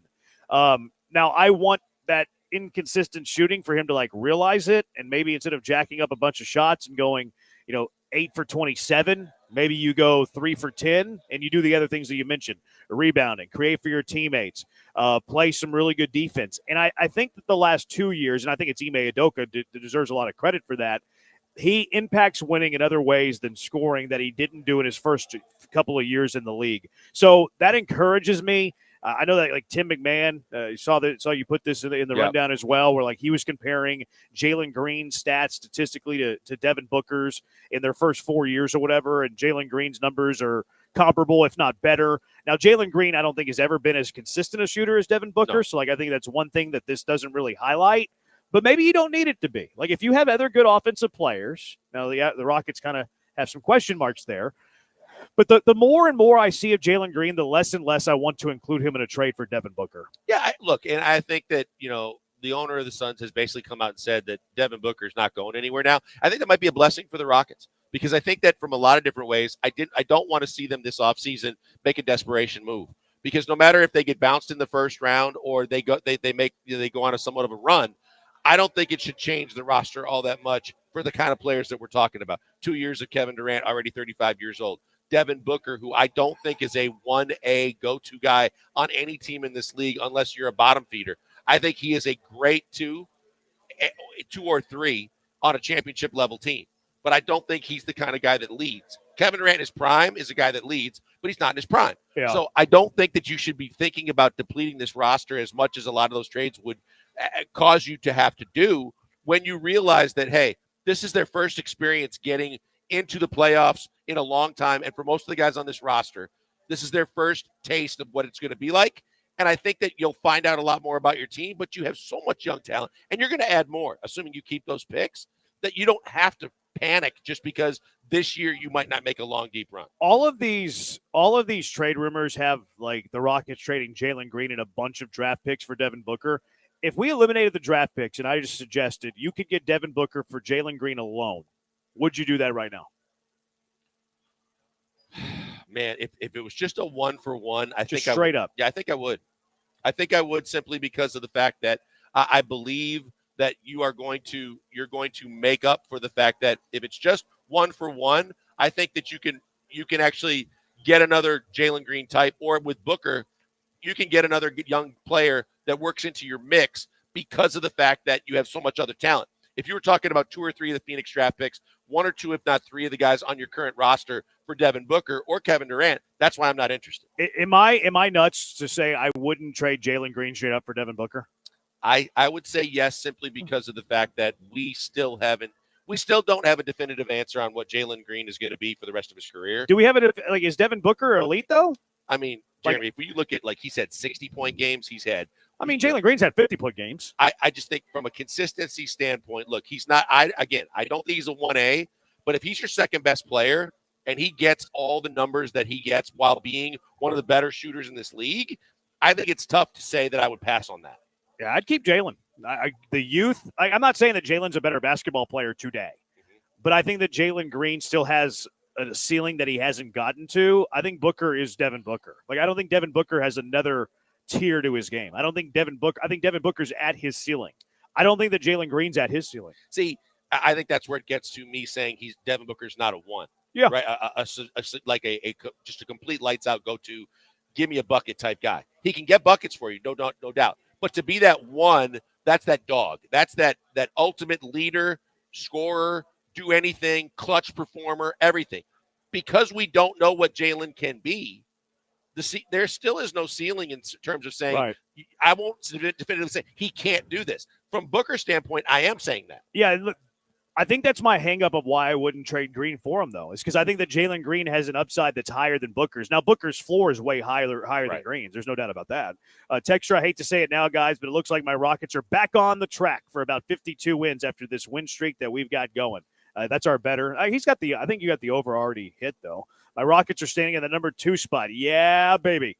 Another texture saying that the really sad part about this 6-game winning streak causes them to lose. 6-game losing streak earlier causes them to lose out on a 54 to 56 win season. That's the league, though. But I had said that I warned everybody even before the All-Star break.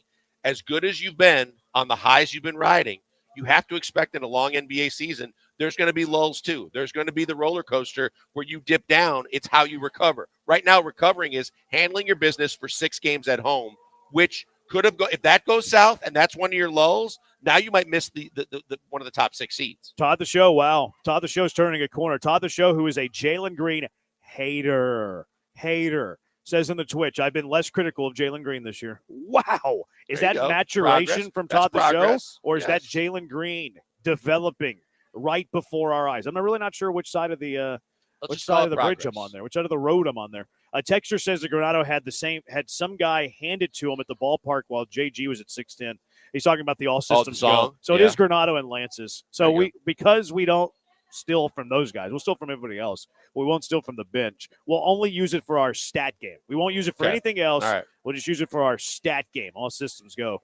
Texture, this is a basketball town. It's hard to argue. We Rockets second in the West. Houston Cougars, a 1 seed for the 3rd year in a row. 4th straight 30-win season, back-to-back Big 12 champions. There's been 4 championships handed out in Big 12 basketball since the Cougars have joined it. Regular season title, tournament title, regular season title, tournament title. Cougars have 3 of the 4. So it's hard to argue with that. Texter says that it's a college basketball town. I'm here for that. Our Mailbag Monday's coming up next. Ask us some college basketball questions.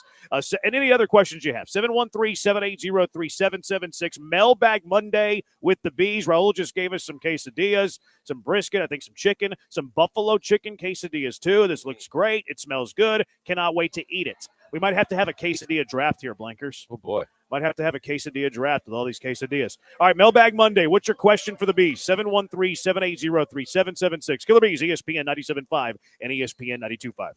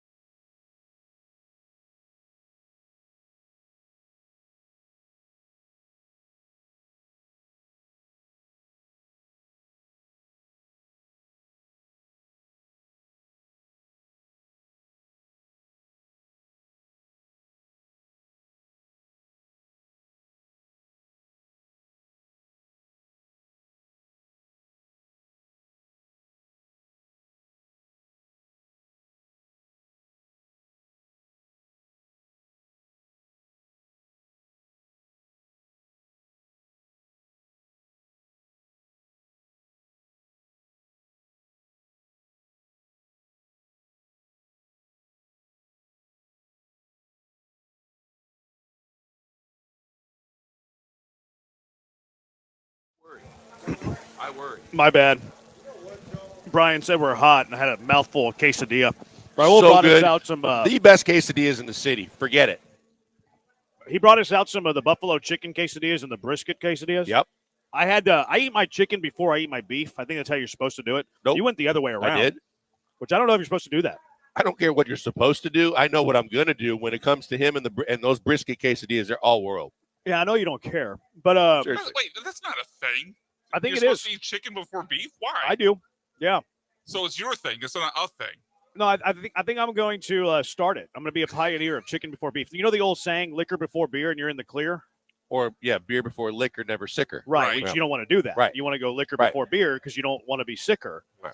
I believe you're supposed to eat your chicken before your beef. Like, you know, you get like these combo platters or stuff, or like you go to fast food and they do like the biggie bag meal or whatever, Yep. and you get nuggets and you get burger. I feel like you should always eat the chicken before you should eat the beef. I think that's your feel. I think it's I think accurate. that people, to each his own. Some people might prefer one over the other. They want to save it. Some people like, before I get full, I'm going to it first. Yeah, I mean, yeah, everybody to each their own for sure, but those people can also be wrong. Both things can be true. Yeah, and so could you. I feel like you should eat the chicken before the beef, though. Like every time I have nuggets and I have a burger, like I feel like the nuggets should be eaten before the burger. I feel like it's natural, like it's more appetizer. Why can't you have some of the burger and a nugget, and then you could just go back and forth, and therefore you don't have to choose? That's kind of weird, I think. Yeah, going back and forth is weird. Well, so are you, Brian. Here's the thing. I'm going to tell you something was weird. Take it so personal. My daughter pulled one last night that I thought was very weird. She likes from the Chinese food restaurant down the street. She likes the lo mein noodles. Yeah. So she had lo mein noodles. She was eating dinner, and then she wanted dessert. And then she also wanted some cantaloupe. So my wife gave her some cantaloupe. She's like, oh, great, the cantaloupe. I figured she's done with dinner. She starts eating the cantaloupe and then going back to the lo mein noodles. I'm like, now that my palate would not agree with. That sounded too much. So she was going from fruit to lo mein? Yeah, cantaloupe and lo mein. I'm like, no, can't do that. Yeah, that's kind of weird. Yeah, she's got that part of it. Coog Blaze She gets says that from her mom. chicken before beef, best for last. Agree. Coog Blaze is smart. Must have went to the Harvard near the ward. King, chicken beef, just make sure it's not spicy and has plenty of ketchup. So that's King taking another aimless shot at me from the neighborhood of anonymous people, which should be just utilized somewhere in the trash can. Fair enough. Ocho, is Florida the most well-rounded team in the tournament? Are they the Noah's Ark of college basketball, too deep everywhere? Who? The Cougs? Florida, he said. Oh, Florida. Florida, look, I don't know if they're too deep everywhere. Is the 7'6" guy redshirted? 7'9". Jeez. Yeah, he didn't play. He doesn't play, but I think that those three guards that they got can play with anybody in the country. No, they're really good. They probably are the deepest team in the country. That's probably fair to say. Another texter, are the Cougs going to the Final Four? I think they are. One game at a time. I respect every opponent. I respect SIU Edwardsville. One game at a time. Not looking past that at all. Attaboy, Kelvin. 713-780-ESPN. HRP listener line. What are your questions for the Bees? 713-780-3776. Won't tell anybody what you're doing. Have you ever had a family member ask you for a loan? No. No, they know I work in radio. So Yeah, no. They don't ask for me. They don't ask me for a loan because they know I work in radio. If anybody's asking for the loan, I'm going to be asking for the loan, baby. That's what I'll be doing. Bearing a surprise 16-seed upset like UMBC and Virginia a few years ago, any concerns about the 8-9 matchup between Gonzaga and Georgia? Josh from Seabrook. I think to Jeremy's point, I'm not going to look past anybody. I think the best thing that you have going for you is the Cougars are playing really good ball right now. Aside from Juwan's injury, and if he says he's going to be okay, I believe he's going to be okay. The biggest thing that I think that they take is no matter who they play and where they play, their defense is going to be a bitch for anybody that tries to play them. And that's why I think U of H should get through their bracket. That's a good way to put that. I respect every opponent. Gonzaga's really good, man. Number 9 KenPom team. They've been to 9 straight Sweet 16s. They have a Hall of Fame coach. That team's really good. One of the best point guards in the country. Have an elite outside scorer. Gonzaga's really, and then Georgia might be more talented. Like Azanul is going to be a top 5 pick in the upcoming NBA draft. They have tons of talent around them. SEC was the best conference in college basketball, so they're both good. Texture says Georgia or Gonzaga. I have a tough time picking that game. I think it could go either way. I think Gonzaga this year, more than maybe years past, they don't have that one standout go-to NBA top 5-ish type prospect, but they're always under few going to play really solid on both ends and play really good basketball. Favorite homemade dish? Man, that's a tough question. I'm trying to think of all the things my mom used to make and my grandmother were growing up. Boy, I don't know. Yeah, it depends on who's cooking it, right? Yes. Like if I'm going, one of my favorite things my mom cooks is her seafood gumbo. Love her seafood gumbo. Very good. If it's my nana, that's what I call my mother's mother. She makes a lot of really good stuff. Her Spanish rice or Mexican rice is better than any Mexican rice I've ever had. She makes fideo. How about a little fideo for you? Fideo's very good. Yeah, it's kind of a Spanish spaghetti. Sometimes you'll put a protein in it. Kind of depends. Like my mom used to make a homemade like a chicken pot pie. Yeah. Just with all the fresh vegetables, the big chunks of chicken and everything like that. That was just extraordinary. My father's mother was a very good cook. She's no longer with us, but she was everything she made was really, really good. It's hard to think of one specific thing that she would make, though, that was really, really good. That's a tough question. A very tough question. Because there's a lot. Texter, can we talk about how Michigan got drawn at 5 seed is beyond me? Hashtag go blue. What do you think of Michigan? How much Michigan did you watch this year? I thought they got seeded okay. I think, look, I think that coming off of Juwan Howard, I think that they've done a really good job under Dusty May, coming back, bouncing back quickly. Very competitive team. Obviously, they win the Big Ten tournament over Wisconsin. I thought that they showed a lot of toughness, even in the game against Michigan State at the end of the year. I think Michigan, a lot of people sleep on, but I think they can do some damage. They're a very talented team. 75 says carne quesada. That's pretty good. My grandma will make that too, but I like her rice better. Okay. Her fideo is better too. I thought Michigan was seeded pretty good. Now, one thing that kind of hurts the Big Ten, I think, is that they play their championship game on Sunday. So it's kind of hard to reward the Big Ten tournament champion because their final right when the NCAA brackets have to be released. And I know that they have brackets for like both scenarios, but I just always felt like that kind of hurts them a little bit. I would tend to agree. That's why I do like what the Big 12 does, so that it's all done and it's not like late into the evening on Saturday night. So you know exactly where it stands and who won the conference tournament. Chocolate chip cookies or white chocolate with macadamia nuts? That's easy. Chocolate chip cookies. Can I go oatmeal raisin? God, that's terrible. That's a terrible take, It's a Jeremy. terrible take. Just because you don't like it, just because it's unpopular, Right, you doesn't would do mean the same thing if you didn't like it. You're right, I would. Good call. Touche. Between these two, I'm going to go white chocolate with macadamia nuts. I love me a white chocolate with macadamia nuts. So good. The nut's like soft, kind of, which I don't know how it's soft. How do you make a nut soft? I don't know. Macadamia did it. It's pretty crazy. I'm not a fan of nuts like you, so I'm going to pass on that. I've just never been, but I good old, especially if it just came out of the oven, chocolate chip cookies, that's hard to beat. Fake Tony Stark says, Mom spaghetti. Arms are heavy. That's his favorite. Thank you, Eminem. Yeah.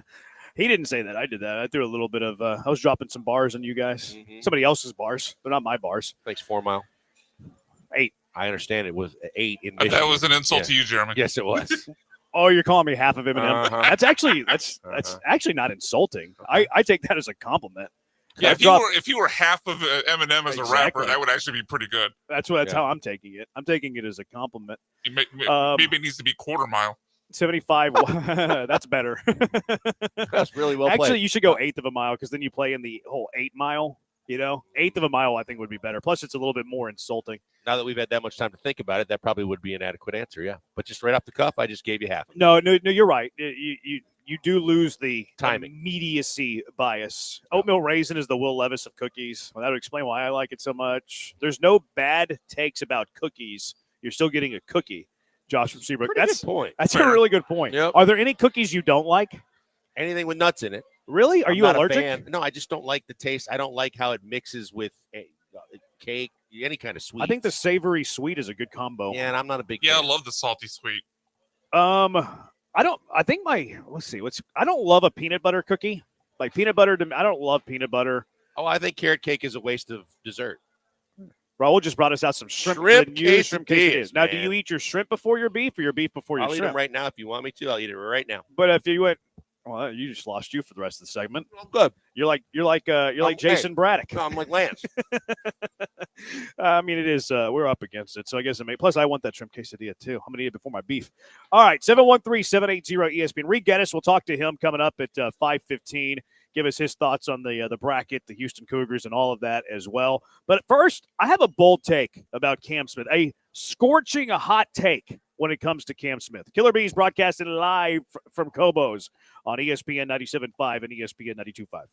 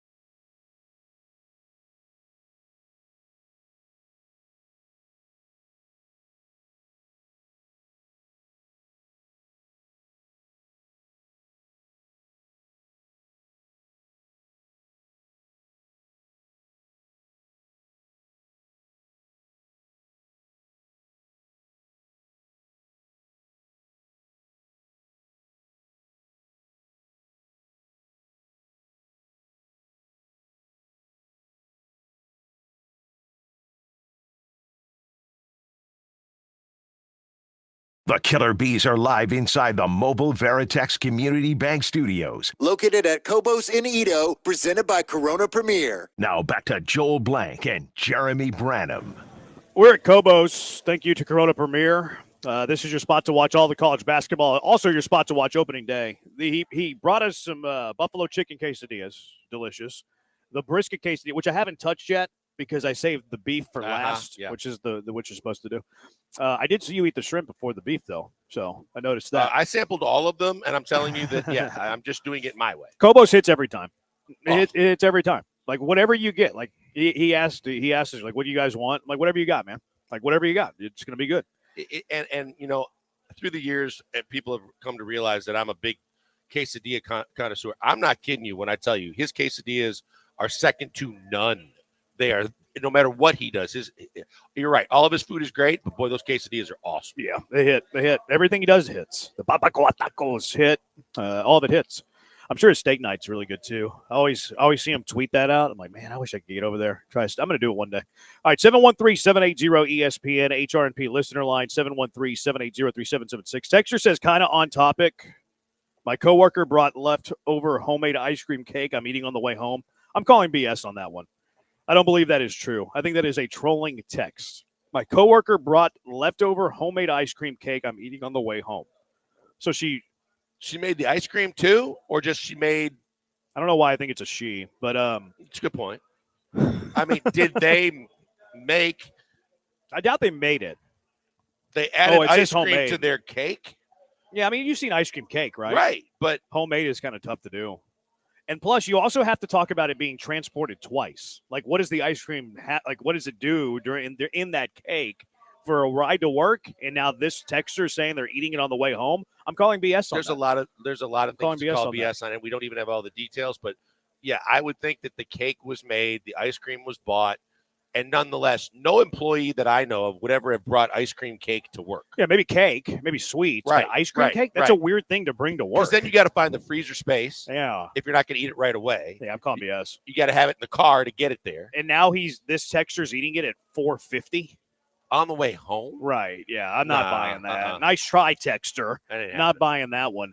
Texter Branham knows a lot of Mexican dishes. You got some Mexican in you. Well, we all know the answer to that. And I'm Mexican. There you go. There you have it. Yep. All right, I have a bold take about Cam Smith blinkers. You ready for it? It's scorching hot. You might want to stand up for this. It is a hot take. If you're driving, you might want to pull over into the shoulder because I'm not quite sure that you guys are ready to hear this scorching hot take that I'm about to drop on all of you.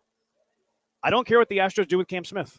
There it is. There's the hot take. There's a scorcher. If they wanted to send Cam Smith down to the minors because he's only played 5 games above A-ball and he has, 19 plate appearances above high A-ball, and they want him to learn how to play right field because he's never played it in his professional life prior to spring training, I totally understand. If they want to manipulate his service time, I completely understand what you're doing, Dana Brown. I will support you if you send Cam Smith down.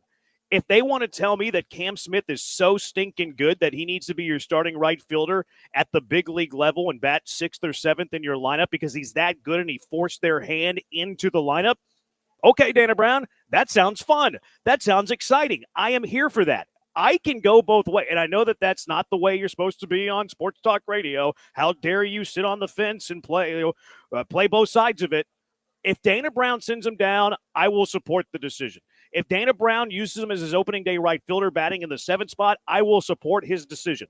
The Astros, as it stands right now in the future, I reserve the right to change my opinion here, but as it stands right now, all the way till opening day, I don't care what they do with Cam Smith, Blankers. See, I do simply because of the fact that I think that there's a big difference between understanding it, which I agree with what you said, and then supporting it. And to me, the other thing is I don't want Cam Smith on the big league roster if he's not going to play almost every day, right? Because I think that you're actually stunting his growth if he's not getting as many at-bats. Oh, he'll play every day either way. I would hope that's the case, right? Because the one thing I don't want him to do is make the roster, but then they're going to start with Jake and Chaz, and they're going to work him in. Because then I think that you're actually hurting his development overall. But I would prefer, because of the fact that I think they're so limited offensively with Jake and Chaz in center and right, that I would prefer that someone else mans at least one of those positions. With the way that Cam Smith has been performing in the spring, and I get it. A lot of these guys are basically the equivalent. I think it rated out to like a 6.7 on a 1 through 10 scale of pitchers he's faced, and like 6.7 to 7 is like double A ball. That finally he got a home run off a major league pitcher in his third home run of the spring. But overall, the way he's hitting, to me, I think he's a better hitter already than what Jake does. I have reason to believe, because Chaz has fallen off, that he might already be better than Chaz. So if you tell me that he's going to start in right field, I'm all for it, because then I know that they are truly doing what's best for this team this year to continue winning, regardless of starting his clock. You're right. I understand it if they basically say he's not going to be on the opening day roster and they don't want to start his clock yet. I understand it, but I'm not going to be happy about it. Yeah, I would be totally okay with it and support it. Happy, a little different, but he's played 5 games above high A ball. Yeah. Like if and he's never played right field in a professional game, and that's his path to the bigs. Which again, if he's so good that he does it, I'm all in. I'm here for it. I would be very excited if he's your opening day right fielder, because it would be a whole lot of fun seeing this young player blossom. And if he is the truth, then all of a sudden you have a Jordan and a Cam Smith back-to-back in the lineup. Now, we're eventually going to see it. It just might not be on opening day. But I also understand the other side of it. Like, I totally understand that, well, he's never played in right field in a pro game. We should probably give him some reps out there before he gets called up to the bigs. He only has, 19 plate appearances above the high A level. Yes, he's seeing some guys in spring training, but let's not lose our mind over spring training. Let's send him to double A for a month, 3 weeks. Let's do it again at triple A. Let's let him learn the position. I totally understand the logic behind that as well. So, again, am I riding the fence here? Absolutely. Am I playing both sides? Yes, absolutely. But I am giving Dana Brown permission, not that he needs it.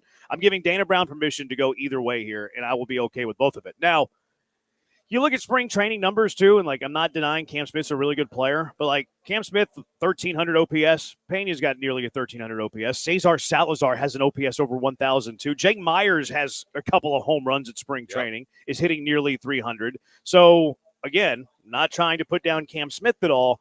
I just wonder how much they really value spring training numbers. I always point to Justin Dearden a few years ago, a couple years ago. If he turns out to be, Holiday and Gunnar Henderson, Jackson Holiday and Gunnar Henderson with the Orioles, then that's fantastic. Then you start the clock. You don't worry about it. You never look back. You know that they're just going to be great. I don't have that confidence yet, no matter what he's done in spring, that when we break camp, when they start playing games down the street here, that he's going to be that type of player. I think eventually he's going to be that type of player. I think that he could be this aircraft carrier that everybody talks about that can actually help carry a team. I think he has that much potential. But right now, with the lack of experience and the fact that he's not just getting into just, sub 500 team, just trying to, kind of be a Pirates type team. You're talking about a team that's looking to try and compete and win a World Series, where it's even more important that the guys that they're calling up, the guys that are playing, the guys that are making this roster are contributing. Is there concern with that? I can understand. Yes, there is definitely going to be some concern about that. I also feel like it's a little bit of a lack of patience. Even if he starts the season in the minors, we expect him to be up June, July, right? Yeah. Or September. I mean, unless the unthinkable happens where Jake and or Chaz are hitting really well and you don't need him up right away. Yeah. Then I think that you don't. Yeah, then definitely get him as much seasoning in out in the right field as you can, and let him get as much seasoning, in terms of facing pitching that's closer to the big league level on a consistent basis as you can. But other than that, I think it's pretty feasible to think that he's going to be up by June or July. I can go either way. Corey going to the Space Cowboys on April 12th, so I wouldn't mind seeing him that. Yeah, that's selfish of you, Corey. It's very selfish of you. Texter, so the everyday, it's from Eric. So the everyday second baseman is Mauricio Dubon. Are you okay with that? Let's kick that idea around a little bit. Is it time to move Jose Altuve back to second base? 713-780-ESPN. It's the Killer Bees on ESPN 97.5 and ESPN 92.5.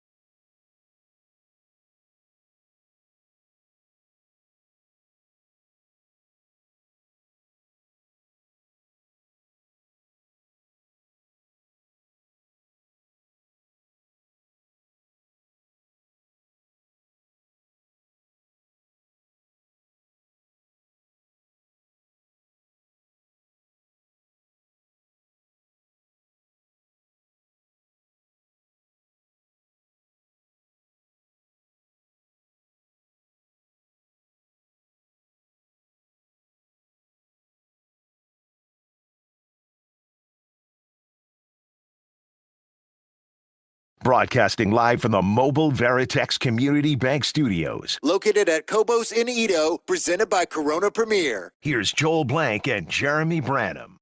Thank you to Cobos. Thank you to Corona Premier for having us out at Cobos today. This is your spot. This is your spot to watch all your college basketball opening day just around the corner. In fact, Keith from LA, just in case you guys forgot or don't know, the World Champs kick off the season at 5 o'clock in the morning. Go Blue. Appreciate the heads up, Keith from LA. I'll make sure not to watch that.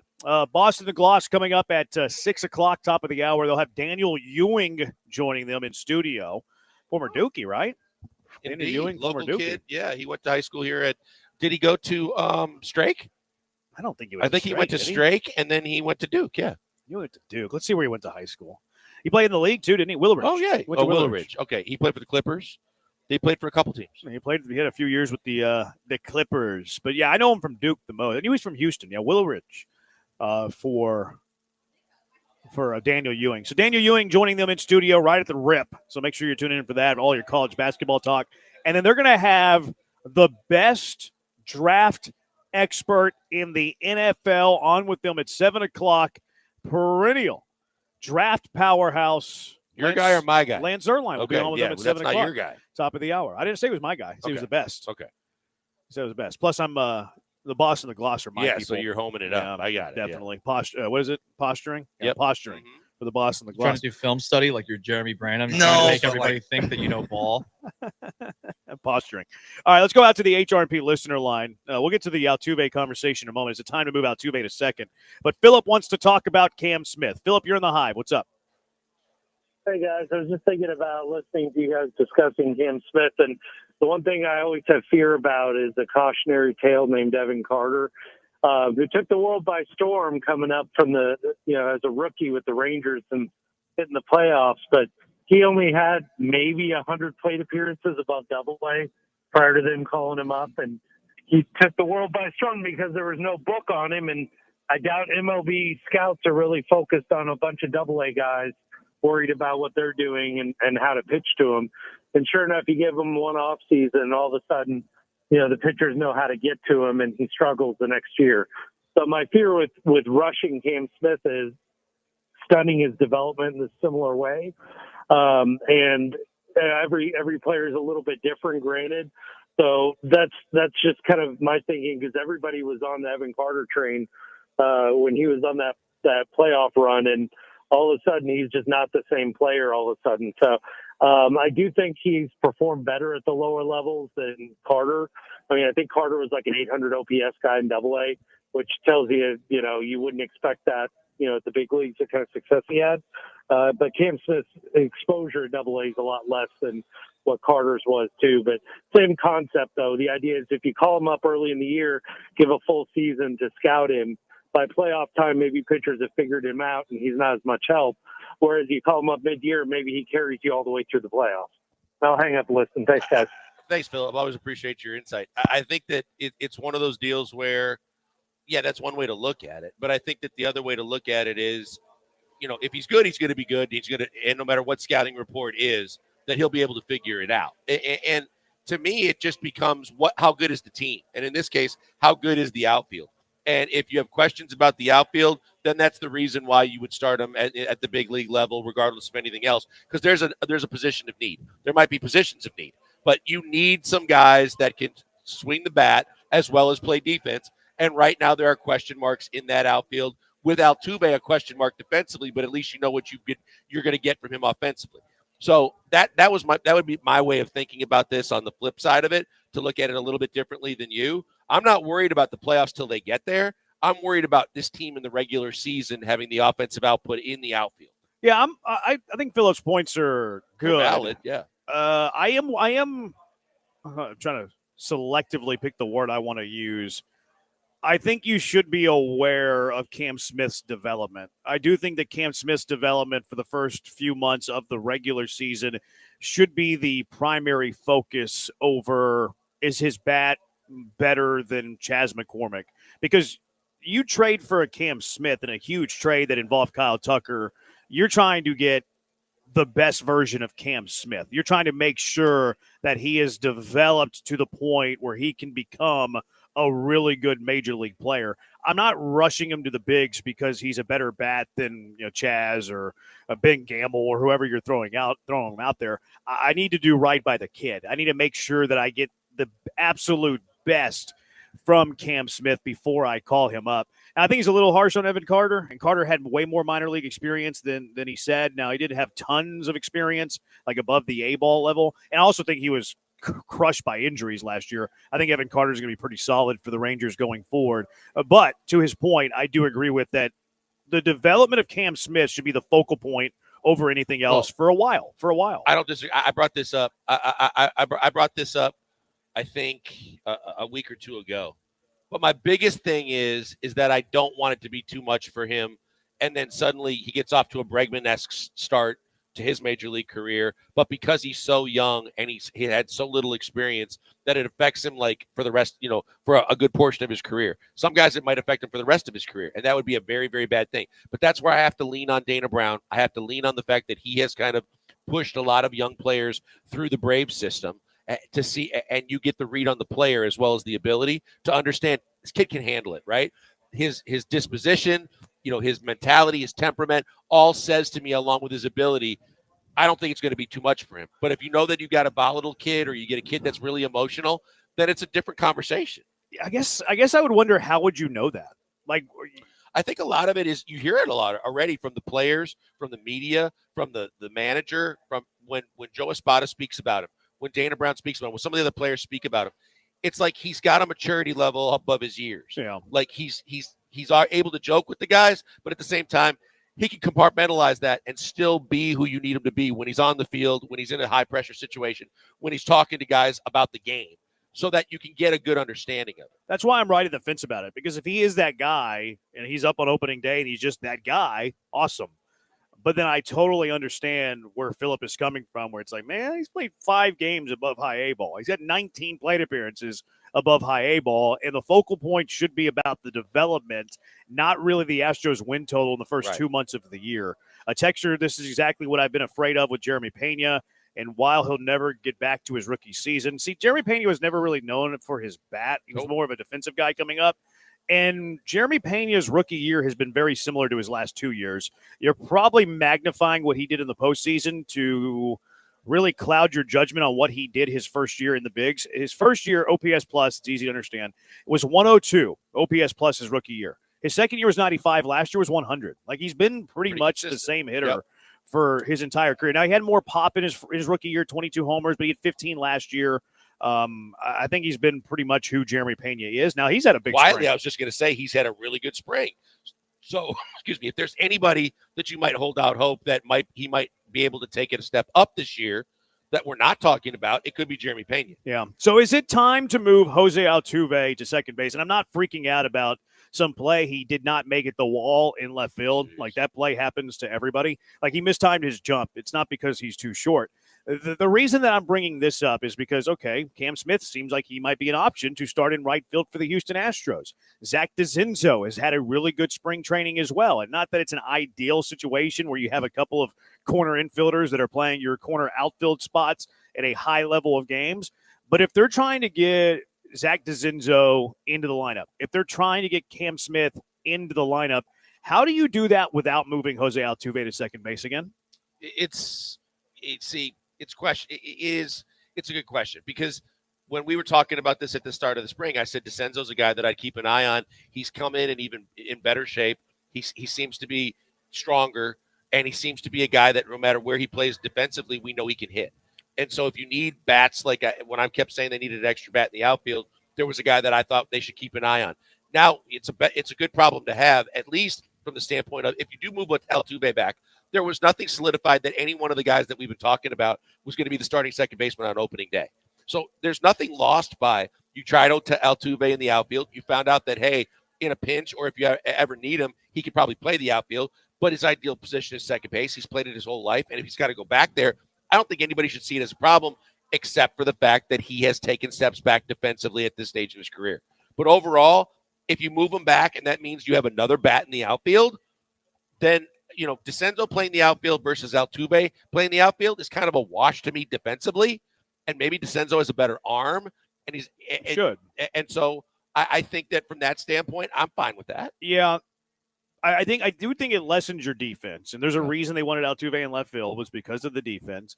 And I know that Espada has said he doesn't want to bounce Altuve left field, second base, while Dana Brown has also said that they love the flexibility it gives them with the options of him being able to play both positions.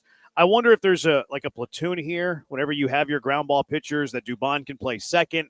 Whenever you have your Blancos and your Arrighettis pitching, maybe your Wesneskis, then Altuve can play second base and DeCinzo can play left field because fly ball guys stack your best offense out there. I'm wondering if that could be the play for Joe Espada, but he would also have to backtrack his words of bouncing Altuve around.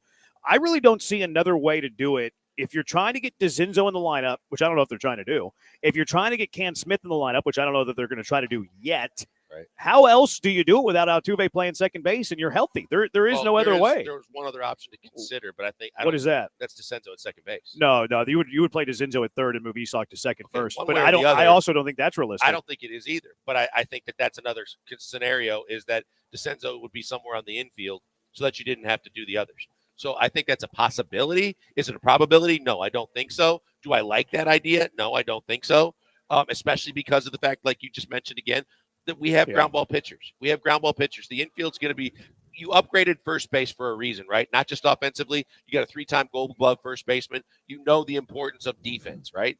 So I just don't know that, especially with Paredes playing as much as he's played at third base. Now we're suddenly going to move him to second base, and we're going to play musical infielders as well as musical outfielders. I don't like that. Yeah, I read in Chandler Rome's piece, I think it was, in The Athletic today, where they were talking about positional flexibility and guys moving around the diamonds.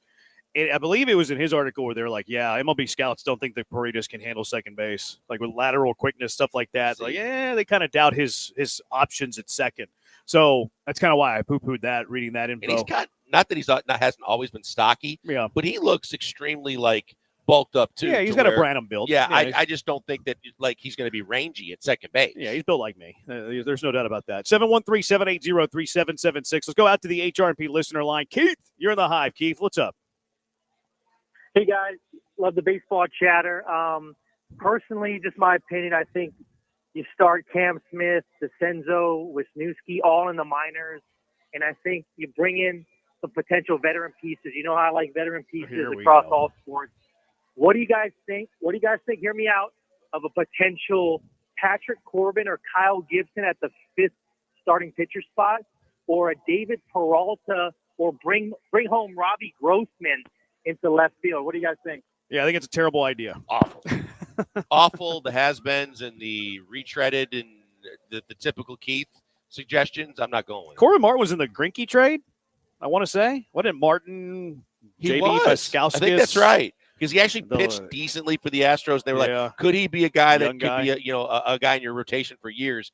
And I believe he was in that trade. Who was the infielder that played with Arizona and then was with Seattle last year? He was like the best major leaguer in that trade. I forget his name. He was a corner infielder. Not the guy that hit the home run in the Verlander no-hitter game? No, you're thinking Toro. Yeah, Toro, who's somewhere else now. No, this guy never played a big league game with the Astros, but it was Greinke. The Astros got Greinke. They traded Corbin Martin, Paskowskis, Seth Beer, and there was an infielder who no one thought of, and it turned out that infielder, not that he's been good, but that infielder has been the best big leaguer. He played with the Mariners last year. I forget his Rojas? I know you're talking Is about. it Rojas? He's got pop. Rojas. Josh Rojas? He's got some pop. Because the Red Sox, they got a guy from the Astros, too, he was in the Vasquez trade. Good outfielder. Yeah, Will Abreu. He was in the Vasquez trade. Is Brendan Rodgers not going to be there at second base? He's fighting. He's in the mix. He's fighting. All right, 713-780-ESPN. We're going to take a quick break. When we come back, Reed Geddes, the all-time assist leader in Houston Cougar basketball history. He'll join us to talk about the Cougs in the NCAA tournament bracket next. It is the Bees on ESPN 97.5 and ESPN 92.5. Being a homeowner comes with a lot of responsibility and cost. It's the nature of the business. Ownwell is here to help you with both of those things. Let them take a little off your plate, but also save you money. A lot of homeowners are overpaying on property tax, and it shouldn't be you. Head to ownwell.com and sign up in less than 3 minutes to get their experts fighting for you. Their cutting-edge technology can start with saving you money with no upfront cost. Can't beat that. Put your property tax savings back in your pocket. Reinvest it. Take the family on a vacation, your spouse to a nice dinner. Ownwell handles it all from start to finish and delivers top results. Again, no upfront cost. Only pay if you save. You can't beat that. Ownwell levels the playing field, eliminates the concern of paying too much on property tax for the everyday home and property owner like you and me. 86% of Ownwell's customers receive a reduction, with the average customer saving over $1,100. Why wouldn't you sign up? And the deadline to protest is May 15th, so don't run out of time. Save money on your property taxes with Ownwell. Sign up in less than 3 minutes and start your protest today at ownwell.com. That's OWNWELL.com.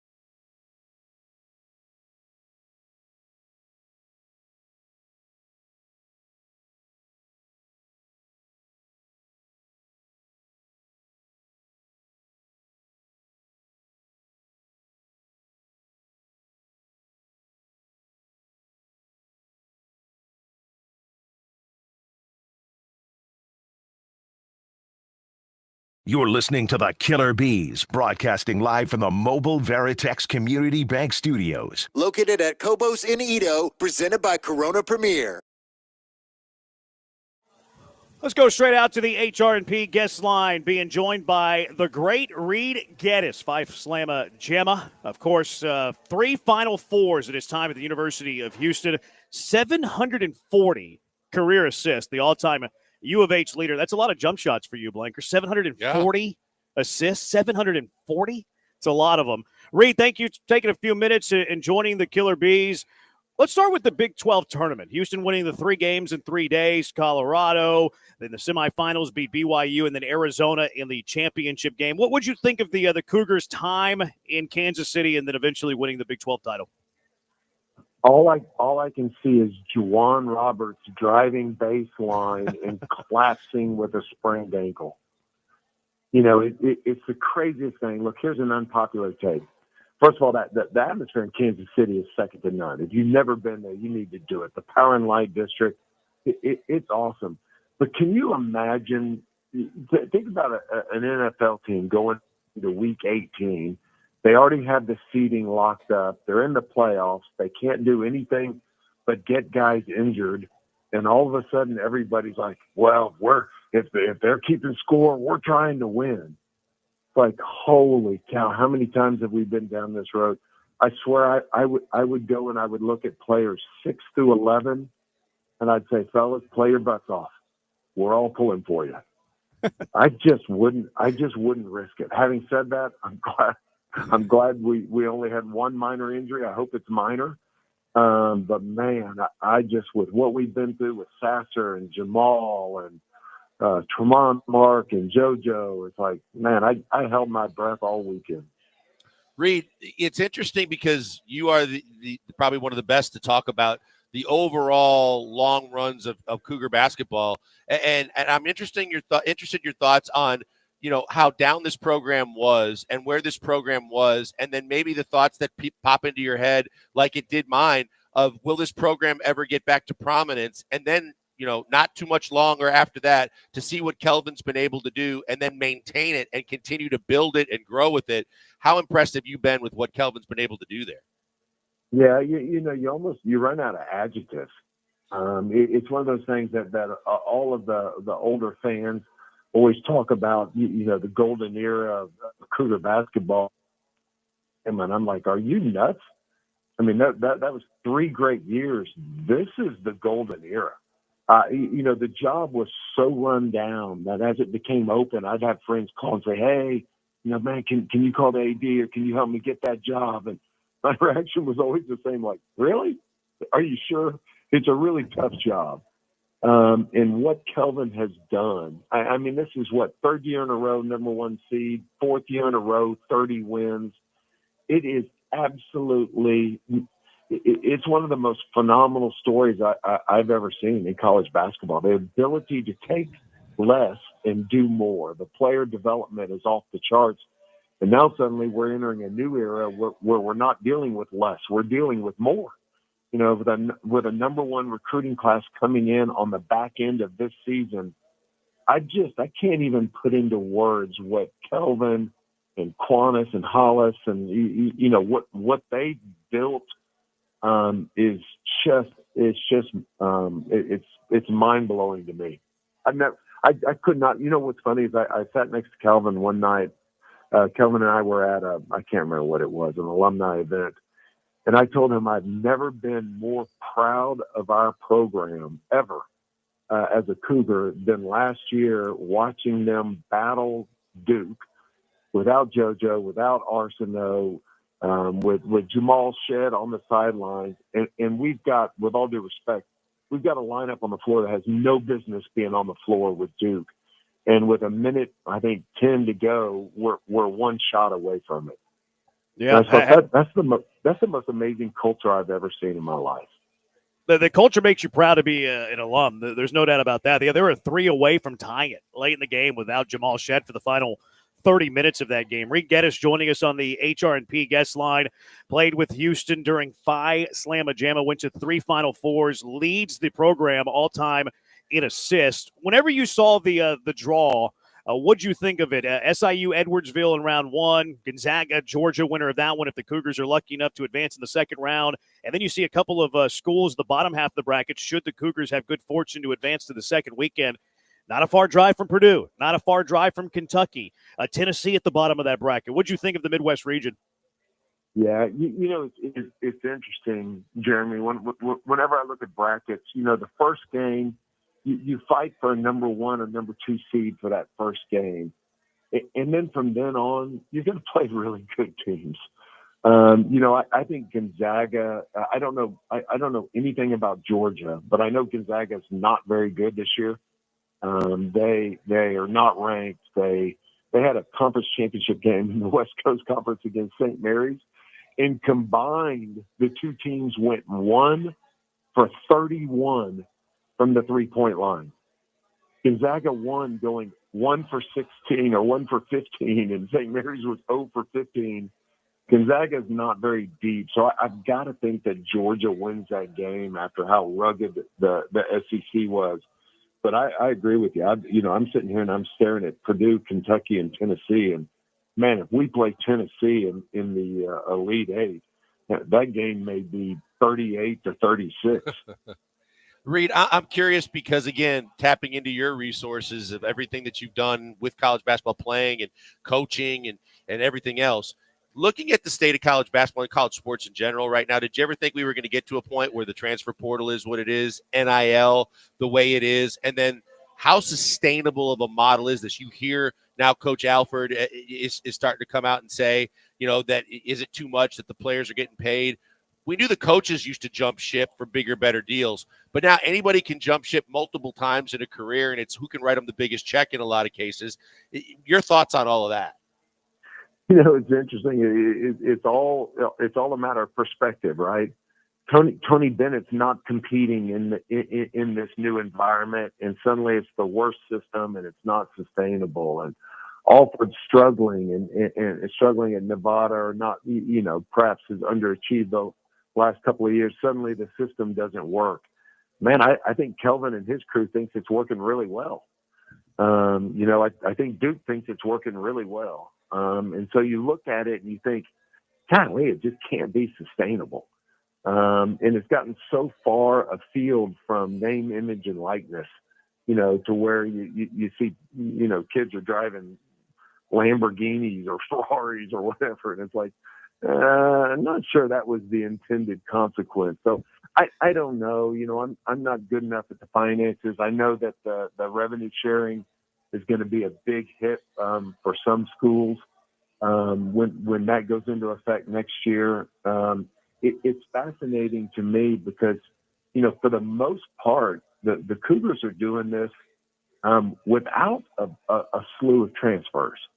And I think we've lost maybe 2 kids since the transfer portal, and both of them I think were addition by subtraction. We lost Tremont Mark and Jeremy. What's the kid's name that was Player of the Year and then couldn't even get into the lineup? Caleb Mills, Florida State. Yeah, Caleb Mills. So you think about Houston and the success that they've had. They plugged in a Quentin Grimes, plugged in a Milos Uzan. But man, it's not like these schools that are, replacing 7, 8 guys every year. So I don't know if it's sustainable, but it sure has changed the paradigm of competitiveness. Reed Geddes joining us on the HRNP guest line. When you look at this year's Houston team and, the tournament, as well as anybody, it can be fickle. A sprained ankle away, a hot shooting team away from seeing your season come to an end. But when you watch this Cougar team, what gives them a chance? 4 guys that can score 20 points on any given night. And we haven't had that, maybe ever.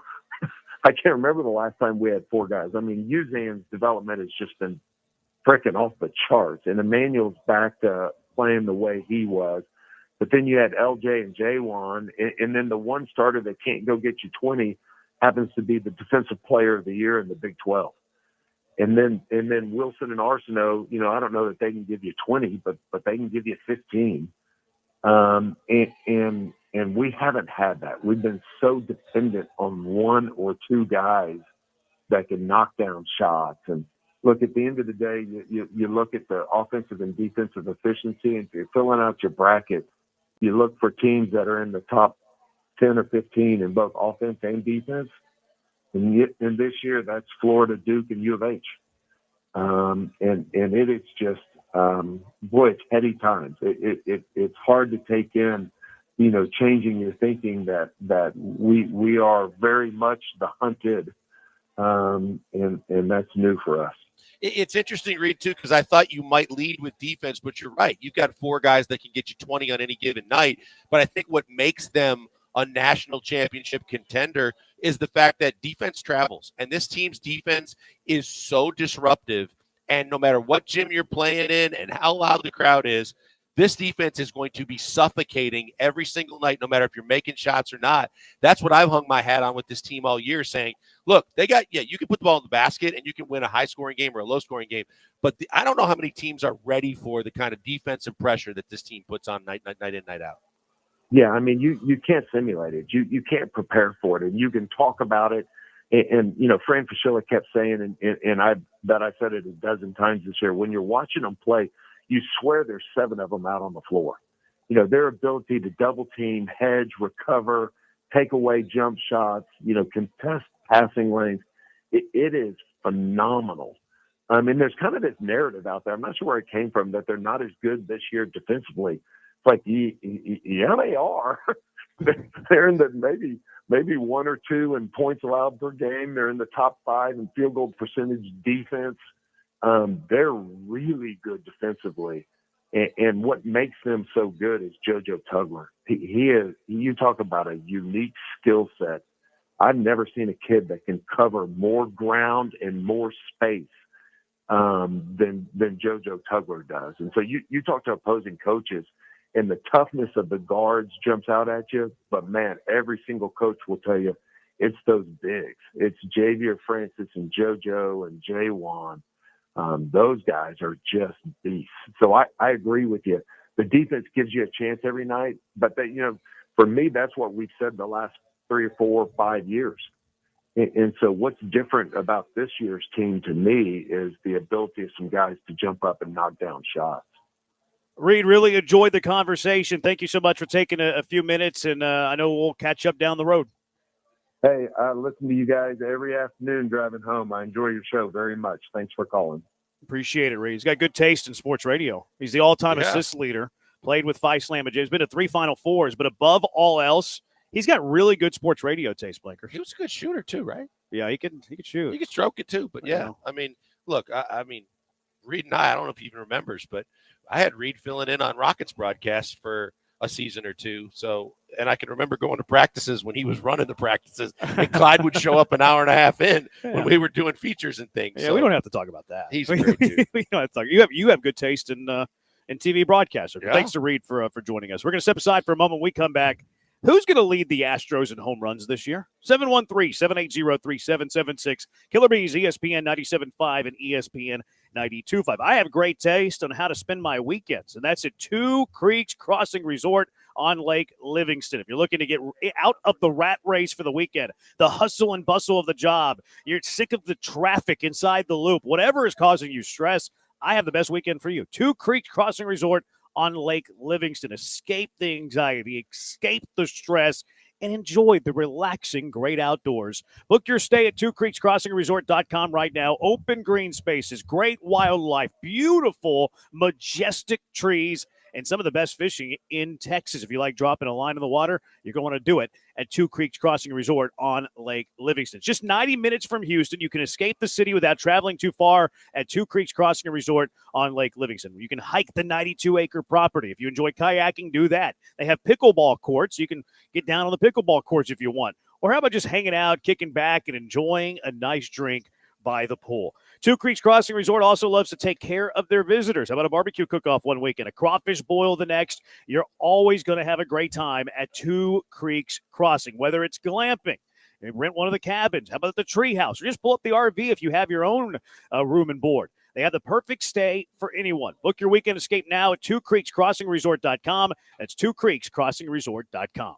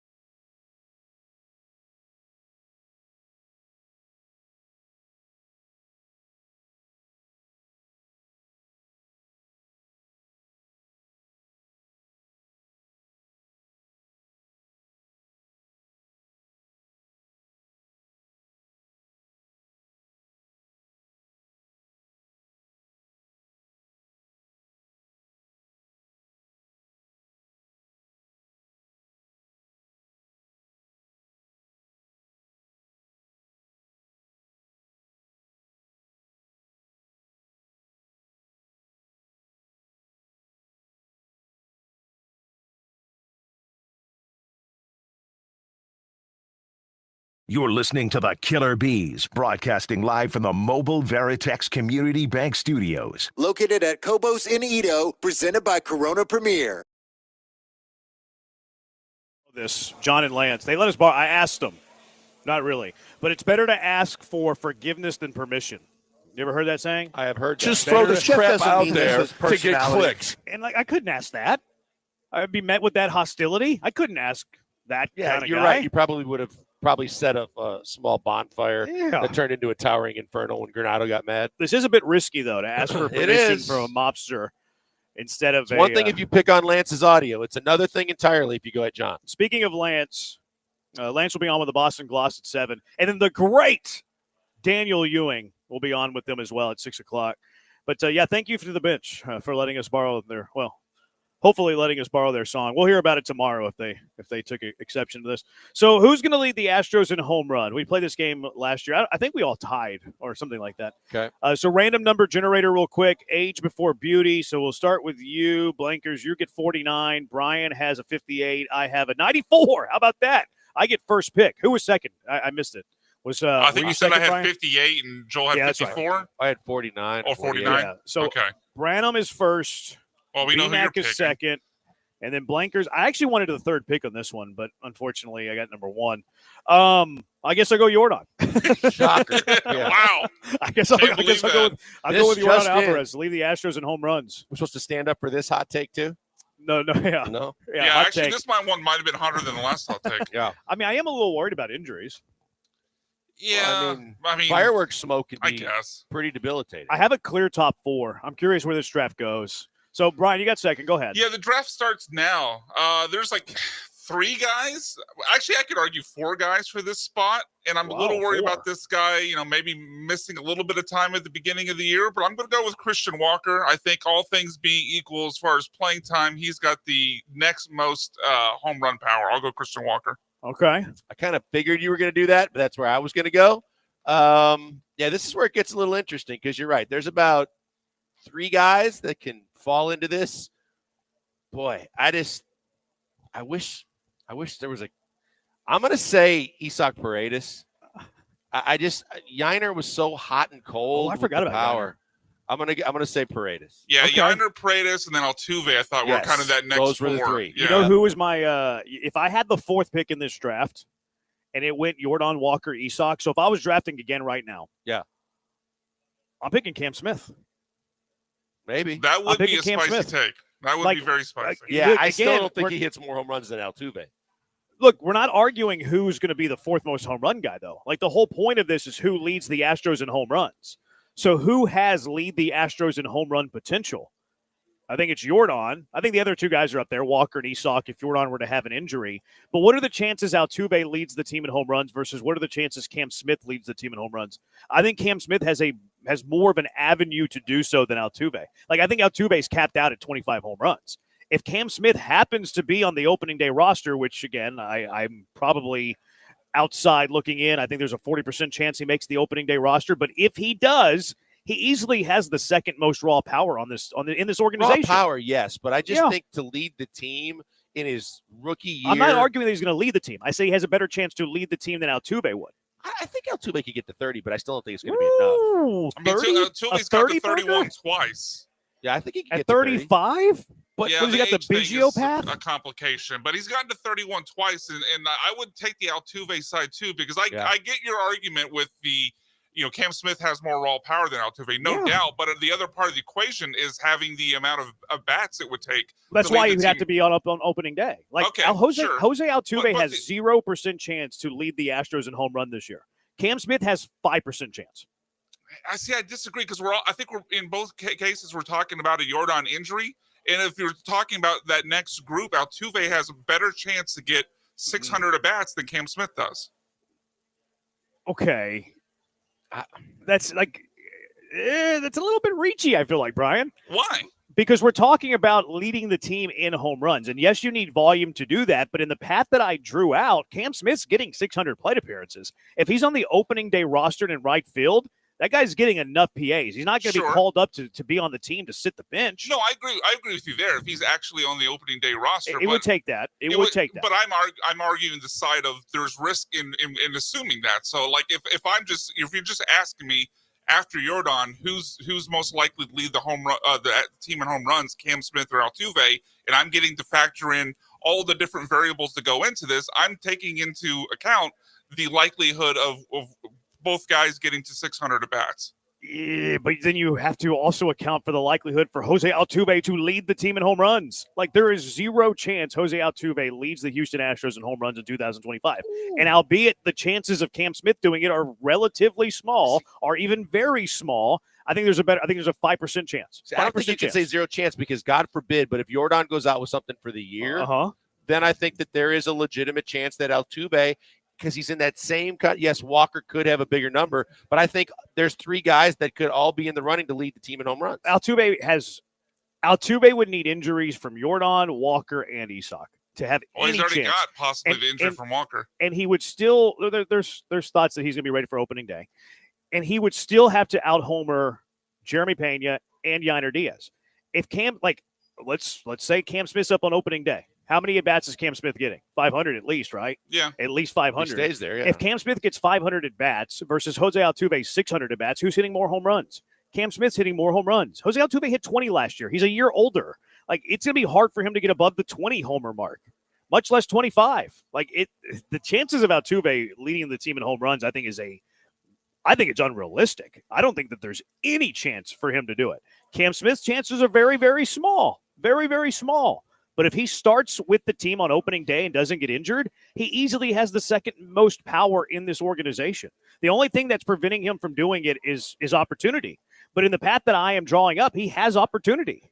But in the same way that you're drawing up that path, I think Altuve batting leadoff, and when he gets hot, he kind of goes on a roll, but that he could get enough at-bats, and he's still got enough power that I'm not saying he's going to go 40 bombs or anything like that, but I think it's going to be kind of like all three guys that are all going to be real close to where that's why I wouldn't say zero chance. I think that there's, if in the case that Jordan, something catastrophic happens for the season, I think Altuve's in the conversation to have a chance to lead the team in home runs. What do you think his maximum home run total is, Altuve? I think it's right about that. I think it's probably 25 maximum, Brian. 25. 25 to 27. That was probably where I'd put him at. See, I think he could get to 30. He hit 20 last year in 682 plate appearances. Yeah, I feel like a good chunk of them were early, too. I don't think he could get to 31. Like, he's hit 31 twice, I believe. I don't think he could get to 31 again.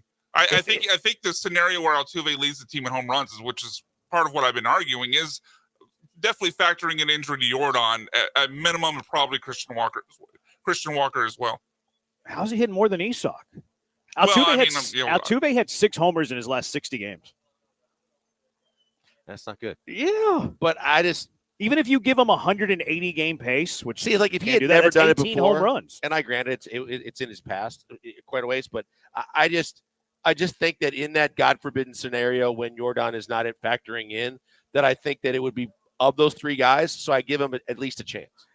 If Jose Altuve were to hit 30 home runs this year, it's not because of opportunity. It's not because of plate appearances. It's not because of injuries to Jordan, Walker, and Isak. It's because he lobbed a phone call to Barry Bonds. I felt a joke coming. Yeah. It's not a joke. That's sincere. That, or he got the Goldilocks balls. The Goldilocks balls. Yeah. Remember whenever launch angle was such a big thing? No, it wasn't launch angle, guys. It wasn't the launch angle that was leading to the drive and home runs. It was juiced up baseballs. That was leading to the drive. I can't believe that. Have like 2 in the first half of the season and then went on a barrage. I remember reading an athletic article talking about how launch angle has changed baseball. And I'm like, have you guys never seen Ken Griffey Jr. swing a baseball bat? Like, launch angle is not a new thought, guys. Like, it is not something that has all of a sudden been found and rediscovered, and it's changed the game. But yeah, I would go Cam over Altuve, assuming they get enough at bats. Again, I'm not picking Cam Smith to have more homers than Jose Altuve. That's not the conversation.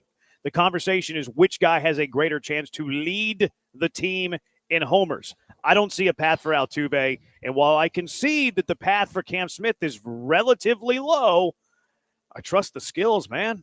I trust the raw power. The aircraft carrier. Possessed by Cam Smith. All right, 7. But again, just to re-rack this, I got Jordan, Brian's got Walker, and Blankers has Isak. We'll keep the same order, so tomorrow will be Brian, Blankers, me, and then we'll see who wins. Lunch bet here or drink bet? Whichever. Brian, you call it. Well, Joe, Jeremy, you still owe me a drink, so you want to add another one? Yeah, I'll do it somewhere we have a tab like you did to me. As long as I get a free one, I don't care. All right, yeah, we'll do what do you see with lunch or drink? I think drink. Season-long bet, drink? You guys All are right, well, it soft. sounds like you want to do lunch. It's fine. Then Let's just do say lunch. It's fine. Don't put it on us. Softies. Not you, Blake. Lunch. Brian's being a little soft for a season-long bet and wants to go drink bet. Yeah, Well, let's you do put lunch. it on me. We'll do Just lunch. say All right, you want lunch. 713-780-3776. Let's get to our car wreck of the day. What is your car wreck of the day? 713-780-3776. Killer Bees broadcasting live from Kobo's on ESPN 97.5 and ESPN 92.5.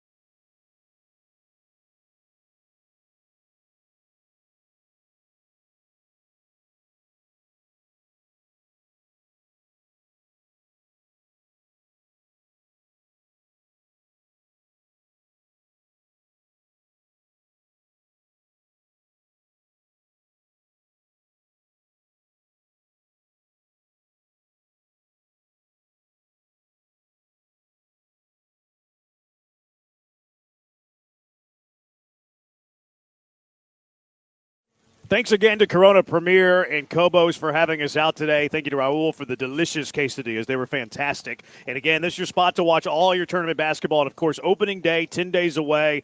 And Kobo's and Raul is going to go all out. So be here on opening day when the Astros kick off their season. Also, the Boston Gloss coming up at 6. They're going to have the great, the outstanding, the always good Daniel Ewing, and then also Lance Zierlein. At 7 o'clock. Car wrecks of the day, 713-780-3776. A lot of people are putting me on car wreck of the day for my Altuve Cam Smith thing. Didn't Jose Altuve have an injury last year? No, he didn't. If he hits, he played 150-something games. If Jose Altuve hits 30 or more home runs, you have to retire, Branham. All right, bet. It's crazy to think a kid who has never done it would be able to beat Altuve this year. I didn't say he would have more homers than Altuve. I said he has a better chance to lead the Astros in homers than Altuve. Those are two very different things. All right, car wrecks of the day, Blankers. What you got? I'm going to start out with our own Houston Livestock Show and Rodeo. The disaster that was the Journey concert Saturday night. I believe it was during Don't Stop Believin'. It was. It was not the Four-song encore. It was like 3 songs in. 4 songs in. And the entire speaker system there's a fire and it's blown out. And now they still haven't even announced if fans will get a refund. But they basically waited a little bit to tell everybody that the show would not go on. And everybody had to pile out of there.